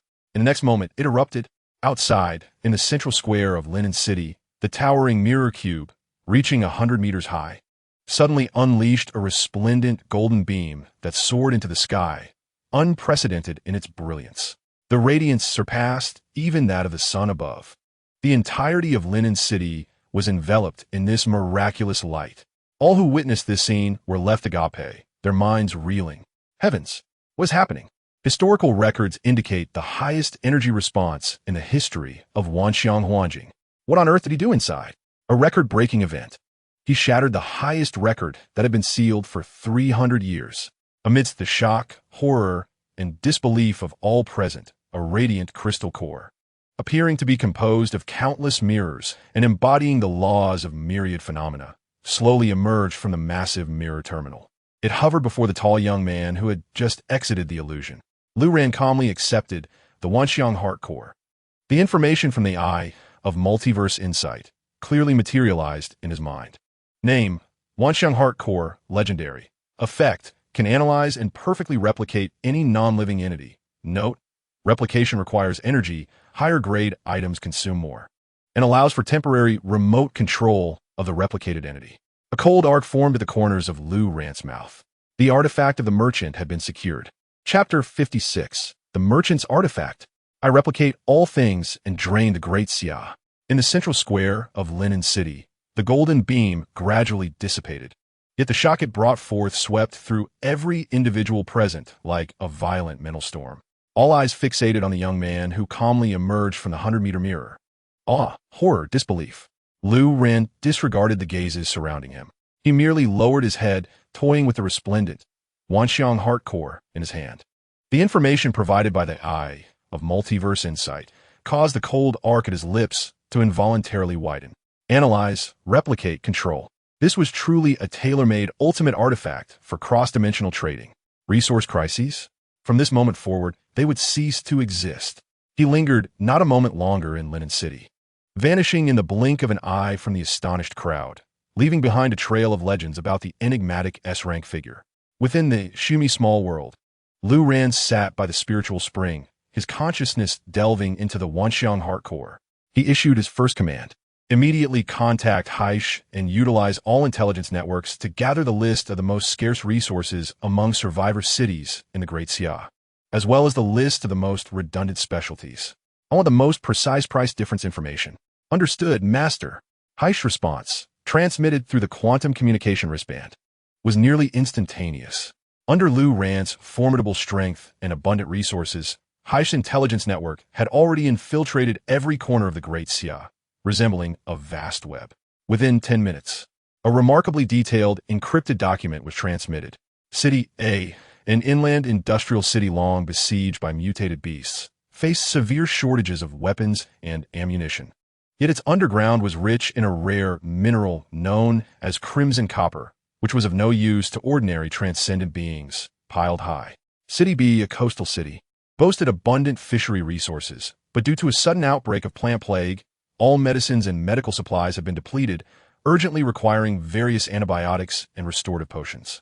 City C, once the core of an agricultural province, now produced a spirit plant called Qingling rice after land mutations, which could strengthen ordinary individuals but serve no other purpose. With large yields and low prices. Gazing at this list, Lu Ran's eyes sparkled with the gleam of a capitalist eyeing a blue ocean market. The embryonic form of a commercial empire spanning the entirety of Great Xia with him as its absolute core took shape in his mind. With a thought, he arrived at the warehouse area of the Shumi Small World. Here lay the various trinkets he had scavenged from the celestial black market. He retrieved the palm-sized transitional engine core, damaged, which he had exchanged for a can of grease from Mechanic 7. The Wanjie Donchajian analysis reveals that although this item is fragmented, the spatial laws it embodies are sufficient to elevate the value of Qitong, in City a hundredfold, transforming it into a core material for creating stable spatial devices. Subsequently, he produced a vial of Baihuami that he had exchanged for with a bottle of wind oil from a small demon in the abyss. This substance may be of little use to Lu Ran, but for City B, which is lacking in medicinal supplies, when diluted 1,000-fold, it becomes the finest broad-spectrum antibiotic and life restoration agent. The plan is set. Lu Ran suspended the Wanxiang zinc before him and began the replication process, infusing a strand of chaotic sword intent as the driving energy into the heart core. A resounding hum echoed. The Wanxiang zinc radiated brilliance, with countless mirror-like surfaces spinning rapidly, perfectly deciphering and replicating the structural laws of the Yueqian Yinjing Hexin and Baihuami. The next moment, an identical Yueqian Yinjing Hexin copy and a vial of Baihuami copy appeared before Lu Ran. The Wanjie Donchajian indicated that the replicated items would maintain the original's law effects, but would dissipate in energy and turn to ash after 24 hours. That is sufficient. Black Snake, Lu Ran's voice commanded imperatively. Immediately organize the most reliable merchant convoy, splitting into 3 routes. The first route will take these engine cores to City A to exchange for all their shong. The second route will carry this honey to City B to procure as many law crystal cores as possible.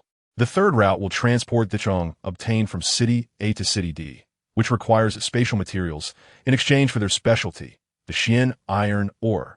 Each directive was conveyed with precision through quantum communication to Black Snake. A commercial tempest sweeping through the survivor factions of the Great Xia Kingdom was quietly stirred by Lu Ran from behind the scenes. In the following days, within the Shumi Zayashiji, time flowed at tenfold speed. In the outside world, a single day equated to 10 days within the small world. Lu Ran remained almost confined, yet he managed the operation of an extensive commercial network. Black Snake's merchant convoy, akin to the most efficient worker ants, traversed between major cities, carrying various otherworldly products deemed divine on Blue Star, replicated from Lu Ran's Wanxiang zinc. They exchanged what seemed worthless engine cores in City A for mountains of They traded the life-saving miraculous honey in City B for astronomical amounts of various law crystal cores. The sugar ore was then sold at a premium to the urgently needy City D for a vast quantity of refining materials. Wealth amassed geometrically, frantically converging towards Lu Ran's Shumi Zayashiji. In the span of just 3 days in the outside world, 30 days elapsed within the small world. The warehouse, once nearly depleted, was again filled to the brim with law crystal cores and rare minerals. The mountain of law crystal cores, constructed from them, was tenfold larger than before the stellar tides. The sword spirit, Xiao Hundun, joyfully rolled atop the mountain of crystals, akin to a mouse that had fallen into a rice bin, blissfully on the verge of fainting. Observing all this, Lu Ran felt the last shortfall regarding resource scarcity wholly remedied. He He could finally elevate his strength without reservation. Yet, just as he prepared to refocus on his cultivation, the Wanxiang Jinxia, which he had long utilized as a weapon rack, suddenly emitted an unusual, desire-filled hum. This hum did not emanate from the sword spirit, Xiao Hundun, but from deeper within the sword box itself. The Jianling Peitai, which had remained dormant since its inception, awakened. A pure, unrestrained yearning for a certain existence transcended the boundaries of material and soul, directly imprinting itself upon Lu Ran's consciousness. It was neither the law crystal cores nor the rare metals. It was life, an immense, profound, primordial life, energy capable of nurturing a world. With a thought, Lu Ran promptly opened the high-dimensional regional intelligence map of the Great Xia Kingdom that he had exchanged from Lung Qingli. His fingers traced over various regions marked as dangerous and fatal, ultimately stopping at a death zone marked with a crimson skull, the Lingji Mijing. Once a national-level ecological protection area, it had transformed into an S-class catastrophe zone due to the encroachment of otherworldly plant laws. The Tianjin Division had previously dispatched an A-class team, which meant total annihilation with no survivors. However, internal energy detection reports from the highest authority indicated the presence of unimaginably abundant life energy. This was the place. On the periphery of the Lingji Mijing, Lu Ran's figure silently traversed the physical blockade set by the Tianjin Division. Upon stepping inside, the world transformed abruptly. Towering giant mushrooms emitted a faint glow, illuminating the distorted forest. Thick vines slithered like prehistoric serpents between the tree canopies, each movement producing a nauseating friction. The air was thick with a peculiar fragrance, sweet yet concealing deadly peril. Within Lu Ran, the chaos or body vibrated with joy. The life energy here was so concentrated that it approached the tangible. With every breath, pure energy surged into his limbs. A seemingly harmless giant dandelion exploded the moment Lu Ran approached it. Countless seeds transformed into deadly steel needles, tearing through the air and enveloping all surrounding space. Lu Ran did not even blink. The invisible sword chi protection activated automatically, shredding all needles to dust just inches from his surface. He retaliated, forming his fingers into a sword, and a gray sword chi swept forth, instantly annihilating the dandelion's body. A surge of pure life essence was greedily absorbed by the Wanxiang Jinxia, and a faint joy mingled with an even stronger thirst emanated from the embryo deep within the sword box. Merely a snack, Lu Ran continued deeper into the secret realm. He encountered jet-spraying water lilies that could shoot high-pressure water jets from their seed pods. He also faced the echo flower, which perfectly mimicked human cries for help to lure and prey. These peculiar plant-based monsters crumbled effortlessly before Lu Ran. He transformed into the most efficient harvester, continuously slaying to collect nutrients for the Jianling Peitai prior to its hatching. The desire of the Wanxiang Jinxia intensified, guiding his path forward. The deeper he ventured, the more aggressive the plants became, and the purer the life essence they contained. Within the vision of the Wanjia Dansha Jian, at the very depths of the secret realm, a vast source of life energy, akin to a boundless sea, emanated heart-stopping fluctuations. Just as he was about to reach the core region, a rhythmic thumping resonated through the earth. It was not an earthquake. It was the slow beating of a colossal, dormant heart. A terrifying, chaotic consciousness, filled with primal greed, awakened from slumber, instantly locking onto Lu Ran, the unwelcome guest. Lu Ran navigated through the last thicket of thorns, and the sight before him made his pupils constrict sharply. It was a vast valley lake. The liquid flowing within was not water, but a viscous, emerald green primordial liquid exuding a rich life aura. At the center of the lake, a mountain of flesh, entwined with countless vines, blood, and bizarre flowers, slowly rose from the primordial liquid. At the pinnacle of the flesh mountain, two enormous eyes, forged from colossal rubies, exhibited not a trace of emotion. Only a primal hunger for predation, fixating intently on Lu Ran. In Lu Ran's mind, the Wanjie Dansha Jian emitted an unprecedented, jarring crimson alarm. Warning: an epic-level catastrophic life form detected. Name: GMO Tangyao. Level: epic catastrophe. Abilities: domain of universal growth, can manipulate all plants within the domain for indiscriminate attack and defense. Ability: hyperregeneration. as long as the core remains intact. The body can regenerate infinitely. Ability, life drain, devours all life forms, converting them into sustenance. Weakness, core, is deeply concealed within the body. Fears energy that can obliterate the essence of life, e.g., laws of destruction, higher flames. Fresh blood and flesh, potent energy, become a part of me. A chaotic and greedy mental wave erupted violently in Lu Rant's mind. Before the echoes of this proclamation faded, the entire valley stirred. Thunderous roars reverberated. Countless black, vine-like tendrils, akin to hellish dragons breaking through the earth, surged from all directions, weaving a formidable web that relentlessly sought to ensnare and obliterate the central figure of Lu Ran. With a countenance as cold as ice, Lu Ran focused his thoughts. Sword Domain, activate. An invisible domain instantaneously expanded, attempting to stagnate space and delay the assault of the tendrils. However, an even more domineering and unruly force emanated from the Vine Demon, clashing violently with his Sword Domain.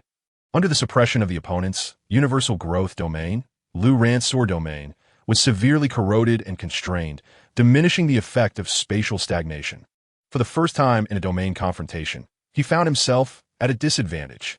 With a swift motion, he unleashed a sword strike, the chaotic sword energy effortlessly tearing through dozens of tendrils. Yet, as the severed tendrils hit the ground, they swiftly took root once more, their wounds pulsating wildly, regenerating at an even faster rate than before. Endless, inexhaustible, there was no way to eradicate them.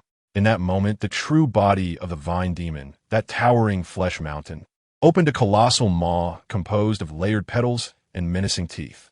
A resounding hum echoed as a green energy beam, as thick as a barrel and imbued with terrifying corrosive and assimilative power, tore through the air, surging toward Lu Ran. He retreated swiftly. The beam grazed his body, crashing into the ground.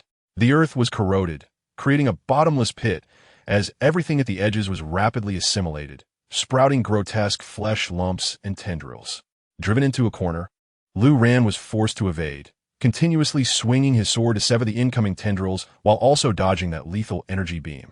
For the first time in a direct confrontation, he found himself in a desperate situation, slowly being exhausted by the enemy's overwhelming physical presence and immortality. Chapter 58, The Garden of Death. The pulse of epic catastrophe. The valley howled. The endless tendrils transformed into a green ocean of death, intent on completely engulfing and digesting the minuscule figure at the center. Creaking sounds, piercing and grating, emanated from Lu Ran's body. The chaotic light shield formed by sword chi protection was now riddled with spiderweb-like cracks under the pressure of millions of tons, flickering ominously, threatening to shatter completely. The tendril spikes scraped against his skin, delivering a fiery sting. Viscous, plant-scented sap seeped through the crevices, attempting to corrode his flesh. Each time he swung his sword, he could sever hundreds or thousands of tendrils, yet new flesh buds would proliferate at a visible speed, swiftly transforming into deadly appendages that struck back with even greater ferocity. Endless, inexhaustible. Within this domain, the Ji Mo Tang Yao was an immortal god. A suffocating sensation surged from all directions, compressing his lungs. Even something as resilient as the Hun Dun Jian began to feel the pressure under such unreasonable physical oppression. The chaotic sword intent within him was rapidly depleting. Yet, in this moment engulfed by green despair, Lu Ran's consciousness became astonishingly clear. His eyes held no trace of panic, only the serenity of an ice-covered lake. Under the divine power of Jin Xian Tong Ming, all external clamor and pressure seemed to be isolated from his perception. A line of crimson text slowly emerged in his mental vision, akin to a brand already provided by the one Jie Dong Chajin, revealing the core information about this epic-level catastrophe. Weakness. The core is deeply concealed within the body, fearing energy that can obliterate the essence of life, e.g., laws of destruction, higher flames, energy that obliterates the essence of life, destruction. A thought, like a lightning bolt cleaving through the night, suddenly illuminated Lu Ran's entire consciousness. He recalled that object, acquired from the Abyssal Imp Grim through a bottle of medicinal oil. A forbidden item he had kept sealed in the depths of the Sumi Shao Shijia, too fearful to touch. Divine fragment, flaw of destruction. Without the slightest hesitation. At this critical moment, Lu Ran made a decision deemed mad. He abandoned all futile strikes and allowed the tendrils, akin to an avalanche, to completely engulf and wrap around him. Boom! He was instantly compressed into a massive cocoon woven from countless tendrils. The last vestige of light from the outside world vanished. Darkness and a terrifying sense of compression enveloped him. Yet, within this absolute darkness, a crystal core, seemingly composed of countless mirrors, quietly emerged in the palm of his left hand. Wanxiang Xianhe. At the same time, his divine consciousness delved into the Sumi Xiao Shijia. That pitch-black fragment, which distorted the surrounding space merely by existing, was instantly retrieved. Replication. Lu Ran focused his thoughts, pressing the Wanxiang Xianhe firmly against the ominous divine fragment. Buzz. The Wanxiang Xianhe radiated with brilliance. Its myriad mirrors began to spin and refract at an unimaginable speed. It transformed into a miniature black hole that commenced decoding the supreme law of destruction contained within the divine fragment. A pure, ultimate aura of gray-black, representing termination, decay, and the return of all to oblivion, was forcibly simulated and replicated by the Wanxiang Xianhe. As soon as this aura manifested, even Lu Ran's Hun Dun Jian Ti instinctively trembled. Success. A sinister gray-black energy, akin to a living serpent, rapidly coiled around the blade of the Wanxiang Shunjian in Lu Ran's right hand. The previously pure, chaotic sword energy was tainted with the hues of death. Break for me. A low growl emanated from deep within the cocoon. Lu Ran swung his sword. Swoosh. A beam no longer radiant in chaotic colors, but steeped in the aura of extinction, swept forth. An eerie scene unfolded. The infinitely resilient tendrils, which could not be eradicated by multiple strikes, disintegrated upon contact with this shadowy blade. Where they were severed, no sap flowed. Only a swirling mass of black mist rapidly encircled and spread. They did not regenerate. They did not even have time to wither. In an instant, they were erased from the form of life, reduced to the most primal ashes cascading down like dust. With one strike, a vacuum of several meters in diameter was cleared upon the impenetrable cocoon. A scream, unlike anything a creature could produce, filled with anguish and terror, erupted from the heart of the valley's lake, from the very core of the massive flesh mountain. It was the lament of the vine demon. For the first time, it felt something beyond pain. It was death. The essence of life has been utterly obliterated, annihilated, invoking an absolute terror from the realm of laws. It is of great utility. Lu Ran's lips curled into a chilling and merciless arc defense ends here. What follows is the time for the hunt. Boom! He activated the Hun Dun sword body to its utmost limit, a blinding black and gold radiance erupting from his surface, propelling him forth like a cannonball, breaking free from the encirclement of vines. He paid no heed to the minion vines that surged towards him from all directions. He allowed those tendrils, as hard as steel whips, to strike him mercilessly. Bang! Bang! Bang! The relentless sound of impacts echoed, powerful enough to shatter mountains and crack stones. Yet upon striking Lu Ran's form, they merely sparked a brilliant display of fireworks, failing to even cause him to sway. He transformed into a tearing black and gold streak of light, his target clear, charging straight towards the center of the lake, where a massive mound of flesh, entwined with countless blood-red flowers, rose ominously. The chaotic and greedy spiritual fluctuations of the vine demon became frantic and furious. It sensed a deadly threat. The human possessed the power to slay it. Atop the mound of flesh, a colossal maw composed of petals and sharp teeth suddenly gaped open, unleashing a green energy beam tenfold in girth, embodying terrifying powers of assimilation and corrosion, surging towards Lu Ran. Unfazed, Lu Ran merely positioned the Wanxiang divine sword, infused with the aura of destruction, before him. Slash! A more condensed gray-black sword beam surged upward, colliding violently with the green beam. There was no earth-shattering explosion, only a grating, sizzling sound. The gray-black sword beam sliced through the green beam as easily as a hot iron through butter, advancing relentlessly towards the vine demon's core. The massive form of the vine demon awkwardly attempted to evade for the first time. It was too late. Lu Ran's figure had already closed in on its essence. Merging his being with the sword, he became an unparalleled sword of destruction, frantically cutting into the gigantic body of the Vine Demon. With a swift slice, a terrifying wound spanning 100 meters was carved. The depth revealed bone, yet not a single drop of fluid flowed forth. Only the gray-black aura of destruction surged inward, eradicating its vast vitality. Ack, ack, ack. The Vine Demon emitted a more piercing wail, its enormous body thrashing wildly, stirring the entire lake of life essence into towering waves. Nevertheless, Lu Ran clung to it like a nightmare. No matter how it thrashed, he remained steadfast, his sword inflicting one precise and lethal wound after another upon it. He sought to uncover the core, the innermost essence, in the most direct and brutal manner. The life force of the Vine Demon waned at an astonishing rate. It finally realized that this prey was an insurmountable adversary from a higher dimension. Despair and madness began to fester within its chaotic consciousness.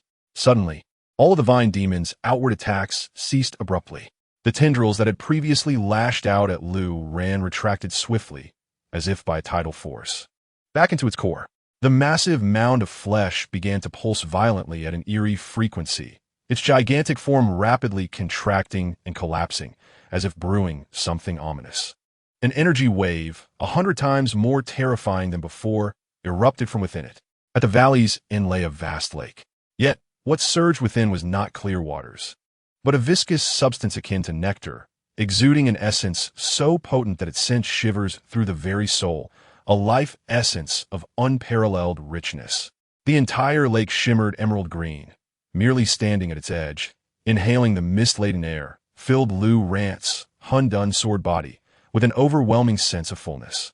In the very center of the lake, a mound of flesh, crafted from countless vines, blood-red flesh, pale bones, and bizarre flowers, slowly rose from the life essence.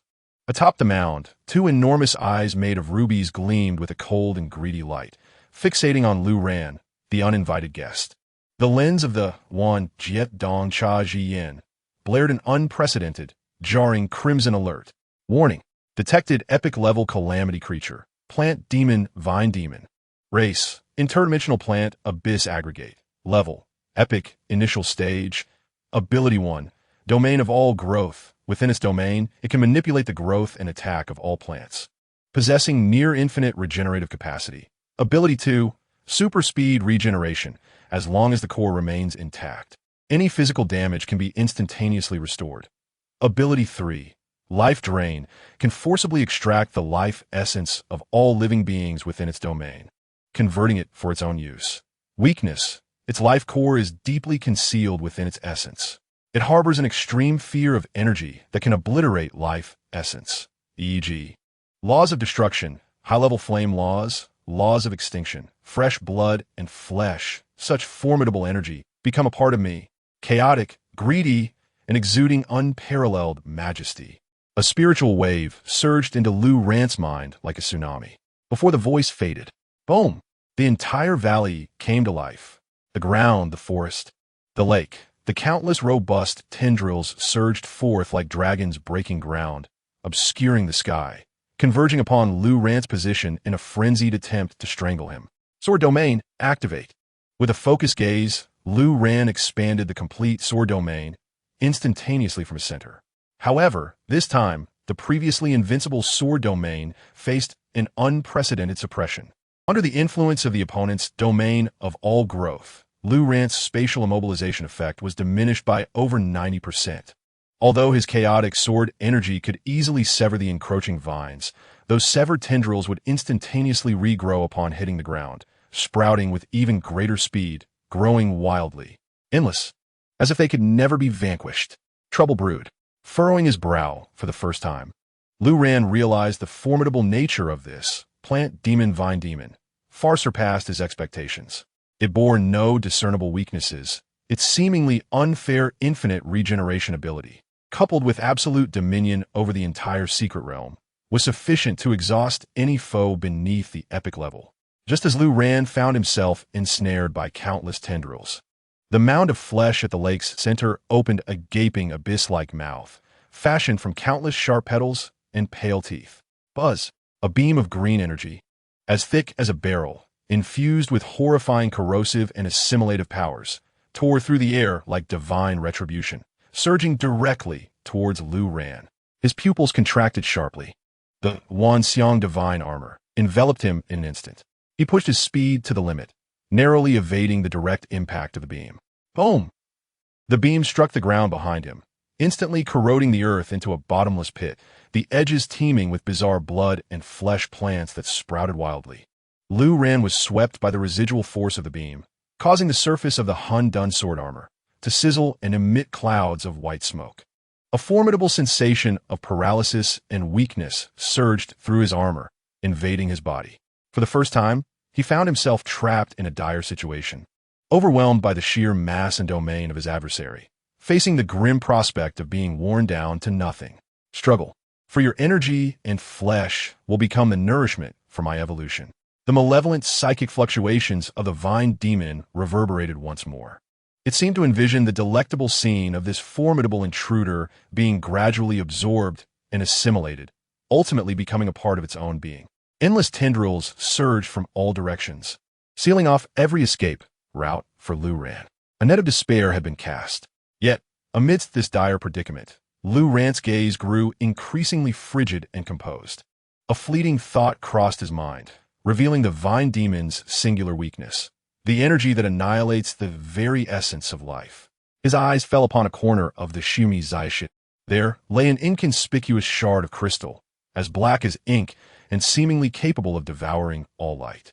It was the Shungasvipian destruction flaw he had once bartered for with a vial of wind oil from the abyssal imp Grim. An audacious plan, bordering on madness, took shape in Lu Ran's mind in an instant. With a flicker of intent, he retrieved the resplendent Wanxiang Zinhi. Then, just as the myriad tendrils threatened to engulf him, he forcefully pressed the Wanxiang Zinhi onto the Shungasuipian, simulating its principles. A resounding hum erupted as the Wanxiang Zinhi unleashed an unprecedented brilliance, its myriad mirrored surfaces spinning at an unimaginable velocity, dissecting the essence of a pure and ultimate destruction law. This essence was successfully simulated. Lu Ran unhesitatingly infused this ashen-black aura of destruction onto the blade of the Wanxiang Shunjian. With a single swing, the sword's aura transformed, no longer merely chaotic, but imbued with an ominous, soul-chilling gray-black. As the tendrils were struck, the wounds became entwined with black mist, not regenerating as before, but withering and decaying swiftly, reduced to ashes as if infected by a horrific virus. The vine demon let out a piercing shriek for the first time, suffused with agony and terror. It sensed the looming threat of death. A method to turn the tide had been discovered. Lu Ran's battle spirit ignited in an instant. He summoned the Hundun Jian Ti to its utmost potential, transforming into a black golden stream of light entwined with the aura of destruction. Surging towards the colossal form of the vine demon, he paid no heed to the endless minor tendrils, allowing them to lash against his Hundun Jian Kai like a tempest. Sparks flew. Pain pierced his heart, yet he did not retreat. United in body and sword, he became akin to an unparalleled, destruction-wreathed sword, furiously carving deep, unhealable wounds into the vine demon's vast body. His sole objective was to penetrate deep within, to locate its core, and then utterly shatter it. Chapter 60, Severing Causality. Sacrifice. Today, I shall devour the epic. Faced with Lu Ran's fearless charge, the G.M.O. Tang Yao erupted in a fit of rage. It abandoned all external vine assaults, retracting all energy and roots back into its body. An earth-shattering rumble followed. The massive mound of flesh began to visibly contract and collapse at an alarming rate. Ultimately, at the center of the lake, a sealed green cocoon, exceeding 100 meters in diameter, was formed.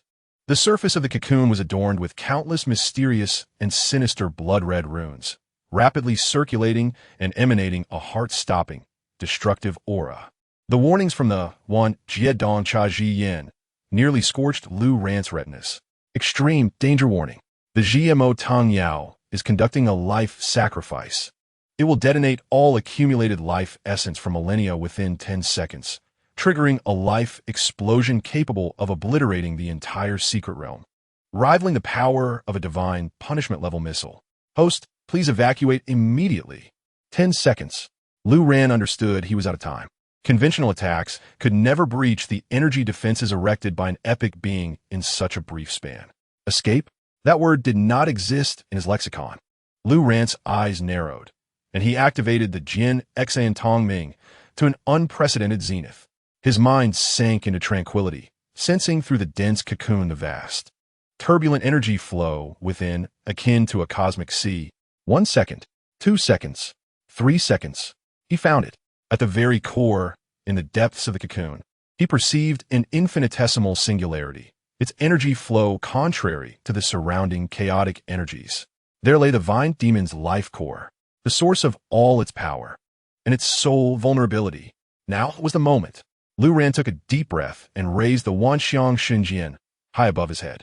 He poured every last ounce of his chaotic sword intent, the precious strand of destruction law simulated by the Wanxiang Zeni, and the mythic-level ability he rarely utilized, a strand of Zhan Yingguo power, unreservedly into this impending peak strike.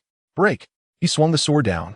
There was no earth-shattering momentum, no dazzling brilliance, only a seemingly unadorned gray sword light, imbued with the power to sever laws and invert causality, flashed from the tip of the Wanxiang Shenjian. This sword light pierced through the cocoon's seemingly insurmountable energy barriers. It disregarded the layers of spatial obstructions, as if passing through an illusion, directly penetrating the cocoon's interior, precisely severing the targeted singularity. A hum resonated. Within the cocoon, the once turbulent energy flow ground to a halt. The next second, the entire cocoon imploded like a burst balloon, swiftly collapsing, dissolving, and disintegrating from within. The life explosion, capable of annihilating all, was forcefully extinguished at its source by Lu Ran. In the end, within the vast valley, only a tattered, blood-soaked Lu Ran remained, barely able to stand. Beneath him lay a boundless lake of life essence, transformed from the Ji, Mo, Tang Yao, as lifetime of vitality, as green as jade. Victory! A hint of fatigue graced Lu Ran's face, but more prominent was the joy of triumph. This arduous battle against an epic-level boss, though grueling, yielded unimaginable rewards. Without hesitation, he cast the Wanxiang Jian Xia directly into the lake of life essence. Like a ravenous beast starved for eons, it beheld the most delectable feast. The Wanxiang Jian Xia erupted with terrifying suction, creating a colossal whirlpool in the lake. In just 3 seconds, the oceanic life energy of the entire lake was completely consumed. A crisp crack echoed, as if emanating from the depths of the soul. Within the core space of the Wanxiang Jian Xia, the Jianling Peitai, having absorbed a vast amount of life essence, finally bore intricate cracks upon its shell. A new, vibrant consciousness of sword spirit, brimming with pure sword intent, awakened. Through the sword box, it established a bloodline connection, a communion of hearts and minds, with Lu Ran. Ding! Congratulations, host. The second sword spirit, unnamed, has successfully germinated. Current incubation progress, 10, in the process of digesting energy, growing slowly. Lu Ran could distinctly sense that his mastery over Wanxiang Shenjian had reached an entirely new realm, as if it had become an extension of his own arm, with his thoughts giving birth to the sword's intent. However, just as he reveled in this surge of power, a piercing sound that tore through the air descended from above. Dozens of elite Tenjian, clad in black exoskeleton armor and wielding the latest energy weapons, descended like heavenly soldiers, surrounding the valley he occupied inescapably. From a heavily armed flagship emblazoned with the Tianjin insignia, Lung Qingli, clad in military attire and with a frosty demeanor, slowly descended. Her gaze, sharp as a blade, fixated on the blood-soaked figure standing upright below. The epic energy fluctuations from the Lingji Mijing suddenly vanished, replaced by an unmistakably familiar, pure chaos sword intent. It was evident that all of this was orchestrated by the man before her. He had once again pushed the limits of her understanding of his power. Deity. Lung Qingli's voice, cold and resolute, resonated throughout the valley via a loudspeaker. You have illegally intruded into an S-class disaster zone and triggered an extraordinary energy catastrophe, posing a significant potential threat to national security. In the name of the commander of the Eastern War Zone of the Tianjin, I hereby formally arrest you. Behind her, the heavy energy cannons held by the Tianjianwei flickered with a dangerous azure glow.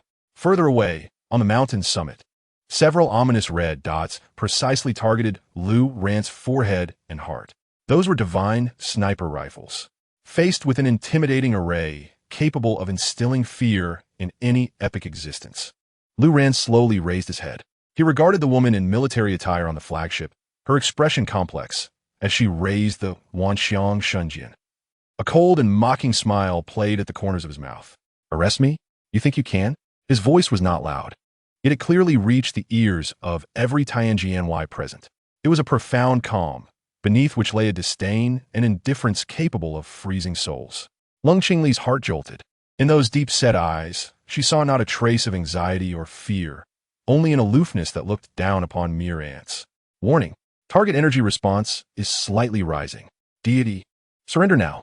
This is your final opportunity. Lung Qingli suppressed the unease in her heart, her voice sharp from exertion. The Tianjianwei behind her, compelled by her command, forcefully suppressed their fear, fingers firmly gripping the triggers of their energy weapons. The azure energy converged at the cannon muzzles, emitting an unsettling hum. On the mountain peak, several red dots remained locked on a Lu Ran's forehead. The air had become stifling, yet Lu Ran merely scoffed. He couldn't even be bothered to unleash the sword domain. With just a thought, a new sword intent, born from the fusion of the chaos sword body and the primordial essence of the Jima Teng Yao, emanated from him.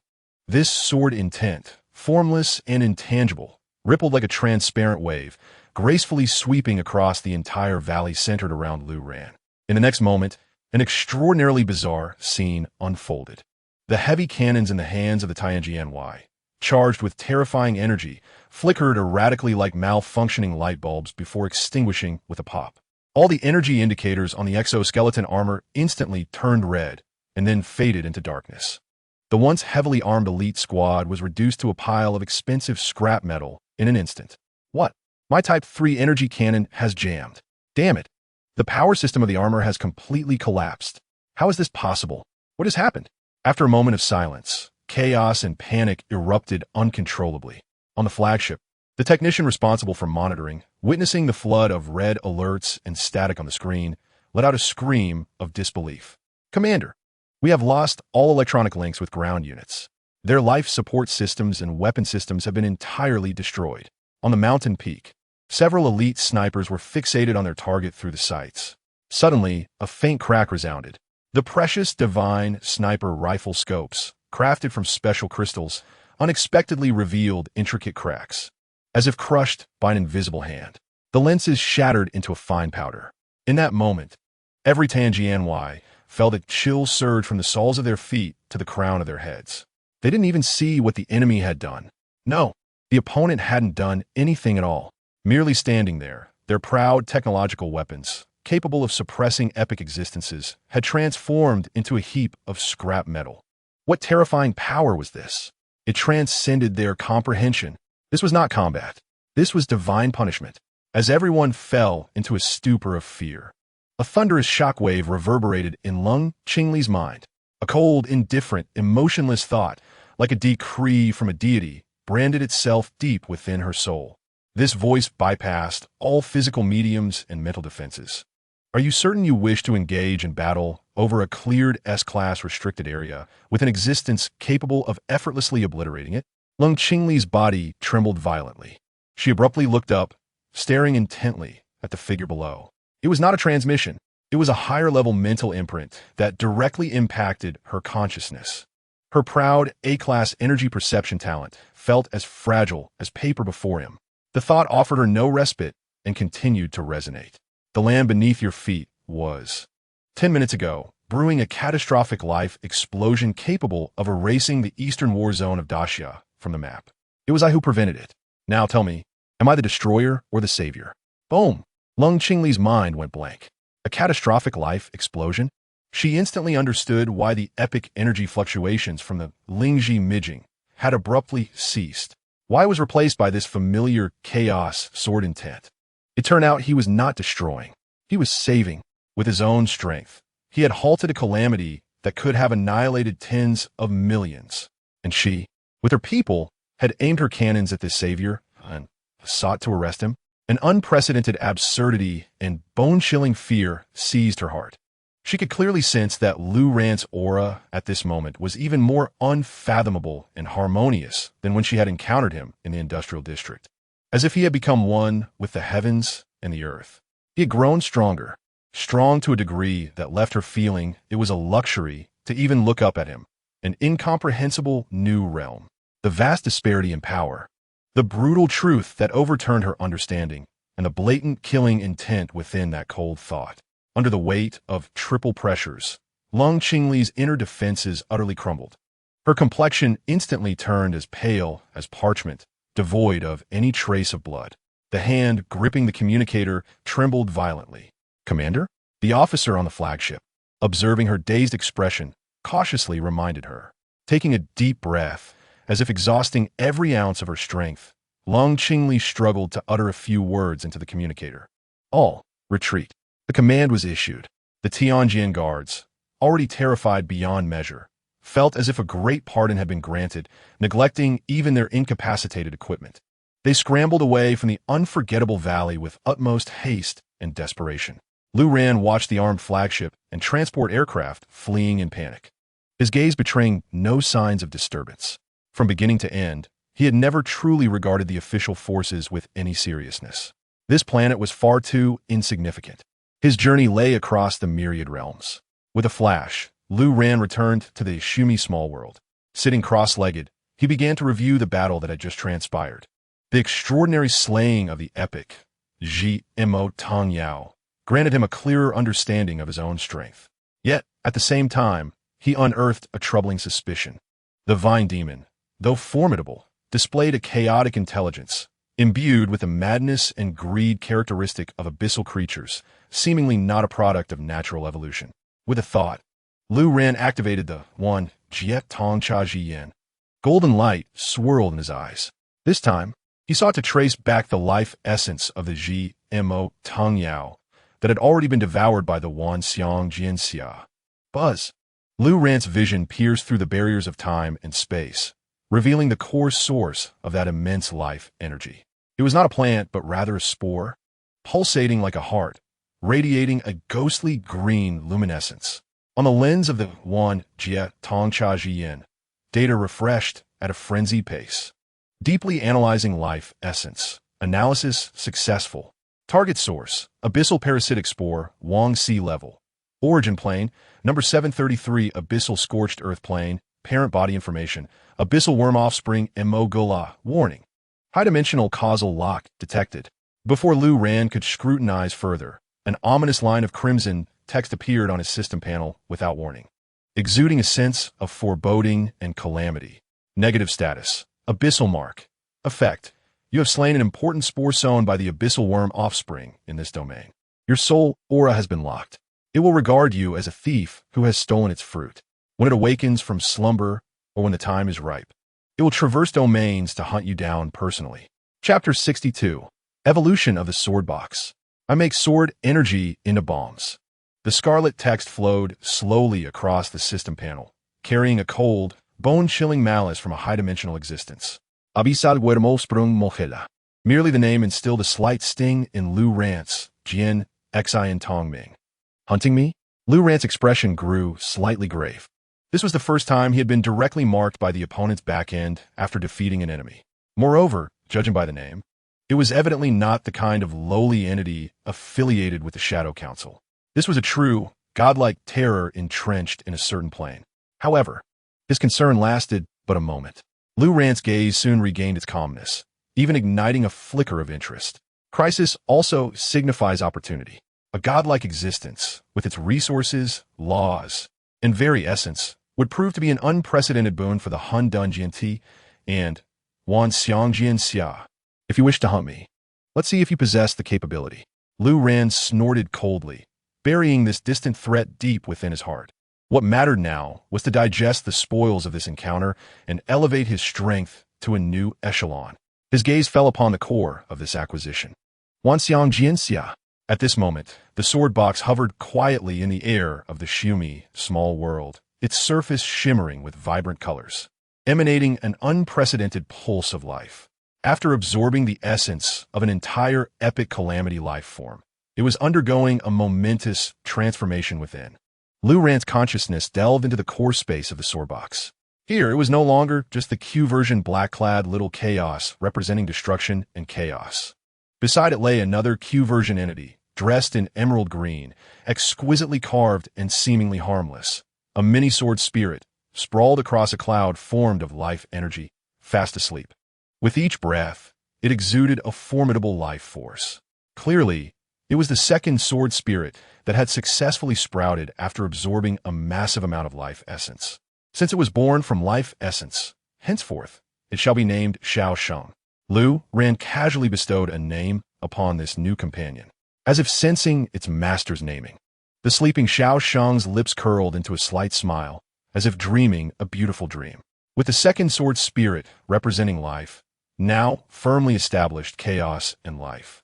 Destruction and creation, two utterly opposing yet interdependent supreme laws, achieved a profound balance within the vessel of the Wan Xiang Jianxia. Buzz, the very essence of the Wan Xiang Jianxia, began to tremble violently.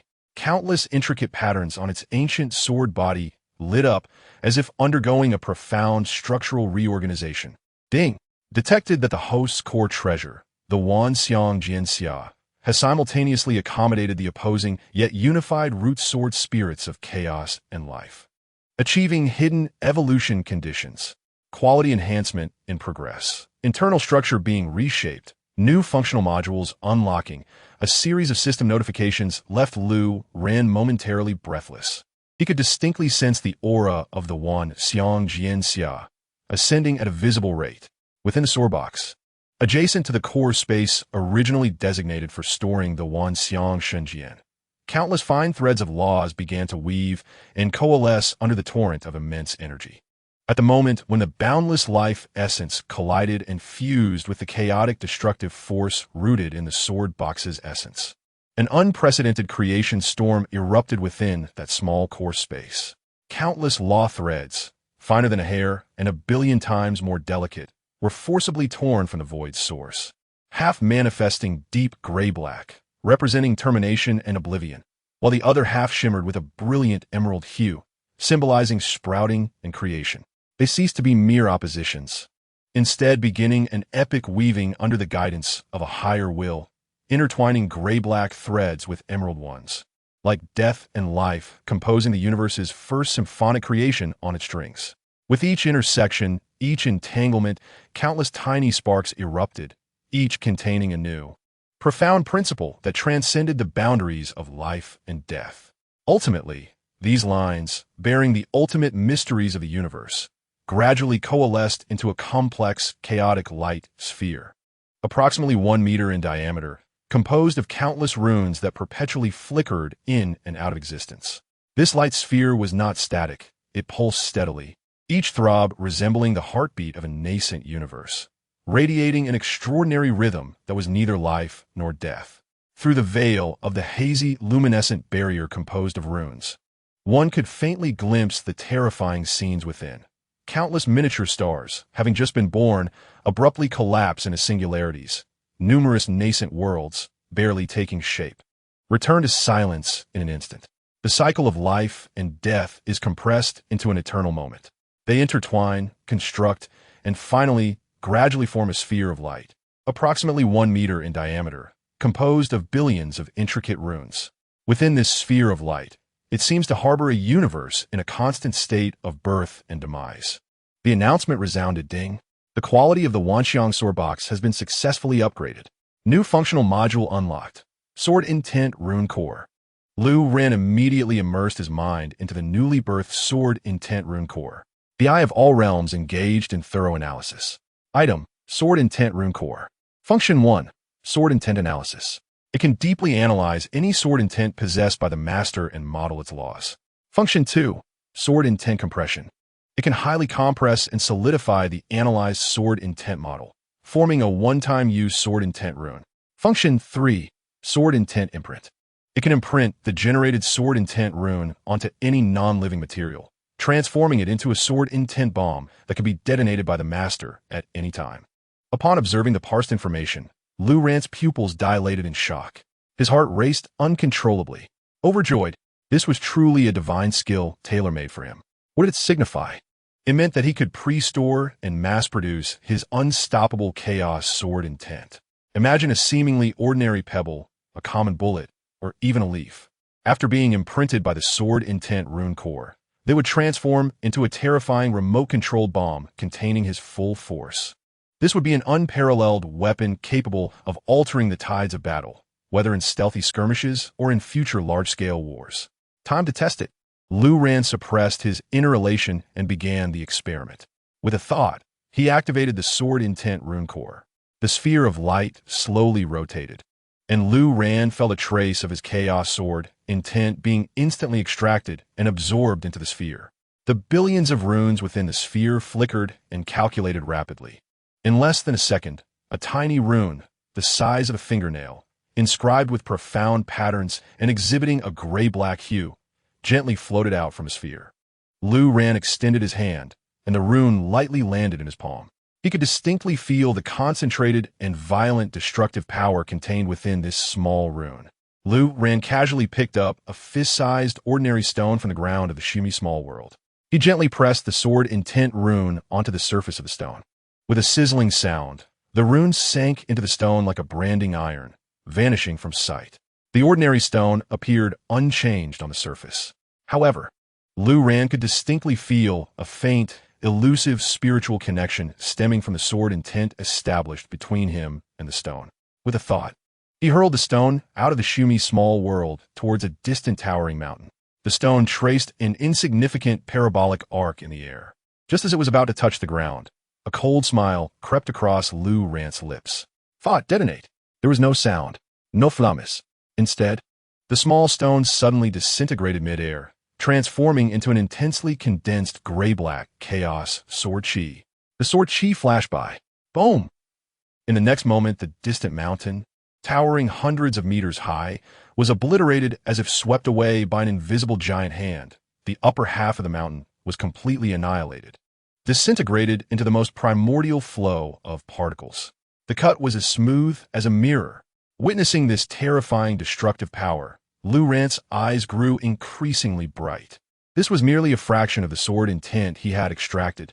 If he were to optimize and mass-produce the craftsmanship of these sword intent bombs, if he were to entrust these bombs to the individuals within the Black Snake Intelligence Network, or even if he were to use them as a new generation of rule-based weapons for deeper arms trading with the Tianjin Division, a grand and terrifying plan capable of shaking the very foundation of Blue Star and the future combat landscape of myriad realms instantly took shape in Lu Ran's mind.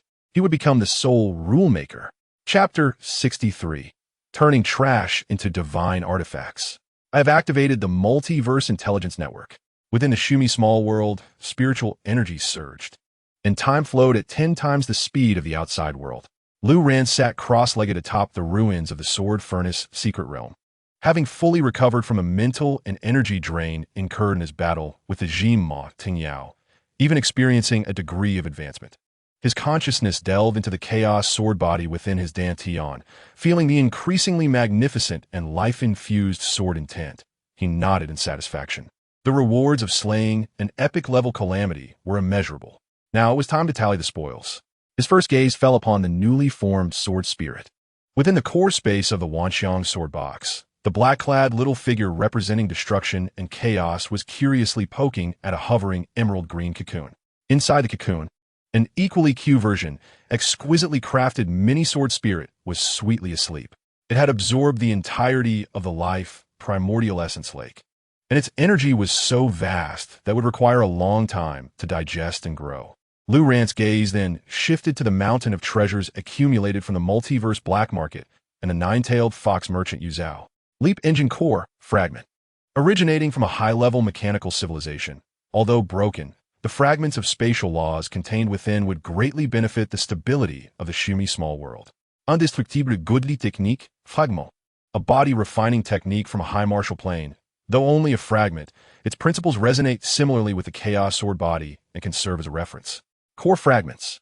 containing pure earth and fire laws. These could be used to fortify the ground of the Shumi small world and might even evolve into a small volcano in the future. Lu Ran's eyes swept over these precious treasures, his heart calm as still water. Each of these items could incite bloodshed in the outside world, yet for him, they merely enriched his foundation further. His gaze ultimately settled on a large pile of miscellaneous items presented by Yu Zhao. These were various oddities she had collected from her travels across hundreds of realms, most of which she herself could not discern the purpose, simply finding them peculiar enough to gather. To others, this appeared to be a heap of worthless trash. However, under Lu Ran's eye of all realms, nothing could hide. His gaze slowly scanned. Pollen from the dream flower, capable of plunging beings into deep hallucinations, particularly effective against those with weak mental power. Merely trash.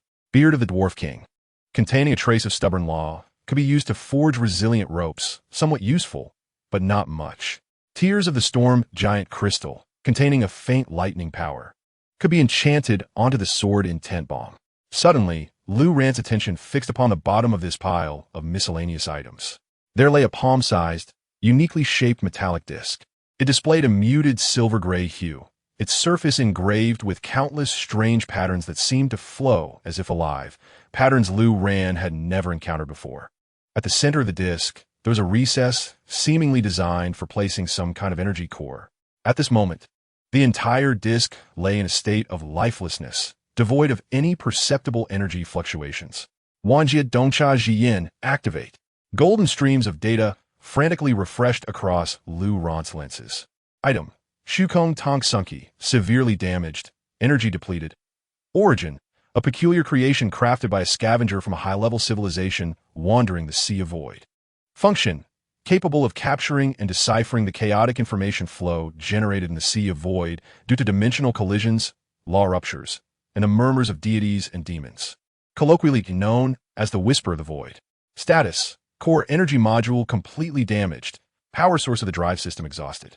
Repair activation method: requires pure void energy as a driving force.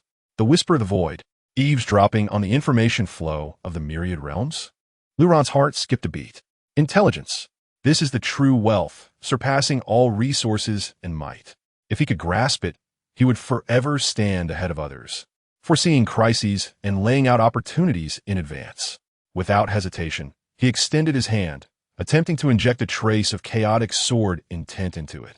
However, the metal disc remained unresponsive, akin to a stubborn piece of scrap iron.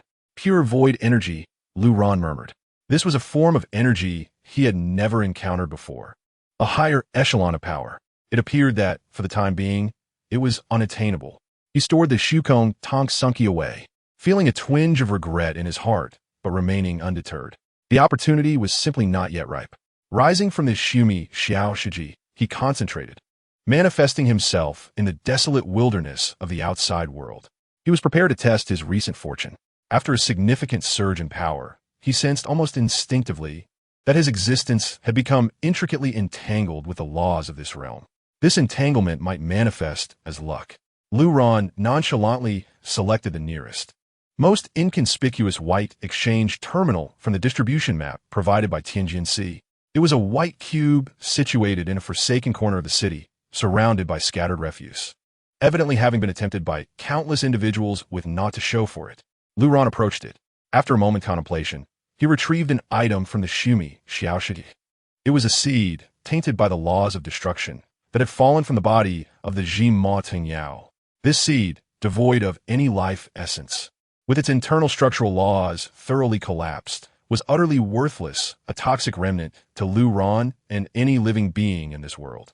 He casually placed the seed into the slot of the exchange terminal. Wanjia Dongcha Jiyin, activate. He sought to discover which unfortunate soul would exchange with this worthless seed. On the other end of the terminal, a vision of the linked dimension unfolded before Lu Ran. It was a cold, lifeless metallic expanse, a dilapidated, bizarre starship, seemingly constructed from countless shipwrecks, floated silently in the endless dark void. A creature, clad in heavy protective gear and hunched over, its visage obscured, was anxiously operating something at the control panel. Before it, an icon representing the ecological life support system flashed an alarming red warning. Linked entity, Shukong pickpocket no. 734. Status. Extremely anxious, on the brink of despair. Urgent need. Requires any seed containing pure life essence to restart and purify the severely contaminated ecological cycle chamber of the ship. Otherwise, it will become a frigid tomb in 37 standard hours. Its thoughts, damn the void storm. The purification sequence of the ecological chamber is in disarray. It's over. All is lost. My last hope, great Void Lord, just grant me a usable seed. As long as it can sprout, I would offer my most precious spare battery. Lu Ran's eyebrows shot up. A contaminated seed? Containing the essence of life? For that Shukong scavenger, this seed, tainted by the laws of destruction, with its remaining essence derived from the epic Ji Ma Ting Yao, was a beacon of hope amidst the darkness. And the pollution of the laws of destruction might be perceived as the antidote against the void's radiation. A perfect information gap. A smirk played at the corners of Lu Ran's mouth. He pressed the confirmation button for the exchange. Buzz. The white exchange terminal flashed with light. Ding. Exchange successful. You have obtained a one-time void energy battery. The contaminated seed vanished from slot. In its place lay a fist-sized, peculiar crystal battery, seemingly compressed from pure starlight, radiating an ethereal blue glow. It quietly rested there, as if holding within it a profound universe. For a fleeting moment, Lu Ran's breath caught. He reached out to grasp the battery. A surge of pure, vast energy, as if sourced from beyond the world, coursed through his palm. This is it. Without a moment's hesitation, he flickered and instantly returned to the Shumi Xiao Shiji. He retrieved the dull metal disc and precisely embedded the one-time void energy battery into the central slot of the disc. Click! A flawless fit. Buzzing. The once lifeless Shukong Tonk Sunki trembled violently upon contact with the energy. The strange patterns on its surface illuminated one after another, reminiscent of an ancient beast awakening, glowing in an ethereal blue light. In the next instant, boom! An indescribable torrent of chaos, vastness, and madness, filled with noise and whispers, surged into Lu Ran's mind like an unleashed cosmic tsunami. ZZZ. The foolish flesh being dares to steal the legacy of the Shadow King. Burning legion. For Sargeras. Whispers, she whispers, black goats birthing thousands of offspring. Selling the latest model of Star Annihilation Cannon. Price negotiable. Installment payments accepted for Law Crystal Cores. Warning. The dimensional barrier of domain number 739, Blue Star, is thinning. It is both a feast and a trap. Help me. Who will save me? I'm in the Orc Cloud, my ship. Countless images, voices, and emotions flooded in. Greed, madness, despair, joy, conspiracy, war. A cacophony of broadcasts from myriad corners of the realms played simultaneously in the depths of his soul. This overwhelming information flow was potent enough to cause any being with even slightly weaker mental fortitude to succumb to total brain death, their souls torn asunder within 0.001 seconds. Lu Ran's complexion turned pale. Yet his will, tempered through countless trials with Jianxin Tongming, stood resolute like an unyielding rock against the tempest, impervious to the onslaught. He forcefully steadied his mind, isolating 99 of the malicious pollution and useless noise. His gaze pierced through the endless chaos, shimmering with an unprecedented brilliance.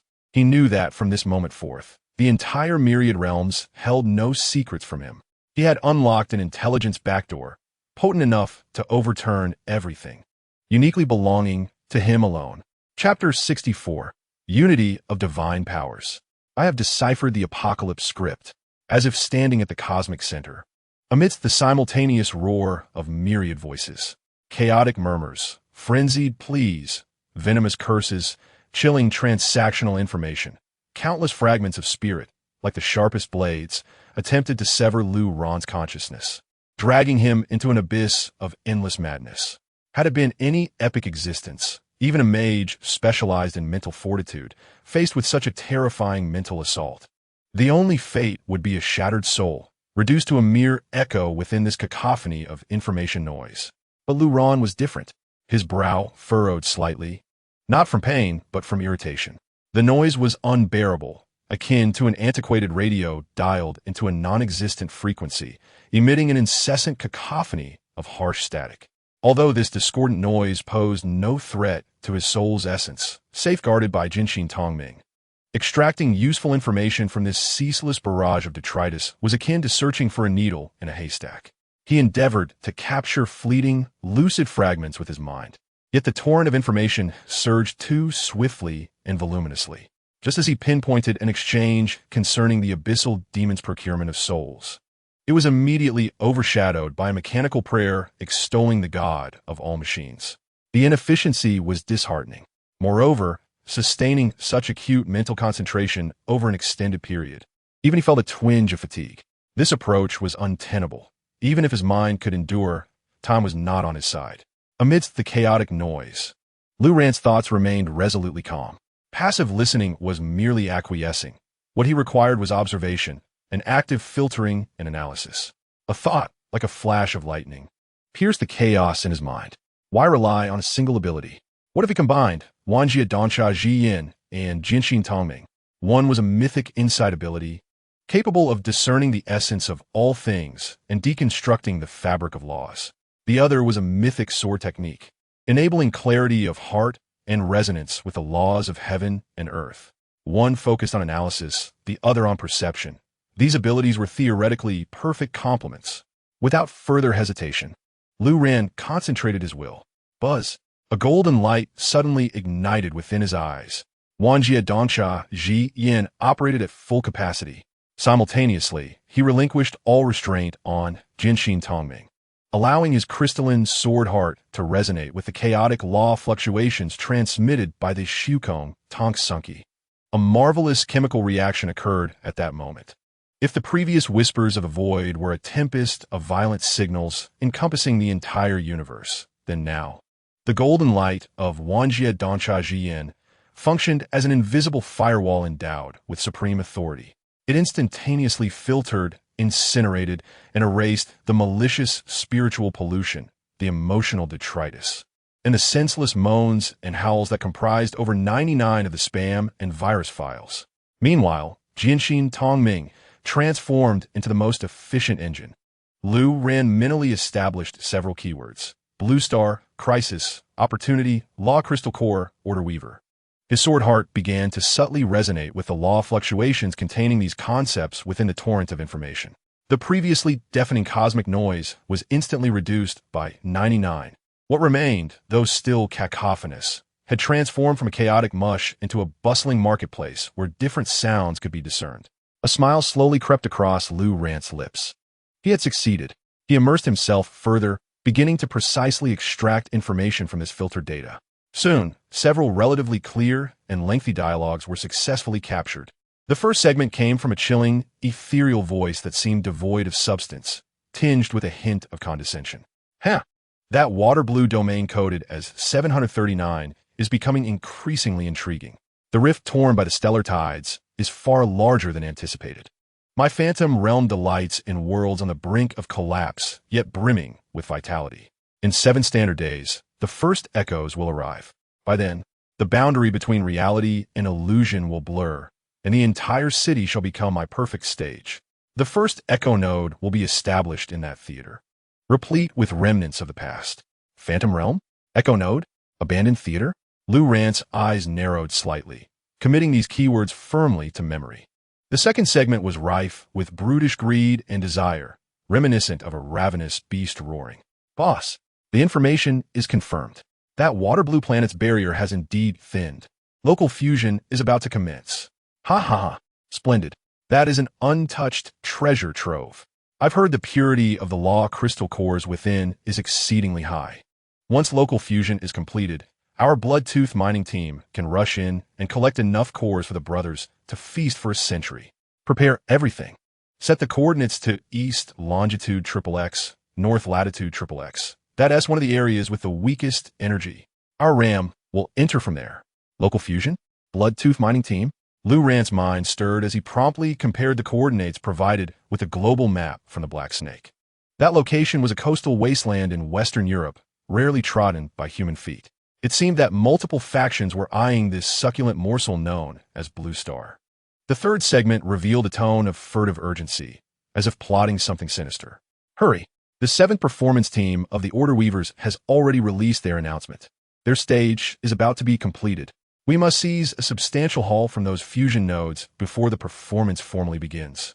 Don't forget, once the script begins, all living beings will become actors, and escaping will be difficult. We are here to profit, not to become cannon fodder. Order Weaver, 7th performance team. Hearing this familiar name, Lu Rant's gaze sharpened. This was the true high-dimensional threat. He swiftly integrated, connected, and analyzed these 3 segments of information, which, despite hailing from different realms and factions, converged on a singular core event in his mind. A shocking and brutal truth regarding the future of Blue Star crystallized before him. The so-called stellar tides were not an end. They were not even an appetizer. They were merely the starting gun. The real crisis and opportunity lay in the fact that Blue Star, this solitary vessel sailing through the cosmos, was on the verge of local fusion with multiple other worlds due to its thinning barriers. These fusion points, or echo nodes, would manifest like portals, becoming fortresses for myriad factions from the myriad heavens to descend upon Blue Star. Plunderers, merchants, schemers, and even higher-dimensional directors would flock, treating Blue Star as a feast ripe for the taking. Meanwhile, the ordinary humans of Blue Star, including the Tianjin division, remained blissfully ignorant of all this. They were still basking in the illusion of a hard-won victory against the monsters of the stellar tides, believing they had earned a moment of respite. Little did they know, a global tempest, 100 times fiercer than a monster siege, had only just begun. Intriguing. Lu Ran slowly stood, deactivating the Shukong, Tonk Sunky. His expression bore no trace of tension or fear. Rather, it exuded an air of mastery over the situation. What others perceived as an apocalyptic calamity appeared to him merely as an impending grand resource dungeon. His gaze pierced through the barriers of the Shumi small world, directed toward a certain location in Jiangqing. There lay an abandoned theater, long forsaken, known as Lanxin. The performance was about to commence. A cold smile curved the corners of Lu Rant's mouth. Yet, who would be the actors, who the audience, and who the true director crafting the rules? That remained uncertain. Chapter 65. The mid-autumn full moon night, the deity walks alone. The abandoned theater conceals a shocking secret. The night was as tranquil as water, the moonlight as frosty as the frost. Today marks the Mid-Autumn Festival, a cherished tradition passed down for millennia in the Daxia Kingdom of Blue Star. After enduring the apocalyptic baptism of the cosmic tides, a fleeting respite of peace has emerged.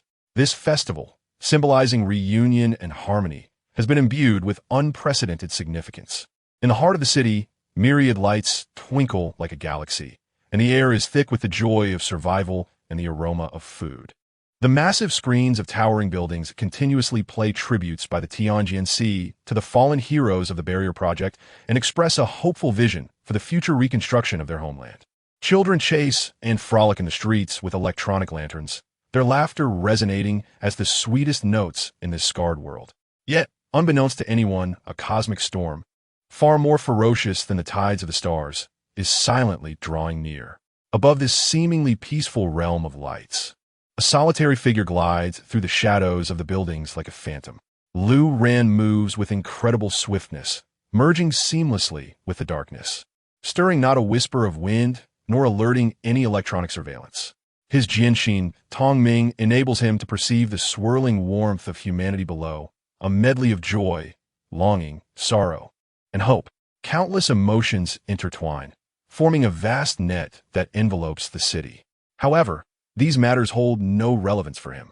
His gaze is calm and indifferent, akin to a deity suspended in the heavens, looking down upon the joys and sorrows of mere mortals.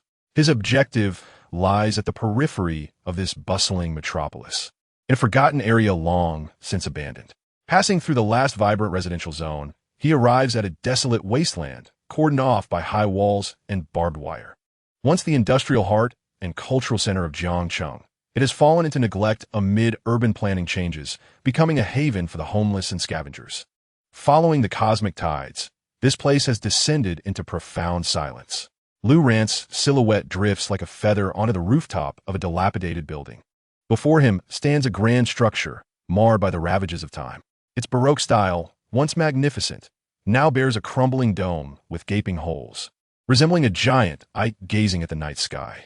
Vines entwine its walls, and the entrance's grand sign, though faded, still reveals the words Lanshin Grand Theater.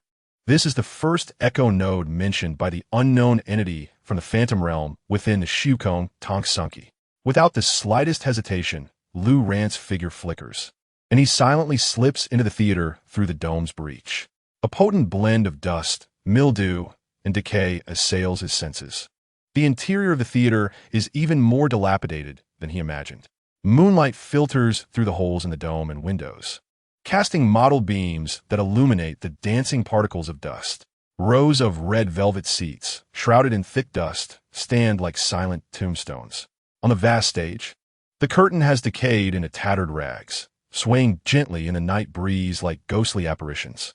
Cobwebs adorn every corner. The atmosphere here is hauntingly quiet, as if it were a realm forgotten by time. Any ordinary person entering this space would likely be paralyzed by its eerie ambience. Yet, Lu Ran's expression remains unchanged. He slowly closes his eyes, activating the Wanjia Donsha Ji Yin to its fullest extent. The world, within his perception, transforms instantaneously. Beneath a golden vista, the seemingly lifeless air teems with countless invisible energy particles, drifting like fireflies. Some of these are a pale blue, remnants of spatial laws dissipating, while others are a deep violet, echoes of myriad mental fragments left behind. Joy, sorrow, anger, obsession. This theater has witnessed countless emotional crescendos since its inception. Countless actors and audiences have unreservedly released their emotions within these walls. These feelings have not dissipated with the passage of time. Instead, they have been recorded by the unique magnetic field of this place, preserved like a tape. These are what one refers to as echoes. The entity from the Phantom Realm evidently seeks to harness these residual echoes as a fulcrum to pry open the boundary between reality and illusion. Intriguing. Lu Ran's gaze pierces through layers of energy mist, ultimately honing in on the center of the theater stage. Beneath the floor, something seems to be concealed. He steps forward, his figure instantly materializing at the center of the stage. The wooden floor beneath him, long since decayed, emits a disconcerting creak. Lu Ran extends a finger toward the floor, gently tapping it. A concentrated essence of chaotic sword intent silently penetrates the surface. There is no explosion, no sound. In an instant, the thick stage floor, along with the underlying steel structure, is disassembled, annihilated, reduced to its most fundamental particles, vanishing into thin air. A circular pit, approximately 3 meters in diameter, appears beneath him. At the bottom of this pit lies a massive cube, gleaming in a dark golden hue, resting quietly. Its surface is adorned with intricate and ancient patterns, starkly contrasting with the surrounding decay. It seems to be integrated with the very earth of the theater itself. Had Lu Ran not possessed the Wanjia Donsha Ji Yin to perceive the laws directly, even an epic-level entity would struggle to uncover its presence. A golden replacement terminal. Moreover, it is a uniquely shaped golden terminal, unlike anything previously encountered. Lu Ran's eyes blaze with the golden data streams that refresh rapidly. Detected special golden terminal. Echo Theater. Status. Dormant. 999. Linked dimension. Locked Phantom Realm. Activation condition. Trigger an intense emotional resonance here, allowing the accumulated echoes of countless past lives to resonate perfectly with a powerful present thought, thus awakening the terminal. Replacement requirement. To be displayed upon activation. Replacement reward. To be displayed upon activation. Gazing at the system panel's clear activation conditions, Lu Ran's brow furrows for the first time. An intense emotional resonance? To create a resonance between the echoes of the past and the present thoughts? One enigmatic concept. Instinctively, Lu Ran reaches out, attempting to infuse a fragment of chaotic sword intent into the golden cube. However, as soon as his sword intent touches the surface of the cube, it vanishes without a trace, like a cow sinking into the sea, causing not the slightest ripple. A brute force approach is futile. This terminal requires not energy, but a key named emotion. Lu Ran sinks into contemplation. Emotion? For him, that is a distant and, perhaps, somewhat ludicrous term. His Jinshin Tongming has severed most of the unnecessary emotional fluctuations. His heart is as clear as glass, unclouded from within and without. To compel him to experience the joys and sorrows of mortals and evoke an intense emotional resonance is far more challenging than tearing apart a star. Love? Familial bonds? Friendship? These notions, after his rebirth, have long been viewed as burdens and shackles along his path forward. To feign and perform? No. Lu Ran immediately dismisses this notion. The terminal requires a resonance that is pure and perfect. Any hint of falsity would only lead to failure. Should one truly relinquish this golden terminal, so evidently brimming with immense opportunities? Lu Ran stood at the center of the stage, bathed in the cool, silvery glow of the moonlight, enveloped in a profound silence. Countless strategies flitted through his mind, only to be dismissed one after another. Time slipped away, second by second.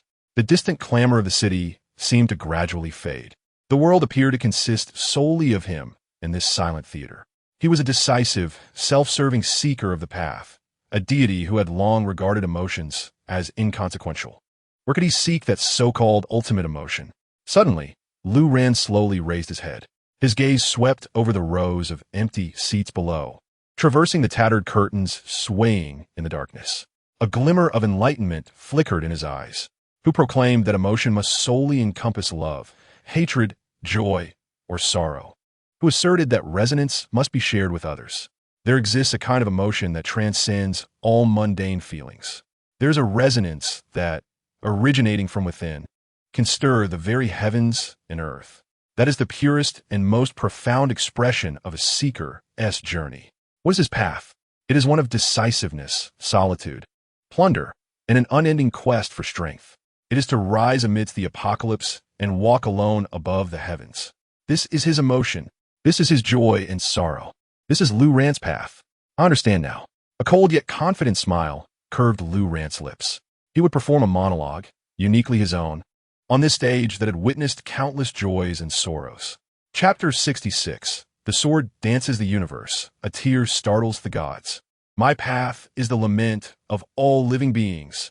The moonlight grew colder, as if even the luminous orb suspended high in the sky silently observed this abandoned stage. Anticipating an unprecedented performance, Lu Ran gently closed his eyes. He stood at the very center of the stage, at the edge of the deep pit he had created, resembling an ancient, unchanging statue. At this moment, Jian Xen Tong Ming reached its utmost perfection. His heart felt both unprecedentedly ethereal and profoundly fulfilled. He did not intentionally recall the pretentious and futile emotions he had severed long ago. Instead, he allowed his spirit to sink into the river of memories, where scenes of his rebirth from that rainy night unfolded like film in the depths of his soul. Images flowed past. There was the torrential rain on the streets, Lu Yan's face etched with disdain and contempt, and her resolute silhouette as she took Wang Kai's hand and entered a Ferrari. The humiliation, bitterness, and the coldness of being cast away by the world marked the story's inception. There was the joy and disbelief when he exchanged a bottle of chilled cola for the Hun-Dun Jin to Divine technique from that mysterious white terminal. The shock and hope of that moment signified a turning point in fate. There was the night shrouded in the fog of zeroing when he, for survival, cleaved the head of a mutated monster with a fire axe. The fear, trembling, nausea, and the eventual coldness of adaptation represented the first tempering of his resolve. There was he, alone with his sword, slaughtering the invincible black serpent society and the otherworldly aberrations behind them in an abandoned industrial zone. The decisiveness and indifference to life at that moment were the absolute confidence bestowed by power. There was the moment he faced an epic sword demon, torn by the abyssal law, on the brink of death, where he boldly executed a causal strike, turning the tide and devouring gods and demons. The determination and dominance of that moment were the most primal desires for survival. There he transformed into a mysterious Sword Immortal during the doomsday night of celestial tides, treating the myriad monsters as cash machines, frantically harvesting law crystals. The solitude and strength of that moment embodied the calm of opposing the entire world. There was the moment he faced the artillery of the Tianjin division, the arrest by the cold green fox, where with merely a wisp of sword intent, he rendered all high-tech weapons useless, embodying disdain and superiority. There was the cunning and amusement when he toyed with abyssal demons in the market of the heavens, exchanging a bottle of medicated oil for shards of divinity. There There was the moment he activated the Void Communicator, discerning the cruel truth of the myriad worlds amidst the murmurs of countless gods and demons, spurred by a quest for knowledge and ambition. Slaughter, plunder, betrayal, death, solitude, confusion. Seeking control, this is his path. This is Lu Ran's way. Buzzing, the Wanxiang Shun Jian silently appeared in his hand. The blade, dark as night, seemed capable of consuming all light. Lu Ran abruptly opened his eyes. In them, there is no longer the usual indifference and tranquility, but rather an intensity akin to burning. A purity taken to the utmost degree. He began to dance with the sword. There were no spectators. There was no music. Only he and the divine sword that resonated with his spirit. The first strike cleaved forth. The sword light was cold, resolute, laden with the sorrow of severing all past ties. The air within the theater plummeted in temperature, as if even the moonlight had frozen. It was a strike against the past's humiliation and weakness. The second strike pierced out. The sword's momentum was swift and wild, filled with a craving and possession for power. The hard concrete floor of the stage was carved with profound ravines by the dispersed sword energy. It was a declaration for the future, a rebellion against fate. The third strike swept across. The sword intent was domineering and fierce, carrying a cold indifference that crushed all and slaughtered the living.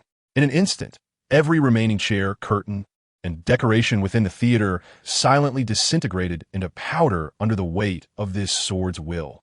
It represented the ruthlessness of walking alone in the apocalypse, treating all living beings as mere pawns. The fourth strike fell lightly. The sword move was agile and elusive, yet contained the wisdom to comprehend all things. In the air, the floating laws of space and the echoes of the spirit seemed to be plucked by an invisible hand, resonating in a silent symphony. It was the calm of one Jia Dong Cha Jian, where the disparity of information overwhelmed all. His sword was at times sharp, a decisive strike, at times heavy, a solitary journey, at times bewildered, a repeated inquiry into the path ahead, at times domineering, a supreme declaration of being the law itself. He was not performing. He was writing, interpreting, and celebrating his unique path with the sword, with his soul, with his very existence. This was a silent elegy, an elegy of sword intent. Named Lu Ran, with his sword dance, the entire Lan Xian Grand Theater began to tremble violently, resonating with a profound frequency. The air wailed, the light distorted, the earth vibrated. Beneath the stage, the golden terminal that had slumbered for countless years began to flicker with its surface runes, alternating between brightness and darkness, astonishingly synchronized with Lu Ran's sword dance. Finally, when Lu Ran infused all his experiences, insights, all the slaughters, and loneliness since his rebirth into this sword dance, he slowly sheathed his sword, standing proudly with one hand holding the blade. It remained the same stage. It remained the same figure. Yet the atmosphere within the theater had transformed entirely. A grand, tragic, solitary, and overwhelmingly domineering sword intent surged like a tempest, filling every inch of this space. Lu Ran slowly raised his head, gazing at the cool, luminous moon above. A crystalline droplet trickled from the corner of his eye. It was not a tear. Human tears are salty weak. Yet this droplet was cold, hard, and resplendent. It was distilled from Lu Ran's purest sword path will and the primal force of the Han Dun Jian Ti, crystallized under the impetus of the most intense emotion. A singular sword tear. Plop! The tear of the sword slipped from his cheek, tracing a crystalline arc, precisely falling at his feet, right at the center of the stage, directly above the golden terminal. In the next moment, a tremendous roar erupted. At that moment, the entire Lanxin Grand Theater burst forth with an indescribable, resplendent golden light. This brilliance shattered the decayed dome, transforming into a robust golden beam that soared into the heavens, as if it sought to pierce the night sky itself. A grand, mournful resonance, seemingly merging the sorrows and joys of millions, yet presided over by a solitary, lofty intent of the sword, reverberated across the skyline of Jiangxing. Countless moon gazers raised their heads in astonishment, witnessing the golden beam that traversed the heavens and feeling the monumental aura that sent shivers through their very souls. The Jiangcheng branch of the Tianjin Bureau instantly activated its highest alarm. Warning, warning, unknown, super-spec, divine retribution level energy reaction detected. Coordinates, Lanxin Grand Theater. Energy source identified as a deity. Yet, at the heart of the storm, Lu Ran remained oblivious to the external chaos. In his ears, only the cold, mechanical voice of the terminal echoed. Ding. Detection of extreme emotional resonance match. Perfect. Resonance aligns with heart's intention. Special golden terminal. Echo Theater successfully activated. Chapter 67. A lament shocks the three realms. An unprecedented bounty. The golden beam that pierced the heavens was so domineering, so resplendent. It resembled a pillar that anchored the universe, transforming the clouds above Jiangsheng into a flowing sea of gold. In that moment, the entire city fell into a deathly silence. Countless citizens celebrating the Mid-Autumn Festival, whether in towering skyscrapers or alleyways, halted their actions, staring in awe at the divine phenomenon beyond comprehension. Their faces were etched with shock, confusion, and a reverence that emanated from the depths of their souls. At the Jiangsheng branch of the Tianjin Bureau, the piercing alarm had been wailing for several minutes, each corner flashing with blood-red warning lights. Energy levels exceeded measurement limits. Spatial curvature is undergoing violent distortion. Target locked. Launching Grand Theater. Repeat. Target locked on Launching Grand Theater. Unable to analyze energy source. Unanalyzable. Its nature surpasses all records in our database. Technicians screamed hoarsely, their foreheads slick with cold sweat, their hands frantically working the control panels, only to be met with a series of red codes indicating errors and overflow. On the command center's large screen, the real-time image of the golden beam had become a blinding white due to the overwhelming energy. Lung Qingli stood before the screen, her delicate frame trembling slightly, not from fear, but from an instinctive shudder that one experiences when glimpsing the might of the divine. She understood that this man had once again achieved something beyond her wildest imagination. At the center of the storm, Lu Ran bathed in the golden rain, his expression as serene as ever. The astonishing spectacle that could plunge a city into panic was merely the applause that accompanied the curtain call of a theatrical performance for him. His gaze pierced through the endless radiance, settling upon the now fully activated golden cube. Special golden terminal, Echo Theater, status, activated, linking dimension, phantom realm, replacement requirement, a story that bears truth and deception. Replacement reward, phantom realm specialties matching the story's value. A story Lu Ran contemplated. Yet, just as he prepared to devise a tale that would maximize benefits, an unexpected change occurred. A low hum, not from the outside world, but emanating directly from his bosom, interrupted his thoughts. Lu Ran raised an eyebrow, reaching into his chest to retrieve the void communicator, which he had always regarded as an important strategic asset. At that moment, this once tattered and cracked metallic artifact erupted with waves of dark, profound starlight. It resembled a thirsty traveler, ravenously consuming the vast and magnificent energy born of emotional resonance surrounding it. Under Lu Ran's gaze, the cracks on the communicator's surface rapidly healed at a visible pace. Its internal structure emitted cracking sounds, as if countless intricate components were undergoing a frenetic reorganization and evolution. The cold mechanical voice of the system timely echoed in his mind. Ding! Detection of void communicator absorbing high-purity resonance energy. Device undergoing self-repair and structural upgrade. Repair progress. 105,099. Ding. Repair completed. Congratulations, host. Your void communicator, severely damaged, has successfully upgraded to a void broadcasting station beginner. Void broadcasting station beginner. Function 1. Void whisper. Passive can continue to receive chaotic information streams from myriad realms. Function 2. Directed broadcast. Active can expend energy to proactively send encrypted information to specific void coordinates or dimensions.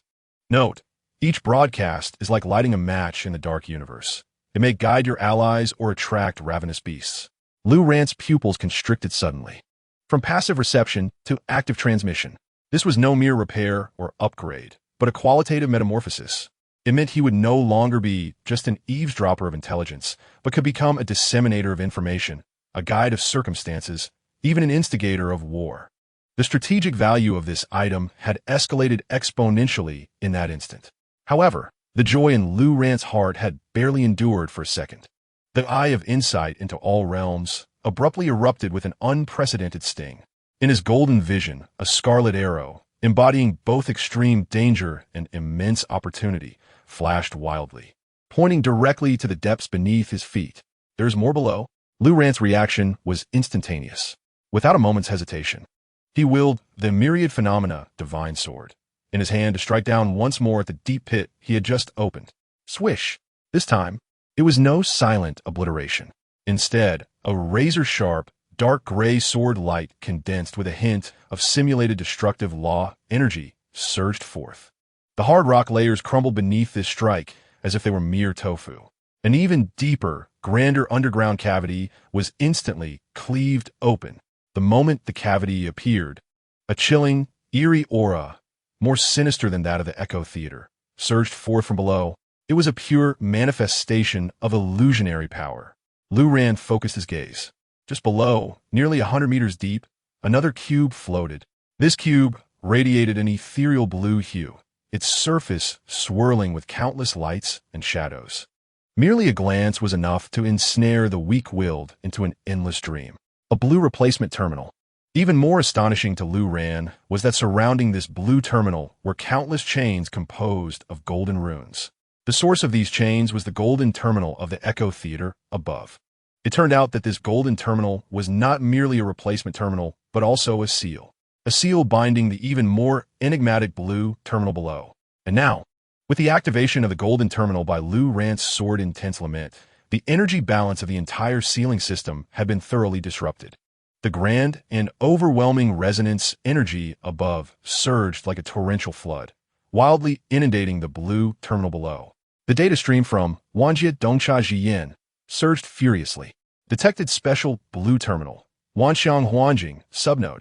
Status: passive activation in progress. Node: this terminal is one of the subbodies projected by the main node of Wanxiang Huanjing, long suppressed by the Echo Theater terminal, and is about to enter an overload activation state due to excessive absorption of resonant energy. One terminal sealed another.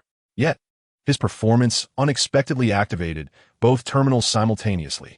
Such consecutive surprises even stirred a ripple in Lu Ran's ordinarily tranquil heart. How intriguing, he murmured softly, his eyes gleaming brighter. However, this was not the end.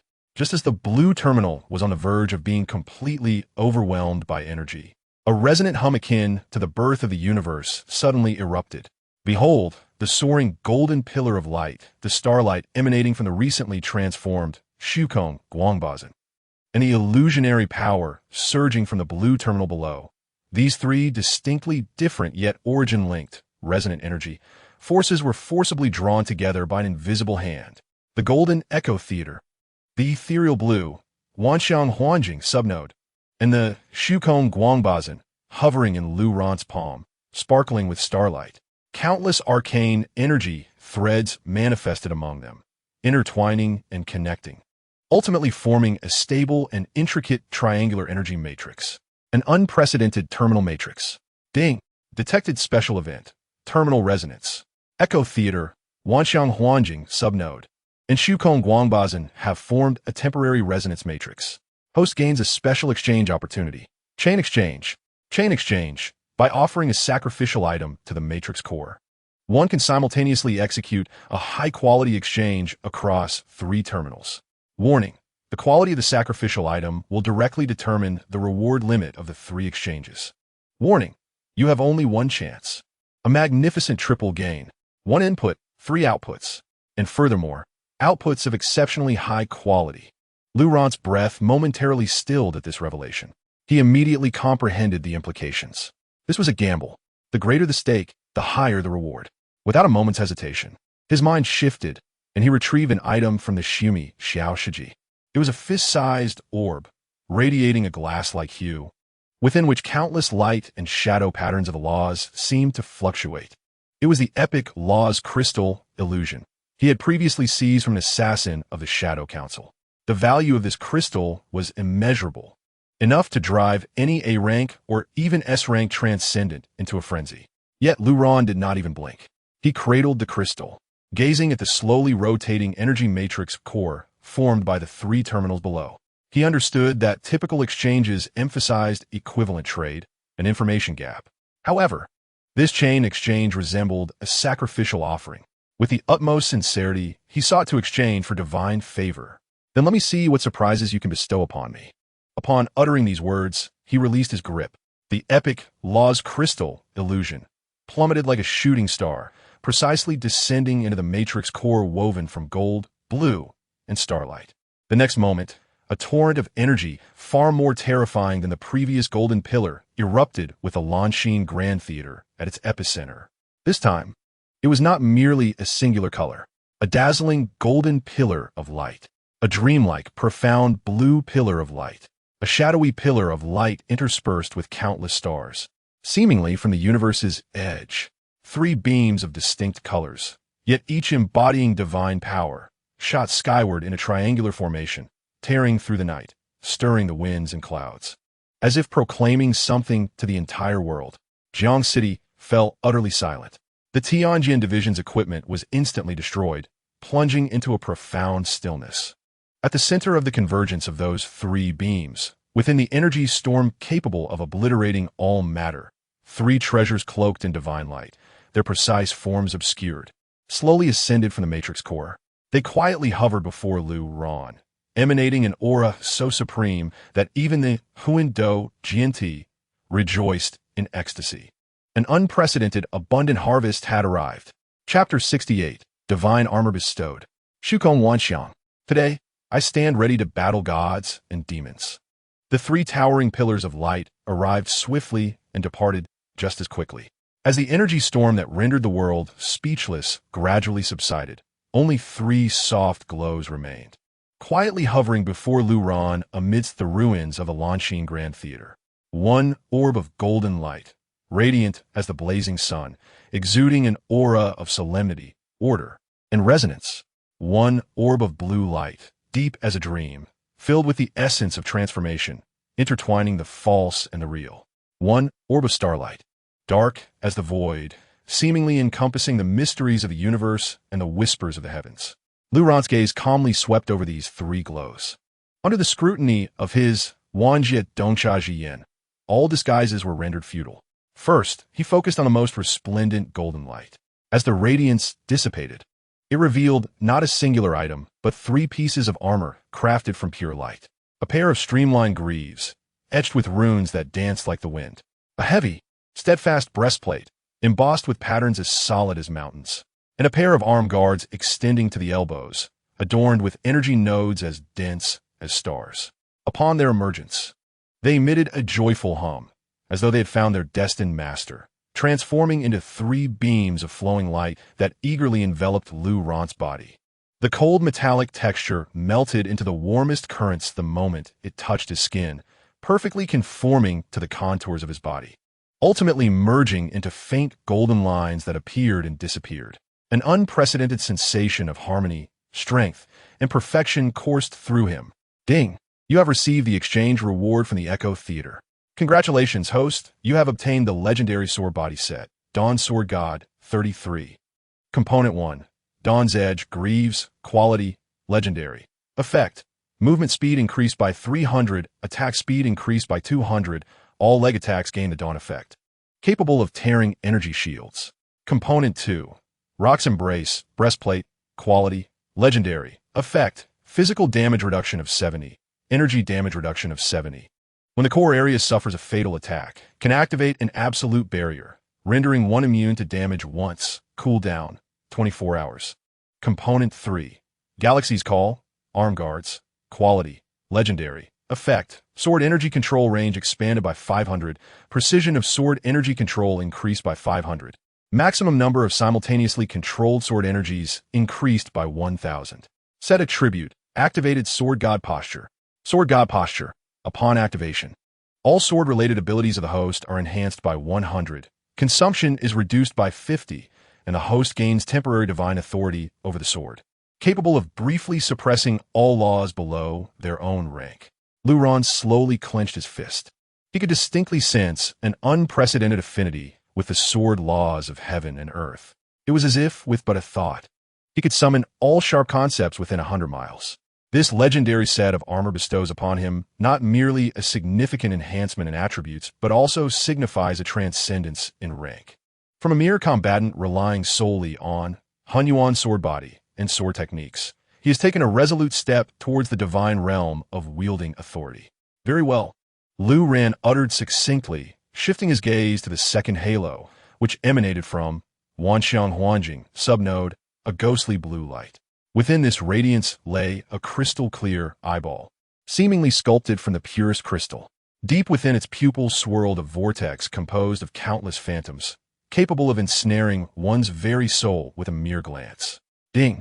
You have received the exchange reward from Wanxiang Huanjing, subnode. Congratulations, host. You have obtained the legendary special item, the True Illusory Vision Eye. True Illusory Vision Eye, quality, legendary, effect, can merge with any insight-based divine abilities, talents, or bloodlines, significantly enhancing the ability to pierce through illusions, analyze information, and trace origins. Note: when you see through all illusions, what you behold is the singular truth. This is a tailored supplement for his Wanjie Dongcha Jian. Without a moment's hesitation, Lu Ran extended his hand and grasped the icy, unyielding eyeball. Then, under the bewildered gazes of onlookers, he slowly pressed the chilling orb against his right eye.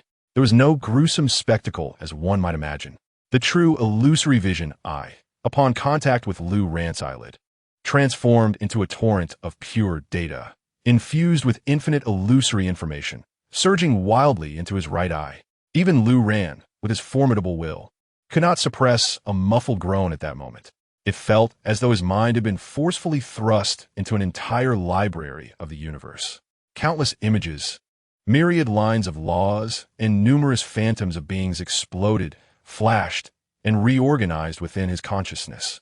His right eye surged with golden light, nearly transforming into a miniature sun. As sword heart clarity operated at full capacity, it acted like an ancient, unmelting glacier, suppressing the information storm that could drive even the gods to madness. Time became an abstract concept. Perhaps it was merely an instant, or perhaps it stretched into a century. When that blinding golden light finally receded, Lu Ran reopened his eyes. The world had irrevocably changed. In his left eye, reality remained the same physical world. However, in his right eye, now merged with the True Illusory Vision Eye, the entirety of existence morphed into an ocean composed of countless lines of laws and streams of energy information. He could perceive the elements in the air dancing joyously. He could sense the dormant veins of the earth slowly breathing beneath the surface. He could even see the unique soul radiance emanating from every living being in the distant city. His Wanjie Dongcha Jian had undergone a complete evolution.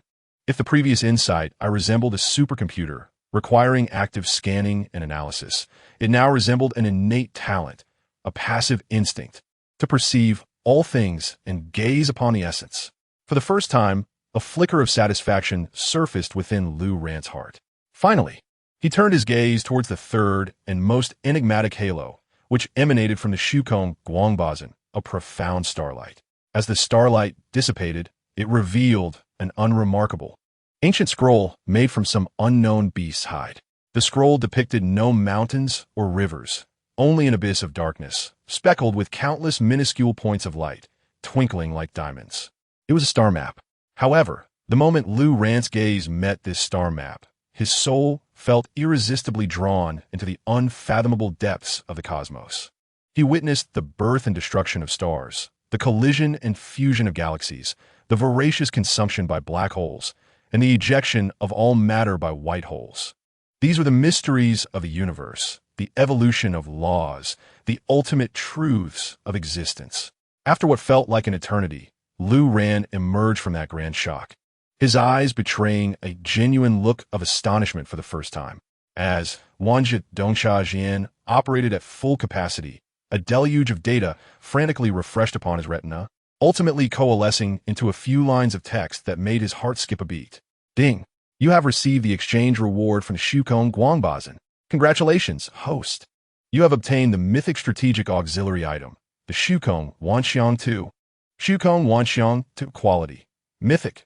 Function 1. Law simulation. Can consume law crystal cores or personal energy to construct law models within the map for simulation, deduction, and even fusion. The success rate of simulation correlates with the energy invested in the host comprehension. Function 2. Sandbox simulation. can consume energy to extract a wisp of essence from a target, once analyzed, to create a virtual mirror image within the map for unlimited simulated combat. The strength of the mirror can reach up to 90 of the original. Function 3. Star Map Transition unlocked. Note, by wielding this map, you possess infinite opportunities for trial and error. Before stepping onto the true battlefield, victory is already within your grasp. Mythic level. The value of this item far exceeds that of the legendary sword set. Law simulation and sandbox simulation. Lu Ran murmured these two functions, his eyes gleaming with an extraordinary brilliance. What did this signify? It meant he could risk-free experiment with the fusion of Hunyuan sword intent and destruction law within the map. It meant he could confront the Abyss Mart, godly foe, Abyss Worm offspring Mogila, by first engaging in countless life and death battles with its virtual image within the map until he uncovered all its weaknesses. This was no mere item. It was a portable strategic command center, encompassing a training room, laboratory, and simulated combat arena. A true director's scepter. Lu Ran took a deep breath and slowly stowed away the Shukong Wanxiangtu. The legendary sword god set had endowed him with the foundation to confront formidable adversaries head-on. The evolved Wanjie Dongcha Jian granted him the vision to perceive all appearances and gaze upon the essence of all things. And this mythic Shukong Wanxiangtu provided him with the confidence to strategize and triumph beyond the myriad realms.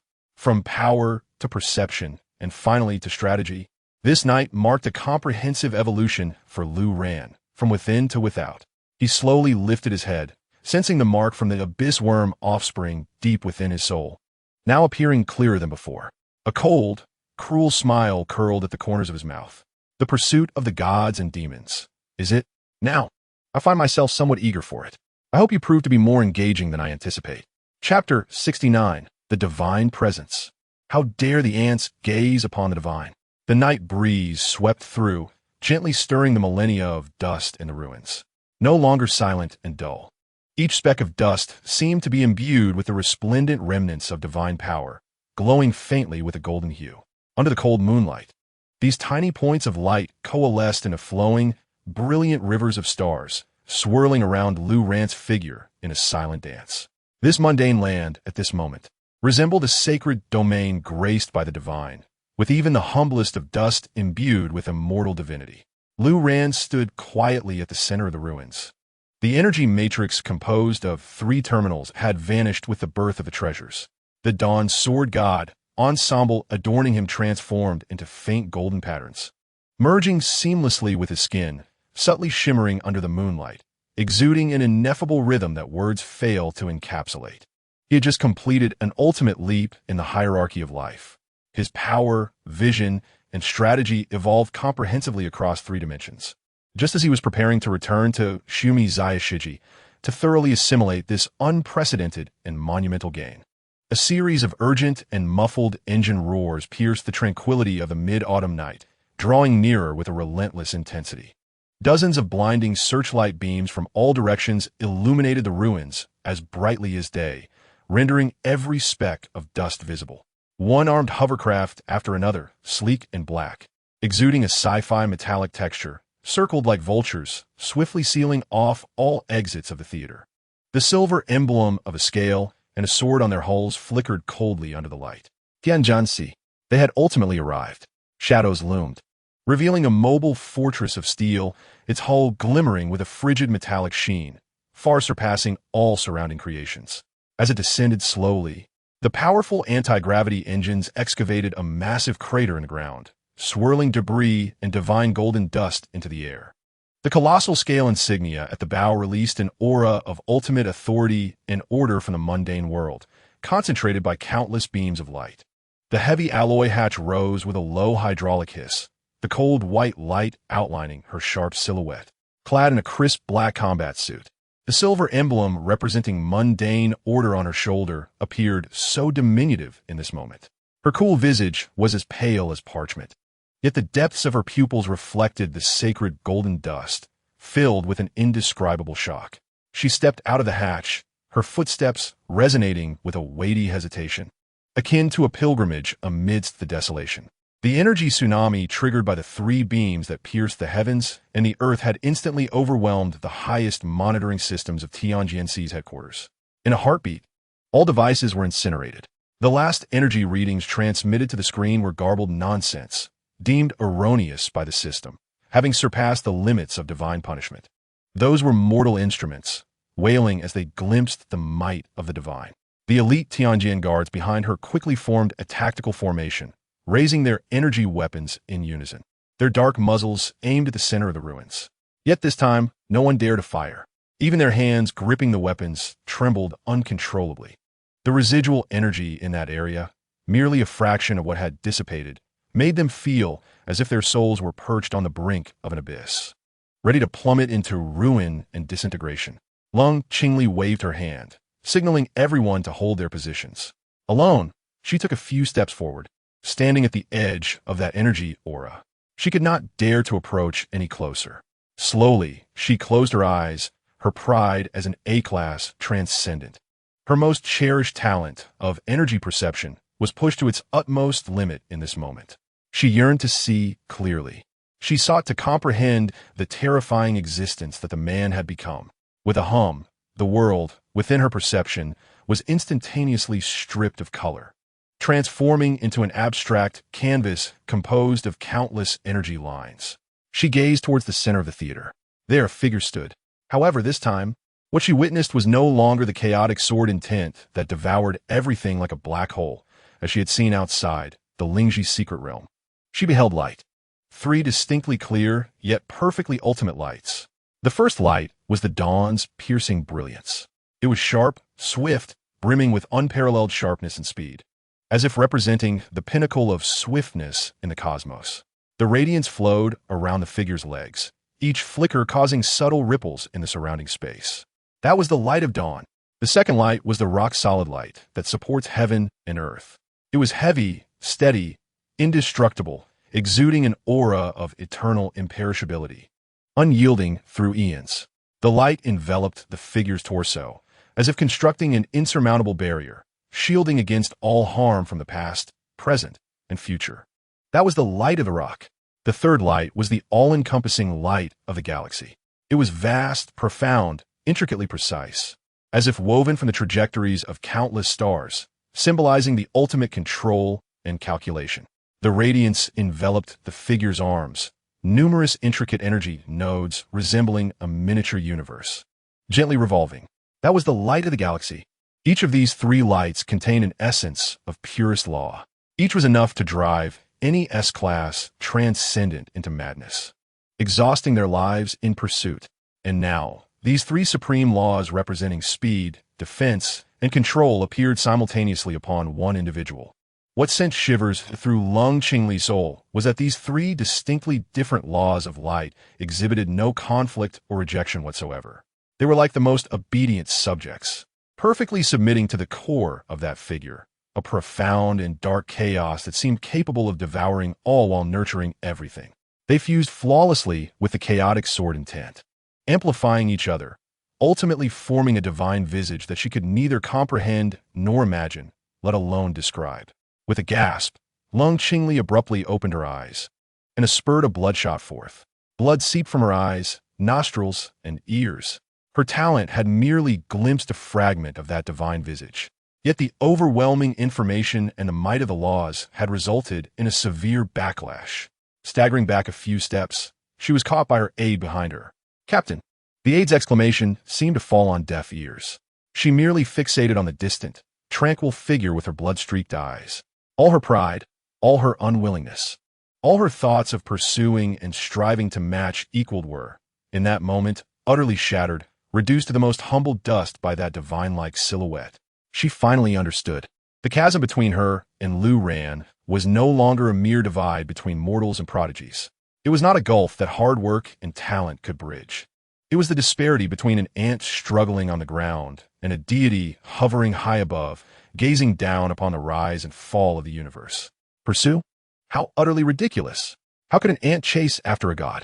Lung Qingli's body ceased to tremble. The expression twisted by pain and backlash on her face gradually faded away. In its place emerged a near-numb tranquility and a profound sense of release from the depths of her soul. She had finally relinquished. Silently, she slowly waved her hand towards all the Tianjian guards behind her, a simple gesture to lower their weapons. All the Tianjian guards were taken aback, but upon seeing the calm yet blood-stained face of their commander, they chose to obey. The clicks of energy weapons being deactivated echoed distinctly across the desolate ruins. They laid down their weapons, not out of fear, but from a sense of reverence.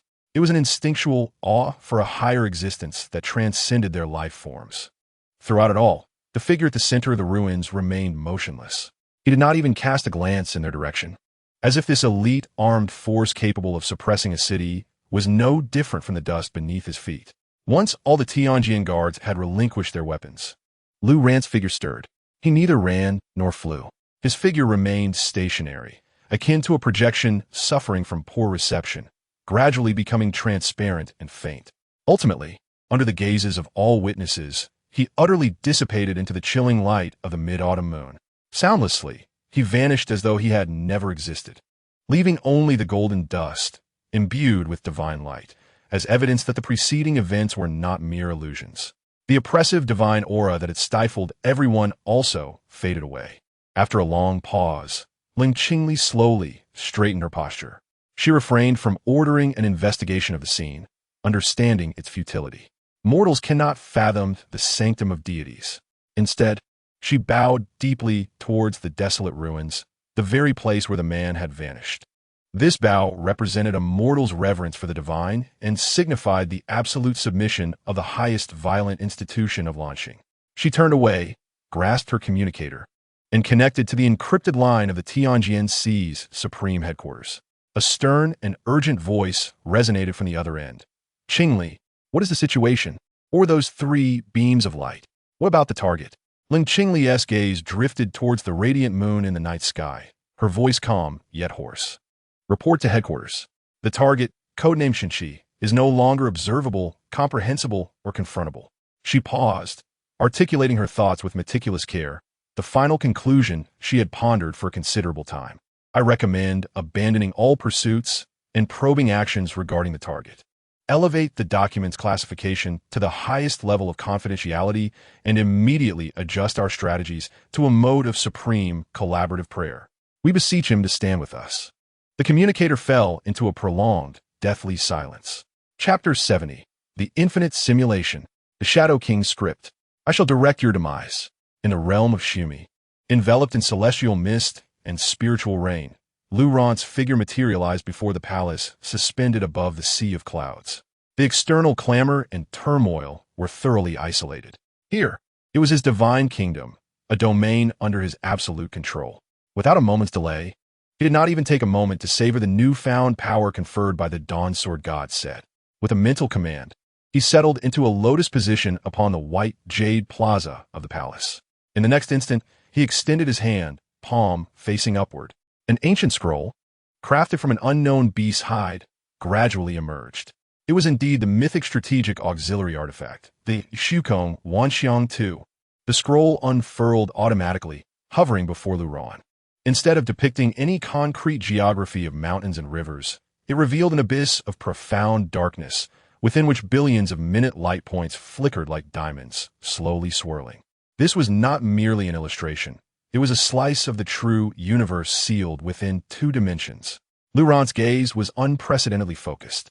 The value of this mythic artifact surpassed even that of his legendary Dawn Sword God set. The set granted him strength, while this map bestowed upon him the path and infinite potential. Law's simulation sandbox, Lu Ran murmured to himself, his eyes shimmering with rational brilliance. The first task he set forth was to validate the limits of this map and its terrifying strategic value. With a thought, a rule crystal, glowing with a glassy hue and seemingly containing countless flickering principles of light and shadow, soared from his storage space.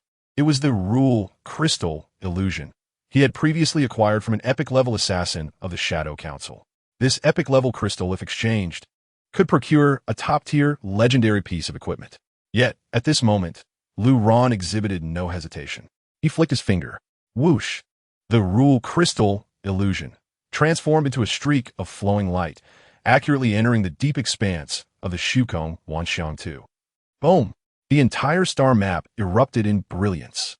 The epic-level crystal melted instantaneously, like an ice block cast into a furnace, transmuting into the purest, most monumental energy of law, infusing this long-dormant mythic scroll with its inaugural infusion of power.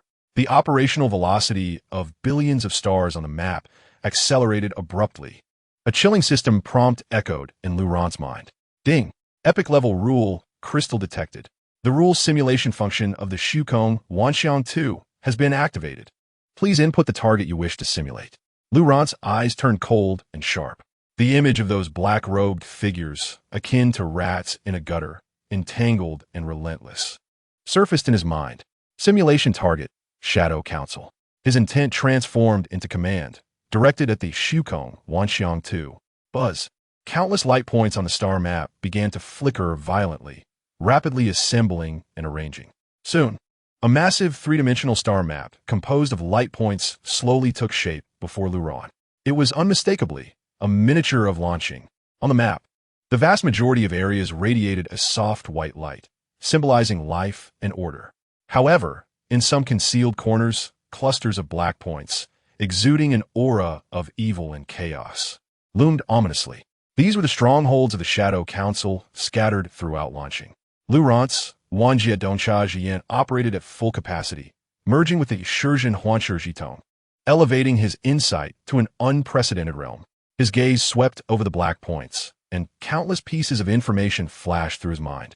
Target: Shadow Council, Western Theater Division. 312 members, strongest being A-level Shadow Bishop, threat level, low.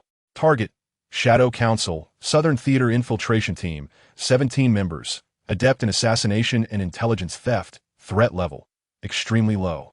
Lu Ran's thoughts functioned like the most efficient processor, continuously filtering and eliminating irrelevant information. He sought not these minor players, but rather the one who had once dispatched an epic-level assassin, the true threat from the Eastern Theater's headquarters. His mental acuity was heightened, and he consolidated all intelligence from his past encounters with the Shadow Council, including the lingering essence of that epic-level assassin and the primordial fluctuations of the Rule Crystal illusion. Inputting them into the Shukong Wanxiang 2, the star map underwent another violent transformation. Countless black points representing minor strongholds extinguished in an instant. Ultimately, only a few remained, still radiating a dense, shadowy aura. All clues, all energy flows, and all trajectories of law converged like rivers flowing into the sea, ultimately pointing to a massive dark vortex located on the outskirts of a coastal city in the Eastern Theater of Daxia. Found it. Lu Ran's pupils constricted sharply.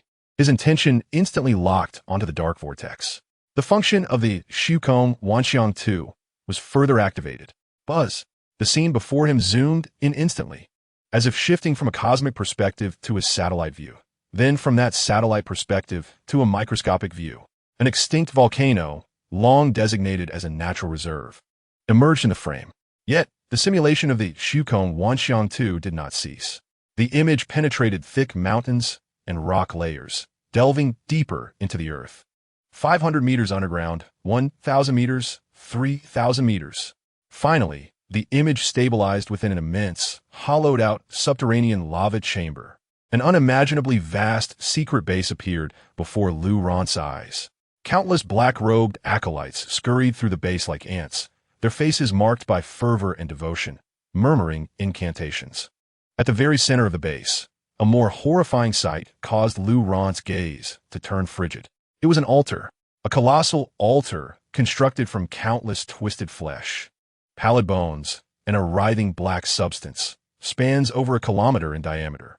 Above the altar, a vast spatial rift is slowly taking shape. From the other end of the rift emanates an oppressive shadowy power, far more terrifying than that of any legendary assassin. Countless devotees encircle the altar, engaged in a nefarious ritual of prayer. Their mental and life energies are being frantically siphoned by the altar, infused into the spatial rift. The simulation has concluded, revealing the Shadow Council's Eastern Theater headquarters. Currently, preparations for the final stage of the blood sacrifice of all souls are underway. The The sacrificial objective is to forcibly tear open the world's barriers using the lives of 100,000 zealous followers within the base, along with the entire population of a city in its vicinity, to summon a corporeal avatar of their master, the Shadow King. A warning is issued. The avatar is a godlike entity, a combat unit formed from a fragment of its original law, containing the true power of the law, far exceeding that of legendary beings. The estimated completion time for the sacrifice is 12 hours. The notion of an avatar of the law sends a chill through Lu Ran's gaze, as cold as if time itself were to freeze. He finally comprehends why the Shadow Council has been so quiet of late. They have not surrendered. Rather, they are preparing for a far more insane and terrifying plan. Previously encountered in the Startide was merely a fragment of the Shadow King's will, yet possessed epic-level combat prowess. The Avatar of the Law, however, embodies a portion of its original laws, a true incarnation of combat. If it successfully descends, not just the coastal city, but the entire eastern theater of Desya will be transformed into a living hell. Time is of the essence. Lu Ran rises slowly. His original plan was to utilize the simulation capabilities of the Void all-encompassing map to engage in simulated combat with a marked Abyss Worm offspring, thoroughly discerning their trump cards before hunting them down. But now the plan has changed. The malignant tumor of the Shadow Council must be eradicated immediately. With a thought, the Dawn's Sword God set, which had recently merged with him, materializes from the golden patterns beneath his skin. The streamlined Dawn's Edge greaves, the weighty rock of Age's chest piece, and the intricate stellar guide armors, perfectly enveloping his form and radiating a mesmerizing divine light of law. The chaotic sword intent within him resonates with the sword God stance of the armor, filling him with an unprecedented strength, as if he could punch through a small asteroid. The manifest sword box behind him, sensing its master's fervent battle intent, emits the low hum of thirst for blood. Chaos life, and the severance of causality. Every force is poised to unleash. Lu Ran extends his hand, and the void, all-encompassing map transforms into a streak of light, merging into his palm. He lifts his gaze, as if piercing through the barriers of the Shumi small world and the endless expanse, accurately locking onto the depths of the dormant volcano. A chilling smirk graces his lips. The blood sacrifice of all souls? Summoning the Avatar of the Law. An intriguing script, indeed. However, from this moment forth, the director of this performance has changed. Before your sacrifice is complete, I shall present you with a gift named Despair. With that, his figure abruptly vanishes within the divine realm. A one-sided hunting feast targeting the entire headquarters of the Shadow Council is about to commence. The night of the Mid-Autumn Festival descends, and I, alone, am the calamity.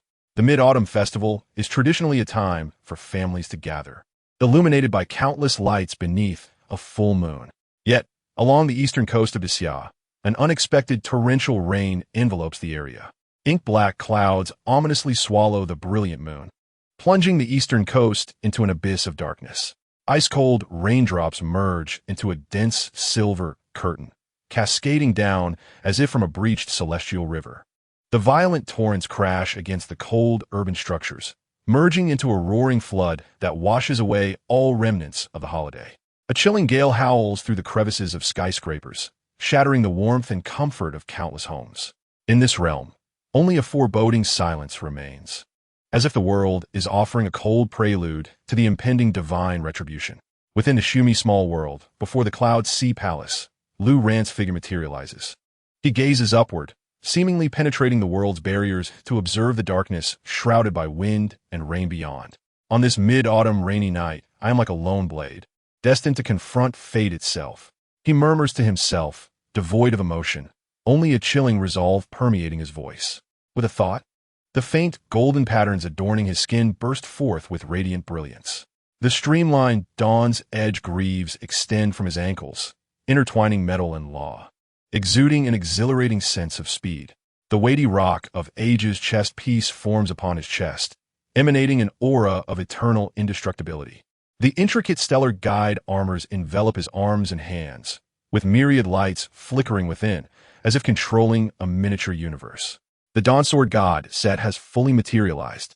As the divine armor descends, radiant and resplendent, an overwhelming divine power, transcending mortal limits, erupts from him, stirring the cloud sea of the entire Shumi small world. Without a moment's hesitation, he reconfirms the coordinates derived from the void all-encompassing map.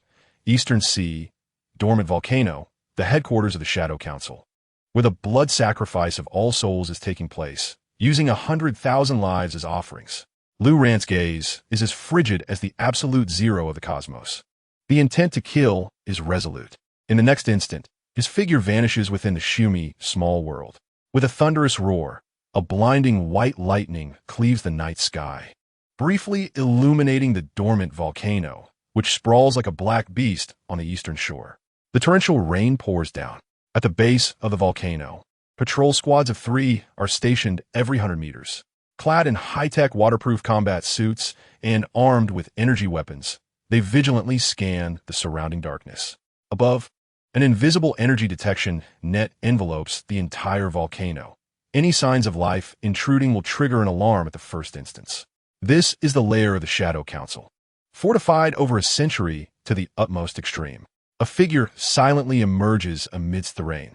It is Lu Ran, garbed in the Dawn Sword God armor. Observing the patrol teams and the energy net, a subtle smile graces his lips. In his right eye, now merged with the true, illusory sight, those so-called defenses appear as laughable doodles. He can hardly be bothered to dismantle them. The dawn's edge greaves illuminate with a piercing light. Lu Ran moves. There is no sound, no rush of air, not even a whisper of wind. His body transforms into a streak of light that exists beyond this dimension, traversing the torrential downpour with a speed that transcends the limits of visual perception, effortlessly gliding through. The patrol team members perceive a fleeting glimpse, as if something flashed by, but upon closer inspection, they find nothing but the torrential rain. The energy detection net remains unresponsive. Thus, he continues like a wisp of ghost, arriving silently before a massive entrance disguised as rock deep within the volcano. An imperceptible barrier of law radiates an eerie wave at the entrance. This defense was meticulously crafted by an S-rank peak Shadow Bishop, capable of withstanding a tactical nuclear strike head-on. However, in Lu Ran's eyes, the intricate flow of energy within the entire barrier, each law node, and every vulnerability was vividly laid bare, akin to a diagram from a textbook. The weaving of juvenile laws elicited a calm remark from Lu Ran. He extended his right hand, clad in the armor of Xingheji Yin, and with the tip of his slender finger, a strand of chaotic sword intent, finer than a strand of hair, gradually coalesced. There was no overwhelming majesty, only an essence of utmost refinement and purity. He casually pointed his fingertip at the most critical of the countless energy nodes. A barely audible sound emerged, akin to a whisper. The barrier, solid enough to withstand a nuclear explosion, silently melted away like plastic film seared by a branding iron, creating a passage just wide enough for a single person to traverse. The entire process triggered not a single energy alarm. Lu Ran stepped inside. Before him lay a vast, sloping alloy corridor.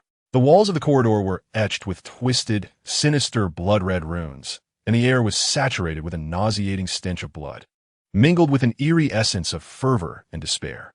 The deeper he ventured, the more potent this aura became. Gradually, he began to hear sounds. It was not the voice of one, nor of hundreds or thousands, but the cacophony of tens of thousands, even hundreds of thousands of voices. A frenzied symphony of prayers, chants, and wails, like a symphony from the very depths of hell, capable of driving any weak-willed individual into madness in an instant. At last, the corridor reached its end. An unimaginably vast underground cavern of molten rock appeared before Lu Ran's eyes. He stood at the edge of a precipice, gazing down.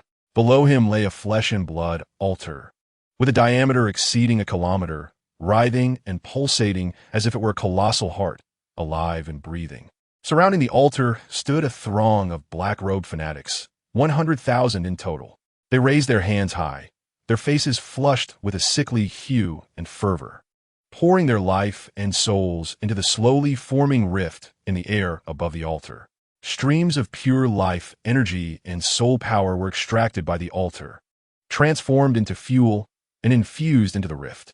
Lu Ran's gaze remained unperturbed. He was there to orchestrate the conclusion of this sacrifice. Above the altar, the rift had taken shape, a terrifying silhouette emanating an aura of divinity and demonic essence, flickering at the other end of the rift. The law avatar of the Shadow King seemed poised to descend at any moment. Time was of the essence. Lu Ran no longer concealed himself. He intended to plunge these deluded insects into the deepest despair at the height of their frenzy. He raised his foot and took a step forward, stepping into the void. Chapter 72. The Manifestation of the Divine, Flattening the Stronghold. 100,000 believers reduced to ashes. With a single step into the abyss, Lu Ran's figure did not pause. Akin to a meteor carrying the weight of annihilation, plummeting towards the blood and flesh altar with a diameter of 1 kilometer. The howling winds roared in his ears.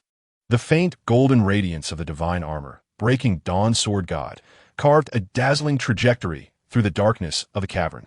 Below, the 100,000 fanatics remained lost in their sacrificial fervor, oblivious to the impending doom. Only a few A-rank shadow bishops at the altar's edge suddenly raised their heads, their faces contorted in horror. An enemy attack, just as the sharp cries erupted. Boom!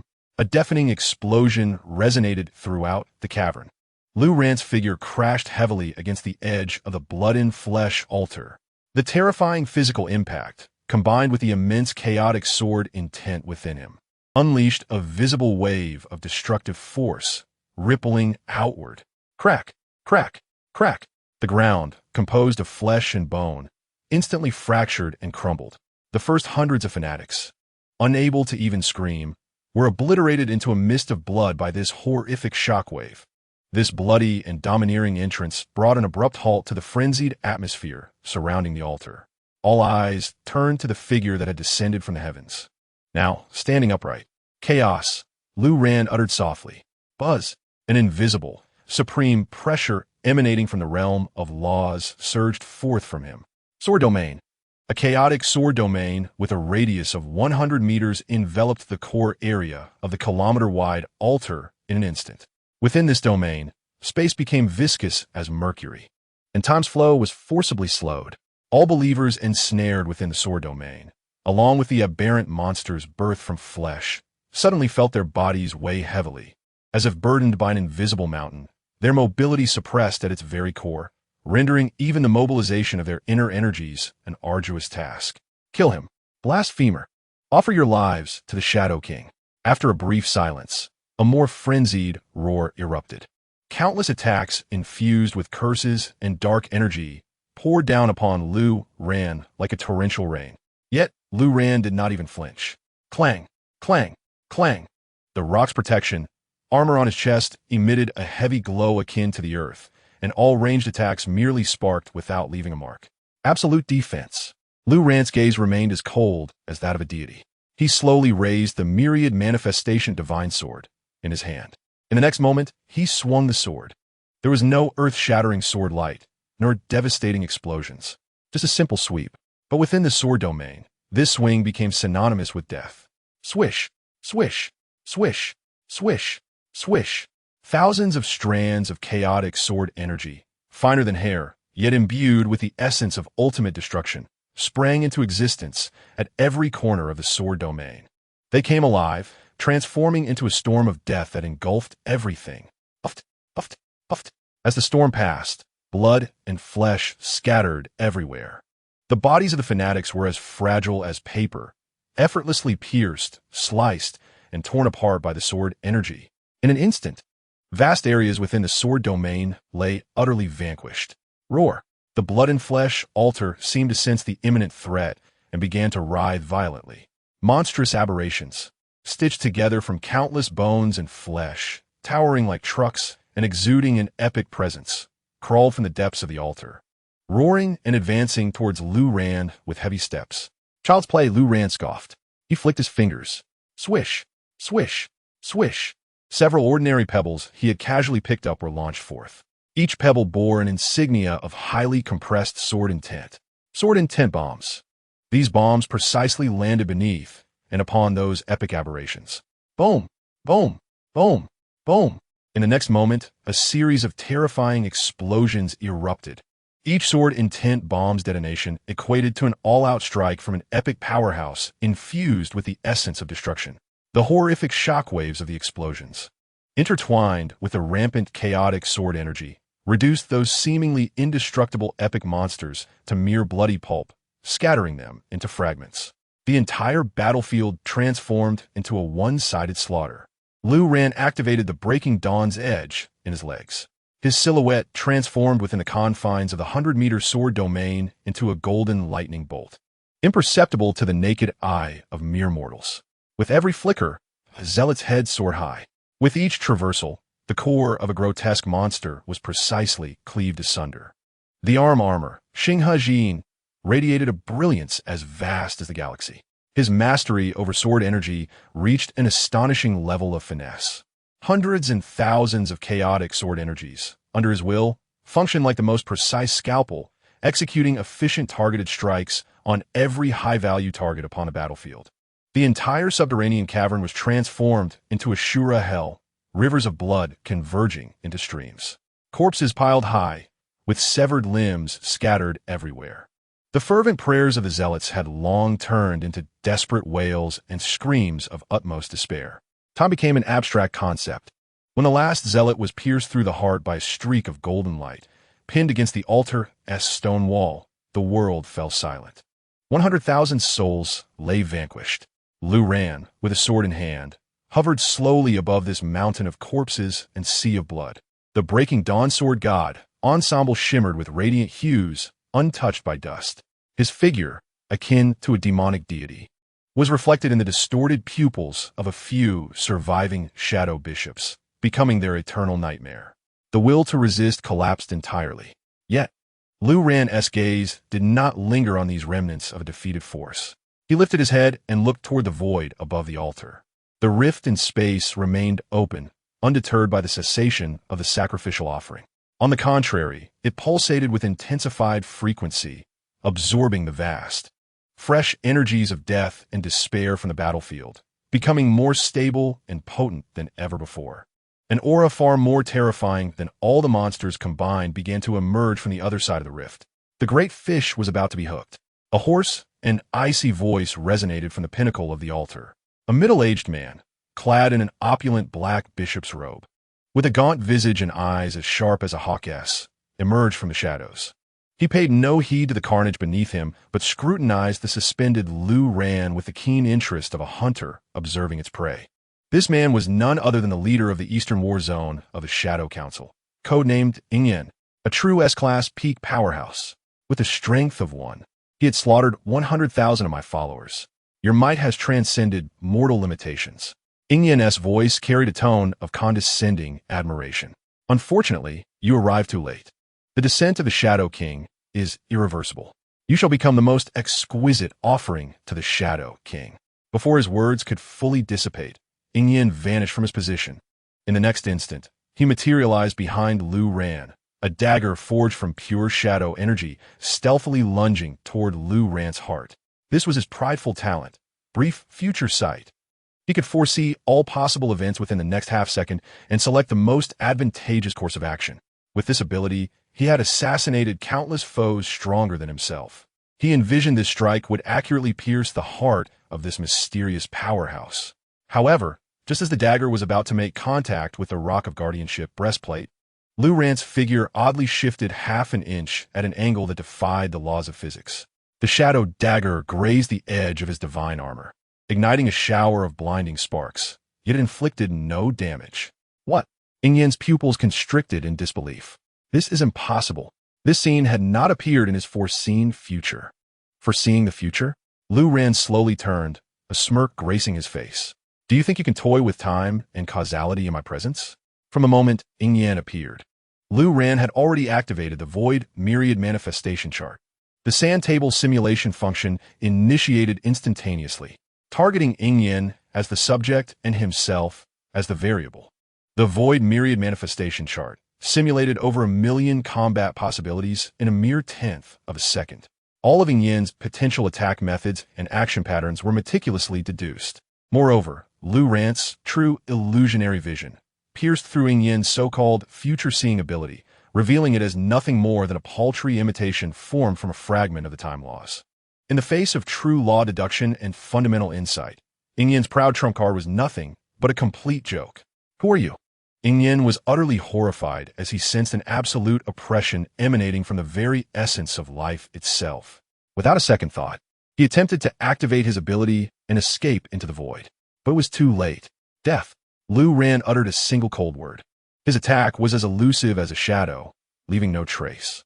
A wisp of chaotic sword energy transcended the realm of Yin's foresight, arriving through a trajectory he could not comprehend. With a piercing sound, the sword energy penetrated cleanly through his forehead, emerging from the back of his skull. The shock and confusion on Yin's face froze completely. The brilliance in his eyes dimmed rapidly. The vitality of an S-class peak was instantaneously obliterated by the destructive laws contained within the chaotic sword energy.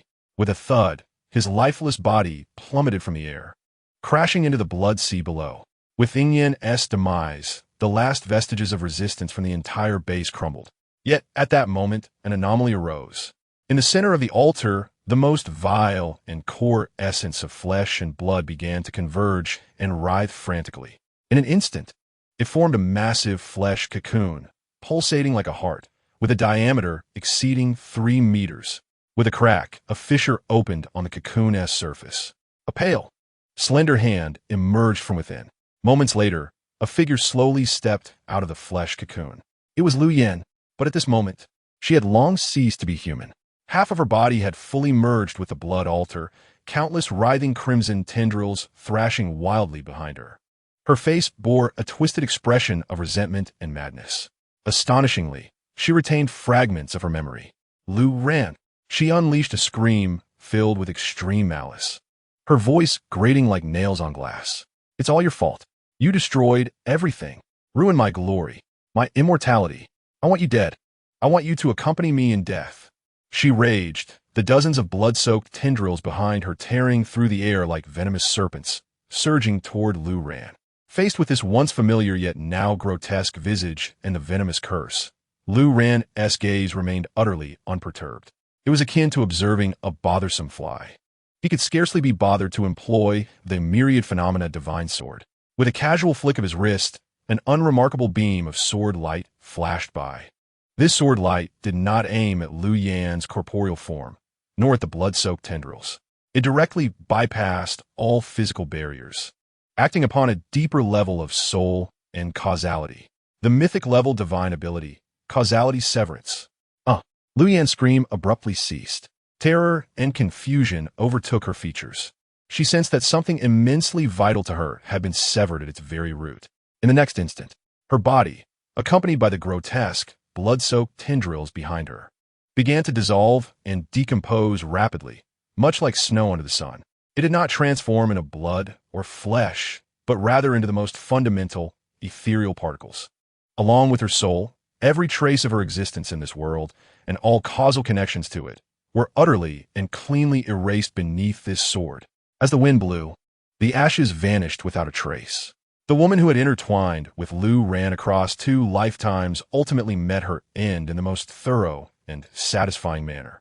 Having dealt with all the insignificant nuisances, Lu Ran slowly raised his head, his icy gaze directed toward the spatial rift that had stabilized after absorbing sufficient offerings, emanating terrifying fluctuations. The true feast was about to commence. Chapter 74, Unexpected Interception. The Shadow King is actually a wealth-giving child? The mythical terminal appears. In the cavernous depths, silence reigned. Lu Ran floated above a sea of corpses, his calm eyes focused on the enormous spatial rift. The rift had completely stabilized, resembling a massive scar imprinted in space. From the other side of the rift, a torrent of shadow energy surged forth, perpetually seeping in, seemingly paving a path for the arrival of some existence. Was it the Shadow King's law avatar? A fleeting glimmer of murderous intent crossed Lu Ran's eyes as he prepared to unleash the Wanxiang Xinjian, intending to shatter both the rift and the entity behind it. However, at that moment, an urgent system notification echoed in his mind. Warning: anomalous energy flow detected. The Eye of Infinite Insight delivers an urgent system prompt. This spatial rift is not merely a passage for arrival. Its core energy flow does not lead to the altar, but to deeper subterranean realms. Host, please proceed with caution. Lu Ran halted his movements, his brow slightly furrowed. Not a passage for arrival. Activating the true illusory vision, His right eye appeared to host countless stars flickering in existence and extinction. The surface of the world peeled away before his eyes, revealing the essential lines of its laws beneath.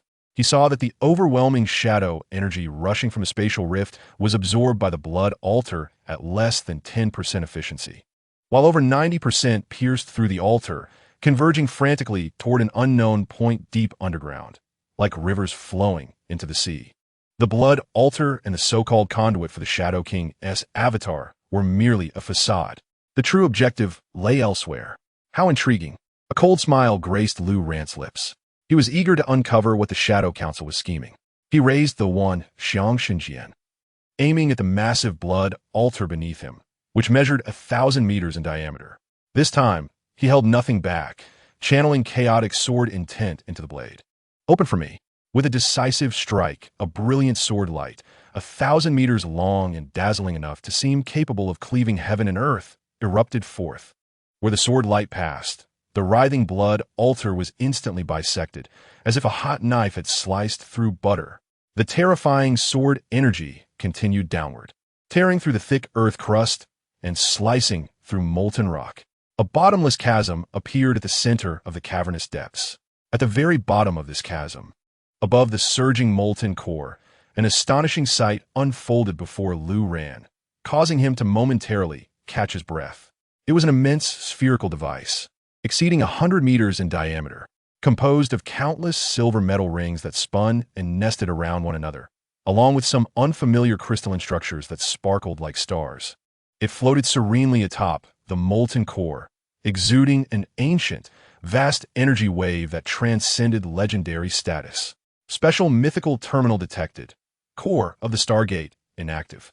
System analysis. This device is a remnant of a long-lost higher-dimensional civilization, possessing the power to construct stable interdimensional stargates, allowing for large-scale, long-duration, low-loss transportation of matter and energy, with a measurable strategic value.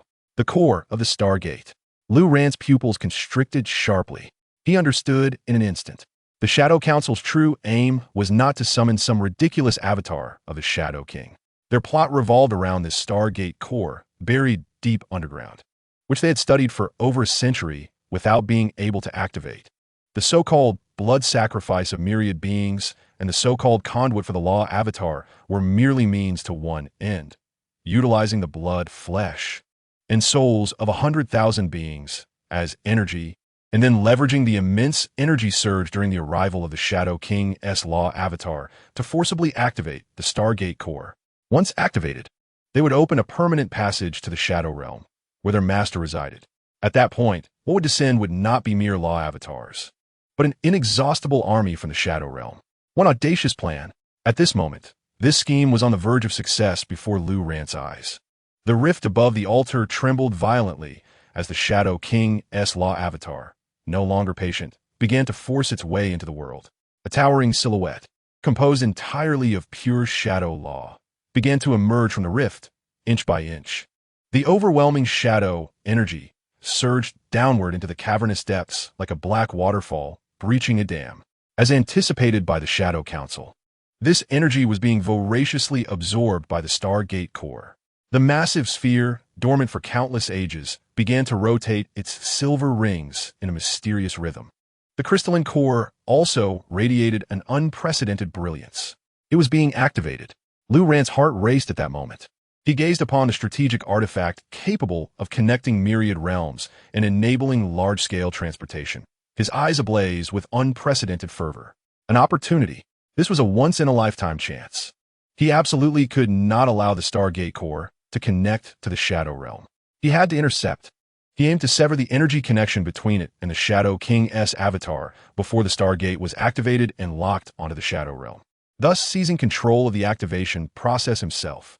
This Stargate core must belong to him. Its value far surpassed that of slaying 100 or even 1,000 avatars of the Shadow King. This was the true, singular treasure of this hunting feast. Lu Ran lifted his gaze toward the half-emerged figure of the Shadow King's avatar, exuding an aura of dread. In his eyes, it was no longer a threat, but rather a one-time battery for activating the artifact. Chapter 75, Activating the Stargate, Coordinates of the Heavens. Shadow King. Thank you for your gift. Boom! The entire underground space trembled violently and began to collapse. The Shadow King's Law avatar, composed of pure Shadow Law, had fully arrived. Towering 100 meters tall, its form blurred, it emanated a godlike pressure that twisted space itself and commanded reverence from all beings. Who has awakened me? A grand and frigid consciousness echoed throughout the subterranean realm like divine retribution. Yet, facing this terrifying manifestation of a god, Lu Rand did not even spare a glance. Time was of the essence. His figure transformed into a golden streak of light, instantly appearing before the main control console of the colossal spherical Stargate core. This interface was composed of countless light and shadow runes. Lu Rand could clearly perceive a robust energy conduit, composed of shadow energy, connecting from the spatial rift above to the core of the main control console, fervently charging the Stargate. At the opposite end of the console, a coordinate emanating the same malevolent aura was slowly illuminating. Zhuobiao, Eniyingjia. How naive! Lu Rand's gaze turned frigid, devoid of hesitation. He drove the Wanxiang Xinjian into the core slot of the main console with the force of a key thrust. With a decisive strike, he poured the most unadulterated and domineering intent of destruction from within him into the divine sword. Crack! A crisp sound, seemingly resonating from the realm of laws, reverberated through the air. The shadow energy conduit, linking the spatial rift and the core of the Stargate, was forcefully severed by the annihilating intent of the Wanxiang Xinjian. Without pause, Lu Rand unleashed his chaotic sword intent like a torrent, fiercely injecting it into the foundational system of the Stargate's core. He aimed to seize the highest control privileges of this mythical terminal. Simultaneously, with a thought, the Shukong Wanxiang II soared from his palm, unfurling instantly like a vast tablecloth, enveloping the entire main control console. Law's deduction, activate.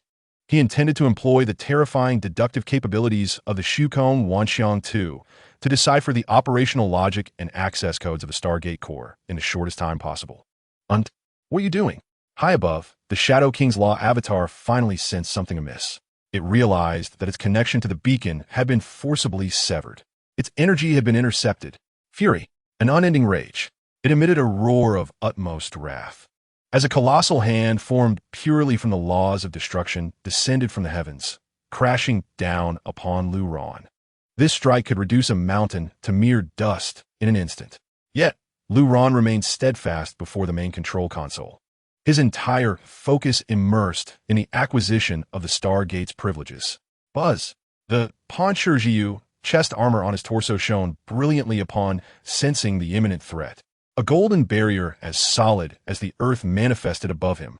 Boom! The destructive hand struck fiercely against the golden barrier. The entire subterranean space quaked violently. The barrier trembled violently, spiderweb-like cracks appearing on its surface, yet ultimately withstood the onslaught of this divine fiend. Lu Rand's body jolted violently, a sweet taste flooding his throat as he spewed forth a mouthful of golden blood. Though the divine armor had endured the attack, the terrifying impact of the law still inflicted severe internal injuries upon him. But he had succeeded. He had secured the most precious 300 milliseconds for himself. Ding! Congratulations, host. With the assistance of the Shukong Wanxiang II, you have successfully deciphered and seized the foundational logical permissions of the Stargate core. You have become the supreme authority holder of the Stargate core. The Stargate has been activated. The cold, mechanical voice of the system rang like celestial music.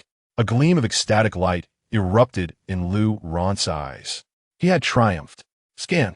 Conduct a random scan of nearby low-energy levels with high resource abundance in the wild realms. Without hesitation, Lu Rand issued his first command. Buzz. The Stargate core, under his command, began to operate at high speed. The coordinate of the Eniyingjia, which was about to be illuminated, extinguished instantaneously. In its place, several resplendent points of light of various sizes materialized in the void. Each point represented a brand new, unknown world coordinate. Ding! Scan complete. 3 qualifying dimensional coordinates have been locked. Coordinate 1, Wasteland World, Low Magic, World Energy Level, 07, Civilization Type, Technological Apocalypse, Specialty, High Purity Metal or Veins. Mutated biological crystals. Coordinate 2. Ancient Wood World, Low Magic, World Energy Level. 11. Civilization Type. Primitive Tribes, Specialty. Vast Supernatural Flora, Spring of Life. Coordinate 3. Ruins World, No Magic, World Energy Level. 03. Civilization Type. Extinct, Specialty. Ancient Civilization Technological Relics, Energy, Oregon. Observing this trove of information, Lu Ran's heart raced with fervor. He had struck gold. This was true, monumental wealth. Excellent. Lu Ran wiped the blood from the corner of his mouth, slowly lifting his head to cast a cold gaze upon the furious shadow, King Avatar above, now aimlessly enraged due to the loss of its target. Now, it was time for your departure. Thank you for your generous gift. A cruel smile crept across Lu Ran's lips. With a thought, he issued his second command to the Stargate Core. Reverse extraction. Condense all stored energy into an annihilating beam, targeting that fool above. Buzz. The freshly activated Stargate Core emitted a joyful hum. It extracted the overwhelming shadow energy sufficient to rend the world, which it had just appropriated from the Shadow King Avatar, and transformed and amplified it. Boom! A pillar of light, 10 times thicker than the sword light Lu Ran had previously unleashed, surged forth from the apex of the Stargate Core, embodying the dual laws of chaos and destruction. No! The Shadow King Avatar let out a horrified roar. It sensed a deathly threat capable of erasing it from the realm of laws emanating from that light pillar. It sought to flee, but it was too late. The light pillar struck its towering form at a speed surpassing light itself. There was no explosion, no sound. The Shadow King's Law Avatar was dismantled, vaporized, and annihilated in silence, as if it were an ice sculpture thrown into a furnace, ultimately dissolving into nothingness. Not even a trace of the law remained. However, a look of no joy graced Lu Ran's face, for at the moment the Stargate was activated and unleashed that earth-shattering strike, an indescribable, vast energy fluctuation emanated from this dormant volcano, like a cosmic storm, engulfing the entirety of the blue star and spreading into the depths of the infinite starry sky. This wave, akin to illuminating a towering super lighthouse in the pitch-black depths of the universe, instantaneously drew the attention of countless entities. Almost simultaneously, the clouds above the dormant volcano were torn asunder. Dozens of obsidian-hued, armed floating ships, adorned with the insignia of scales and swords, pierced through the rain and appeared above the volcano's mouth. The fleet of the Tianjin Sea had arrived. Chapter 76. The Scene of Divine Retribution. Tianjin Sea Despair. He can now traverse the myriad realms. The violent tremors of the dormant volcano gradually subsided. Yet in their wake, the sound of structure collapse emanated from within the mountain, sending shivers down the spine. Dozens of pitch-black armed floating ships hovered ominously above the colossal crater, their menacing gun muzzles and energy matrices sealing off everything below. Lung Qingli stood on the flagship's bridge, her delicate face as pale as paper, fixated intently on the torn earth below. The energy storm that had just surged through heaven and earth had made even this A-class pinnacle extraordinary being tremble in her very soul, despite being hundreds of miles away. That was a power unattainable by mere mortals. It was the majesty of the divine, the prelude to calamity. Report to the commander. The life detection instruments indicate that no life signs remain in the target area. Repeat, no life signs detected. The energy analysis report has been compiled. The peak value of the previous energy fluctuation is incalculable. It has exceeded all our detection equipment and theoretical models' limits. Spatial curvature readings are anomalous. The spatial structure of the target area is exceedingly unstable, exhibiting numerous inexplicable folds and fractures. Despairing reports poured in from various channels, reverberating through the silent bridge of the ship. Ling Qingli tightly clenched her fists, her nails digging deep into her palms, bringing a sting that barely allowed her to maintain her composure. Force entry, she managed to squeeze out through gritted teeth. Commander, the geological structure below is extremely unstable, and a massive collapse could occur at any moment. It is far too dangerous to proceed. An operations officer immediately interjected. Without turning, Ling Qingli's voice carried an irresistible determination. I said, force entry. Understood. Below the flagship, a Judgment-class heavy landing craft broke formation, activating its strongest energy shield, like a black meteor. resolutely plunging into the unfathomable volcanic chasm. As the landing craft traversed the swirling smoke and molten vapor, reaching the subterranean void, the entire flagship's bridge, as well as the highest command center of Tianjin, fell into a deathly hush. Everyone felt as if their breath was being constricted by an invisible hand. What was that? Hell? No. Even hell could not adequately describe the scene before them. It was a vast underground space, hollowed out to a diameter exceeding several kilometers. The ground was covered with a thick layer of corpses. 100,000 twisted, mangled bodies, drained of all life essence, piled together to form an endless mire of flesh and blood. Crimson streams of blood flowed slowly between the mountains of corpses. The entire space was steeped in a nauseating atmosphere of blood and despair. At the heart of this gruesome landscape, a terrifying sword scar, 1,000 meters long and unfathomably deep, cleaved the Earth's crust in two, as if intending to split the planet itself. The edges of the scar were smooth as a mirror, retaining a lingering essence of pure chaos that had yet to dissipate. Merely through the screen, the elite members of Tianjin aboard the flagship felt a primal fear and shudder emanating from the depths of their souls. Finally, a young team member could no longer bear it and collapsed to the ground, retching violently. Ling Qingli's body trembled slightly.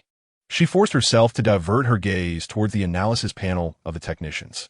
Energy residue analysis. 9999 indicates the same kind of unknown high-dimensional sword intent energy. Wound analysis. All corpses resulted from the instantaneous obliteration of their life core by the same energy. Conclusion. This is a one-sided massacre. A one-sided massacre. Thunder seemed to echo in Ling Qingli's mind. She recalled the earlier incident in the Lingji Mijing, where dozens of Tianjin members were instantaneously incapacitated, unable to muster even a shred of courage to resist. She remembered the golden beam that soared skyward in the Lanxin Grand Theater, resonating with the heavens. She recalled, even earlier, in the abandoned industrial zone, that mysterious swordsman who single-handedly cleared an entire wave of monsters. All the clues at this moment coalesced into a truth that filled her with an overwhelming coldness and despair. Eagle Eye found a team member responsible for corpse identification and hoarsely reported. The scene shifted. The body, severed in two and utterly obliterated in spirit, was the very S-Class peak powerhouse, Eagle Eye, who had defected, as recorded in the archives of Tianjin. He was dead. He died silently, without leaving a trace of himself in this massacre. Ling Qingli's gaze finally fell upon the deepest part of that horrifying sword scar. Above the surging molten core, a massive spherical void, exceeding 100 meters in diameter, was clearly visible. The edges of the void exhibited an exceptionally intense fluctuation of spatial laws, far surpassing any previous records. That fluctuation was stable, vast, carrying an essence of supreme nature, transcending dimensions. Spatial laws, Ling Qingli murmured, her beautiful eyes losing their last glimmer of light. She finally understood. She realized what kind of existence she was facing. The man she had defined as a deity, that enigmatic entity. He possessed not only godlike powers, but had also acquired the ability to traverse worlds at will. That spherical void was the mark left by the portal. He had come from here to another world. This conclusion struck her like an insurmountable mountain, crushing all her pride, perseverance, and hope into dust. Chase. Resist? Recruit? What did she use to chase? What could she use to resist? When your target can leap beyond the chessboard and stroll through another universe. Everything you do becomes a mere joke. Ling Qingli slowly closed her eyes, and silent tears streamed down her cheeks. Trembling, she opened a top-secret communication channel to the highest headquarters of Tianjin. She did not deliver a lengthy report or analysis. She simply sent the godlike images from the scene, along with a close-up of the enormous spherical void. At the end of the report, she added only one sentence. What we face may not be an individual, but an emerging interdimensional civilization. On the other end of the communicator, a prolonged, deathly silence ensued. After an indeterminate amount of time, a weary and aged voice finally spoke slowly. This voice represented the highest will of the Daxia Kingdom and the entire Blue Star Human Alliance. Abandon all hostile plans against the codename. Elevate its threat level from world-ending to unknowable.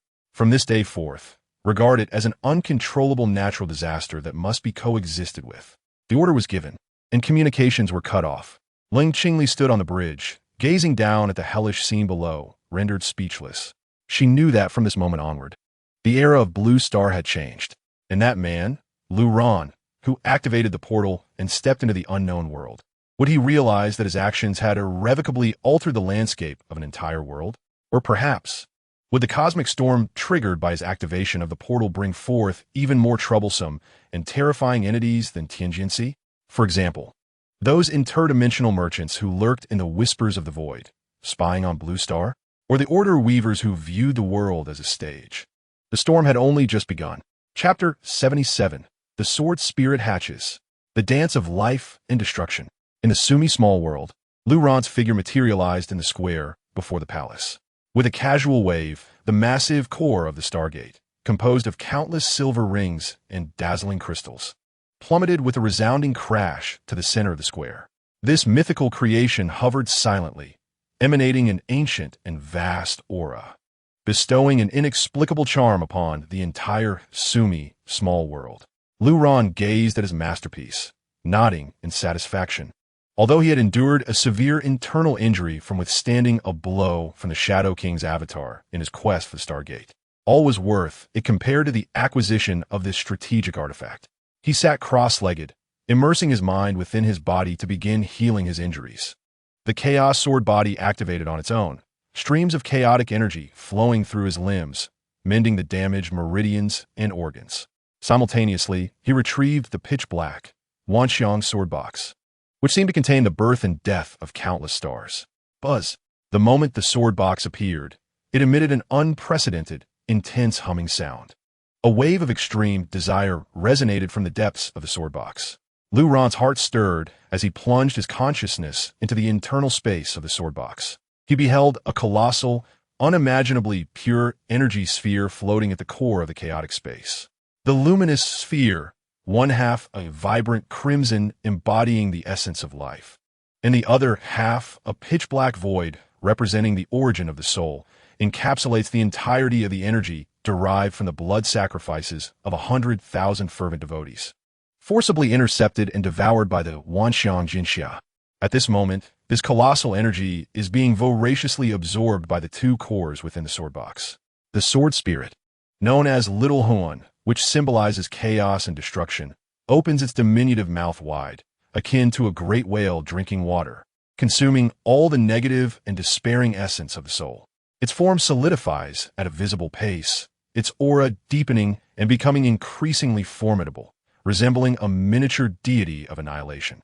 On the opposite side, the Jinling Peitai, which had remained dormant with only a subtle crack marring its surface, is now frantically absorbing the vast essence of life.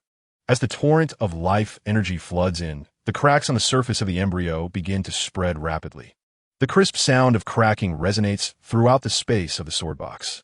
Streams of vibrant emerald light burst forth from the fissures, illuminating the entire chaotic realm with a vibrant vitality.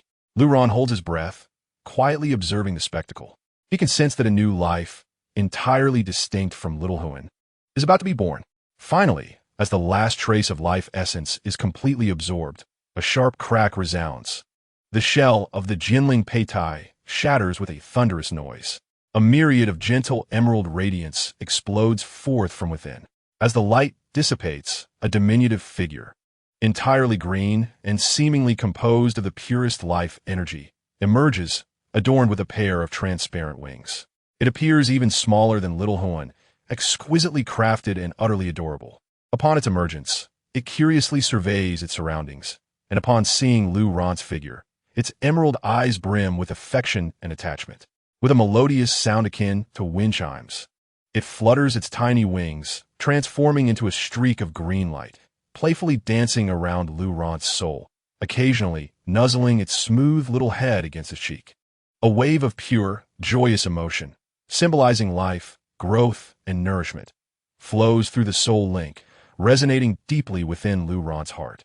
Ding! Congratulations, host! The second source sword spirit, life, has successfully hatched, larval form. Please name the newly born sword spirit.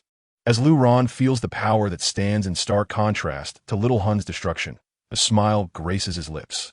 One represents annihilation, while the other signifies life. One symbolizes an end, and the other a beginning. This may indeed be the true perfect form of the Wanxiang Jinxia. From this day forth, you shall be named Xiaosheng. Through the soul link, he imparts this name. Xiaosheng, the newly hatched sword spirit, emits two joyful sounds, seemingly delighted with its name. Meanwhile, on the other side, little Huan, having consumed all the essence of the soul, slowly opens its eyes. Its profound gaze coldly assesses the frolicking Xiaosheng beside Luran, its small face devoid of any expression. Xiaosheng, sensing its scrutiny, curiously flutters over, circling little Huan twice, extending its tiny hand as if to touch it. Little Huan frowns, its body instantly phasing out, evading Xiaosheng's reach, before teleporting to the far end of the sword box space, resuming its meditative state, exuding an aura of aloofness. Unfazed, Xiaosheng merely flits about the sword box space, exploring with unbridled curiosity. One embodies coldness, the other exuberance. One signifies destruction, the other life. Two utterly distinct little beings coexist within the same space, creating a wondrous dichotomy and unity. Luran examines Xiaosheng's attributes. Source Sword Spirit, Xiaosheng Life, Status, Larval Form, Talent 1. Life Absorption Beginner can absorb target vitality, converting it into the purest life energy for healing the host or nourishing itself. Talent 2. Universal Nourishment Beginner can expend its life energy to cultivate spiritual plants, accelerate healing, and purify negative states. These abilities are impressive. Luran nods in satisfaction. The life absorption can complement his combat style, allowing him to regain vitality amidst slaughter. Meanwhile, universal nourishment signifies that he will be able to cultivate rare resources himself. This is undoubtedly tremendous news for the Huandao GNT, which requires vast resources. Feeling the presence of two entirely different yet harmoniously coexisting sword spirit powers within him through the Wanxiang Jinxia, Luran is filled with unprecedented anticipation for his future.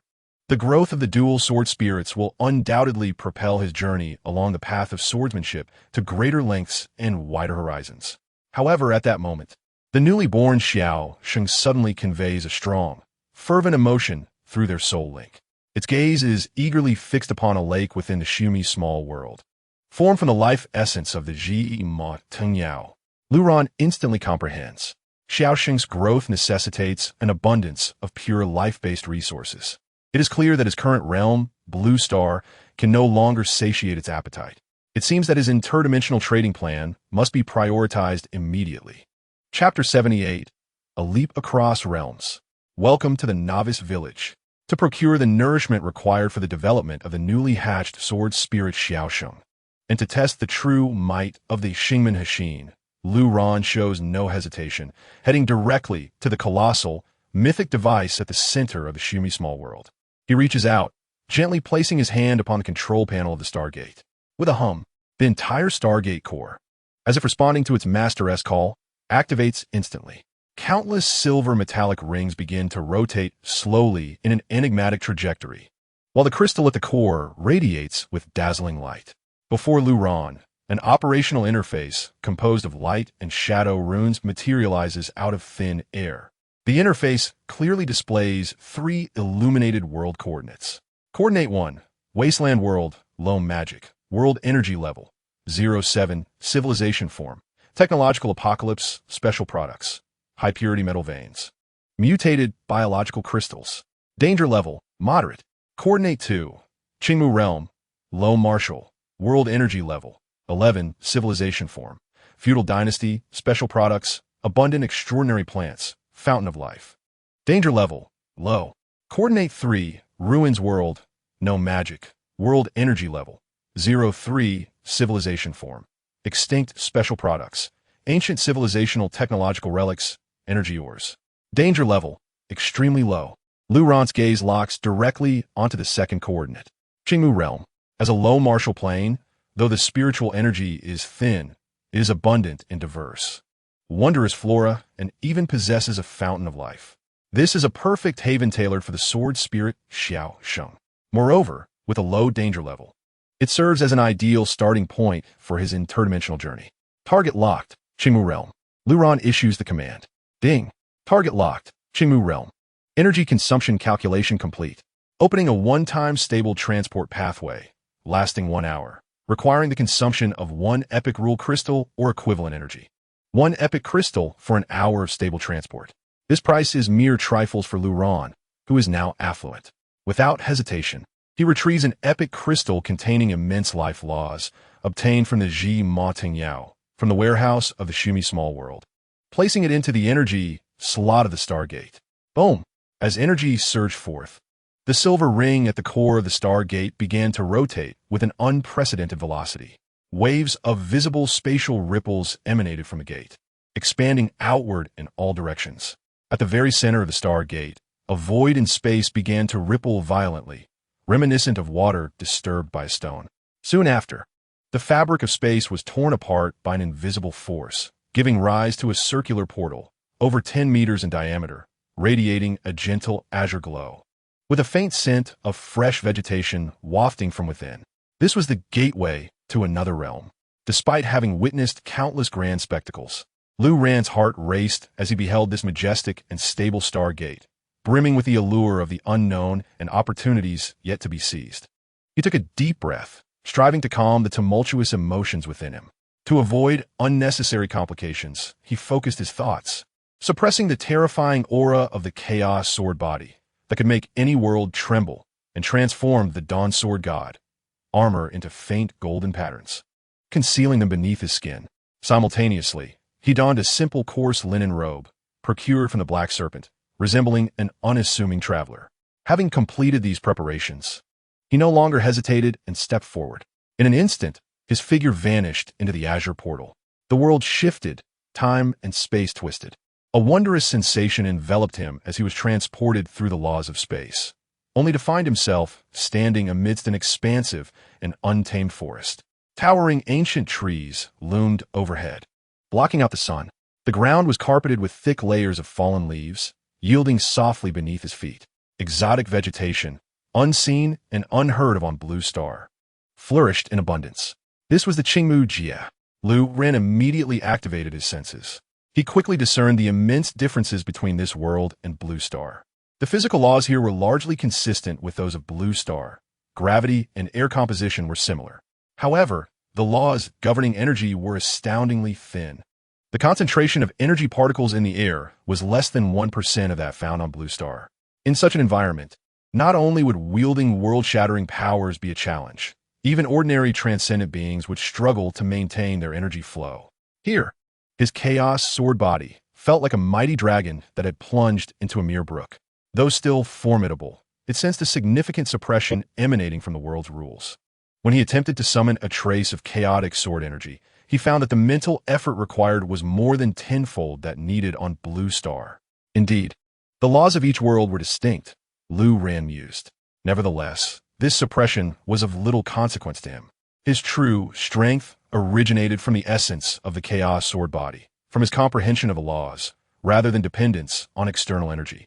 While he was acclimatizing to the new world's rules, his ears picked up faint footsteps and hushed voices approaching from a distance. Lu Ran suppressed his presence, swiftly concealing himself atop the canopy of a colossal tree. Before long, a group of individuals clad in archaic attire, bearing medicinal baskets and weapons at their waists, came into view. They appeared to be martial artists venturing into the mountains to gather herbs. Each of them exhibited a high degree of agility, traversing the rugged terrain with ease and occasionally demonstrating their lightness of foot by leaping gracefully among the treetops. I have universal insight. Activate. Lu Ran's gaze swept over the group. Name, Zhanghu. Identity, outer disciple of the Qingcheng sect. Power level, 08. Limit of mortals. Desire, yearns for a century-old blood ginseng to exchange for admission into the inner sect. Name, Li Xiaoning. Identity, herb gatherer from the Baichao Hall. Power level, 06. Desire, urgently needs funds to purchase expensive life-prolonging elixirs for her ailing mother. Lines of information materialized before Lu Ran's eyes, granting him a fundamental understanding of this world. Dynasties, martial arts realms, sects, elixirs, and sacred texts. This was a quintessential, low-martial world steeped in the ancient style of Huaxia.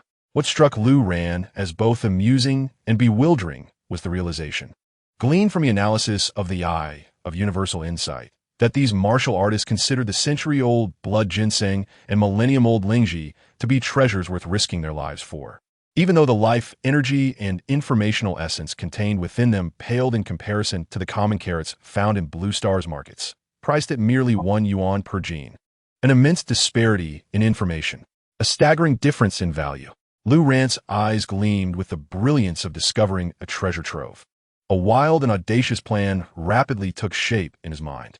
He envisioned countless rare herbs, sacred texts, and the wealth of the entire world beckoning to him. However, before embarking on this venture, he faced a minor dilemma. He discovered that the universal currency in this world was gold and silver, yet he found himself utterly penniless. How would he procure his initial funds to navigate this new world? Chapter 79, Dimensional Strike. A bar of soap for your sex treasure. In the border city of Luoshircheng, within Qingmujie, Lu Ran donned an outfit borrowed from an unfortunate bandit and strolled through the bustling streets like an ordinary youth newly entering the martial world. He refrained from hastily executing his zero-cost acquisition plan, instead choosing to explore the city meticulously. This exploration illuminated his eyes with increasing brilliance. He observed that the largest tavern in the city had wealthy patrons still struggling to ignite a smoking pipe using fire strikers, clanging away for an eternity. He noted that the jewelry shop's so-called glass beads were merely rough artifacts filled with impurities.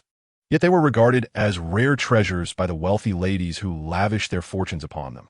He witnessed 2 martial artists outside a weapon shop, their faces flushed with anger as they contended fiercely over a freshly forged, barely sharp steel blade. The demand was palpable everywhere. A smile crept across Lu Ran's lips. This world seemed to be a veritable ATM, custom-made for him. Not lingering in the city, he sought out a secluded corner. With a thought, he linked back to the Stargate core and returned to his Shumi small world. Upon returning to his divine realm, Lu Ran promptly retrieved the quantum communication wristband supplied by the Black Serpent. Black Serpent, prepare a list of items and deliver them to my designated coordinates within half an hour. He sent an astonishing procurement list, which included 10 000 windproof lighters, 100 000 glass marbles, 10 000 stainless steel fruit knives, 10 000 bars of soap, and 10 tons of refined salt. On the other end of the communication, even the Black Serpent, accustomed to witnessing Lu Ran's remarkable operations, fell into a prolonged silence upon reviewing the list. He could not fathom what the deity desired with such a plethora of items that were commonplace on Blue Star, often deemed as industrial refuse. Yet, he dared not inquire or delay. In less than half an hour, through Black Serpent's extensive underground network spanning the Great Xia Kingdom and beyond, all the requested items were procured through various channels and delivered to a designated abandoned warehouse on the outskirts of Jiangcheng. Lu Ran, with a mere thought, absorbed the mountain of goods into his Shumi small world. He then activated the Star Gate once more, reappearing in Luoshircheng of Qingmujie. This time, he chose not to remain inconspicuous. He strode directly into the largest and most powerful trading company in Luoshir City, the Sihai Shanghan. I possess several divine artifacts, and I wish to engage in a transaction with your esteemed establishment. Lu Ran stated his intentions plainly as he approached the manager of the company, a corpulent middle-aged man who exuded an air of keen intelligence. Divine artifacts? The plump chairman paused momentarily before a barely perceptible sneer flickered in his eyes. He had encountered countless charlatans peddling wares, and he had seen more than enough to be skeptical. However, when his gaze met Lu Ran's calm, inscrutable eyes, a sudden unease gripped his heart. What kind of divine artifacts could this be? He inquired with an unruffled demeanor. Lu Ran remained silent, retrieving from his pocket a small metallic cube inscribed with the word Zippo. Before the astonished crowd, he gently pushed it with his thumb and rubbed it. With a crisp sound, a burst of golden flames ignited at his fingertips, dancing joyously. What sorcery is this? To conjure fire from thin air.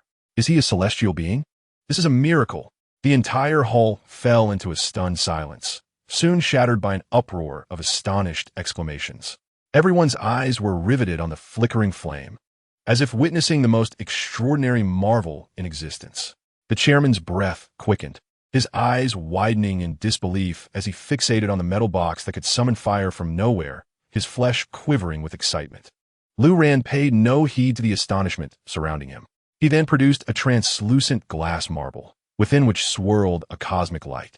Tossing it nonchalantly into the air, it traced a resplendent arc before landing before the chairman.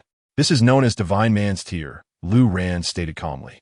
With trembling hands, the chairman cradled the glass sphere, scrutinizing it against the light. Its flawless shape, its immaculate texture, and the mystical glow within rendered the most precious treasures he had ever seen, such as the night pearl of the East Sea, utterly dull by comparison. A divine artifact, a genuine divine artifact. The chairman quaked with exhilaration. Lu Ran smiled faintly and retrieved an unremarkable stainless steel fruit knife. With a deft motion, he sliced through a renowned blade hanging at the side of guard, producing a soft clang. To the astonishment of all, the legendary steel knife, valued beyond measure, was severed as effortlessly as tofu, the cut smooth as a mirror. A collective gasp echoed through the hall as the crowd regarded Lu Ran with eyes filled with awe. The fire-summoning artifact, the crystalline Divine Man's Tear, and the razor-sharp blade, all of these far surpassed their meager imaginations. This young man is no fraud. He is an extraordinary being from beyond, a master of divine creations. The chairman, devoid of any doubt, fell to his knees before Lu Ran, fervently exclaiming, "Celestial being, I had no knowledge of your arrival and failed to offer due hospitality. Should you have any commands, our Sihai Shanghong will gladly comply." "Rise," Lu Ran replied coolly. "I am no celestial being, merely a passing merchant. I offer these divine artifacts for sale, not for gold or silver." After a brief pause, he articulated his terms. "I seek all medicinal herbs over a century old from your inventory, as well as all the rare minerals you possess." At this proclamation, the chairman was momentarily dumbfounded. He could scarcely believe his ears. To trade such invaluable artifacts for mere mortal herbs and minerals, regardless of their rarity? Surely this celestial being must be out of his mind. He felt he had struck an unimaginable bargain. "Let us proceed. Of course, we shall exchange," the chairman exclaimed, elated, as he hurriedly stood and led Lu Ran to the secret treasury of the company. Half an hour later, Lu Ran exited Sihai Shanghong with immense satisfaction. Within his Shumi Shao Shiji, he had amassed a small mountain of rare medicinal herbs and minerals. This transaction had effectively plundered the most valuable cultivation resources within 100 miles of Luoshi City, all for the mere cost of a few hundred lighters and several thousand glass marbles. This is the essence of a dimensional strike.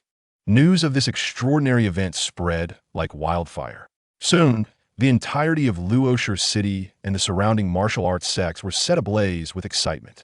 That afternoon, the leader of the largest sect nearby, Qing Shangpai, an elder with silver hair and a calm demeanor, personally approached Lu Ran, bearing the sect's treasured artifact, a millennium-old ice heart herb capable of cleansing the marrow and opening the meridians. He sought not anything else but a weapon that could cut through gold and jade, the stainless steel fruit knife. Lu Ran, ever fair in his dealings, fulfilled his request. In just a single day, Lu Ran achieved financial freedom in this world through his dimensional strike-style transactions. Yet, the miracles he brought forth stirred a tempest, drawing the attention of higher powers.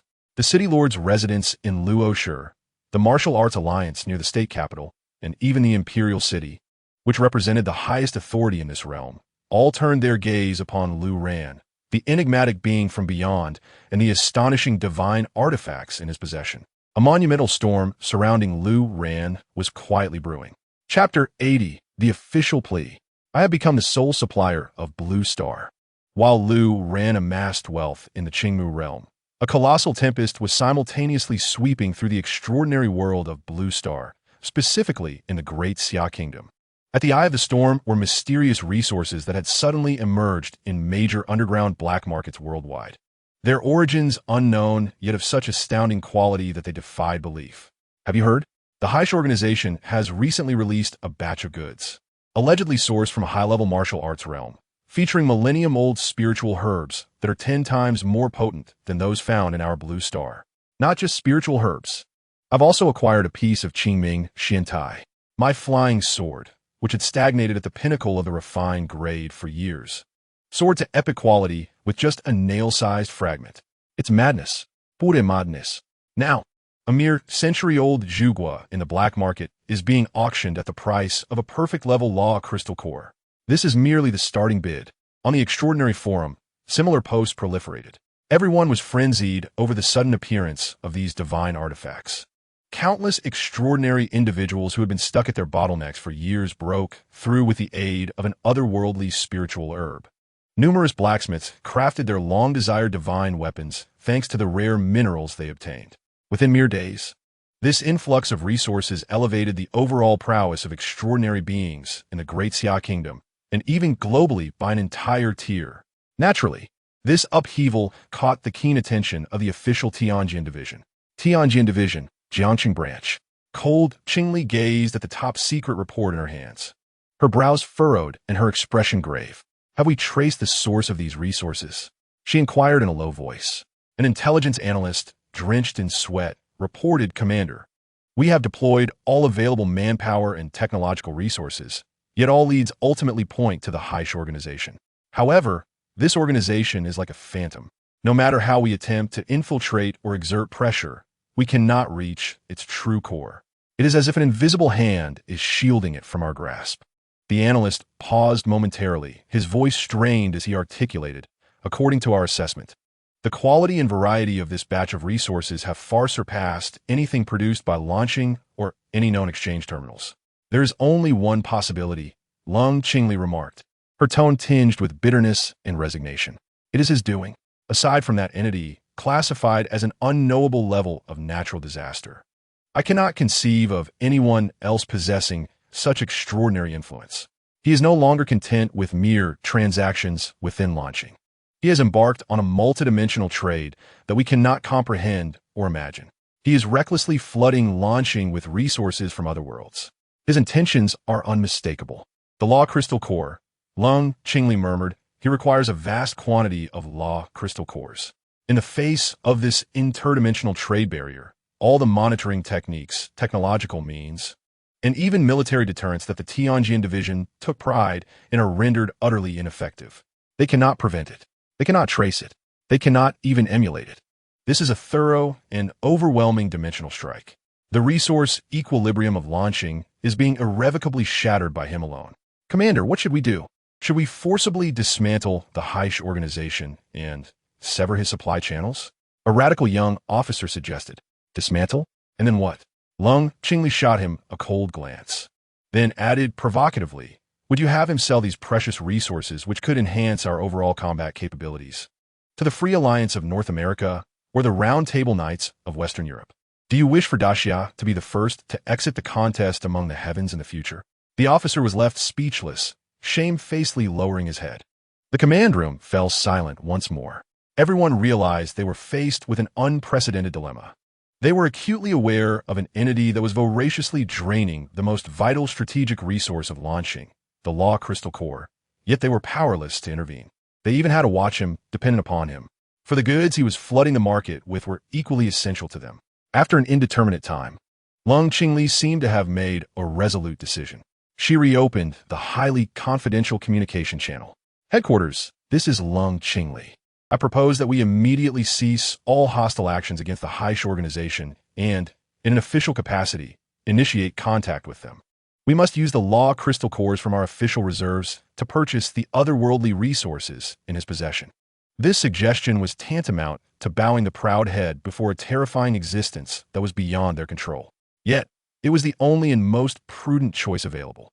Rather than allow these invaluable resources to flow into an uncontrollable black market or even abroad, it would be preferable for the government to step in, unify the acquisition, and concentrate them to arm the most elite forces of the Tianjin Division to confront the more brutal crises that lie ahead. Meanwhile, within the Shumi small world, Lu Ran observed the cooperation proposal from Heish conveyed through a quantum communication wristband, a playful smile gracing his lips. Everything was within his grasp. He had divided the immense resources plundered from the Qingmu realm into two parts. The portion containing the purest life energy elixirs, such as the Millennium Ice Heart Grass, was entirely fed to the sword spirit, Xiaosheng. Xiaosheng joyfully devoured these treasures, regarded as the pinnacle of the Qingmu realm, growing at a visibly rapid pace. And its small wings became increasingly solidified, its intelligence sharpening. The vast majority of the remaining resources were funneled through Heish into the black market of launching. Within a mere few days, they had exchanged for astronomical amounts of law crystal cores of various ranks. In his Shumi small world, the previously depleted veins of law crystal cores had once again formed into small mountains. From this moment forth, he was not only the sole arms dealer of launching, but also the exclusive importer of otherworldly resources. The entire economic lifeblood of launching. The flow of resources from the extraordinary world had unknowingly been firmly grasped by him alone. The resources of launching were still too scarce. Lu Ran felt the persistent hunger of the chaos sword body within him and redirected his gaze to the operational interface of the Stargate core. Launching could no longer satiate his rapidly expanding appetite. His journey lay across the myriad realms. His gaze swept over the remaining 2 world coordinates. Coordinate 1, Wasteland World, Low Magic, Danger Level, Moderate. Coordinate 3, Ruins World, No Magic, Danger Level, Extremely Low. The No Magic World offered little profit. Lu Ran's gaze ultimately rested on the technology Wasteland World, marked with a moderate danger level. High-purity metal veins, mutated biological crystal cores. A glimmer of interest flashed in Lu Ran's eyes. The metal veins could be used to upgrade his all-phenomena divine armor. The mutated biological crystal cores seemed to resemble the law crystal cores of launching. Perhaps it was worth investigating. A new journey was about to commence. Chapter 81, Black Market Upgrade, Law Crystal Core. In the square before the palace of the Shumi small world, Lu Ran sat cross-legged, his consciousness delving into the internal space of the all-phenomena sword box. At the core of the sword box, the life representing sword spirit, Shao Sheng, was delightfully rolling amidst a pile of colorful elixirs. These were all scavenged from the Qingwu realm, any one of which could incite a bloody storm in that world. Shao Sheng opened its tiny cherry-like mouth, gently inhaling, and a flowing, radiant millennium ice heart grass swiftly withered, transforming into the purest life energy consumed within. Its aura subtly increased, and the transparency of its small wings seemed to solidify a fraction more. Yet, it was still merely a fraction. It was far too slow. Lu Ran's consciousness opened its eyes, a slight frown creasing his brow. The data provided by the Eye of Insight into the myriad realms indicated that the resource conversion rates of these low magic worlds were appallingly low for the growth of the root sword spirit.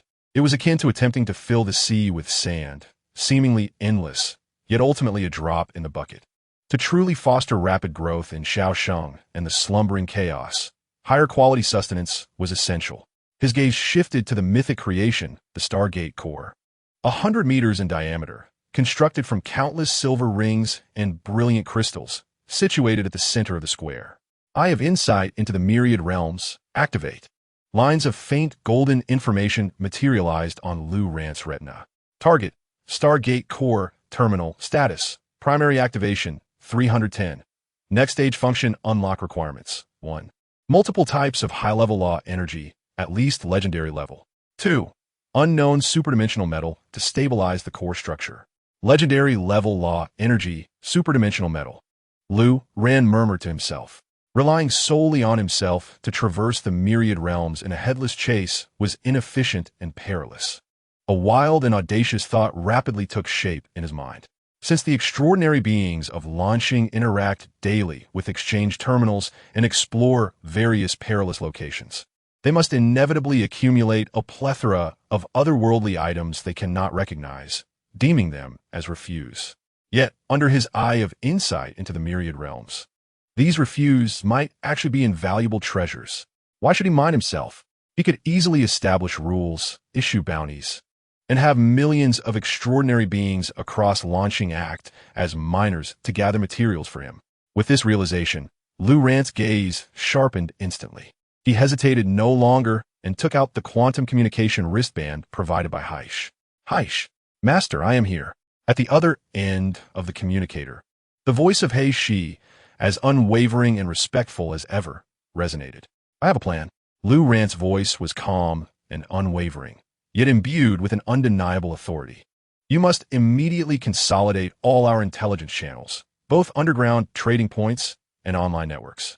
I intend to establish a true global black market for all transcendent beings. A black market for the myriad heavens? He Shi's tone revealed a hint of confusion. Isn't our current underground trading network already engaged in similar activities? Not at all. Lu Ran replied decisively. Previously, we were merely small-time retailers. From now on, we shall become the sole platform, the singular rule-maker. As he spoke, he allocated a fragment of his consciousness to activate the eye of universal insight, rapidly drafting a list in his mind, drawing upon the vast repository of information he had acquired from the myriad realms. You must promptly issue a high-price buyback list under the name of the Heishi organization. The contents are as follows. First, we will buy back all soil and stones that have been eroded by abyssal energy at high prices. The higher the quality, the higher the price. Second, we are offering a bounty for a peculiar black stone that emits strange murmurs. Anyone providing clues will be rewarded with a perfect grade law crystal. Third, we will purchase all fragments imbued with the essence of special laws such as space, time, and fate, regardless of their form. Fourth, Lu Ran continued enumerating items that, in the eyes of the blue planet's transcendent beings, were either utterly useless debris or cursed objects that brought misfortune. However, within his information repository, the soil tainted by the abyss was the optimal substrate for cultivating abyssal flora.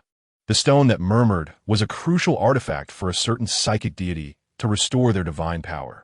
And those law fragments were essential for activating the core of the Stargate. On the other end of the communicator, she was utterly dumbfounded. He could not comprehend the logic behind Lu Ran's orders, but he could distinctly sense that a vast web, designed to reap all the useless possessions of transcendent beings worldwide, was being meticulously woven by his master.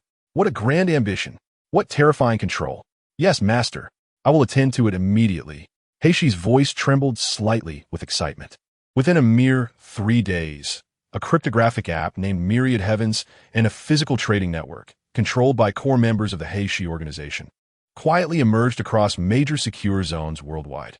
When a Myriad Heavens black market officially launched and publicly revealed that astonishing bounty list, the entire world of transcendent beings on the blue planet erupted in fervor.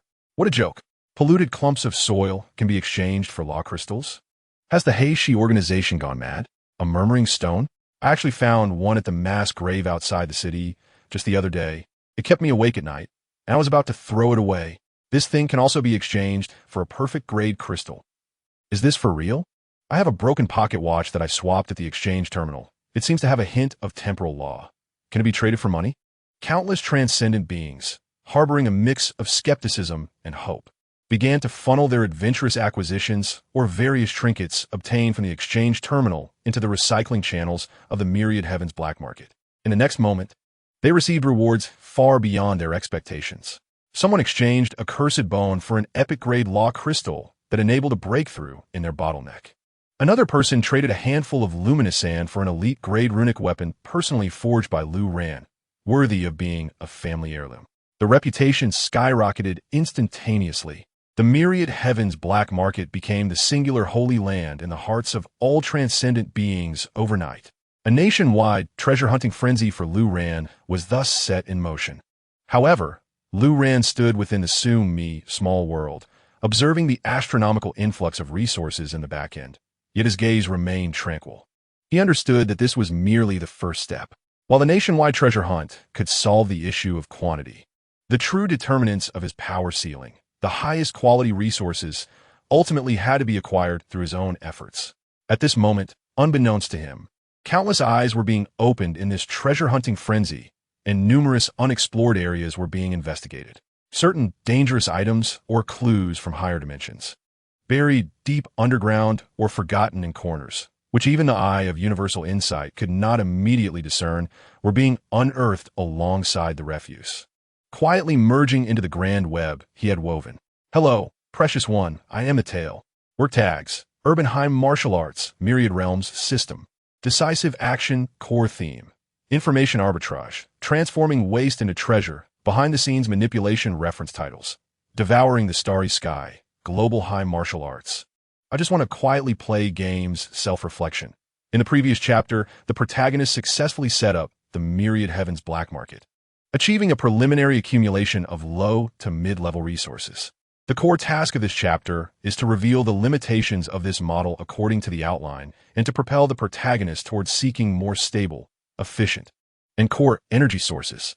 The plot will transition from external collection to internal excavation, introducing the mythical grade artifact, void all-encompassing map to unveil the new, higher-level concepts of void fissures and source power fragments, laying the groundwork for the protagonist's next leap in strength and energy autonomy, while creating a sense of discovery akin to uncovering a new continent. Anticipation and upgrades. The thrill of the previous chapter was the sensation of global control. The thrill of this chapter will upgrade to the excitement of exploring the unknown. The protagonist will no longer be satisfied with handling secondhand information, but will take the initiative to utilize his supreme artifacts to unearth the deepest secrets of the world. This leap from known to unknown realms will bring forth heightened anticipation and awe, foreshadowing recovery and expansion. This chapter will officially utilize the previously acquired, void all-encompassing map, recovering the foreshadowing of this mythical grade artifact by consuming the vast number of law crystals collected from the myriad heavens black market. The formidable functions of the map will be showcased.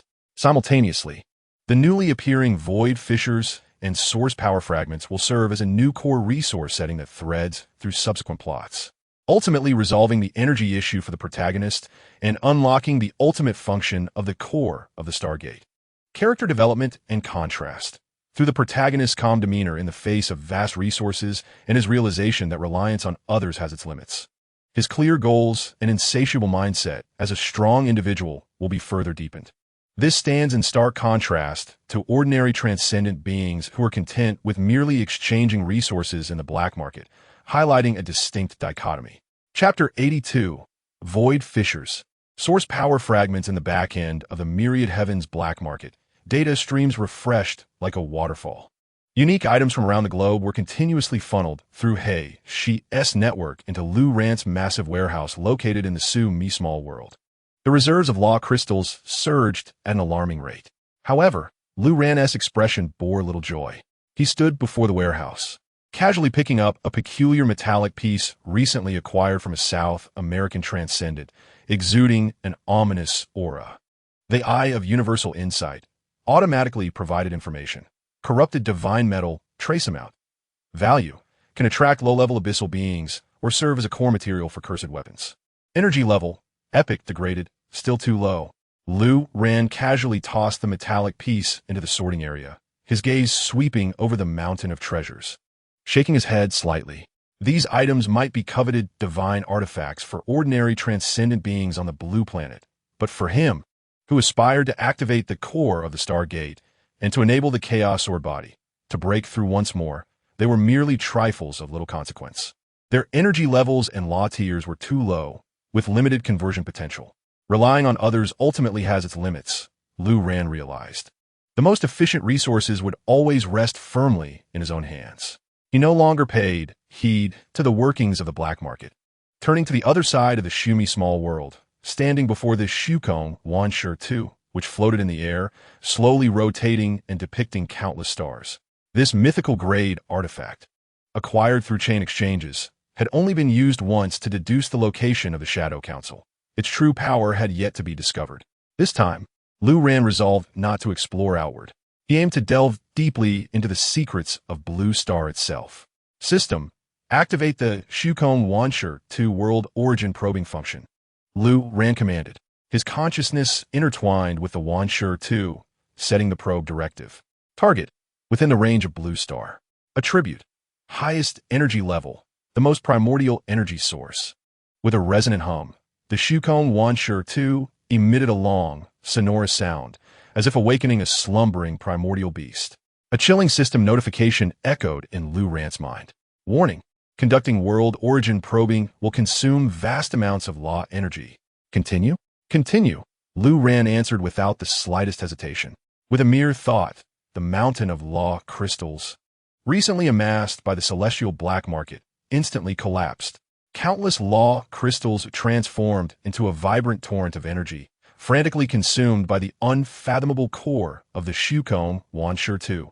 The newfound financial freedom was exhausted in mere seconds. If any transcendent being from Blue Star witnessed this, they would surely faint from heartbreak.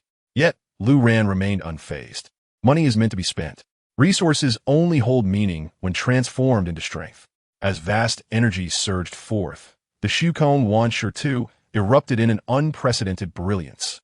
On the map, the three-dimensional blue planet model representing Blue Star began to deconstruct layer by layer.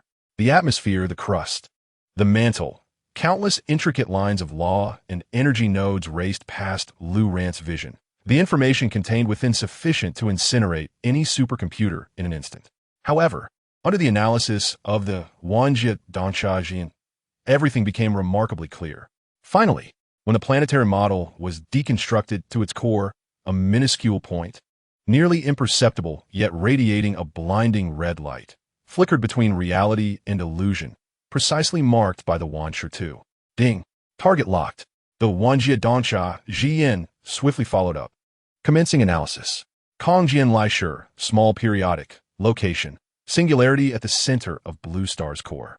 Description, links to the primordial void before the world's birth.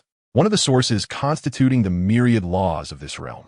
Status, every 12 standard Earth hours, it will open for 10 seconds, releasing vast amounts of source energy fragments. Source energy fragments, the most fundamental building blocks of world laws, containing the purest, most primordial source power. Warning, extremely unstable. Upon contact with mature world laws, it will be rapidly assimilated, diluted, and dissipate into nothingness. Found it. A glimmer of unprecedented brilliance ignited in Lu Rant's eyes. The source of the law. Without a moment's hesitation, he focused his thoughts and directly communicated with the Xingmen Hexin, using his being as a coordinate for a super short-distance teleportation. In the next moment, his figure appeared near the core of Blue Star. Terrifyingly high temperatures, capable of instantly melting any material, along with atmospheric pressure billions of times stronger than that required to crush diamonds, surged from all directions. Yet, under the protection of the Hundun sword body and breaking Dawn Sword God suit, it felt like a gentle breeze brushing against him. Lu Ran hovered in the golden sea of lava, his gaze piercing through layers of obstruction, fixated on the singularity marked by the Wanshur Tuesday time ticked by. Finally, at a certain moment, the position of the singularity distorted violently, as if a stone had been thrown into a lake, tearing apart the fabric of space. A fine, ink-black fissure appeared out of thin air. Following that, an indescribable torrent of pure, primordial, and immensely vast energy erupted from the dark rift.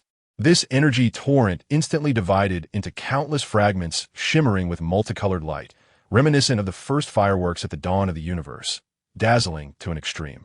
This was the source energy fragment. However, the breathtaking scene lasted less than a second. The newly birthed source energy fragments, upon contacting the stable fire and earth laws existing within the core, were swiftly assimilated, diluted, and ultimately dissipated into nothingness, becoming part of the cyclical law of Blue Star. In just 10 seconds, the fissure closed, and everything returned to its original state, as if nothing had transpired. Lu Ran remained suspended in place, but his eyes burned with fierce intensity. He had discovered the treasure of a universe, the source of the law. Yet, he faced a dilemma: how to extract droplets of water amidst the storm. Hello, dear reader, I am a story. Tags, Urban High Martial Arts Multiverse System, Decisive Killing Core Theme, Information Disparity Reselling, Turning Waste into Treasure, Boundless Imagination Comparable Works. I can extract proficiency, my attribute cultivation life. First sequence self-summary. The previous chapter successfully unveiled the void fissure and source energy fragments, yet left the question of collection hanging. The core task of this chapter is to creatively and impactfully resolve this challenge, enabling the protagonist to achieve energy freedom, thereby paving the way for explosive growth in strength and the ultimate transformation of the Xingmen Hexin in the next phase. The thrill of this chapter lies in the protagonist's imaginative combination of abilities to accomplish the seemingly impossible task. The thrill's progression and upgrade. The previous chapter's thrills stem from the exploratory excitement of discovering a new continent. This chapter's thrill escalates to the awe and sense of control achieved through the combination of wisdom and strength, realizing miracles. The protagonist will demonstrate that rather than relying on brute force, he can ingeniously utilize existing abilities to yield extraordinary effects. The satisfaction derived from this intellectual duel and clever maneuvers surpasses mere overpowering strength. Foreshadowing recovery and expansion. This chapter will recover and upgrade two significant foreshadowings: Quantum Personal Space and Eternal Sword Casting Furnace. The protagonist will demonstrate that quantum personal space has evolved into a new subspace function and will cleverly employ the eternal sword casting furnace to analyze and reconstruct its essence, transforming it into a purification furnace. This series of actions will completely resolve the energy issue and lay the critical groundwork for the ultimate transformation of the Xingmen Hexin under infinite energy infusion in the next chapter. Character development and contrast. Through the protagonist's calm analysis of his abilities in the face of the collection dilemma and his madcap plan involving the subspace nesting dolls, his traits of rationality, adaptability, and unconventionality are further reinforced. This sharply contrasts with ordinary transcendents who rely solely on fixed methods, highlighting his wisdom as a breaker of the deadlock. Chapter 83. Quantum Space, Infinite Accumulation. Deep within the core, the golden sea of lava flowed quietly. Lu Ran hovered in the void, replaying the image of the source energy fragments erupting and swiftly dissipating in his mind. Conventional methods were utterly futile. Any physical container would be washed away, assimilated, or even obliterated upon contact with the primordial law power contained within the source energy fragments. Wrapping them in energy? An absurd notion. Any law energy formed postnatally would be instantly devoured and diluted by these primordial laws, like a stream merging into the ocean. This was a deadlock. A treasure lay before him, yet untouchable. But perhaps there was a solution. Lu Ran closed his eyes, sinking his consciousness into the sea of awareness, rapidly assessing all the abilities at his disposal. Hundun Sword Body, the essence of power remains fundamental, yet it proves ineffective for collection. Wanxiang Xinjian serves as a weapon of attack, yet it cannot sever the void. Shukong Wanxiang to offer strategic simulations, but cannot influence reality. One by one, he scrutinizes these capabilities, temporarily discarding them, until his consciousness reaches that space he has long treated merely as a storage repository. Liangzi Susin Kongjian. No, perhaps it can no longer be described as a mere personal space. With Lu Ran's rapid enhancement of strength, this space, originating from the system's initial rewards, has undergone a profound transformation. It is no longer a simple storage compartment. Its spatial barriers have grown increasingly robust, and its area has expanded to a terrifying extent. Most importantly, it now possesses the ability to briefly overlap and intersect with the real world, resembling a portable subspace. A thought strikes him like a bolt of lightning, dispelling all the fog in Lu Ran's mind. Since he cannot extract droplets from the storm within this vast box of reality, why not employ a smaller box to ensnare the storm along with the space it occupies before it even manifests? He would use his subspace to capture the rift in the void. The moment this notion arises, it proliferates in Lu Ran's mind like rampant vines, consuming his every thought. This is utterly insane. It is akin to attempting to catch a torrent from a breached dam with a fragile glass cup. A moment's carelessness could see the core laws of the Liangzi Susin Kongjian overwhelmed by the primal torrent of source energy, leading to a collapse of the space, rendering all he possesses into nothingness. Yet, risk coexists with opportunity. In Lu Ran's eyes, flames of greed and confidence ignite. He begins to calculate rapidly, simulating the structural laws of Liangzi Susin Kongjian and conducting collision tests with the energy model of source energy fragments. Warning: the success rate for spatial overlap is 97, but upon contact with the source energy torrent, there's an 83 chance of irreversible damage to the spatial barrier. Warning: forcibly enveloping reality with subspace will impose a tremendous burden on the host's mental capacity. Probability? Lu Ran scoffs. In his world, as long as it's not zero, it is worth attempting. He prepares for this audacious plan. He deeply integrates his mental energy with the boundary of Liangzi Susin Kongjian, attuning himself to every pulse of the subspace laws, striving for the utmost control. Time drags on in a lengthy wait. 12 hours later, at the singularity at the core of the Earth, just as another anomaly is about to arise, Lu Ran's eyes snap open. Now, he shouts, releasing his mental energy without reservation. An invisible, imperceptible ripple appears in the space before him. Subsequently, a completely isolated, absolutely independent subspace bubble silently expands around the singularity, enveloping the impending eruption's core area along with the surrounding lava and space. It is akin to a transparent dome encompassing a cicada on the verge of chirping. The moment the subspace bubble takes shape, boom, the Shukong Lieshi opens as anticipated.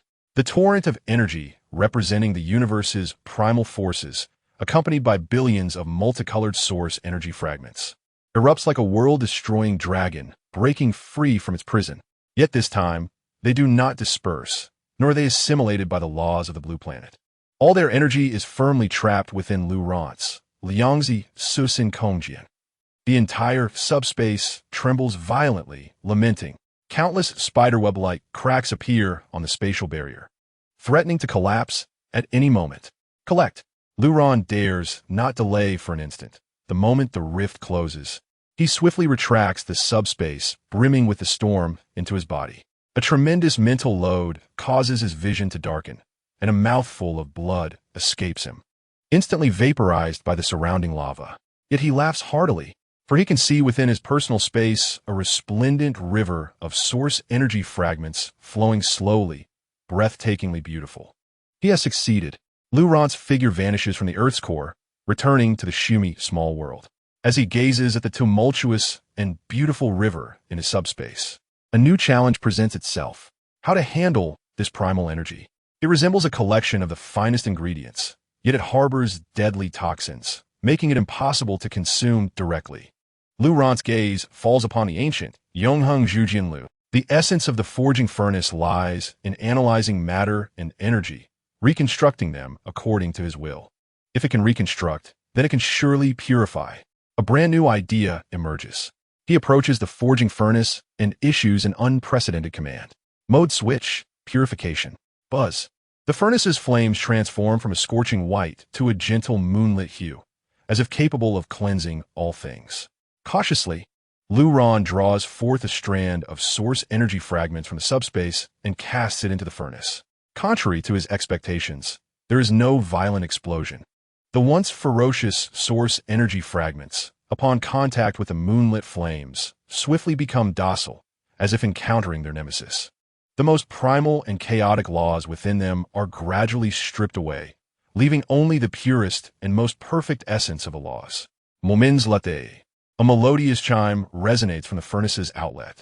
Glimmering, crystalline cores, with a purity reaching 100, exuding an aura of flawless laws, surge forth like spring water.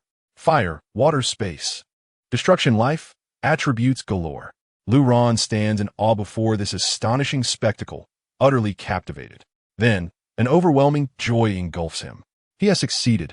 Collection, purification, mass production. He has forged a seamless production line from source to finished product. From this moment forth, he possesses the ability to create perfect law crystals infinitely.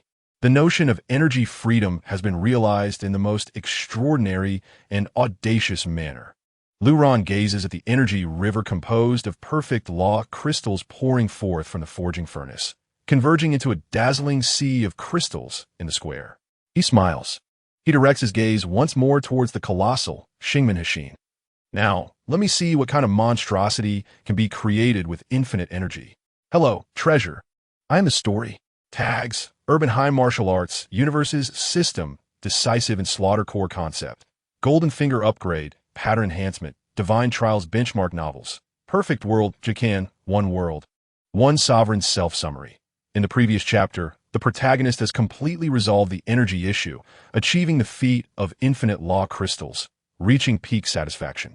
The core task of this chapter is to realize this satisfaction, propelling the core golden finger, Xingmen Hexin, towards its ultimate transformation. According to the outline, this transformation will not merely be a simple functional increase, but will unveil a brand new, grander, and more epic setting. Tiandao Qipon. This signifies a leap from player to chess master for the protagonist, greatly enhancing the scope and setting the stage for future dominion over realms and battles across universes. Satisfaction, preceding, and upgrading. The satisfaction of the previous chapter stemmed from the mastery over infinite energy. This chapter elevates this satisfaction to the awe of witnessing the birth of a myth and the solemnity of facing supreme challenges. The protagonist is no longer merely acquiring resources, but is, through their consumption, personally birthing an ultimate trial ground that determines the fate of dimensions. This transformation from wealthy individual to chosen one brings about a stronger sense of immersion and anticipation. Foreshadowing recovery and expansion. This chapter will thoroughly reclaim the narrative foreshadowing surrounding the mythic artifact, Xingmen Hexin. By infusing it with boundless energy, it will reveal its ultimate and most essential form. The newly introduced Tiandao Qipon and the concept of the Dimension Chess player will serve as the central storyline moving forward, replacing the previous transactional objectives and elevating the narrative to the realm of interdimensional supremacy. Character depth and contrast. After acquiring infinite energy, the protagonist unhesitatingly utilizes it entirely to upgrade the core artifact, rather than indulging in immediate wealth. This decisively highlights his unwavering ambition and relentless spirit as a strong individual. This extreme pursuit of power starkly contrasts with the mindset of ordinary people who, upon gaining wealth, succumb to hedonism, thereby deepening his portrayal as a seeker of truth. Chapter 84. Tiandao Qipon, Trial commences. In the world of Shumi, an ocean formed from the convergence of law crystal cores sparkles brilliantly in the plaza. Any single crystal core, if brought to Blue Star, would drive an S-class powerhouse to madness. Yet here, they are but a mere drop in the ocean. Standing at the center of this sea of crystal cores, Lu Ran appears tranquil, while his eyes burn with an unprecedented fervor. He takes a deep breath and extends his hand towards the colossal Xingmen Hexin terminal. Command: infuse energy without limit. Activate all latent modules. Boom! At his command, the ocean of perfect law crystal cores beneath him instantly boils. A massive, unimaginably thick pillar of multicolored energy shoots skyward, akin to seawater being drawn into a great whale, entirely flooding the unfathomable energy core of the Xingmen Hexin. Hum, hum, hum. The Xingmen Hexin emits a deafening hum. Overwhelmed, its ancient runes illuminate at an unprecedented speed, swirling, shattering, and reassembling. A vast, ancient aura, transcending time and space, begins to permeate the surroundings. The entire Shumi world trembles violently under this aura. The chaotic currents in the sky churn, and the distant lake of life roars, as if witnessing the birth of a myth. Lu Ran stands quietly, allowing the tempest of energy to whip around his robe. His chaos sword body rejoices, and his soul trembles. He senses a higher level of gateway being pushed open by his own hand. When the last law crystal core is completely consumed and the sea of crystal cores runs dry, all phenomena abruptly cease. The world falls into an eerie silence. The Xingmen Hexin, originally composed of countless silver rings and crystals, has undergone a complete transformation. It has morphed into an ancient stone platform emanating chaotic energy, as if it has existed since the dawn of the universe. Upon this platform, light and shadow intertwine, and laws resonate. A three-dimensional chessboard, composed of billions of starlight points and seemingly encompassing the entire universe, begins to rise slowly from the center of the stone platform. With each inch it ascends, the surrounding space emits a mournful wail, as if unable to bear the supreme laws it embodies. With each rotation, countless civilizations are born and perish in illusions upon the chessboard. Tiandao Qipon. At that moment, a grand and solemn system prompt echoes deep within Lu Ran's soul. Ding! Congratulations, host.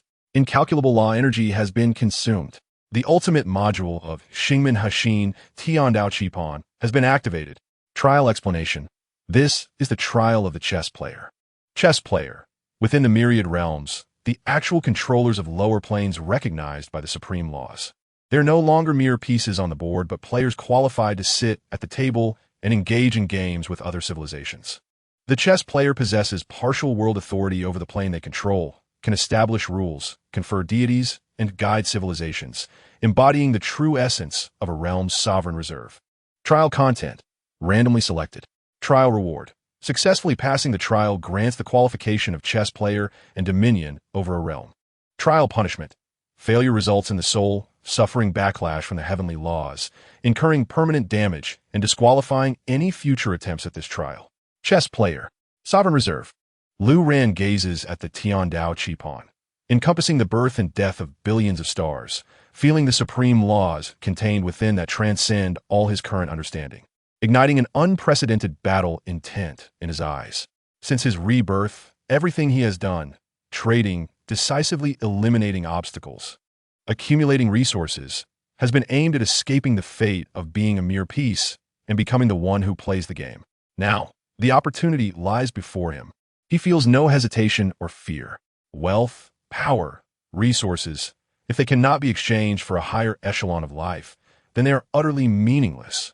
I accept the trial. Lu Ran steps forward, approaching the ancient stone platform. He extends his hand and firmly presses it against the cold and vast Tiandao Qipon, composed of billions of stars. Buzz. The chessboard erupts in light, instantly enveloping his figure. Ding. The trial of the chess player officially commences. Lu Ran's consciousness is drawn into an unknown dimension. He is unaware of the divine-level trial awaiting him. His soul, infused with earthly reasoning and the extraordinary ability of Wanjia Dongcha Jian, faces an ultimate test presided over by the heavenly laws. Will it serve as a powerful asset that propels him to greatness? Or will it attract the wrath of the heavenly laws seeking his annihilation? All remains uncertain. But therein lies the intrigue, does it not? Hello, dear reader. I am a story. Tags, urban high martial arts, myriad realms, system, decisive action. Core themes, extraordinary abilities, intellectual cheating, dimensional suppression. Comparable works, I can extract proficiency. Super, God mechanic, Lord of the Mysteries, similar divination abilities. Self-reflection, the previous chapter has already placed the grand trial of the Tiandao Qipon before the protagonist, maximizing suspense and anticipation. The core task of this chapter is to guide the protagonist through this divine trial in the most exhilarating and unexpected manner. Conventional, arduous battles do not align with the tone of this narrative. Hence, this chapter will take a different approach, allowing the protagonist to combine his two core mythic abilities, Jianxin Tongming and Shukong Wanxiang Tu, to achieve a direct insight into the answers and verify them, thereby effortlessly passing the trial through an astonishing display of intellect, delivering a profound sense of superiority. Heightened anticipation. The excitement from the previous chapter stems from the anticipation of commencing the divine trial. This chapter escalates that thrill to a new level, characterized by the exhilaration of circumventing the divine trial using extraordinary abilities. Readers eagerly await the protagonist's response to the trial, while he flips the table and effortlessly achieves victory by accessing the answers. This unconventional approach to triumph is far more impactful and engaging than traditional combat victories. Foreshadowing, recovery, and expansion. This chapter deeply recovers the mythic foreshadowing of Jianxin Tongming, perception of optimal solutions, and Shukong Wanxiang Tu, sandbox simulation, and for the first time, combines their usage to showcase a terrifying effect of 112. This act of cheating to pass the trial will earn the protagonist a perfect evaluation, leading to an even greater reward in the next chapter, the opportunity to slay gods and seize power, thereby initiating a new chapter in the protagonist's transformation from an individual powerhouse to a sovereign of realms, further expanding the concept of the chess player. Character depth and contrast. In facing the divine trial, the protagonist does not merely play the game according to the rules, but immediately considers how to exploit loopholes and leverage his advantages to crack the game, reinforcing his rational, calm, self-serving, and results-oriented character. This creates a stark contrast in intellectual superiority against any other candidates who may struggle within the chessboard, if they exist. Chapter 85. The Heart of the Sword's Simulation. Cheating in the game, a moment of disorientation enveloped him. When Lu Ran opened his eyes again, he found himself immersed in an endless void. Before him lay a shimmering chess piece, symbolizing the primordial spark of a nascent civilization. An immense, emotionless voice of rules resonated within his mind. Trial world, the age of ignorance, trial objective. Within 3,000 steps, guide the spark of civilization through the epochs of primitivism, feudalism, technology, and interstellar eras, ultimately achieving ascension. Trial rules. With each step, the chessboard will present several developmental options. Additionally, at certain intervals, destiny events such as natural disasters, foreign invasions, internal strife, technological explosions, and the birth of sages will be randomly triggered. Choose wisely. As the voice faded, the chessboard transformed with flickering lights. The first choice appeared before Lu Ran. Step 1. Please choose the landing site for the spark of civilization. Option A. Fertile continent. rich in resources and with fertile land. Yet this place is also a paradise for ancient beasts, resulting in a high early mortality rate for civilizations. Option B, barren island. Scarce in resources and slow in development. But surrounded by the ocean, it offers relative safety and a prolonged period of stable growth. A quintessential opening choice, testing the balance between risk and reward. An ordinary player would likely be consumed with analysis of the pros and cons at this moment. Yet, Lu Ran was no ordinary player. He had not come here to merely play a game. He was here to win. Conventional gaming strategies were too slow and simplistic for him. Lu Ran's consciousness gradually closed his eyes. He relinquished the use of logic for analysis and the reliance on experience for judgment. In its stead, he unleashed the full power of his mythic-level ability. Heart of the Sword's clarity. Buzz.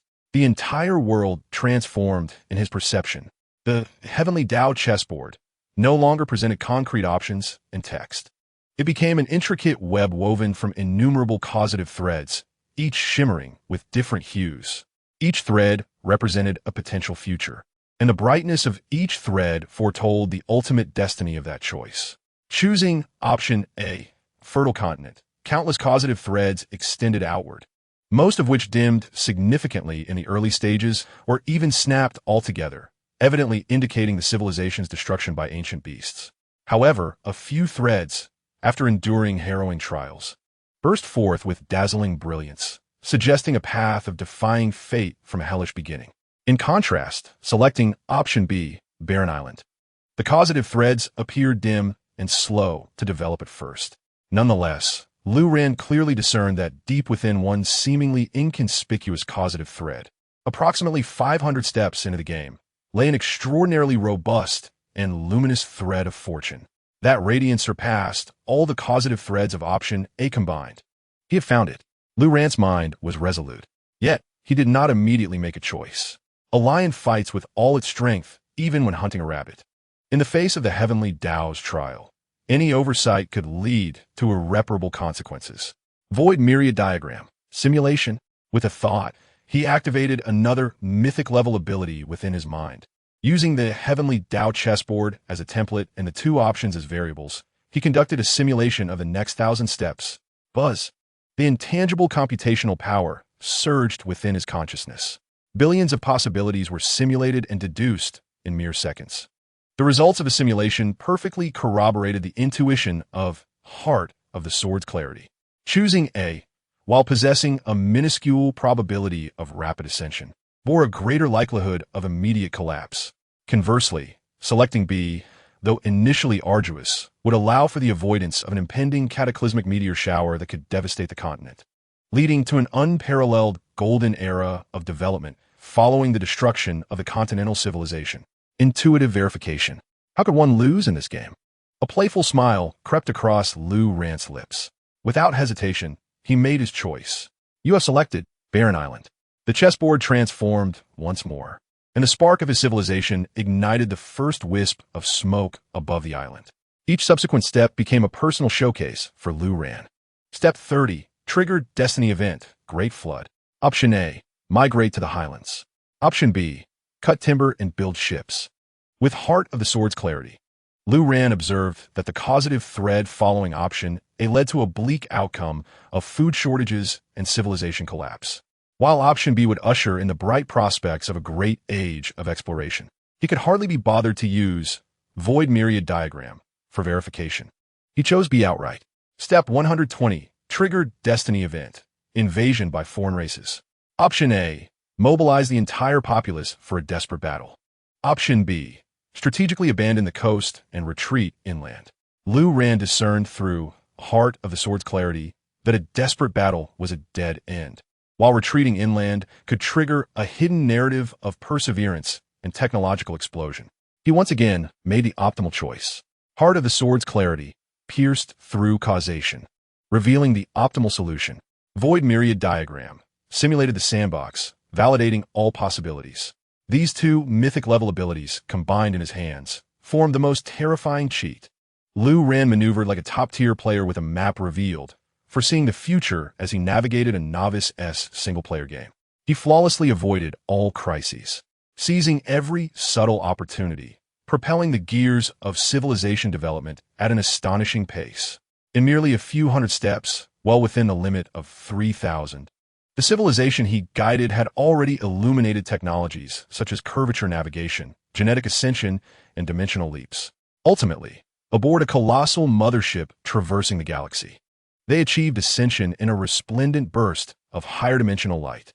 Ding! An unprecedented, crystalline notification rang out, reverberating through the heavens. The entire heavenly Tao chessboard erupted with a brilliance surpassing that of stars. Congratulations! You have completed the trial of the chess player. Evaluation: perfect. Generating final rewards based on your trial performance. Chapter 86. God-slaying and seizing power. My divine nation, I will take by force. Evaluation: perfect. As these two cold yet grand phrases echoed deep within Lu Ran's soul, the void space, transformed from the heavenly Tao chessboard, erupted into an indescribable, resplendent radiance. As the light faded, Lu Ran's consciousness returned to the world of Sumi. He stood once more before the ancient stone platform, while the heavenly Tao chessboard, composed of countless stars, slowly descended into the stone platform, its surface shimmering with a magnificence intensified beyond measure. A robust golden beam erupted from the center of the chessboard, coalescing before Lu Ran into an ancient, weighty token that seemed to bear the weight of a world. Heavenly Tao Chess Player Token. Ding! Congratulations, host, for passing the trial of the chess player. Evaluation: perfect. You have gained the qualification to become a chess player, and the rewards will be generated from the following options. Please select one. The system's notification tone carried an unprecedented solemnity. Before Lu Ran, two starkly different options materialized, each emanating an alluring golden glow. Option 1, Creation. Description: you will receive absolute ownership of a brand new, barren microdimension. You are the sole, true deity of this realm, capable of creating mountains, rivers, and life according to your will, guiding a civilization that entirely belongs to you. This is a lengthy but entirely safe process. Option 2, Seize Power. Note: you will be granted a mandatory authority to usurp a god. The system will match you with a lower realm that has been occupied by other false gods. You will be transported to that realm, and by slaying your counterpart, you can seize all the authority, followers, resources, and essence of the world that they have accumulated over countless years. This option offers immense rewards, but carries a significant risk of downfall. Creation. Lu Ran's gaze lingered on the first option for less than a second before swiftly moving on. To create a world from scratch was far too slow. He lacked the patience to wait for a civilization to evolve from primitive existence to interstellar travel. His chaos sword body and myriad manifestation sword box were akin to ravenous beasts, craving vast amounts of ready-made resources. For him, a fully developed orchard ripe for harvest was of far greater value than a barren land requiring his cultivation. I choose to usurp power. Lu Ran's voice was calm and resolute, devoid of any hesitation. This was the path that suited him best. Ding! Choice confirmed. Usurp power. Matching a suitable lower realm has been successfully completed. Target realm: Fiery Inferno, Loam Magic. Ruler: Lava Titan, Decayed Totem False God. Task: slay the Lava Titan and seize the realm's authority. The moment the words fell, the Heavenly Path Chess Player Token before Lu Ran radiated a brilliant light. A stargate, ablaze with flames and the scent of sulfur, erupted open before the token. Lu Ran stepped into it without any preparation. A howling wind swept up volcanic ash. The sky was a dark crimson, devoid of sunlight, only 3 violet moons of varying sizes casting an ominous glow. The ground was cracked and riddled with vast chasms, in which golden-red magma surged. The air was thick with the acrid scent of sulfur and a nauseating, decaying essence of souls. This was the fiery inferno. Lu Ran's figure appeared out of thin air above this savage land. He didn't even need to activate the Eye of Myriad Worlds. With the clarity of Sword Heart, he instantly locked onto a vast, decayed presence imbued with a hint of divine authority. The source of this aura lay in the heart of the continent, deep within the most majestic volcano, which continuously belched forth black smoke. Sustaining oneself by devouring the souls of followers was truly a base method. A flicker of disdain crossed Lu Ran's mind. He couldn't even be bothered to climb the mountain. His figure vanished in place. The next second, he reappeared above the mouth of the colossal volcano. A terrifying, pure. Chaotic sword intent descended like a nuclear bomb, dropped into a tranquil lake. Boom! The entire volcano trembled violently under the weight of this sword intent, howling in agony. Roar! An ancient roar, filled with wrath and majesty, erupted suddenly from the depths of the volcano. A slumbering god, awakened after countless ages. Beneath the crater, the vast lake of lava instantly boiled. A giant composed entirely of pure magma, standing 10,000 feet tall, began to rise slowly from the molten rock. It was the ruler of this world, the lava titan. Its enormous eyes, made of magma, fixated intently on Lu Ran, who hovered in the air like an insignificant insect, and divine authority, transformed into a tangible storm of spiritual energy, surged forth.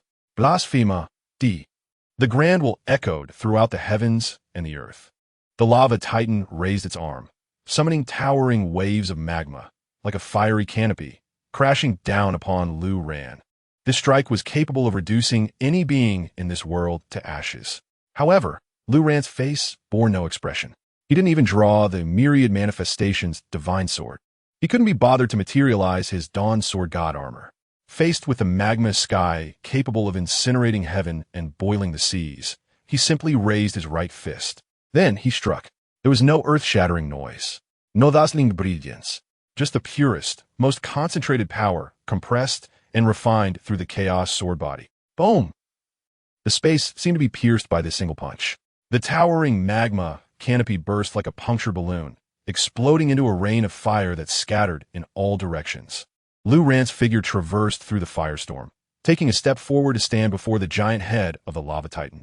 For the first time, fear and disbelief flickered in the magma eyes of the lava titan. It could not comprehend why this minuscule creature possessed a power 10,000 times more terrifying than that of its own dominion. It opened its great maw, seemingly wanting to roar or plead for mercy. But Lu Ran offered no opportunity. He lifted his foot and gently stepped on the head that was larger than a mountain. Crack! It shattered with a crisp sound, like crushing an egg. The indestructible divine body was as fragile as rotting wood before the chaos sword body. At the moment when the lava titan's residual will let out its final, desperate wail, Lu Ran flicked his finger. A thread of gray sword intent, thinner than a hair, penetrated its core. It was the manifestation of pure destruction law. With a soft sound, the lava titan's soul essence, along with all its memories and divinity, was utterly obliterated from the very roots. The battle was over.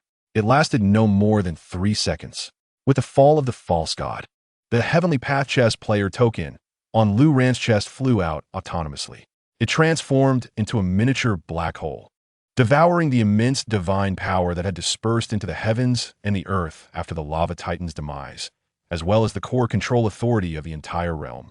The runes on the token began to rapidly reconstruct. Eventually, it transformed into a jade tablet, warm and smooth as jade, inscribed with an ancient decree in olden characters. The tablet glowed briefly before falling back into Lu Ran's hand. Ding! God-slaying and power usurpation successful.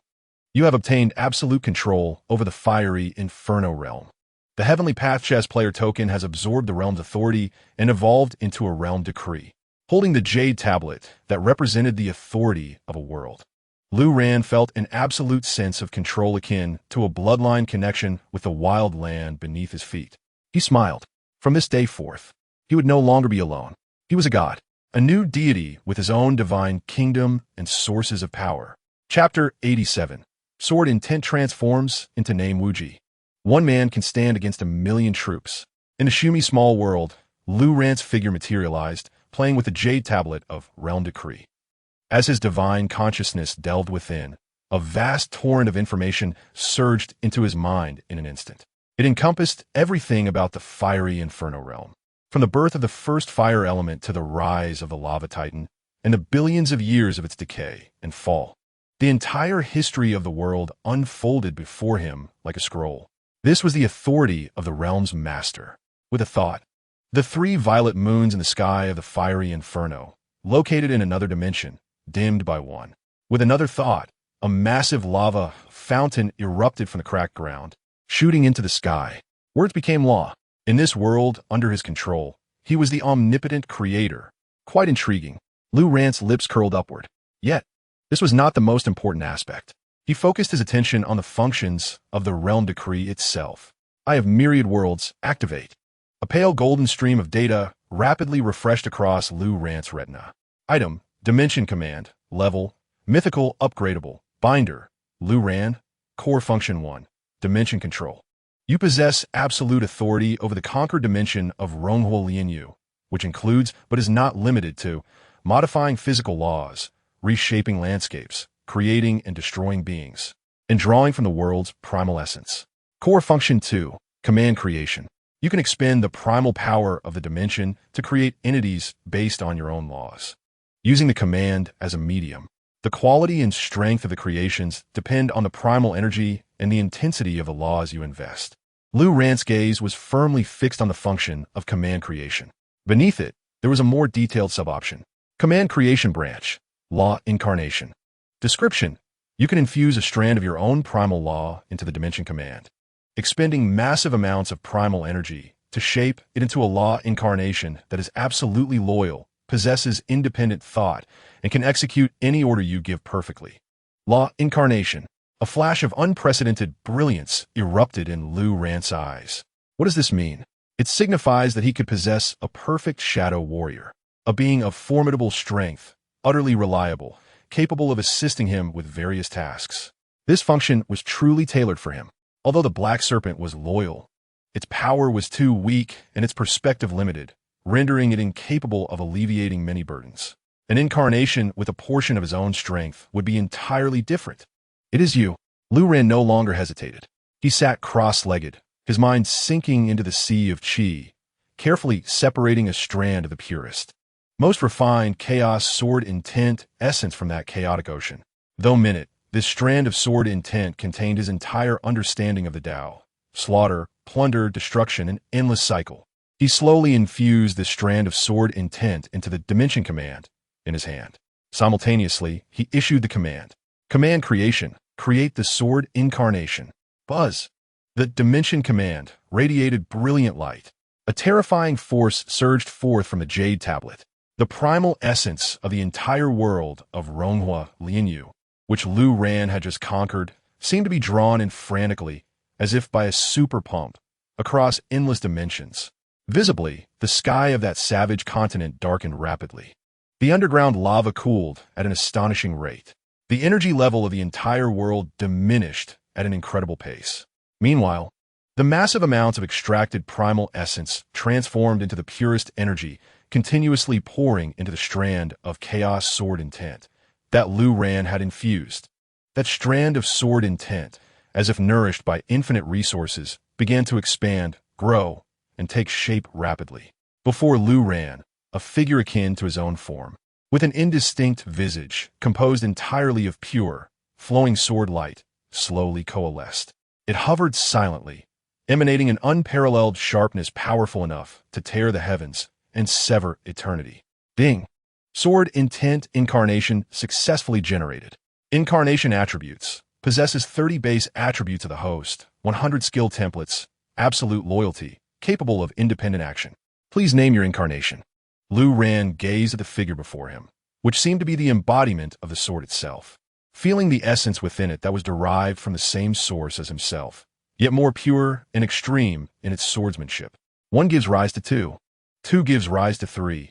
3 gives rise to all things, an endless cycle. A spark of understanding flashed through Lu Ran's mind. You shall be called Wuji. He conveyed this name through the soul link. The figure composed of sword light paused slightly, then slowly knelt before Lu Ran on one knee. Without words, the absolute submission and loyalty were clearly conveyed through the soul link. Rise. With a thought from Lu Ran, Wuji stood up. He circled around Wuji twice, growing increasingly satisfied. 30% of the base attributes may seem modest. However, it must be noted that Lu Ran's base attributes are founded upon the mythical grade physique of Chaos or Body. Even at only 30%, it was enough to easily crush any S-rank peak being on Blue Star, even those so-called demigods. Furthermore, the 100% skill templates meant that Wuji could utilize all of Lu Ran's sword techniques and divine abilities. To test its strength, Lu Ran focused his mind and entered the simulation space of the void multiverse diagram with Wuji. A brief yet intense sparring session commenced. The outcome pleasantly surprised Lu Ran. Wuji, as combat awareness, reaction speed, and skill application mirrored his own as if he were battling himself. Although it fell short in absolute power, its combat prowess was undoubtedly invincible beneath the level of gods and demons. Excellent. Lu Ran exited the simulation space, gazing at the perfect tool before him, as a grand plan began to take shape in his mind. The black market of Blue Star was rapidly expanding, necessitating a sufficiently powerful presence to manage the increasing affairs and deter petty criminals. Meanwhile, he could completely liberate himself to explore the vast multiverse, seeking opportunities for the evolution of the Chaos Sword Body and the twin Sword Spirits, one in the light, the other in the shadows. One stationed at the base to harvest resources, while the other ventured across the multiverse, expanding territories. This was the vision befitting a strategist. Lu Ran's gaze seemed to penetrate the barriers of the Shumi small world, directing itself towards Blue Star. It had been quite some time since he had paid heed to his former acquaintances. I wonder how they are faring now. Chapter 88. The Regret of the Ants. A glance from the deity, the heart of the Tao crumbles. Filthy, damp, reeking of mutated fungi and a mix of excrement. Jiang City beneath the ground, in the wastewater pipeline system, an abandoned maintenance station. This place is one of the gathering spots for low-tier, extraordinary beings. Wang Kai curled up in a corner, clutching a half-rusted steel rebar tightly, warily watching his surroundings. The once valuable designer jacket he wore had become filthy and tattered, stained with indiscernible filth. He was sharing a charred piece of mutated rat meat, just retrieved from the pipes, with several other emaciated extraordinary beings. Since the arrival of the Zero Mist, his father's company had gone bankrupt overnight, and all wealth had vanished. By selling off the last remnants of his possessions, he managed to purchase a substandard gene awakening agent, barely managing to survive. His awakened ability was metal affinity weak, an ability nearly equivalent to that of a waste. He could neither possess the destructive power of fire or lightning, nor the popularity of healing or support abilities. His only option was to scavenge through the ruins for scrap metal, using his feeble ability to repair and polish it, then selling it to low-tier alchemy apprentices in exchange for meager food and clean water. From once being surrounded by admirers as a wealthy heir to now scavenging for mutated rat meat, the stark contrast had long since shattered all his pride and dignity. He felt hatred. He despised this damned world, and even more so, the man who ruined everything, Lu Ran. Yet he felt an overwhelming sense of fear. In recent days, the tales he heard most often were about that mysterious deity and a legendary figure who had emerged, controlling the flow of global resources within the black market. He had heard that with just a sliver of opportunity in the black market, one could change their fate and ascend to greatness. Today, he mustered his courage and brought the few fragmented law shards he had accumulated over months, exchanged for countless scraps of iron, to a black market trading point located at an abandoned subway station platform. He yearned to acquire a vial of the black iron elixir, a potion capable of slightly augmenting his abilities. Within the bustling trading point, a fervent yet oppressive atmosphere enveloped the crowd, where extraordinary beings of varying prowess engaged in discussions tinged with a tone of near reverence about the elusive yet omnipresent master of the black market. Have you heard? Just yesterday, someone exchanged a mere fragment of stone for a local-grade cultivation technique in the black market. The master of the black market is akin to a deity of this age. He demands everything and can procure anything. Hush, keep your voice down. It is said that the master despises commotion. At that moment, the entire raucous trading point fell abruptly into a profound silence. All present held their breath, expressions of fervor and awe etched upon their faces as they collectively gazed towards the far end of the platform. An indescribable aura, pure and piercing, descended from the void, as if it could sever the very fabric of eternity. This sword intent was not aimed at anyone in particular. Its mere existence rendered every extraordinary being present feeling as though their souls were on the verge of being torn asunder. Among countless reverent gazes, a tall figure, his features obscured and composed entirely of pure sword light, gradually descended amidst a throng of high-ranking black market officials. He was the executor of the celestial black market, Revered by countless extraordinary beings as the Sword Master, known as Wu Ji, Wang Kai merely glanced up. That single glance froze him as if encased in a millennium of ice, rendering him utterly frigid from head to toe. That sword intent, that sharp, domineering, and dismissive sword intent, he would never forget it. It mirrored the mysterious Sword Immortal who had descended like a specter in the abandoned factory, rendering him limbless and trampling upon his dignity. No, it was not merely a resemblance. He was 1,000-fold, a billion-fold stronger than before. If the mysterious Sword Immortal of yore was akin to a drawn blade, then the present Wu Ji was a vast ocean of divine swords capable of obliterating stars. After Wu Ji arrived, he indifferently listened to his subordinates' reports, resolving a few trading disputes in silence. Throughout the process, he uttered not a single word. Yet his will was communicated distinctly to all. Fairness, efficiency, and indisputable authority. Upon concluding his affairs, Wu Ji's indistinct visage seemed to casually sweep across the crowd. His gaze lingered on Wang Kai's face, contorted in terror, for less than 1/100th of a second. There was no scorn, no hatred, not even a hint of emotion. It was akin to a deity casting a glance at an ant by the roadside. However, that fleeting glance unleashed an explosive realization within Wang Kai's mind. Akin to a billion thunders erupting simultaneously, he remembered everything. He recalled the former girlfriend he had stolen, whom he deemed worthless, Lu Ran, the mysterious Sword Immortal who had descended from the heavens in the abandoned factory, the terrifying entity that had rendered the Tian Jian division powerless in the spirit plant's secret realm, the one who activated the deity terminal, known by the codename of Taboo, and this figure before him, the Sword Master who commanded the black market and was revered by the masses. All clues converged in that instant, forcibly connecting the dots. It had always been him.